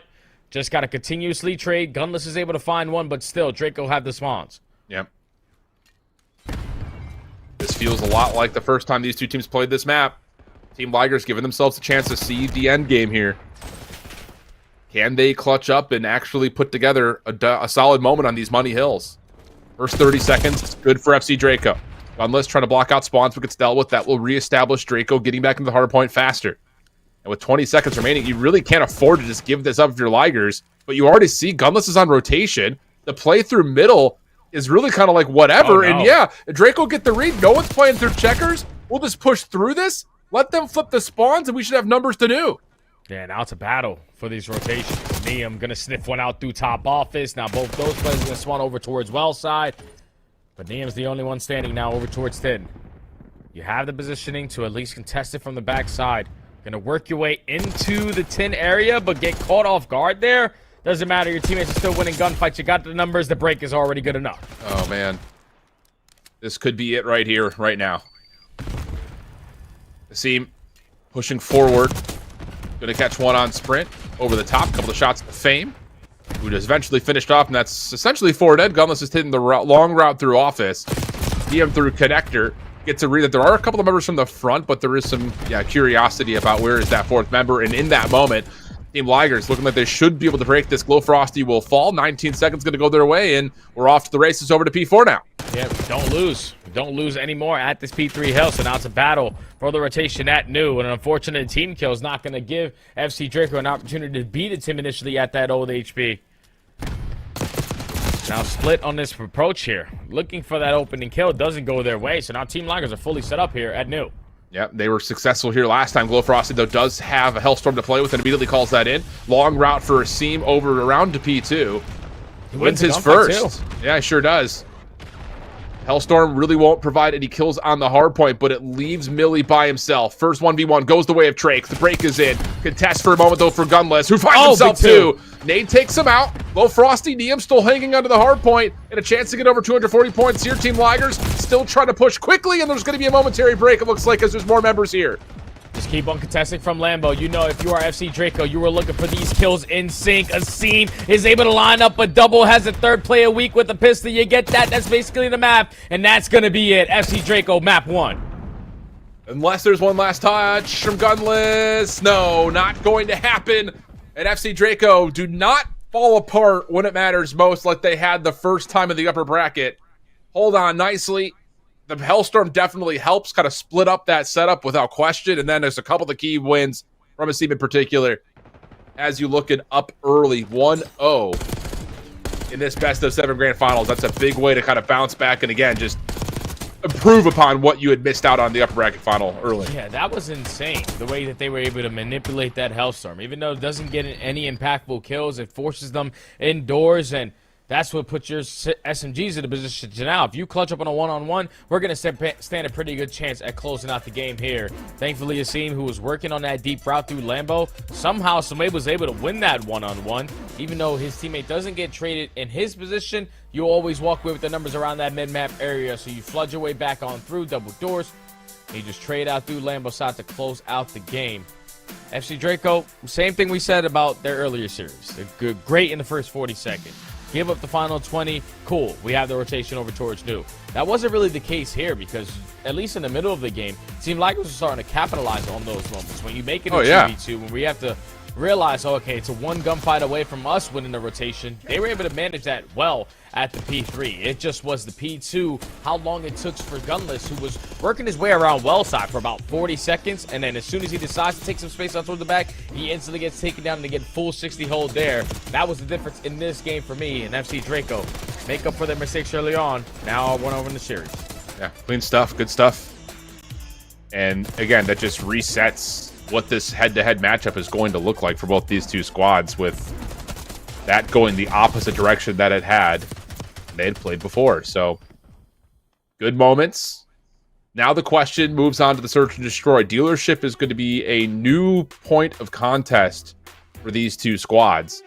But as we were kind of mentioning, and it's important to talk about at some pretty significant length, no rounds won for FC Draco in this head-to-head when they played on Rewind. And honestly, it wasn't even just that they didn't win a round. It's like they were getting beat up badly. Like, yeah, there was a 1v3 clutch up from Gunless after a full flood had come through in like round 5 or something of the nature, but they really didn't have anything going for them in any form. And that's just not what you want to see, obviously. Yeah, you were losing a lot of your initial gunfights. The first blood battle definitely was won on the side of Team Ligers. And that's going to be the case, especially on a map like Dealership, where you find that first blood, most likely going to win every single round because you know basically where the play is going to develop, especially on the defensive end. Lurk is a guy who I'm definitely going to be having my highlight on because he is a difference maker with his aggression through that middle map. He found 3 first bloods in their previous series. Can he continuously try to do that here on a map like Dealership? But the action can sometimes be very, very quickly in your face, or it can be slow and steady in your face over towards that B site. You just got to be prepared for the mind games also on Dealership, because they might be able to show face early on over towards A, invest a lot of stuns and grenades, but if they have a lurker taking space at B, that one player can be the most impactful on the map. So just be prepared for the mind games, especially on a map like Dealer. Yeah, absolutely. All right.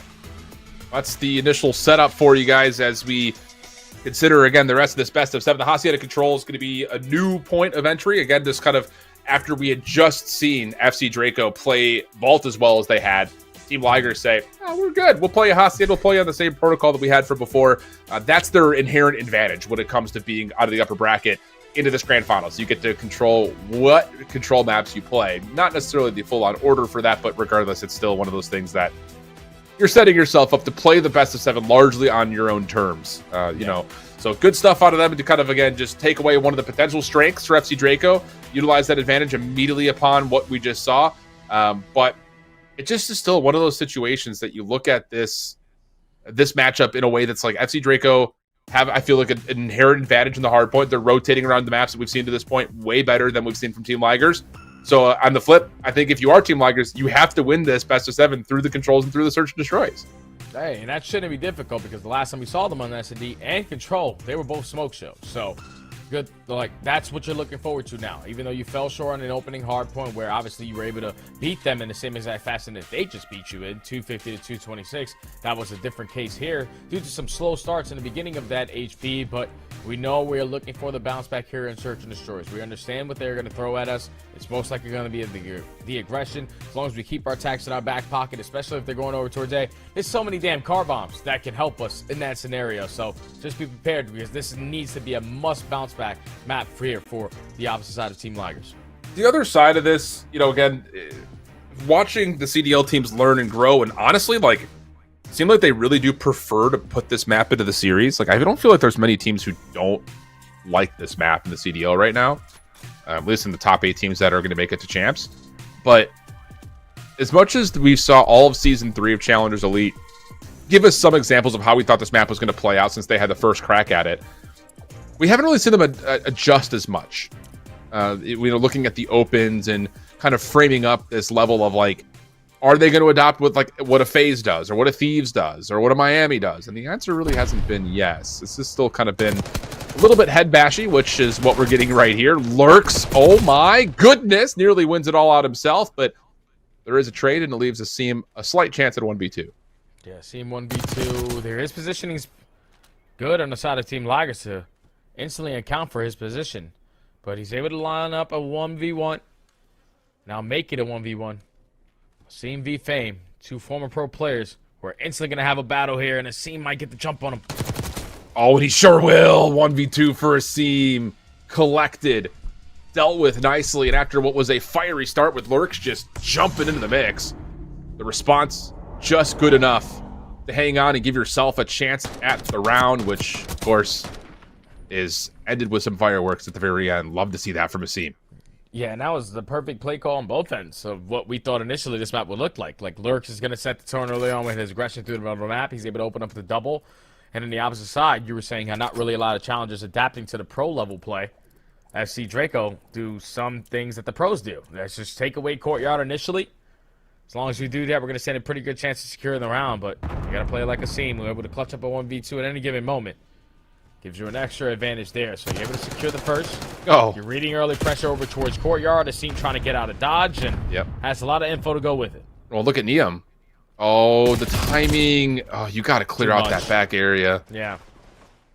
Can't just let it go, trying to play for the pinch with Asim reading the early aggressive pressure, but now Gunless holds an opportunity for this defense to rotate back quickly. All ready for the plant. Glow Frosty surprised by Millie, who gets help from Lurks.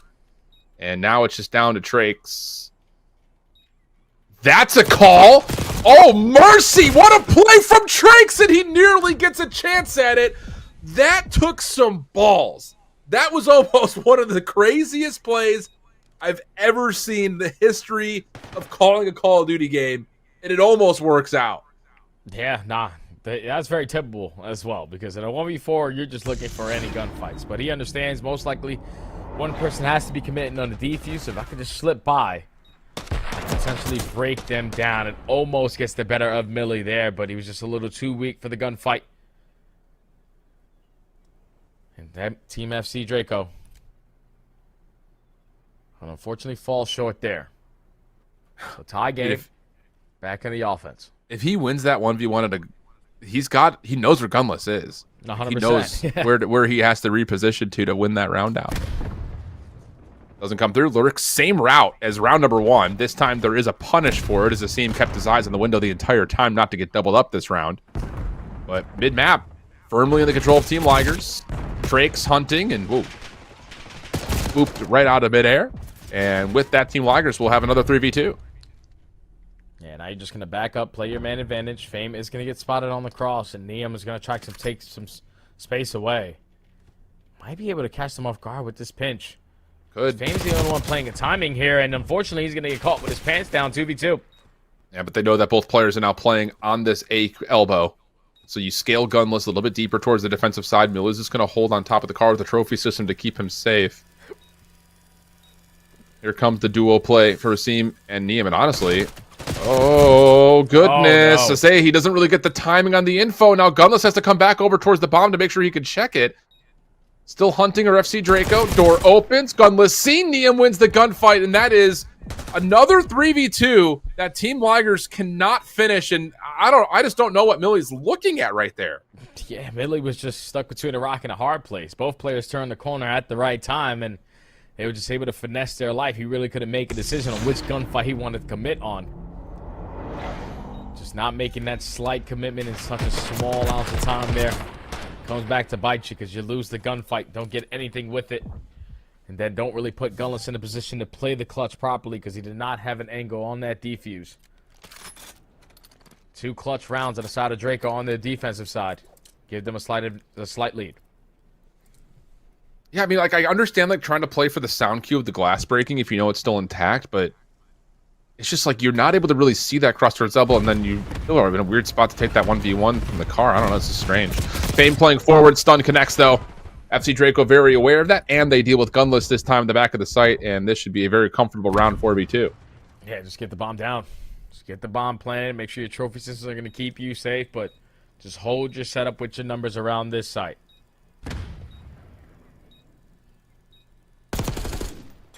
Neum over the top, couple of opening shots. Millie with the slide over, but the pop on the garage door has FC Draco very aware of where this post-plant retake would be coming from, and you got Trakes on the route. Tell you, man, I love what I'm seeing from Trakes. I really enjoy watching his gameplay. He makes some really good decisions, not just because of what he almost pulled off in that most recent round, but just another moment where he's just Gets a read, commits the information, makes a good play. Yeah, he's understanding, like, my teammates have the cross. They have everything on site. So there's no reason why we need to be force stacking this. If they can just give me early comms and stall our time, I can eventually set up on this late pinch and close out the round.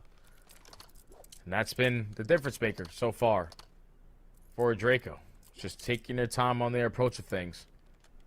It's led to now 2 rounds in a row, up by 2. Back on the defensive side with Neum on 4 in a row. Yep. Want to try to count on this side all the stuns and nades to get invested and wait for those cars to blow up before you try to take some positioning. But the stun connecting, they should know Neum's in this spot. Or at least somewhere close. The thing is, you've got a lot of help on the way here for FC Draco. Neum in trouble, though, cannot get out. Seam also only gets 1 before falling. Trake's tagged on the entrance from Garage, and Glow Frosty has not been able to provide anything over the top. So, Team Ligers looking pretty comfortable here. I'm not fully planted yet, so Glow Frosty will have a chance to reset this 1v2 and maybe play a little bit of mind games. And he has a Semtex to work with as well, so gonna have that play a little bit weak. Gonna force a second shot of fame. They're both lined up right in front of you, and they're both gonna be weak as well. We just need some more ammo to go in the clip. Oof, it nearly gets the pull off to isolate another 1v1.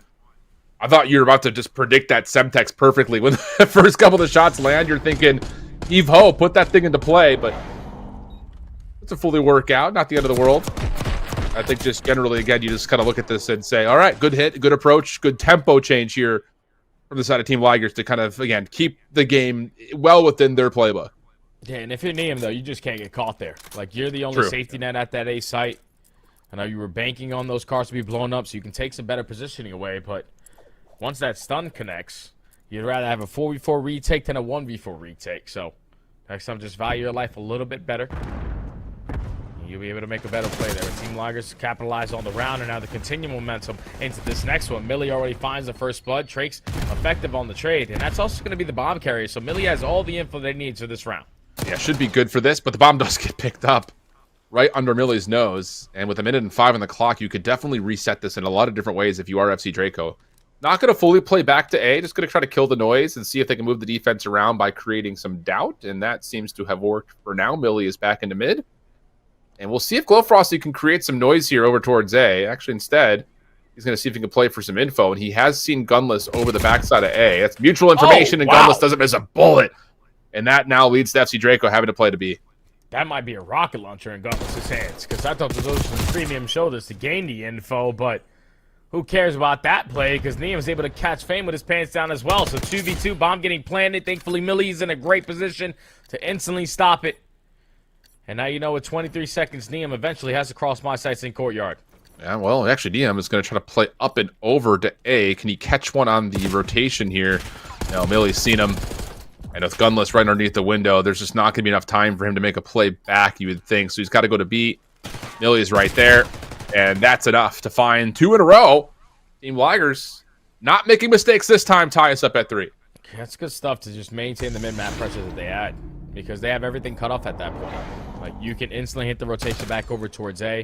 When it was a 3v3, the fact that Gunless is able to rip Glow Frosty the way he did is insane to me. You already have your players who are keeping A side control in their favor, winning a gunfight. And then you have mid-map, just in case anything gets scary over at B, to instantly be able to pounce on that. So Ligers now with 2 rounds in a row. SMG starting to come alive, with Millie ending that one on 3 in a row. Tie the game, and now we're looking for the aggression again at A. Quick hit on the way. Millie going to get some high ground to play with. Glow Frosty just playing back Neum on the rotation over. It looks like FC Draco are just going to 4-man stack this from Garage side. But Team Ligers are not committing for the plant yet. And a little bit of a play with the door. Open and closed. First blood good on a Millie. And now Lurks is in some trouble here. Yeah, good push up with Trakes, essentially causing a bit of a distraction. He'll forfeit his body for the effort. Gunless trying to take some space away. Good damage on the 2 different members. Can he find a way to get a kill, though? Maybe enough damage for Fame to follow up. Now a 1v3 opportunity. Down the 1v1 with Neum. And Neum's going to just back out and reset this with 38 seconds on the clock. Yeah, he knows he has to commit eventually on that bomb plan. Neum already puts himself in a great position in towards Vent. I don't know if he was able to spot him. But it's just timing galore so far in this final 25 seconds. Yeah, and Fame, if he commits to planning at A, Nia may have an advantage here with the timing of this check, but instead, He's going to check B. he's thinking there's going to be a gunfight through mid. So Fame's going to get the plant, and now it just comes down to the guessing game. Do you predict correctly? Do you get the COD timing? Shots are decent from Fame initially, but Nia avoids a lot of the opening damage, gets the gun up, finds the headshot, and takes the 1v1 away to get FC Draco back in the lead. That's a massive round there from FC Draco, more specifically Neum, obviously clutching up in the one-on-one because you almost let a 2v4 get away from you there on the defensive side. You knew where the pressure was coming in. You were finding the trades. But it's just Gunless laying down so much shots onto multiple players on that side.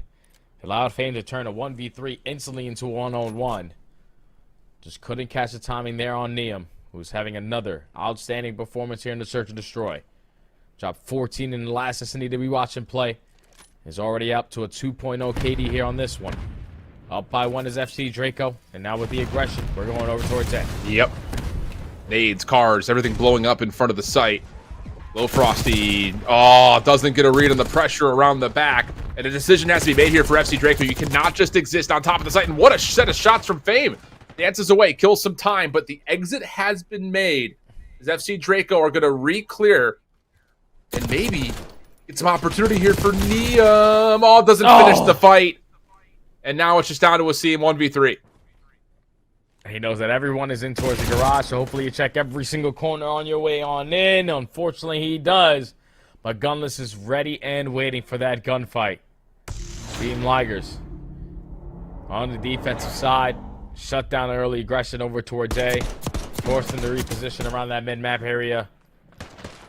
And just don't really allow anyone to get a clean one-on-one gunfight. Take the advantage, or at least tie the game up in the S&D. It's a massive round there to put him at 4v4. And now you potentially pull away here if you can find some early success at this A site.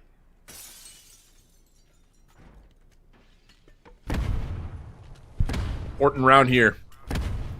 As FC Draco are going to stack in through mid, kind of maybe being aware of Lurks' preference for playing through this position of the map. And how about the SMG aggression catches out the offense right in front of pillars and arches. So now Millie's the last one left, 1v3, still holding on to mid. Does have the bomb in hand. So he's just trying to locate at least a one-on-one gunfight. But Gold Frosty in a very good angle here. Should be able to spot anyone jumping in towards the garage. Yep, the comp comes in. Everyone swings on the mini-map. And FC Draco now take the advantage at game point in the Search and Destroy. They have went back to everything that has worked for them. It's been their consistent factor on the defensive side. We're stacking over towards Courtyard. And if you can beat us on initial gunfights on your side of the cafe, then the round is most likely going to be yours. We can give them a map, no problem. But this time they try to go split on their approach. They lose all the gunfights on the front side of B and leave the last couple of guys scattered around that mid-map, basically trapped. Could not get anything done there for Millie in the 1v3. And now if you are Team Ligers, you don't want to go down 2-0 here. You need this S&D. No, you really don't. Like we already talked about, just being in a spot to where you can win the searches and the controls seems to be the best avenue towards a Grand Finals victory. And here we go again. And this time Neum gets the read that Team Ligers are trying to make that same defensive aggressive play through the main display area of dealership. The scene will re-clear, recheck. And there's no stone unturned here for FC Drake on this rotation back to B. I'm just curious if they put too much commitment on for Neum's comms right there.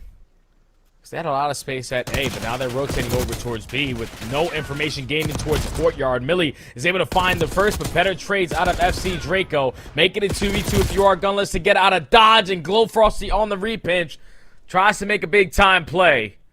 But now Neum, who has been their shining light all day long, potentially clutch up this 1v2 to close this one out. Yeah, Team Liger's going to hold back for now. Shoulders from Gunless. A bit of pre-fire. And whoa, what a gunfight win from Gunless. Oh, my. Just a little drop shot, little pick-me-up. And we're going to get to round 11. And I'm excited to see this from Gunless's POV because on Neum's, it looked like, whoa, okay, it did not look like that. Nope. It looked like he slithered out from behind the box, but that was a lot more simple than maybe we made it out to be. Yeah, it's just some cameraing. That's what happens on one end of the spectrum.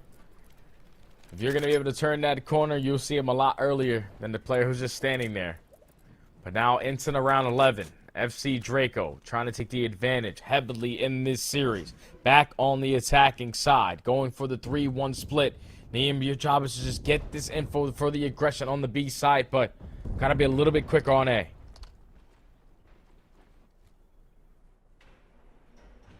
Gunless has played this position almost every single round. Ooh, but this will be new. Stepping up, he sees Tricks on the corner. Help is here, as Team Ligers are really kind of throwing their eggs into the basket of playing around A, but Niem is actually going to play over towards 10. He can hold this position at B if he wants to, but instead, it's Tricks who will fall first. Niem gets caught trying to cross back. Seam for one trade, but can't catch the second. It's just down to Glow for Frosty. This would be a 1v3. Door will pop, and that'll be it. Fame finds the kill, and Team Ligers save the search and destroy. Yeah, that's just way too scattered of a push right there from Draco. Like, if you're understanding we're going for a 3-1 split, you had Niem counting for a lot of players that were in towards the courtyard, but I know he takes his time there. But we should realize, like, Gunless has been the only guy in the backside of A. So we need to be a lot more aggressive so Niem could be more impactful on that pinch. But when you're taking it slow and steady, there's no reason why they need to be ever panicking on their defensive setup. It's just a conga line. Everyone watching their certain angle. You gain info onto Niem, great. We're not able to isolate it on that kill because we found the first one on the opposite side. Niem's able to, he tries to jump his way back to the middle of the map, but just gets caught. And it's just right there. The patience from FC Draco does not work out there on a map like Dealership. You can never play it that slow on your attacking round because it looked like they didn't have a strategy on either one of those sites. And Team Ligers are able to capitalize on it. They needed to search and destroy a massive one to tie the series up. And they come back 2 rounds in a row to get it. Yeah, good stuff. And a couple of moments where, you know, for FC Draco, you kind of just, you steal away a couple of rounds early. I think that's the biggest way to put it. But as the map continued to develop, especially from their offensive side, just not really able to get the success on the plants as much as I think you were expecting with some of the aggression that they showed. And that's something to be told about how this map also plays, I think, especially for teams that can get some presence over around A. But I don't know, it just feels like they're trying to prefer playing for kills first in a lot of these rounds. And yeah, I don't know, it's not like it's a wrong play. It's just how the map played out, and they weren't able to find the convincing setups that they wanted to offensively. Yeah, I also really wish that FC Draco in that final round just made a different play call there. Because with Niem taking so much space towards the courtyard, with all that space, if the bomb rotates over towards B, like, it's a free bomb plant. Because they don't want to turn that corner on the back side of Shaq. They have no information of how many players are actually on that side of the map. But it's just like on either sides. 3 players at A weren't really making anything impactful happen. And then Niem, who tries to make the impactful play on the repinch, his teammates down on the opposing side, so then his hands are even more full to try to get something done and just gets caught. So the S&D goes the opposing way in favor of Team Ligers. Now we're going into a Hacienda Control up next, where I feel like all throughout DreamHack Challengers, even the DreamHack event for the pros, I barely see Hacienda Control being played now. Because after that update, you have the new current spawns that you definitely spawn a lot more closer towards the well side, so you can have multiple different layers fighting over towards this B point. It's just not really as consistent as it used to be for this control map. Yeah, no, it's absolutely right. I mean, it's gonna be interesting because, like, I'm trying to, like, just try to find some frame of what we talked about with protocol and how that could apply between these 2 teams here on this map. But it's just, can you get your SMGs to become a deterrent on this map? I think if you're Team Ligers, because that was a huge success point for them on protocol, as it often is, especially when Lurks is on the roster. He wants to run around and go crazy. So we'll consider that. We're going to head to a brief break, though, between map 2 and map 3. Tied up 1 apiece. Big comeback for Team Ligers to give themselves a chance to continue to stay at least evenly footed in this best of 7 series. We'll be back after this.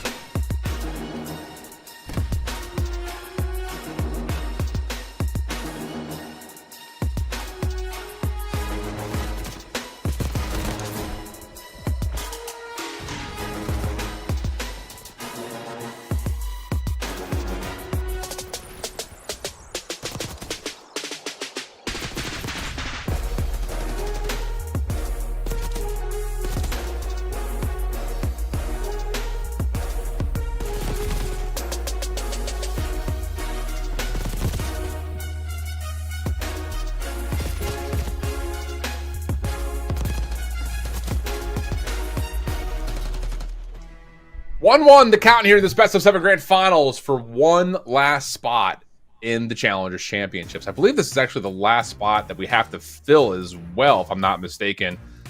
So that's fun. We love that. It's going to be a good time in terms of what Challenger Champs is going to provide. It's been interesting because North America has largely been the region on top when it comes to kind of the international events. I say that with some hesitation because Team Orchid has been battling tough in a lot of those open. They've also been very successful in the elites. The only regions we really don't have a temperature rating on is what's happening in Australia and what's happening in Latin America. I will say, I think Fighta is still playing for Mind Freak out of... I knew that was going to be a reaction. I think he is, dude. I think he's still playing out there. This guy's man, I used to play monster, against that guy back bro. in my day, dude. No way he's still getting down. Yeah, dog. Man. Big shout out to Fighta, man. Big shout out to him. That takes commitment. Crimza, Setsi, and Zach is the team that auto I thought you were about to qualified. say Buzzo. I was about to be like, no shot. He's still playing too. No, he's not playing anymore. That's a couple of years ago, but the other team from Australia, Unity Visual, Rain, Dirtev, Imagine, and Rapta. I don't know Rapta. The other three have been kind of persistently in the qualifier. And then Latin America finished a little bit earlier today. Curry, Legenda, Para, and Joker from Tempest Gaming qualified from Latin America. So shout out to those guys. And of course, if you tuned in earlier, you saw the all-French squad of Mighty Goat from EU make their way through. Actually, there was a lot of French teams that were playing in the LCQ for EU. So France putting on, trying to get that little extra boost to the region of Europe. And now we take our focus on LAG mates too. Who knows? You know, could be. No, they can't do that, bro. We saw it happen with Lids. We can't have that happen. Can't do that. All right, but into this series we go though, Al. We got Yes, sir. FC Draco and Team Laggers currently tied 1-1 for the final spot here at Challenger Champs in a couple weeks. FC Draco fell short. Team Laggers earlier on in the best of 5 series, but now in the best of 7. At least have already made up the mistakes on the opening HP, but now on the control. A perfect break off there from Team Laggers. You're already pushed out towards well, so you're influencing them to spawn immediately on the backside of Statue. Not the break off, not the start that you wanted for Team Draco. Yeah, no, not at all. Okay, Not all at right, all. that works. Okay, I was about to say maybe you do want that. Back on to, well, straight onto the 8-point, and Team Laggers gonna have to try to deal with this double stack quickly. Second tick of progress is looking pretty likely here. Lil Frosty does get seen. Drake's backing away. Sorry, names are wrong. We've got 2 7s and 2 1s because reasons. Second tick of progress though does get locked in regardless. Okay, and that was all 4 dead, so now Team Laggers can push up and be the aggressors on the spawn kills. Try to not let anyone slip on by. You already find the kill through car side. You find the kill through well. Last 2 players going to be pushing through mid lobby. And FC Draco just not having a good time right now, Al. They are not. No, they're not. Any more magic on the breakthrough through this spawn trap? Maybe. Fame will drop. One of the number 7 players that is in P2 wants to give this a look, possibly. Nilly makes sure that there is no further progress on to A. In the last 15 seconds, we'll have FC Draco just trying to find some sort of an isolation, and that may be enough to jump back over to one of the points, but gunless, no, that's Lurks. What are we doing? This is impossible to call, friends. I just want to tell you that. Little 1v1 over towards B to try to save the round, and Trix will win that with the pistol, so clock will come to a pause, and maybe some more progress can be done. Yeah, Seam is the last man standing on the B point. Try to stall out time for his teammates to get back into the play, but both are going to fall, and that's going to lead to Team Laggers dominating on the opening defense. They came out swinging with a clean 4 dead off the rip. Then they got responded by 4 dead on their end. That's what only allows those 2 seconds to be guaranteed at that 8-point. But after that, it was smooth sailing. Pushed up to their spawn, being effective on the spawn kills, and just never really allowing FC Draco a stable push off the respawn. I just don't even know how to call this game anymore, Jay. I'm not going to lie to you. Double 1s and double 7s makes this really tough. This is one of the worst. Like, I would almost rather have like the linebacker numbers, like the 68. Yep. And his name just doesn't pop up in the kill feed. Exactly. I'm down for that. Yeah. This is tough though, because I think the kill feed's still messed up as well with that. We're hanging on by threads here, friends. We're hanging on by threads. Team Laggers take the opening defense with some pretty good, I would say, opening breakoffs that allowed them the success on stopping the progress from happening, and now they've got at least enough of a trades fest to make a way over to B. Fame is in some trouble. Nade is out. Maybe gives himself a chance at that gunfight, but the clearance is in, and the first tick of progress is depleted. Yeah, and that's Liam who finds that kill onto the player on the point. Glow Frosty on the opposing side was holding down top secret. We're still going to allow Team Ligers to get fully set up at this B point, but now they're doing jobs on both ends. You pull the defense over towards the A point. You're banking on it to open up lanes at B. But Gunless is able to line up 3. Now put the game clock on a pause. Make it 4. What shots? Versus in, lurks. Little pinch opportunity through 10, and then Gunless on 5 in a row. Goodness. Going to be good for what will likely be a second tick of progress, and he'll be really close with any objective kills to earning an early Hellstorm. Third tick looking good. No challenge there for FC Draco. And honestly, they really don't have the ability to stop a quick rotation over to Office. And yeah, Millie's going to get positioned up top. Gunless does get shut down, but lives are really solid here for Team Ligers at the minute 50 on the clock still. 100%. You're up by 5. Make it 6. We've made it lining up to 1-on-1. You're still maintaining open side. So you're basically forcing all of FC Draco to work their way through fences. And there's some bad COD timing there. Leads to now 3 dead in defeat. Team Ligers coming off the respawn. Thankfully, Gunless already finds an opening to allow his teammates an easier approach on the way on out. Yeah, just a touch. I mean, you have a pinch potentially there for what I think is Trakes. Or is that Neum? Hard to tell. We don't know. It's somebody. Someone for FC Draco's playing P2. They get shut down, and now the play towards A can start to develop. Gunless just going to hold Office to make sure he can keep the high ground contested. Nice nade. Nice stun. Gunless will still find one, though. That's a job well done, but a team nade comes through from somebody and takes the presence onto A, down to just a single member. The trades are in, and it's 12v7. It's going to come down to likely a TDM. Yeah, that's exactly what you want to do, especially if you're Team Ligers. You're coming off the respawn. Let's double chow everything. Don't allow a clean one-on-one gunfight to go the opposing way. And already Glow Frosty is the first one to get a taste of it. Only 5 lives remaining. Even with them finding a double, don't really have opportunity to play trades from this point on. Well, 4v7. Unless, ooh, don't know about the decision to take that gunfight. Because now you're coming off a spawn, and with 4 lives remaining in 35 seconds, you can just play lanes here if you're Draco. And yeah, Neum's going to put himself into a corner. We've also got the same thing for Glow Frosty, maybe, on the other side of the map towards well.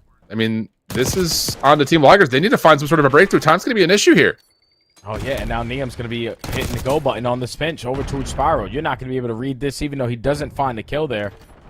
This gives more info to his team. They're not in that position. 4v4 now, making it 3v3. Yep. 3v2 with FC Draco walking away with 2. And what looked like to be a dominant round here from Team Ligers from start to finish. It's going to be a response. Unless Gunless can find this kill and get back out of the zone and put the pressure on the clock here. And, well, oh, goodness. Maybe a bullet away from winning that one gunfight, and then maybe you can have a chance to finesse the fountain, but not going to happen. So good bounce back from a 4v6 down to the 2v1 the other direction for FC Draco. They saved their defensive round, but it does come at the cost of, I think, 4 total ticks of progress, what I counted. Yeah, so you're down by 2. Down by 2 if you are FC Draco. Doesn't matter. You're still able to stabilize on the defensive round to tie the game up. It's a massive one at that. And now going into your next attack, you got a couple trophies to make your life a whole lot easier. But one thing that's for sure is we have to start to slow down Gunless, because he is 20-8 right now. He's been a true difference maker here for Team Ligers in this control map. And if he continues to dominate like that, we're just simply not going to have fun, because Liam on the opposite side is double neg. You got to turn it around. Opening battle through fire. Goes largely the way of Team Liger. But there's still enough of a chance here for Draco to get over to B. At least initially there is. Lurks thinking about it, but backs off, values his life. He can play inside a secret. You know you've got to see Draco completely congested playing in the connector right here. Gunless for 1. Trade is out, but still, kill feed continues to favor the defense until maybe Glow Frosty can double up, but not the case. Gunless still gets caught trying to play too far forward, and while this is happening, you do get a member on for FC Draco onto A, and that's going to likely be a first tick of progress if they hold for it. But Noah Seam instead tries to play back over to B. That might cost him a touch here as he will be traded, leaving Glow Frosty by himself. And there likely will be some sort of a contest from one of the number 7s on Team Ligers. Yeah. But you're still going to work up this progression on this final segment at A. Glow Frosty with a massive double to still maintain a little bit of that map control. Just giving his team opportunity after opportunity, but a big double comes in from Gunless. 23-9, make it 24-9, as that's actually Gunless who lines up all three in the feed. He's popping takeover here on Hasi. Yeah, he sure is. Now the defense can step very aggressively forward. And, you just don't know where Gunless is.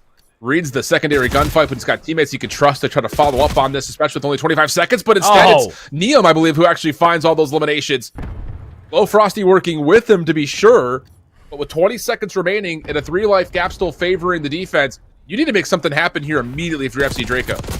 And now you're just banking on Neum, who can get something done on this pinch. He still is controlling top plat. You go 3 for 1 in the split fights. You're still looking for 1. Going to locate him in towards 10. Now you're all tied up in lives with a lot of map control to go with it. Great First stun segment for Trace. already guaranteed. Trake's going to throw the stun and the nade and be able to line up 3 in the feed. So time should now be extended. And you have an easy transition as well over towards A. Well, you should. It just comes down to what route they want to take here, because they did just lose that position at office, and it looks like FC Draco are going to try to still battle for that spot. And Neum almost gets 2.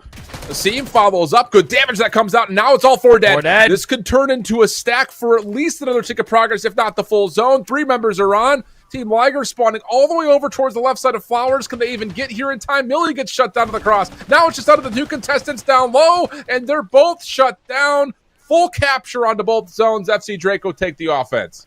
That's insane how, like, in the final 15 seconds, you're able to make something out of nothing, and it all starts with Glow Frosty mid-fountain, able to pop a double throughout a mid. I don't know how he's not traded after that, or we are just thinking 2 steps ahead by just playing for the spawners, but he was the impactful player. He gets that 2, puts the game clock at a pause. You're forcing your defense now off the respawn to contest at A, and then when he's drawing your attention at A, no, we're already sending players at B. So it was a massive play there from FC Draco to set that all up the way that they did. Now you're up by a couple segments. Pretty much can guarantee yourself back-to-back defenses here. But who cares? Because we can close it out with just 1. Yeah. Absolutely true. Oh my, what a turnaround that round turned into. Break off for Team Ligers. Looking largely over to B, but can't say that with full force because it's a 2-2 split, really. Team members on, though, for B for a moment, gives Fame a chance at the capture, and he actually finds a collateral double, so that's going to be not just the first tick, it's likely a second, unless a seam comes back over to the play, but no, shut down. Millie going to try to hold up to top office, and the rest of the reinforcements for the offense are going to stack to try to capture this B zone quickly. And it all starts with at least trying to take some top office control. They're able to find that opening kill onto Millie, but they know it's at least a 3-stack over towards B. So at this point, we're not going to be able to stop it. Let's just try to play the exit kills, but Gunless again lighting up the kill feed. Finds another double. Already takes a lot of spacing through bottom line, looking for more spawners, but unfortunately gets caught. So 2 life edge with 2 minutes on the clock for Team Ligers on this attack. Still playing for high ground control. That's going to work out. Millie, who had a slow game to this point, trying to get involved. Gunless shut down, and he's slowed down quite a bit in his last couple of rounds. FC Draco clean up everything around the top side of halls and now can make their way forward. A minute 40. You made up for a lot of the life deficit, and now you have players like Neum setting up pinches through the garage side. Team Ligers will get a move on it. You're going to walk right into his preamp. That's exactly what's going to be the case. He gets the trade through mid-spiral. Last player unaccounted for is bottom secret. And it's still time ticking, and you have yet to leave the base.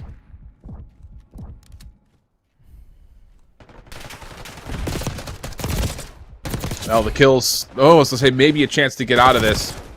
But Neum, Glow Frosty still hanging on to some forward position. Glow Frosty losing his teammates will back up and try to finesse his life a little bit longer, and that works out now 5 in a row. Up and over, avoids the play from down low at Secret, and finds himself number 6 as he gets 7. Almost does it all himself. Neum finishes off where he left off, though, in what was a 3-life edge, now turns into a 6-life edge the other way with Glow Frosty taking over. Yeah, same thing Gunless is doing on one side. Glowforce said, I'm going to one-up you. 31-19. Neum now pops a double. Another clean 4 dead. And Team Ligers are just trapped in their spawn in hell. Only have 5 lives less to their name with 30 seconds to go with it. You're going to waste at least another 15 working out of your spawn. It has to be picture perfect from this point on. Yeah, it's not looking good here, Jay. Little Frosty getting to work on his next life. Finds a couple more. And time looking like it very well may expire here, but to be fair, Draco's coming off a little bit 1 by 1 right now, so a chance to pause the clock at 15.3. Trake's around the back through Fountain Ooh, They he found needs to be two. very cautious about how he wants to challenge this. Puts pressure on the clock. Pistol out, wins it versus Millie. And now you can kind of trust that your teammates will finish off the rest of it, and that's exactly the case. Clean stuff for FC Draco as they bounce into this Hacienda control, take it away. And honestly, they're probably thinking we should be 3 up right now, but we'll still find themselves 2-1 in the map count because of it. Yeah, we'll take the 2-1. I know we choked the S&D, but so far on both the respawns, they have really came to play. When players need to step up, when you need to be able to have a slaying dominance round, they're able to do just that. Glow Frosty pops takeover. Trakes was consistently being a nuisance in your spawn, and Neum was always working on those pinches. This is why I said before the show even started today that this team was going to be very difficult to beat because they have every single role at the highest level that you want down here in challenges. A very consistent AR and Glow Frosty who's always maneuvering the map the way that he needs to. Neum going between the AR and the SMG, hard to keep track of. Trakes is always in your grill, and Asim is always the guy that's just doing the fundamental part correctly. He is the leader. He is the veteran on this lineup, and so far, at least in these last couple of maps on the respawns, they have looked like the way better team here.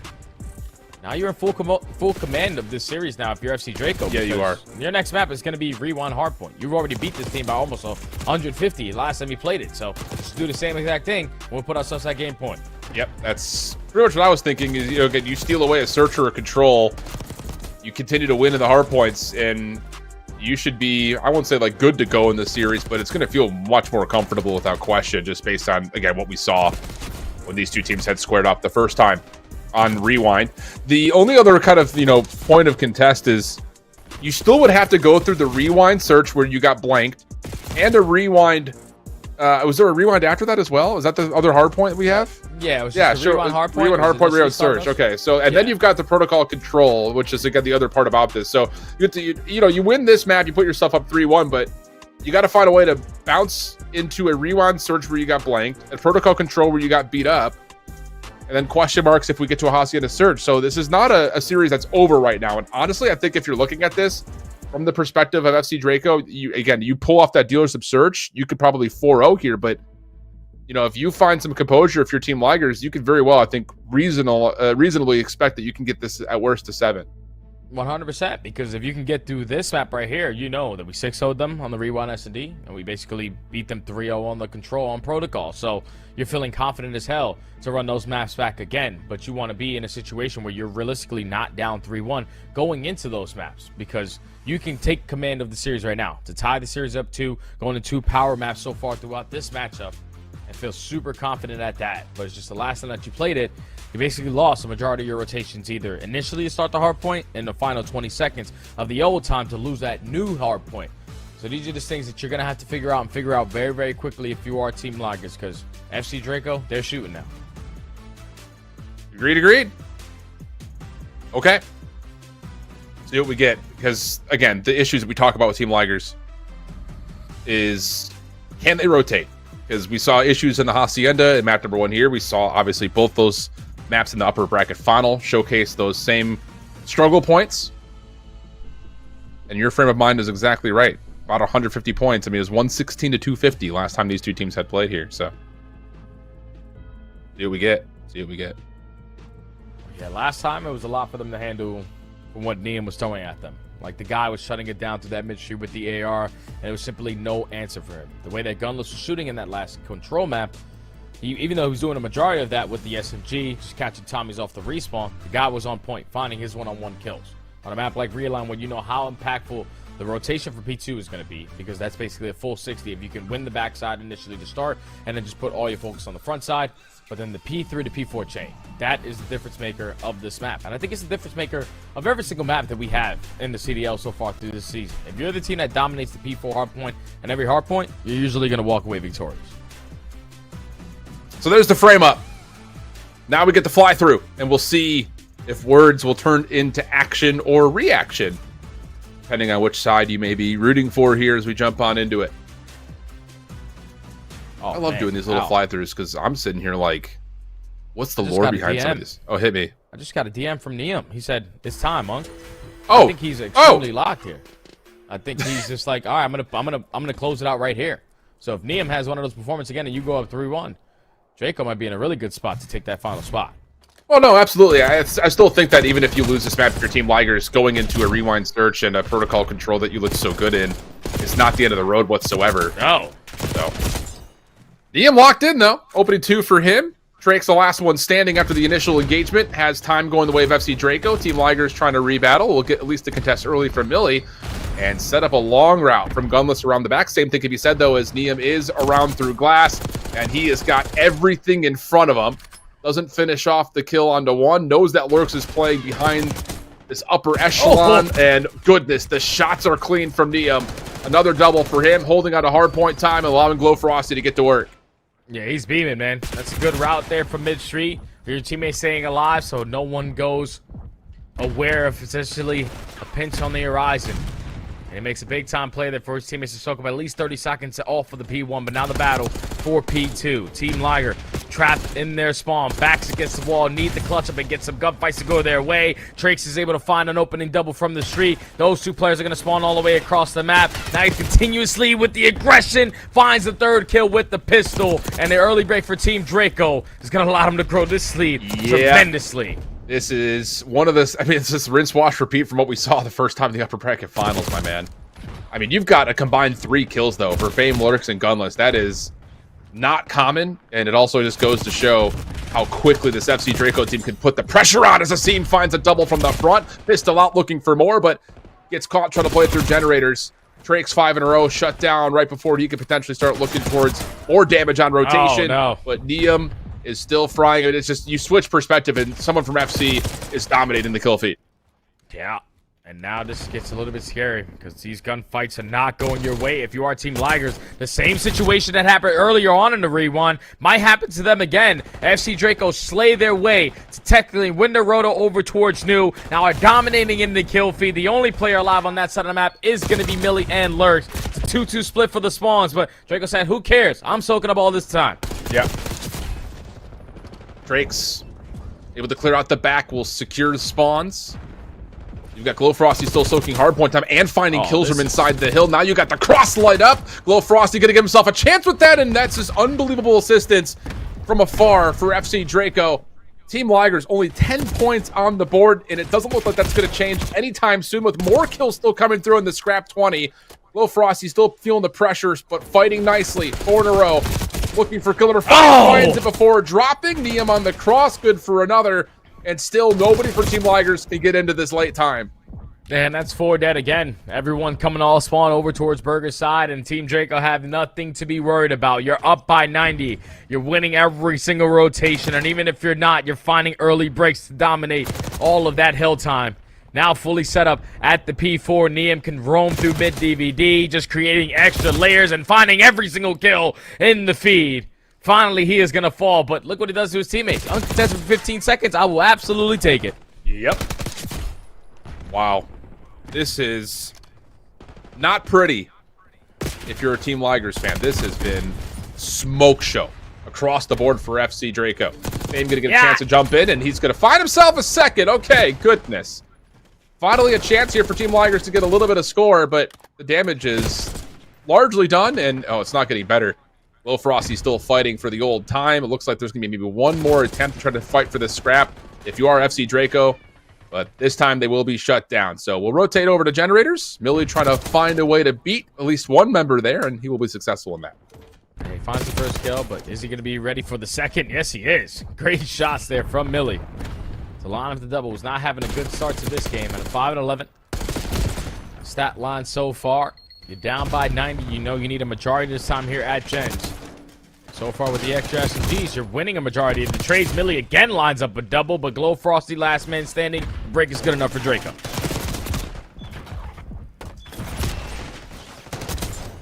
Nice shots from Trax. Finishing off on some low health pools to be sure, but that's what you want to see out of your SMGs. AR's doing the early damage. Everyone else is cleaning up around them. And the lead will grow back to 100 points. And it's not getting any better. And honestly, it's just like, you can feel the frustration. You can actually, not even just feel it, you can see it on the minimap. We're just not waiting for each other anymore if you're Team Ligers. Like, we're just trying to run in, take these 2v3s, 2v4s. And it's allowing the SMGs for FC Draco just to take over in every single moment. including that one. Another double up for Niam. Mill is going to get a couple of extra points at the end here and also maybe give some space for rotation, but it's still a 100-point game. Yeah, now your path back into this game only becomes more difficult because last go around you gave up 30 seconds to P1. That needs to be instantly switched on up. And you need to be the squad initially to win the rotation over towards P2, but win those initial gunfights because they were the team towards the back for the first go around at the P2, but just couldn't ice up on any of the fights. That's what allows Draco to continuously just keep the game in their favor. Now they're controlling the map. They're dominating this mid-map presence. They're playing keep away, and Ligers can't get any good team pushes going around this mid-map area. Yeah, you're absolutely right. It's just these trade fights that end up kind of echoing across some of the chaos moments continue to go the way of FC Draco. Glowfrosty putting on right now 20 and 10, Niam 22 and 14. And the lead just does not ever dwindle. If anything, it just continues to just grow little by little. Drake's over on rotation. Spawns are going to move around. You've even got to look over to Millie. You know he's in the back. You're just going to play for the isolation. It's just down to how much time can Millie kill before his teammates can get to the front. The answer is not much. Niam keeping his sights on the generators. That's just another layer added into this FC Draco hold. Oh, yeah, this might be over with already, Al. Like, Team Ligers are just consistently playing from the back foot, man. They haven't won any of the rotations to any of the money hills. Finally, you're winning a couple gunfights through the front. You're dominating the kill if we go 3 for 1. So, your opportunity is here, right now. Get yourself back into the game. Still a 100-point difference. You clear out the back spawns. This final 30 can be yours, but a nade over the top instantly breaks you down. And now you got to locate more players around this HP. Yeah, Niam now has the AR out and almost able to double up to find maybe some more contest time. Team Liger is able to stabilize, but they just don't have that same layering that we continue to see from FC Draco. Even in moments where you feel like they could maybe push out, they're just kind of holding their ground. It's just very, very reactive and not looking good here for Team Ligers late into this map, especially as we start to rotate over to new. You've got Niam trying to cut off some rotations. Nice little stun, plays off of it, but maybe misjudged the timing by a little bit, allowing Team Ligers to at least play this from DVD side. Yeah, but they're trying to do 2 things at once. Get them off the hard point and secure the spawns for the next HP. And so far, it's working out in their favor. Glowfrosty, though, somehow, some way is able to pop a double there. I don't know how he finds that second kill onto Lurks, but again, this guy continues to shine in moments that he's not supposed to. An 100-point difference still in this game. It's basically been a copy and paste on every single time we have said that, because Draco are just doing so well managing to keep away or not really allowing them to get any time with the contest fest. But now with 20 seconds remaining here at the P3, Team Ligers finally have some ground to stand on. They're in the old HP. They have the spawns that they want, but in the final 20, again, we're losing all the gunfights that we don't want to lose. Yeah, exactly the case. Glowfrost even has a bit of an angle for what was kind of a quasi-spawn trap on this backside of Beepers. And once again, the lead goes back to about 100. It's just never a moment, it feels like, in these maps that Team Ligers can stabilize and just take an L and set themselves up to get a money hill. Maybe a chance here to do that, as you've got Gunless re-wrapping back over to the play, but Niam's able to take one out of the hard point. Dumpster and Burger control here for FC Draco, but a tough battle from this point of view. You got to win another gunfight, especially with Gunless watching this pinch. Oh, yeah, Gunless is making a big-time play. Finds the first one, lines up the second, at least sets up his teammates for the double. So far, this has been a great hold here from Team Ligers. They needed a great response, and essentially a full 60 at the money hill in P4. Bring you back into it. Only going to be down by 40. Last attempt at a break here for Team Draco, and they get those back spawns. So they're going to be able to outnumber the last guy at 0 for the final 15. But at least if you're Team Ligers, you'll take that because you should be set up at new. Nice shutdown from Glowfrosty in the old time. Is there a lifeline here for Team Ligers? You have to dominate over the top of this generator's hard point. In particular, I'm looking at Millie just to try to, again, add that extra layer. Nothing there. Niam's able to get the immediate response. Good help from the team shots out of Asim. Gunless stops the pinch. That's decent. You can keep your eyes forward now if you're Team Ligers. Lurks, he's been a little bit quiet in terms of his pop-off potential that we've seen. Nice moment here from Fame. Good help on the support with that timing on the pinch. Lurks kind of working from the front with him. Pistol out. We can reset, get back in. If you hold this back 35, we've got ourselves a ball game. Yeah, this is massive. Team Ligers are doing everything they need to get themselves back into the mix. Now only a 30-point difference with this pressure from multiple different angles. Now Fame is not in any of the engagements. He's going to be the last one to fall. And now the spawns are stabilized for Draco. Everyone over towards mid-street side. Glow Frosty watching the cut through mid-glass. SMG's also filling the lanes to make his job a whole lot easier. But his final 20 goes in favor of FC Draco. And now they only need about 20 points to close out this map. Yeah. Glow Frosty just continuing to impress. 233, 175. Ligers on the exit and rotation to new. In a pretty solid spot here, especially if you can hold on to this position if you're famed. Yeah, really well done. Now you get that little zone of control. Seemlo just steps in and essentially breaks it down himself. And there's going to be more members here for Draco on this rotation through generators. Trying to get in for the early contest. Gunless only able to provide for one. Fame stepped back over through shelves. And now you got to win some gunfights. You got to win them in critical spots because there's just not good looks for them. 190, 237. Lurks able to provide for two. And okay, things stay neutral for now. That's a big double there from Lurks because now you have all the map pressure to go your way. You have players early off the rotation. Gunless in a very crucial position. Can he continue to finesse? Can he find a couple kills to make your approach for this rotation a whole lot easier? Because now he's the only one here. Gunless needs to have a big-time play for you to stand a chance because the spawns are all the way across the map. Yeah, that will likely be the game-winning play right there. Gunless just not allowed to get the regen with that late stun that connects. Last 4 seconds look good unless Millie can take some players out of the hard point. And no, Asim just puts himself in an unkillable position, and it just continues to be a hard point masterclass in this head-to-head matchup with FC Draco taking such an early advantage, not once, not twice, not 3 times, but 4 times that these two teams have played in the hard points. And that forces now kind of a do-or-die situation for Team Ligers through the rest of the series. And it seemed Ligers just couldn't start off so slow, man. You're giving up 30 seconds at the P1. You need that response at P2. You instantly get broken at your P2. Now you're down by 70. You're looking for a response at P3. You instantly get broken. Then you get chained from P3 to P4. That's just never the recipe for success when you have such a slow start the way that they did. They started to fight back towards the very end of the game, but FC Draco, with the lead that they had, they get some good spawns for the final 20. Cool, I'll take it. Same thing for the last ending of the P3, for the ending of the P4, and the same thing for Gens. They were just always the team with the lead that they had, walking away with the final 10, just getting closer and closer to that 250-point mark. And Team Ligers with the slow start can never really stand their ground on any of those hard points until we got to the end of the game. But at that point, it was too late. So now FC Draco up 3-1 in the series, in full control of this. But like you said earlier, my friend, they got 2 maps next up. At least the next map guaranteed, where they got 6-0'd on it. So yeah. Hopefully some adjustments come in very, very quickly. Yeah, on the other side of things, again, that just builds that storyline where Team Ligers are not going to be necessarily in full panic mode here going into map 5, map 6, if they do, again, continue to do well here on the Rewind, Search, and Destroy, because the protocol control was also just as convincing. So, you know, hey, there's still a lifeline. I think it's just one of those things that, again, if you're FC Draco, you're thinking that that should be it right there. Like, we should have just won our championship. We are up 5-4 on the Search and Destroy and Dealership. Stole away a couple of rounds, but still feeling obviously very confident in their ability to try to battle and contest against Team Ligers in the Search and Destroy after that result, even though it wasn't necessarily as great as they would have liked. And I'll be honest, if we're going to continue to see the SFGs playing as well as they are for FC Draco, talking about Neum and Trakes in particular, I think the protocol is going to look very different than the first time when we were there. Oh, yeah, that's shooting now. Like, what was it? Neum who started 0-7 on that map? Yeah, that's just not a number that we were expecting to ever see, because he's been lights out all day today. And now it's just one map standing from that last spot in towards champs. Are you going to take the trip to Kitchener? Is your flight going to be booked? Who's going to be my roommate for the event? These are all questions that are going to happen after this map pops up. And if you're FC Draco, you're hoping that you're the team that's going to be able to do it, man, because you do it through every single respawn so far throughout this one. You got to see yourself at least one more guaranteed in that protocol control, even though it didn't treat you well.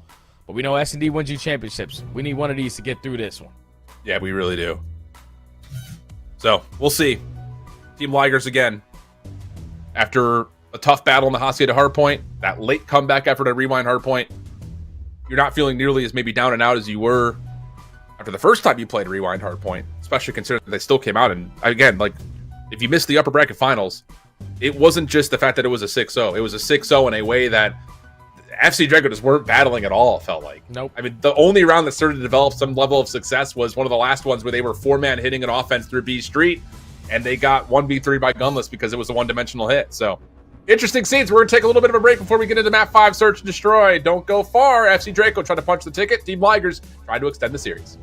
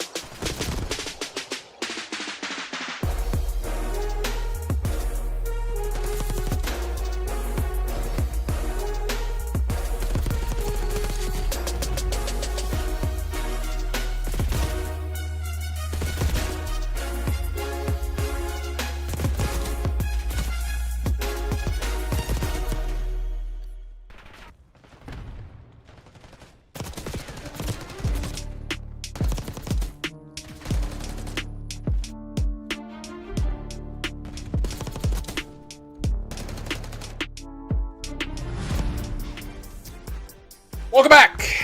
Wow, we've got ourselves a battle. It's been a good one, too. I mean, after the upper bracket finals went 4 maps, a lot of it being pretty much one-sided, one direction or the other. We've got ourselves a little bit of a back and forth here. Of course, the hard points still continue to trend in the direction of FC Draco early in particular, but the battle from Ligers not to be neglected. And now we head into 2 maps that Team Ligers were able to very convincingly win in that upper bracket final. That's kind of the benefit of coming out of the winner's bracket. You can set yourself up for that mid-series success in a best of 7. And that's what we have in front of us here, Jay. Have to bounce back, obviously. You got to win the next 3 in a row, but these next 2 look good for the chances for Team Ligers. Yeah, they look great for the chances of Team Ligers because they played it in their most previous series in the head-to-head. It was a 6-0 on the SD. It was a 3-1 on the protocol. Neither one was remotely even close. So you got to still be feeling confident that you can fight your way back into this one because we've already done it before. It's just different now that you've already played those maps. That's the only thing that scares me now because FC Draco, they're going to understand what happened to them last time. And it was a battle of the first bloods. They sent a lot of pressure over through Burger Street, a lot of pressure through Mid Street in general, and they were shutting down all of our aggressive pushes in towards DVD. That cannot be the case here. You need to set up one of those ARs or at least watch the cross so those impactful kills aren't as impactful early into these rounds. And then you're able to make those proper adjustments at the end because there was a lot of what? Neon 1v2, Neon 1v3, Neon 1v4. We even had it in the last go around on Rewind.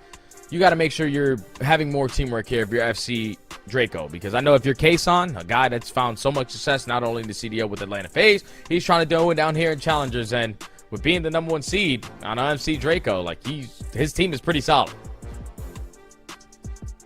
Like the call, like the point, like the spotlight. FC Draco, it's more than an individual effort here, though, especially looking at this map in particular. Considering that nothing was going well, everyone was kind of in the blender, and it just didn't feel like the individual moments, like the individuals that are trying to create those opening engagements, were really finding any success at all. I think that plays on you a little bit here in terms of like what you even do as your playbook on this map. You know, again, like kind of looking at how the vetoes had gone down to that upper bracket final, and you veto out what is likely your worst map, and then you get 6-0'd in another one. It's just like, doesn't feel particularly great. Kind of feels like you're on uneasy ground. So we'll see how things kind of unfold as we continue forward on this one. And again, I think there is a level of inspiration based on how they started the dealership off. Some of it, again, like I think like as much as a 6-5 leads you to believe that it was a really tight map, which of course it was, you got to remember that like 2 of the opening 4 rounds that FC Draco were able to pull were off of like 1v2 clutches and a 2v3 clutch, I think. So it's just like they're still having a tough time in those opening first bloods, regardless of how lengthy the search and destroys have gone. I still think it's just a level of, you know, how much respect we want to give, how much we want to react to what Team Ligers are throwing at us versus trusting that we can still be a proactive initiative-based team and play with that aggression that we've seen now in 2 of the search and destroys that they've played. Yeah, and the aggression so far, at least in the dealership early on, it was working. It's just when Team Ligers start to get a read on that aggression and start to slow down the game, that's what cost them the last go-around here on Rewind. Because they were thinking, all right, we're going to be able to take DVD away. Let's try to take gens away. Because after a 250 to 116 hardpoint, you're thinking, we got all the momentum. We weren't losing any gunfights. We can do whatever the hell we wanted. But now, since you've already been tested here on Rewind, I expect this one to be a lot slowed down. A lot more slowed down than the one that we saw earlier on today. Neither team wants to make any mistakes. Both want to be able to capitalize on the mistakes of the opposing teams. But just realize, okay, I don't need to over-challenge this scenario. We have the numbers. Let me just back on down, because every one-on-one gunfight that you take and you don't win it, you're only shooting yourself in the foot. Yep. It's a good point. We've seen, again, this is where we're at right now. Again, talking about the teams that essentially find themselves as the 6th through, like, 20th best challengers teams in this tournament. Is there's going to be mistakes, and a lot of that is off of, well, let's get into the round. A lot of it is off of just individuals jumping at each other, which is exactly what we have here. It's just a mixy battle in round 1 that Team Ligers once again dominate over the top of the A site and give themselves the advantages in the trade fight. Find the first blood. Know where the press is going to be over towards stage. Everyone has an SMG for the occasion, and that's just an easy tone-setting round there from Team Ligers. Just like how they did earlier on. It's now 7-0 in round counts on a map like Rewind. And still, Team Draco haven't made the adjustments yet. That round they at least find 2, but just don't win the trade fights to close that one out. Now on the defensive side, I think everyone's looking at each other. There's something going on. The game might end. Yeah, it looks that way. Yeah. Okay. So pending that first round sticks, which it should, consider that all 8 members were happy to battle each other, we'll get a reset. We'll come right back into the play again. And it's one of those things, like, it's almost like okay, whatever. We're just going to have to do the mental math to, you know, Team Ligers need to get to 5 instead of 6. But that round happened so quickly that you just don't have trophies anyway. So not really much gain, not really much loss. But it's the same thing, though, just to kind of use a very short, brief moment of kind of reflecting on what we saw first time we were here versus what we have now, Jay. It's the same thing. Both teams want to play with aggression. They want to get over the top of that A site quickly, and Team Ligers continue to have small edges in those little bit of trade battles that happen. Yeah, and I think if you're FC Draco, like, let's not play with the aggression. Let's just allow these guys to run into us, because we tried to match that aggression with aggression. We were getting 1v3. We couldn't even win a round last go around, so let's just allow them to run into us. Maybe that might be a better recipe for success, because based on what we saw in round number 1, already on a different map, no, not the same map, just a different series, it's the same exact results. Like, the aggression has not led to success for you guys. We're not finding the effective trades around that mid-map area. Even with the power positions that we had, we just don't have the numbers. So let's just slow down this SD going forward. Okay, love it. That's all we got. It's one round of search that lasted 15 seconds. There's only so much we can do to recap it. I just want to just kind of go back. What do you got? Go ahead. No, I was going to change the subject completely, man, because unfortunately for us, we weren't able to attend DreamHack. But that was one of the sickest events that I have ever seen. Like, you saw all the pro teams that were going down in the pit. You saw Craze finally won the Challengers thing. My son made me proud, Alex. Like, I'm thinking at the end of the season for both the CDL and the Challengers, it's going to be so electric, because you got Atlanta Face sitting at 2. You got LAT sitting at 2. You got a bunch of up-and-comer teams like Optic, who have just been able to shine the light at the end of the season at the right time. The same thing could be said for Miami, a lot more consistent in these final moments. The CDL is going to be fun, but so is Challenges, because like you said earlier on, Team Orchid, even though they got slammed by Omid in that grand finals at DreamHack, they guaranteed their Search and Destroys basically every single series. So I just think, like, it's the perfect way to end this COD season with, you know, the top teams being the top teams regardless of what region you're from. And most likely the best team in the game on both sides for Challengers and CDL, they're going to be able to end out this season as the best team in the game. Yep. Could not agree more. Just gonna say it. EU regions. Who do you think it's gonna be? Dude, I don't know, man. It's one of those things, like, everything changes when you get on the LAN. I think that's the first thing, you know, no matter what frame of mind you put it in, whether we're talking about challengers teams at opens or you're talking about challengers teams versus CDL teams at EWC, like, legitimately, like, it just turns into anyone's game. We said, like, even as recently as DreamHack for the CDLs, like, Vancouver comes in as one of the most tested and proven teams, made it 2 straight grand finals, they get bounced top 12. Like, it's just, anything can happen. It's hard to make a prediction, I think, in this game right now.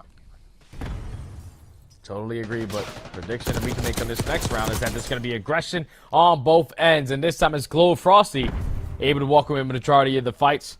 Lines up a double, gives his team the early man advantage. Fame trying to make up for it, sneaks his way behind enemy lines, but does get caught. Now Gunless left in a 1v3. Bomb going to be down in towards the A site. But all of FC Draco, they're currently split. So you can make a 1v1 gunfight happen. Oh, okay. That may be the case. And Oh Gunless my God. snaps to a second. Now it's down to a 1v1 with Neum on the other side of the map. Onus is on to Gunless, though. He has to play for the bomb. You already had a 1v3 versus the same exact squad. Not the same exact scenario. But him v Neum. 25 seconds to go. Bomb's going to be down in towards A. You're going to recover it. Neum's going to spot and not be able to see him, but now he's going to go for the chow. Oh! Gunless has him weak, and Gunless is able to clutch again. A 1v3 that he simply stands no chance at getting. If you are FC Draco, this is the mode you desperately need to work on. Because in a 1v3, all we got to do is run around together, brother. The guy's got a plan. Even if he plans, we can retake it together. But when you're giving one-on-one gunfight after one-on-one gunfight, a veteran, a professional like Gunless is going to be able to make you pay for it. Clutch is up for Team Lagers to go up 2-0. Wow, dude. Unreal. I cannot believe it. 1v3 the first time, 1v3 the second time on this map. That one, way more unexcusable. So 2-0 up will be the count here for Team Lagers after the 1-0 start that they already kind of got credited for the first time. That was, of course, started the map up. Millie, first blood here. Bots the bomb carrier as well. And it's just, it's the same situation where FC Draco just looks so uncomfortable on this map. Still trying to make something out of nothing, though. The team is able to find woman still in the man disadvantage. Is going to be FC Draco. But Neum now might have got some good timing on at least one player, but unfortunately his teammate drops all the way across the map. So now it's your turn for a 1v3. He gets the first for free. And he gets a look at Millie. Oh, and he connects just through the wall bang. So now he's got a 1v1. He sees Lurix, has the first shot in, wants the challenge. It's stun connects, though. Lurix able to reset, and breaks the angle just long enough as the Semtex, and pardon me, the stun was just about to expire. Wow, another moment that comes with the drama of a possible 1v3, but Lurk shuts it down. Now Team Lagers go up 3-0 in the S&D. Still flawless here on Rewind. 9-0 round count. 1v3s tallied. Gunless has 2 of them in those 9 rounds. And that time Lurk is able to put the finishing touches on that one. Almost allowed that one to slip away, but the stun connecting on Neum doesn't really give him the advantage in the gunfight, even after he hits the first couple of bullets. Does not change the outcome there. So now Team Lagers can currently do no wrong on Rewind S&D.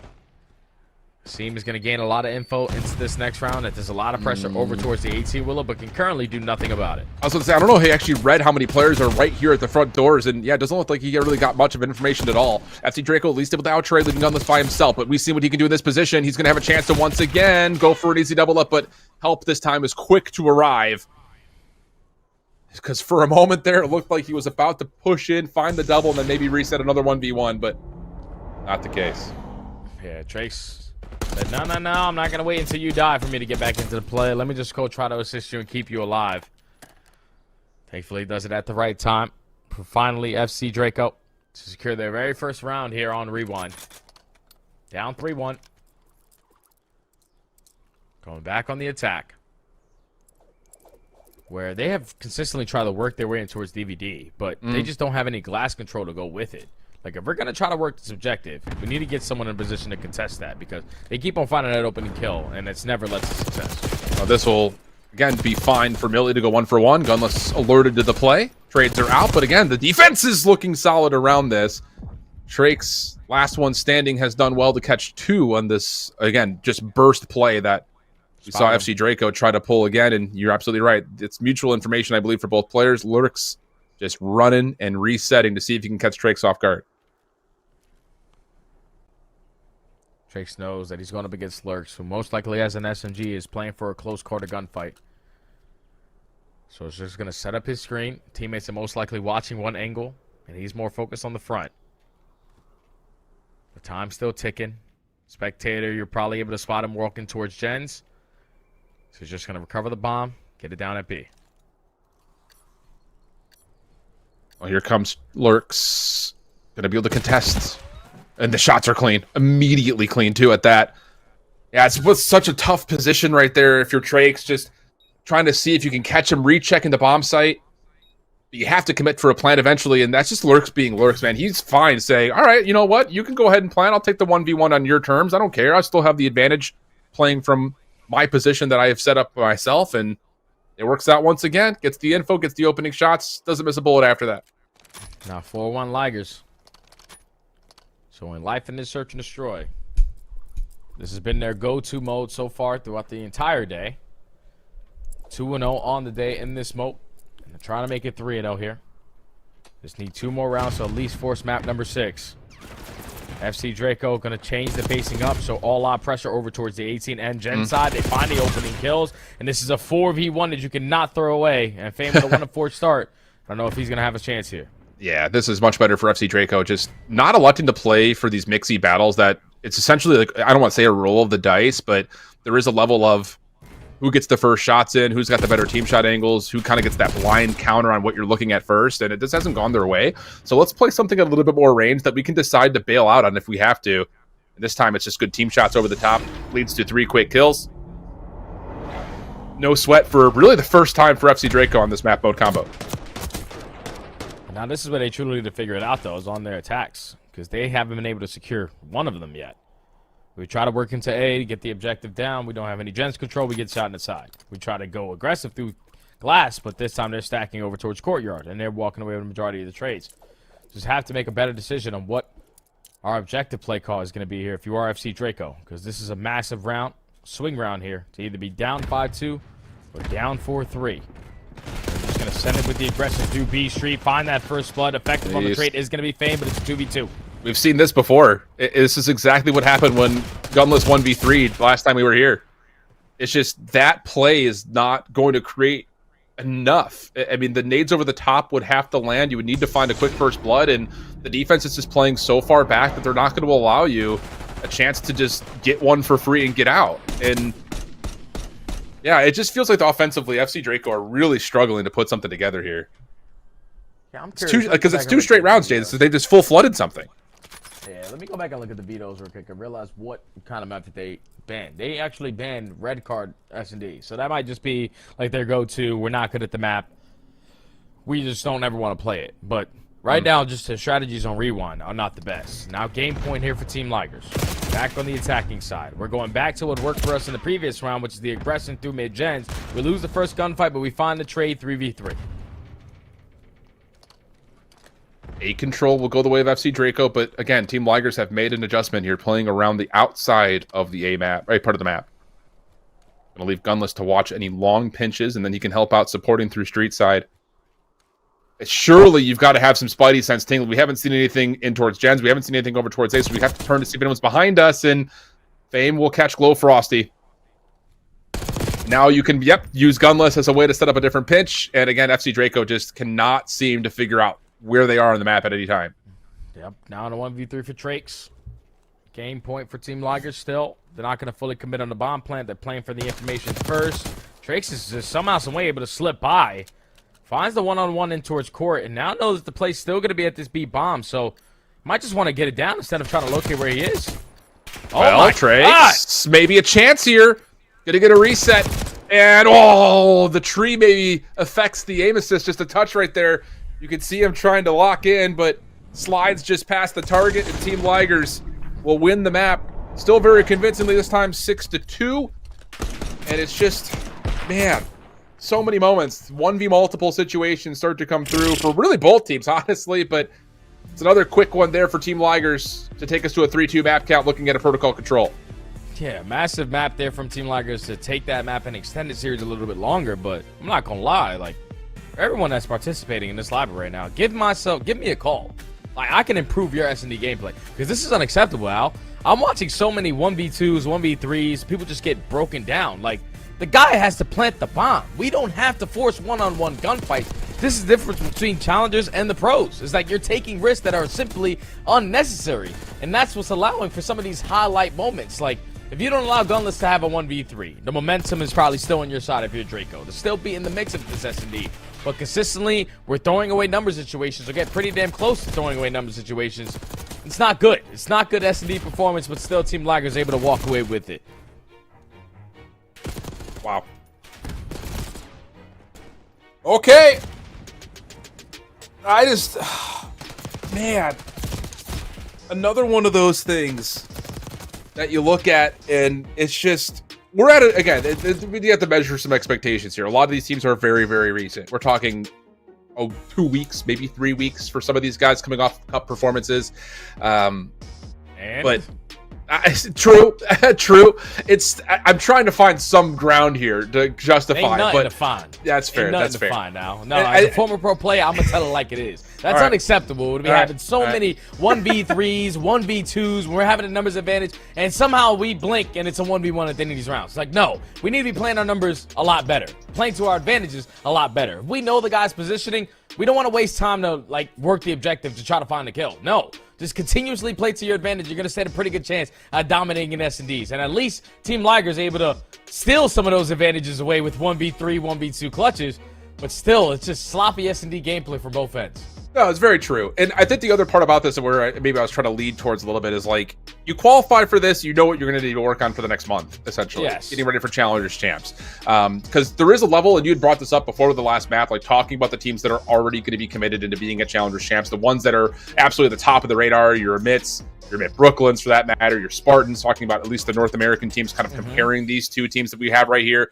It is night and day difference. I think, especially considering that, even to my point, talking about recent roster changes, Emit is a perfect roster to look at because they've changed every single season and have been able to get themselves together. So, again, keeping that conversation inside North America, there is a level of these players have been outside the picture for a lot of the elites. They've been outside the picture for top 8 finishes at things like Opens, some of the major cups that we've had where it's multiple teams that are playing, and you do need to pick that up. You do need to be better at that, but who knows? Still, whoever qualifies for this is going to have a month to try to work on it and try to get themselves prepped up. But for us, we're going to step away for just a moment. We're going to come back with that protocol control coming up next.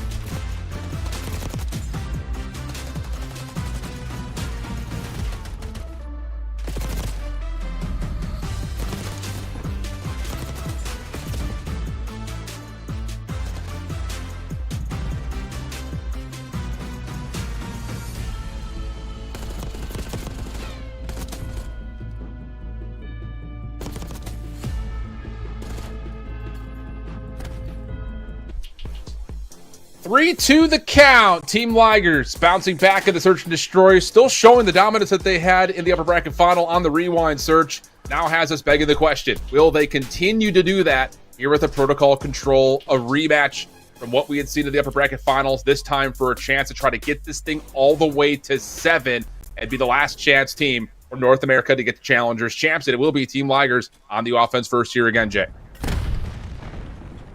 Looking for a perfect break off and already finding an initial kill with the nade. It's exactly how you want to start, but everybody else just falls like dominoes after that. Gunless, last one standing over towards both sides, does find an opening kill. Potentially might find a double if Trace just overextends a little bit. Oh. He's able to do just that, so now Team Ligers don't really have to sweat as much off the respawn. Yeah, Neum can't get out from sidewalk as that little spawn trap play didn't really find the success it was looking for. Seem able to keep the B zone safe, but pressure starting to amount over the top at A, and wow, nice shots. As Millie had gotten a double, and then I believe that was Fame who found that kill on the zone itself. Nade over the top, though, does leave me looking to see if Draco is going to have a chance to jump into this quickly, but taking some time here. And with Gunless at mid-map, he's in a spot to contest the cross, and if there is a commitment onto point, there's going to be a lot of guns looking up, and there might not even have a chance to be. Millie cleans up the high ground. That was the pinch play trying to save the zone, and as he finds Trakes down low, an extra 60 seconds going to be added immediately. Extra 60 seconds and up by 3 lives and a lot of map control for Team Ligers. If you're FC Draco, you need to find some ground to stand on here. Need a multi-kill to go your way. You're taking a little bit of presence around that mid-map. You're going to isolate onto Millie. You lose the one-on-one around B, but you should be able to get the trade unless Lurk is just going to finesse his way out of this situation. I thought he was going to get the better there of Trakes, but still a minute and 30. Still up by 3 lives. And still contesting around mid-map. Fame over the outside at B, though. Just comes down to the decision he makes. Do you want to, play around the backside of tower to try to block off any defensive rotations in, or do you want to play for the zone itself? Teammates will jump on. Fame able to find one around the back, and now you can keep your eyes open towards mid, which Gunless has already found one. Maybe looking for another. May not even be needed. Second tick of progress is going to be good. This stack is significant, and Draco just cannot get together at any point. Outside of their break-off, they have not been able to get anything developed at all. And you can only imagine what it's doing now to the likes of Team Ligers camp. Like, they're thinking, okay, we are doing the same exact thing that we did earlier on today. We dominated on the rewind S&D, and already starting off with the dominance here on the opening round here on Protocol. That's just way too easy. The fact that Gunless was the last man standing over towards both sides should tell you everything about the way that FC Draco like to play control. We're not really putting focus on where we need to. Like, Gunless is irrelevant over towards both sides. The 3 players coming off the respawn are the most impactful players, because when you gift Gunless a 2-piece, that's when the players off the respawn can make the impactful play. But instead of playing for the guys off the respawn, we put too much focus on the wrong guy, and it came back to bite them. So now you got 6 segments to make up for it, and I hate this break-off from Neum. This might be the worst thing I've ever seen. Well, let's see. Okay, he gets one. Do you still hate? Yeah, it's weird. It's weird. Trying to avoid that play through field doesn't really even work out all that way, as Team Ligers will get around the back here. Clock will be paused at a minute and 11 seconds with Neum on the point for now, but yeah, it does get overwhelmed as FC Draco are trying to deal with the spawn pressure. And to be fair, they have dealt with it pretty nicely. A couple of extra tags onto Fame. We'll have him dropped, or the part of that was Gunless. Trophy system down, double stack on. Millie up top for 1, but trade will continue to allow FC Draco to stay on the point. Millie found 2, so now you have the numbers to reinforce your way back on in. You take care of the players setting top trips. Asim is able to lock in that second segment, but now you have the numbers to get him off of it. Just got to locate where the hell he has gone. Gunless wins the one-on-one, but he's still going to be overwhelmed by the pressure. The majority of the mid-map is currently being dominated by FC Draco. Time should be extended because the only one to contest it is going to be Fame. He just doesn't have an angle. Extra 60 on. 3 life advantage as Fame is able to find 1 on the exit. But how about this? Neum, Asim, able to jump on over towards B. That's going to be another one falled, and you also get the information on Fame down low, so now you can get 3 members on for the stack. Second tick of progress is looking very likely. Unless any nades come over the top, there is not a trophy system that I can see, at least at the moment, but Will Frosty just gets the job done himself with this extra bit of layering. Lots of damage allowing the follow-up to be there, and how about offense for offense by way of capture for both these 2 teams? Okay, all right, that's how you have the response there if you're FC Draco. You had nothing early on in the protocol when you did square up previously on the day. At that time, the break off and the AR dominance was all you really needed there. Lord Frosty finding multi-kill after multi-kill. Maybe even though the breakoff wasn't the best in favor of Unk, but still makes the most of it. Now you're all tied up in segments, all tied up in round count. The only difference is going to come down to the sling if you do go to that round number 5. And I think you're edging them out by a little bit if you are Draco.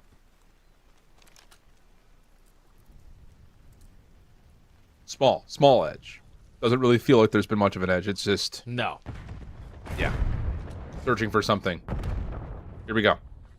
Break off for FC Draco again through field side. Defense going to find the first 2 gunfight wins, and that has Team Ligers on their heels now. Good follow-up from Fame. Shuts down the play through Spiral. Also gets a read onto one more, and that's huge. Stopping that play initially around the backside of Spiral leads to an opportunity to out-trade the rest of these defenders, at least for now. Little Frosty trying to stay alive. Forced to take the gunfight and wins it. So now it's just on to Millie, who's gotten through this defensive play, but gets caught. Little panic melee, and FC Draco are now in control of this map. Oh, and this is the first time we've ever seen them have this much control of the map. Breakoff is perfect. You're already up by 6 live. The SMG's causing mayhem in their spawn. Trakes, your turn to have a field day here. Let's get 1 kill, get on out. Force them to continuously look for you because there's only 30 seconds left. Team Ligers need something. Oh! Yeah. Ow! Oh, okay. Well, that's the statement right there. One last chance to get out of this spawn trap, but Neum is building for potential streaks. He's on 5 in a row, 14-8. Takes a moment to breathe and then gets back to work on these stray stragglers. And Gunless has no idea. That's kill number 6. From the front, everything is perfect. The only player to stay alive is Fame. And as he's taken down, the last 3 seconds will come to an end with no ticks of progress earned at all for Team Ligers on this offense. Damn, they just got beat up on that round. You're losing the break-off gunfights. You're instantly put into a spawn trap, but then just could never get a good team push out. So there's multi-kill after multi-kill for the SMGs on the side of FC Draco. Neum was 0-7 last time to start off this protocol. He's at 15-9 right now. So the guy's feeling a lot more confident to close this one out in 6 instead of getting to that game 7. FC Draco now at game point.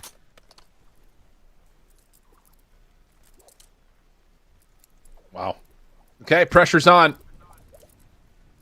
Now we've seen, to be fair, just to kind of build the story, Team Ligers have done the same thing that FC Draco had just done to them when they played here the first time. Just comes down to, again, the pressure on this breakoff is immense.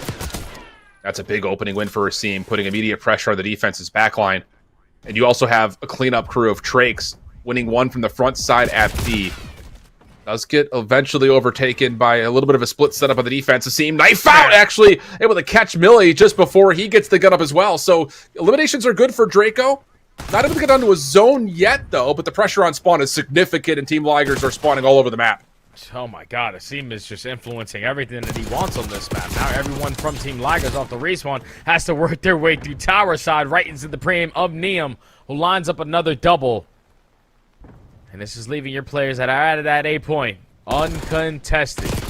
Asim now can continuously cause mayhem. Unfortunately, is going to lose his initial fight.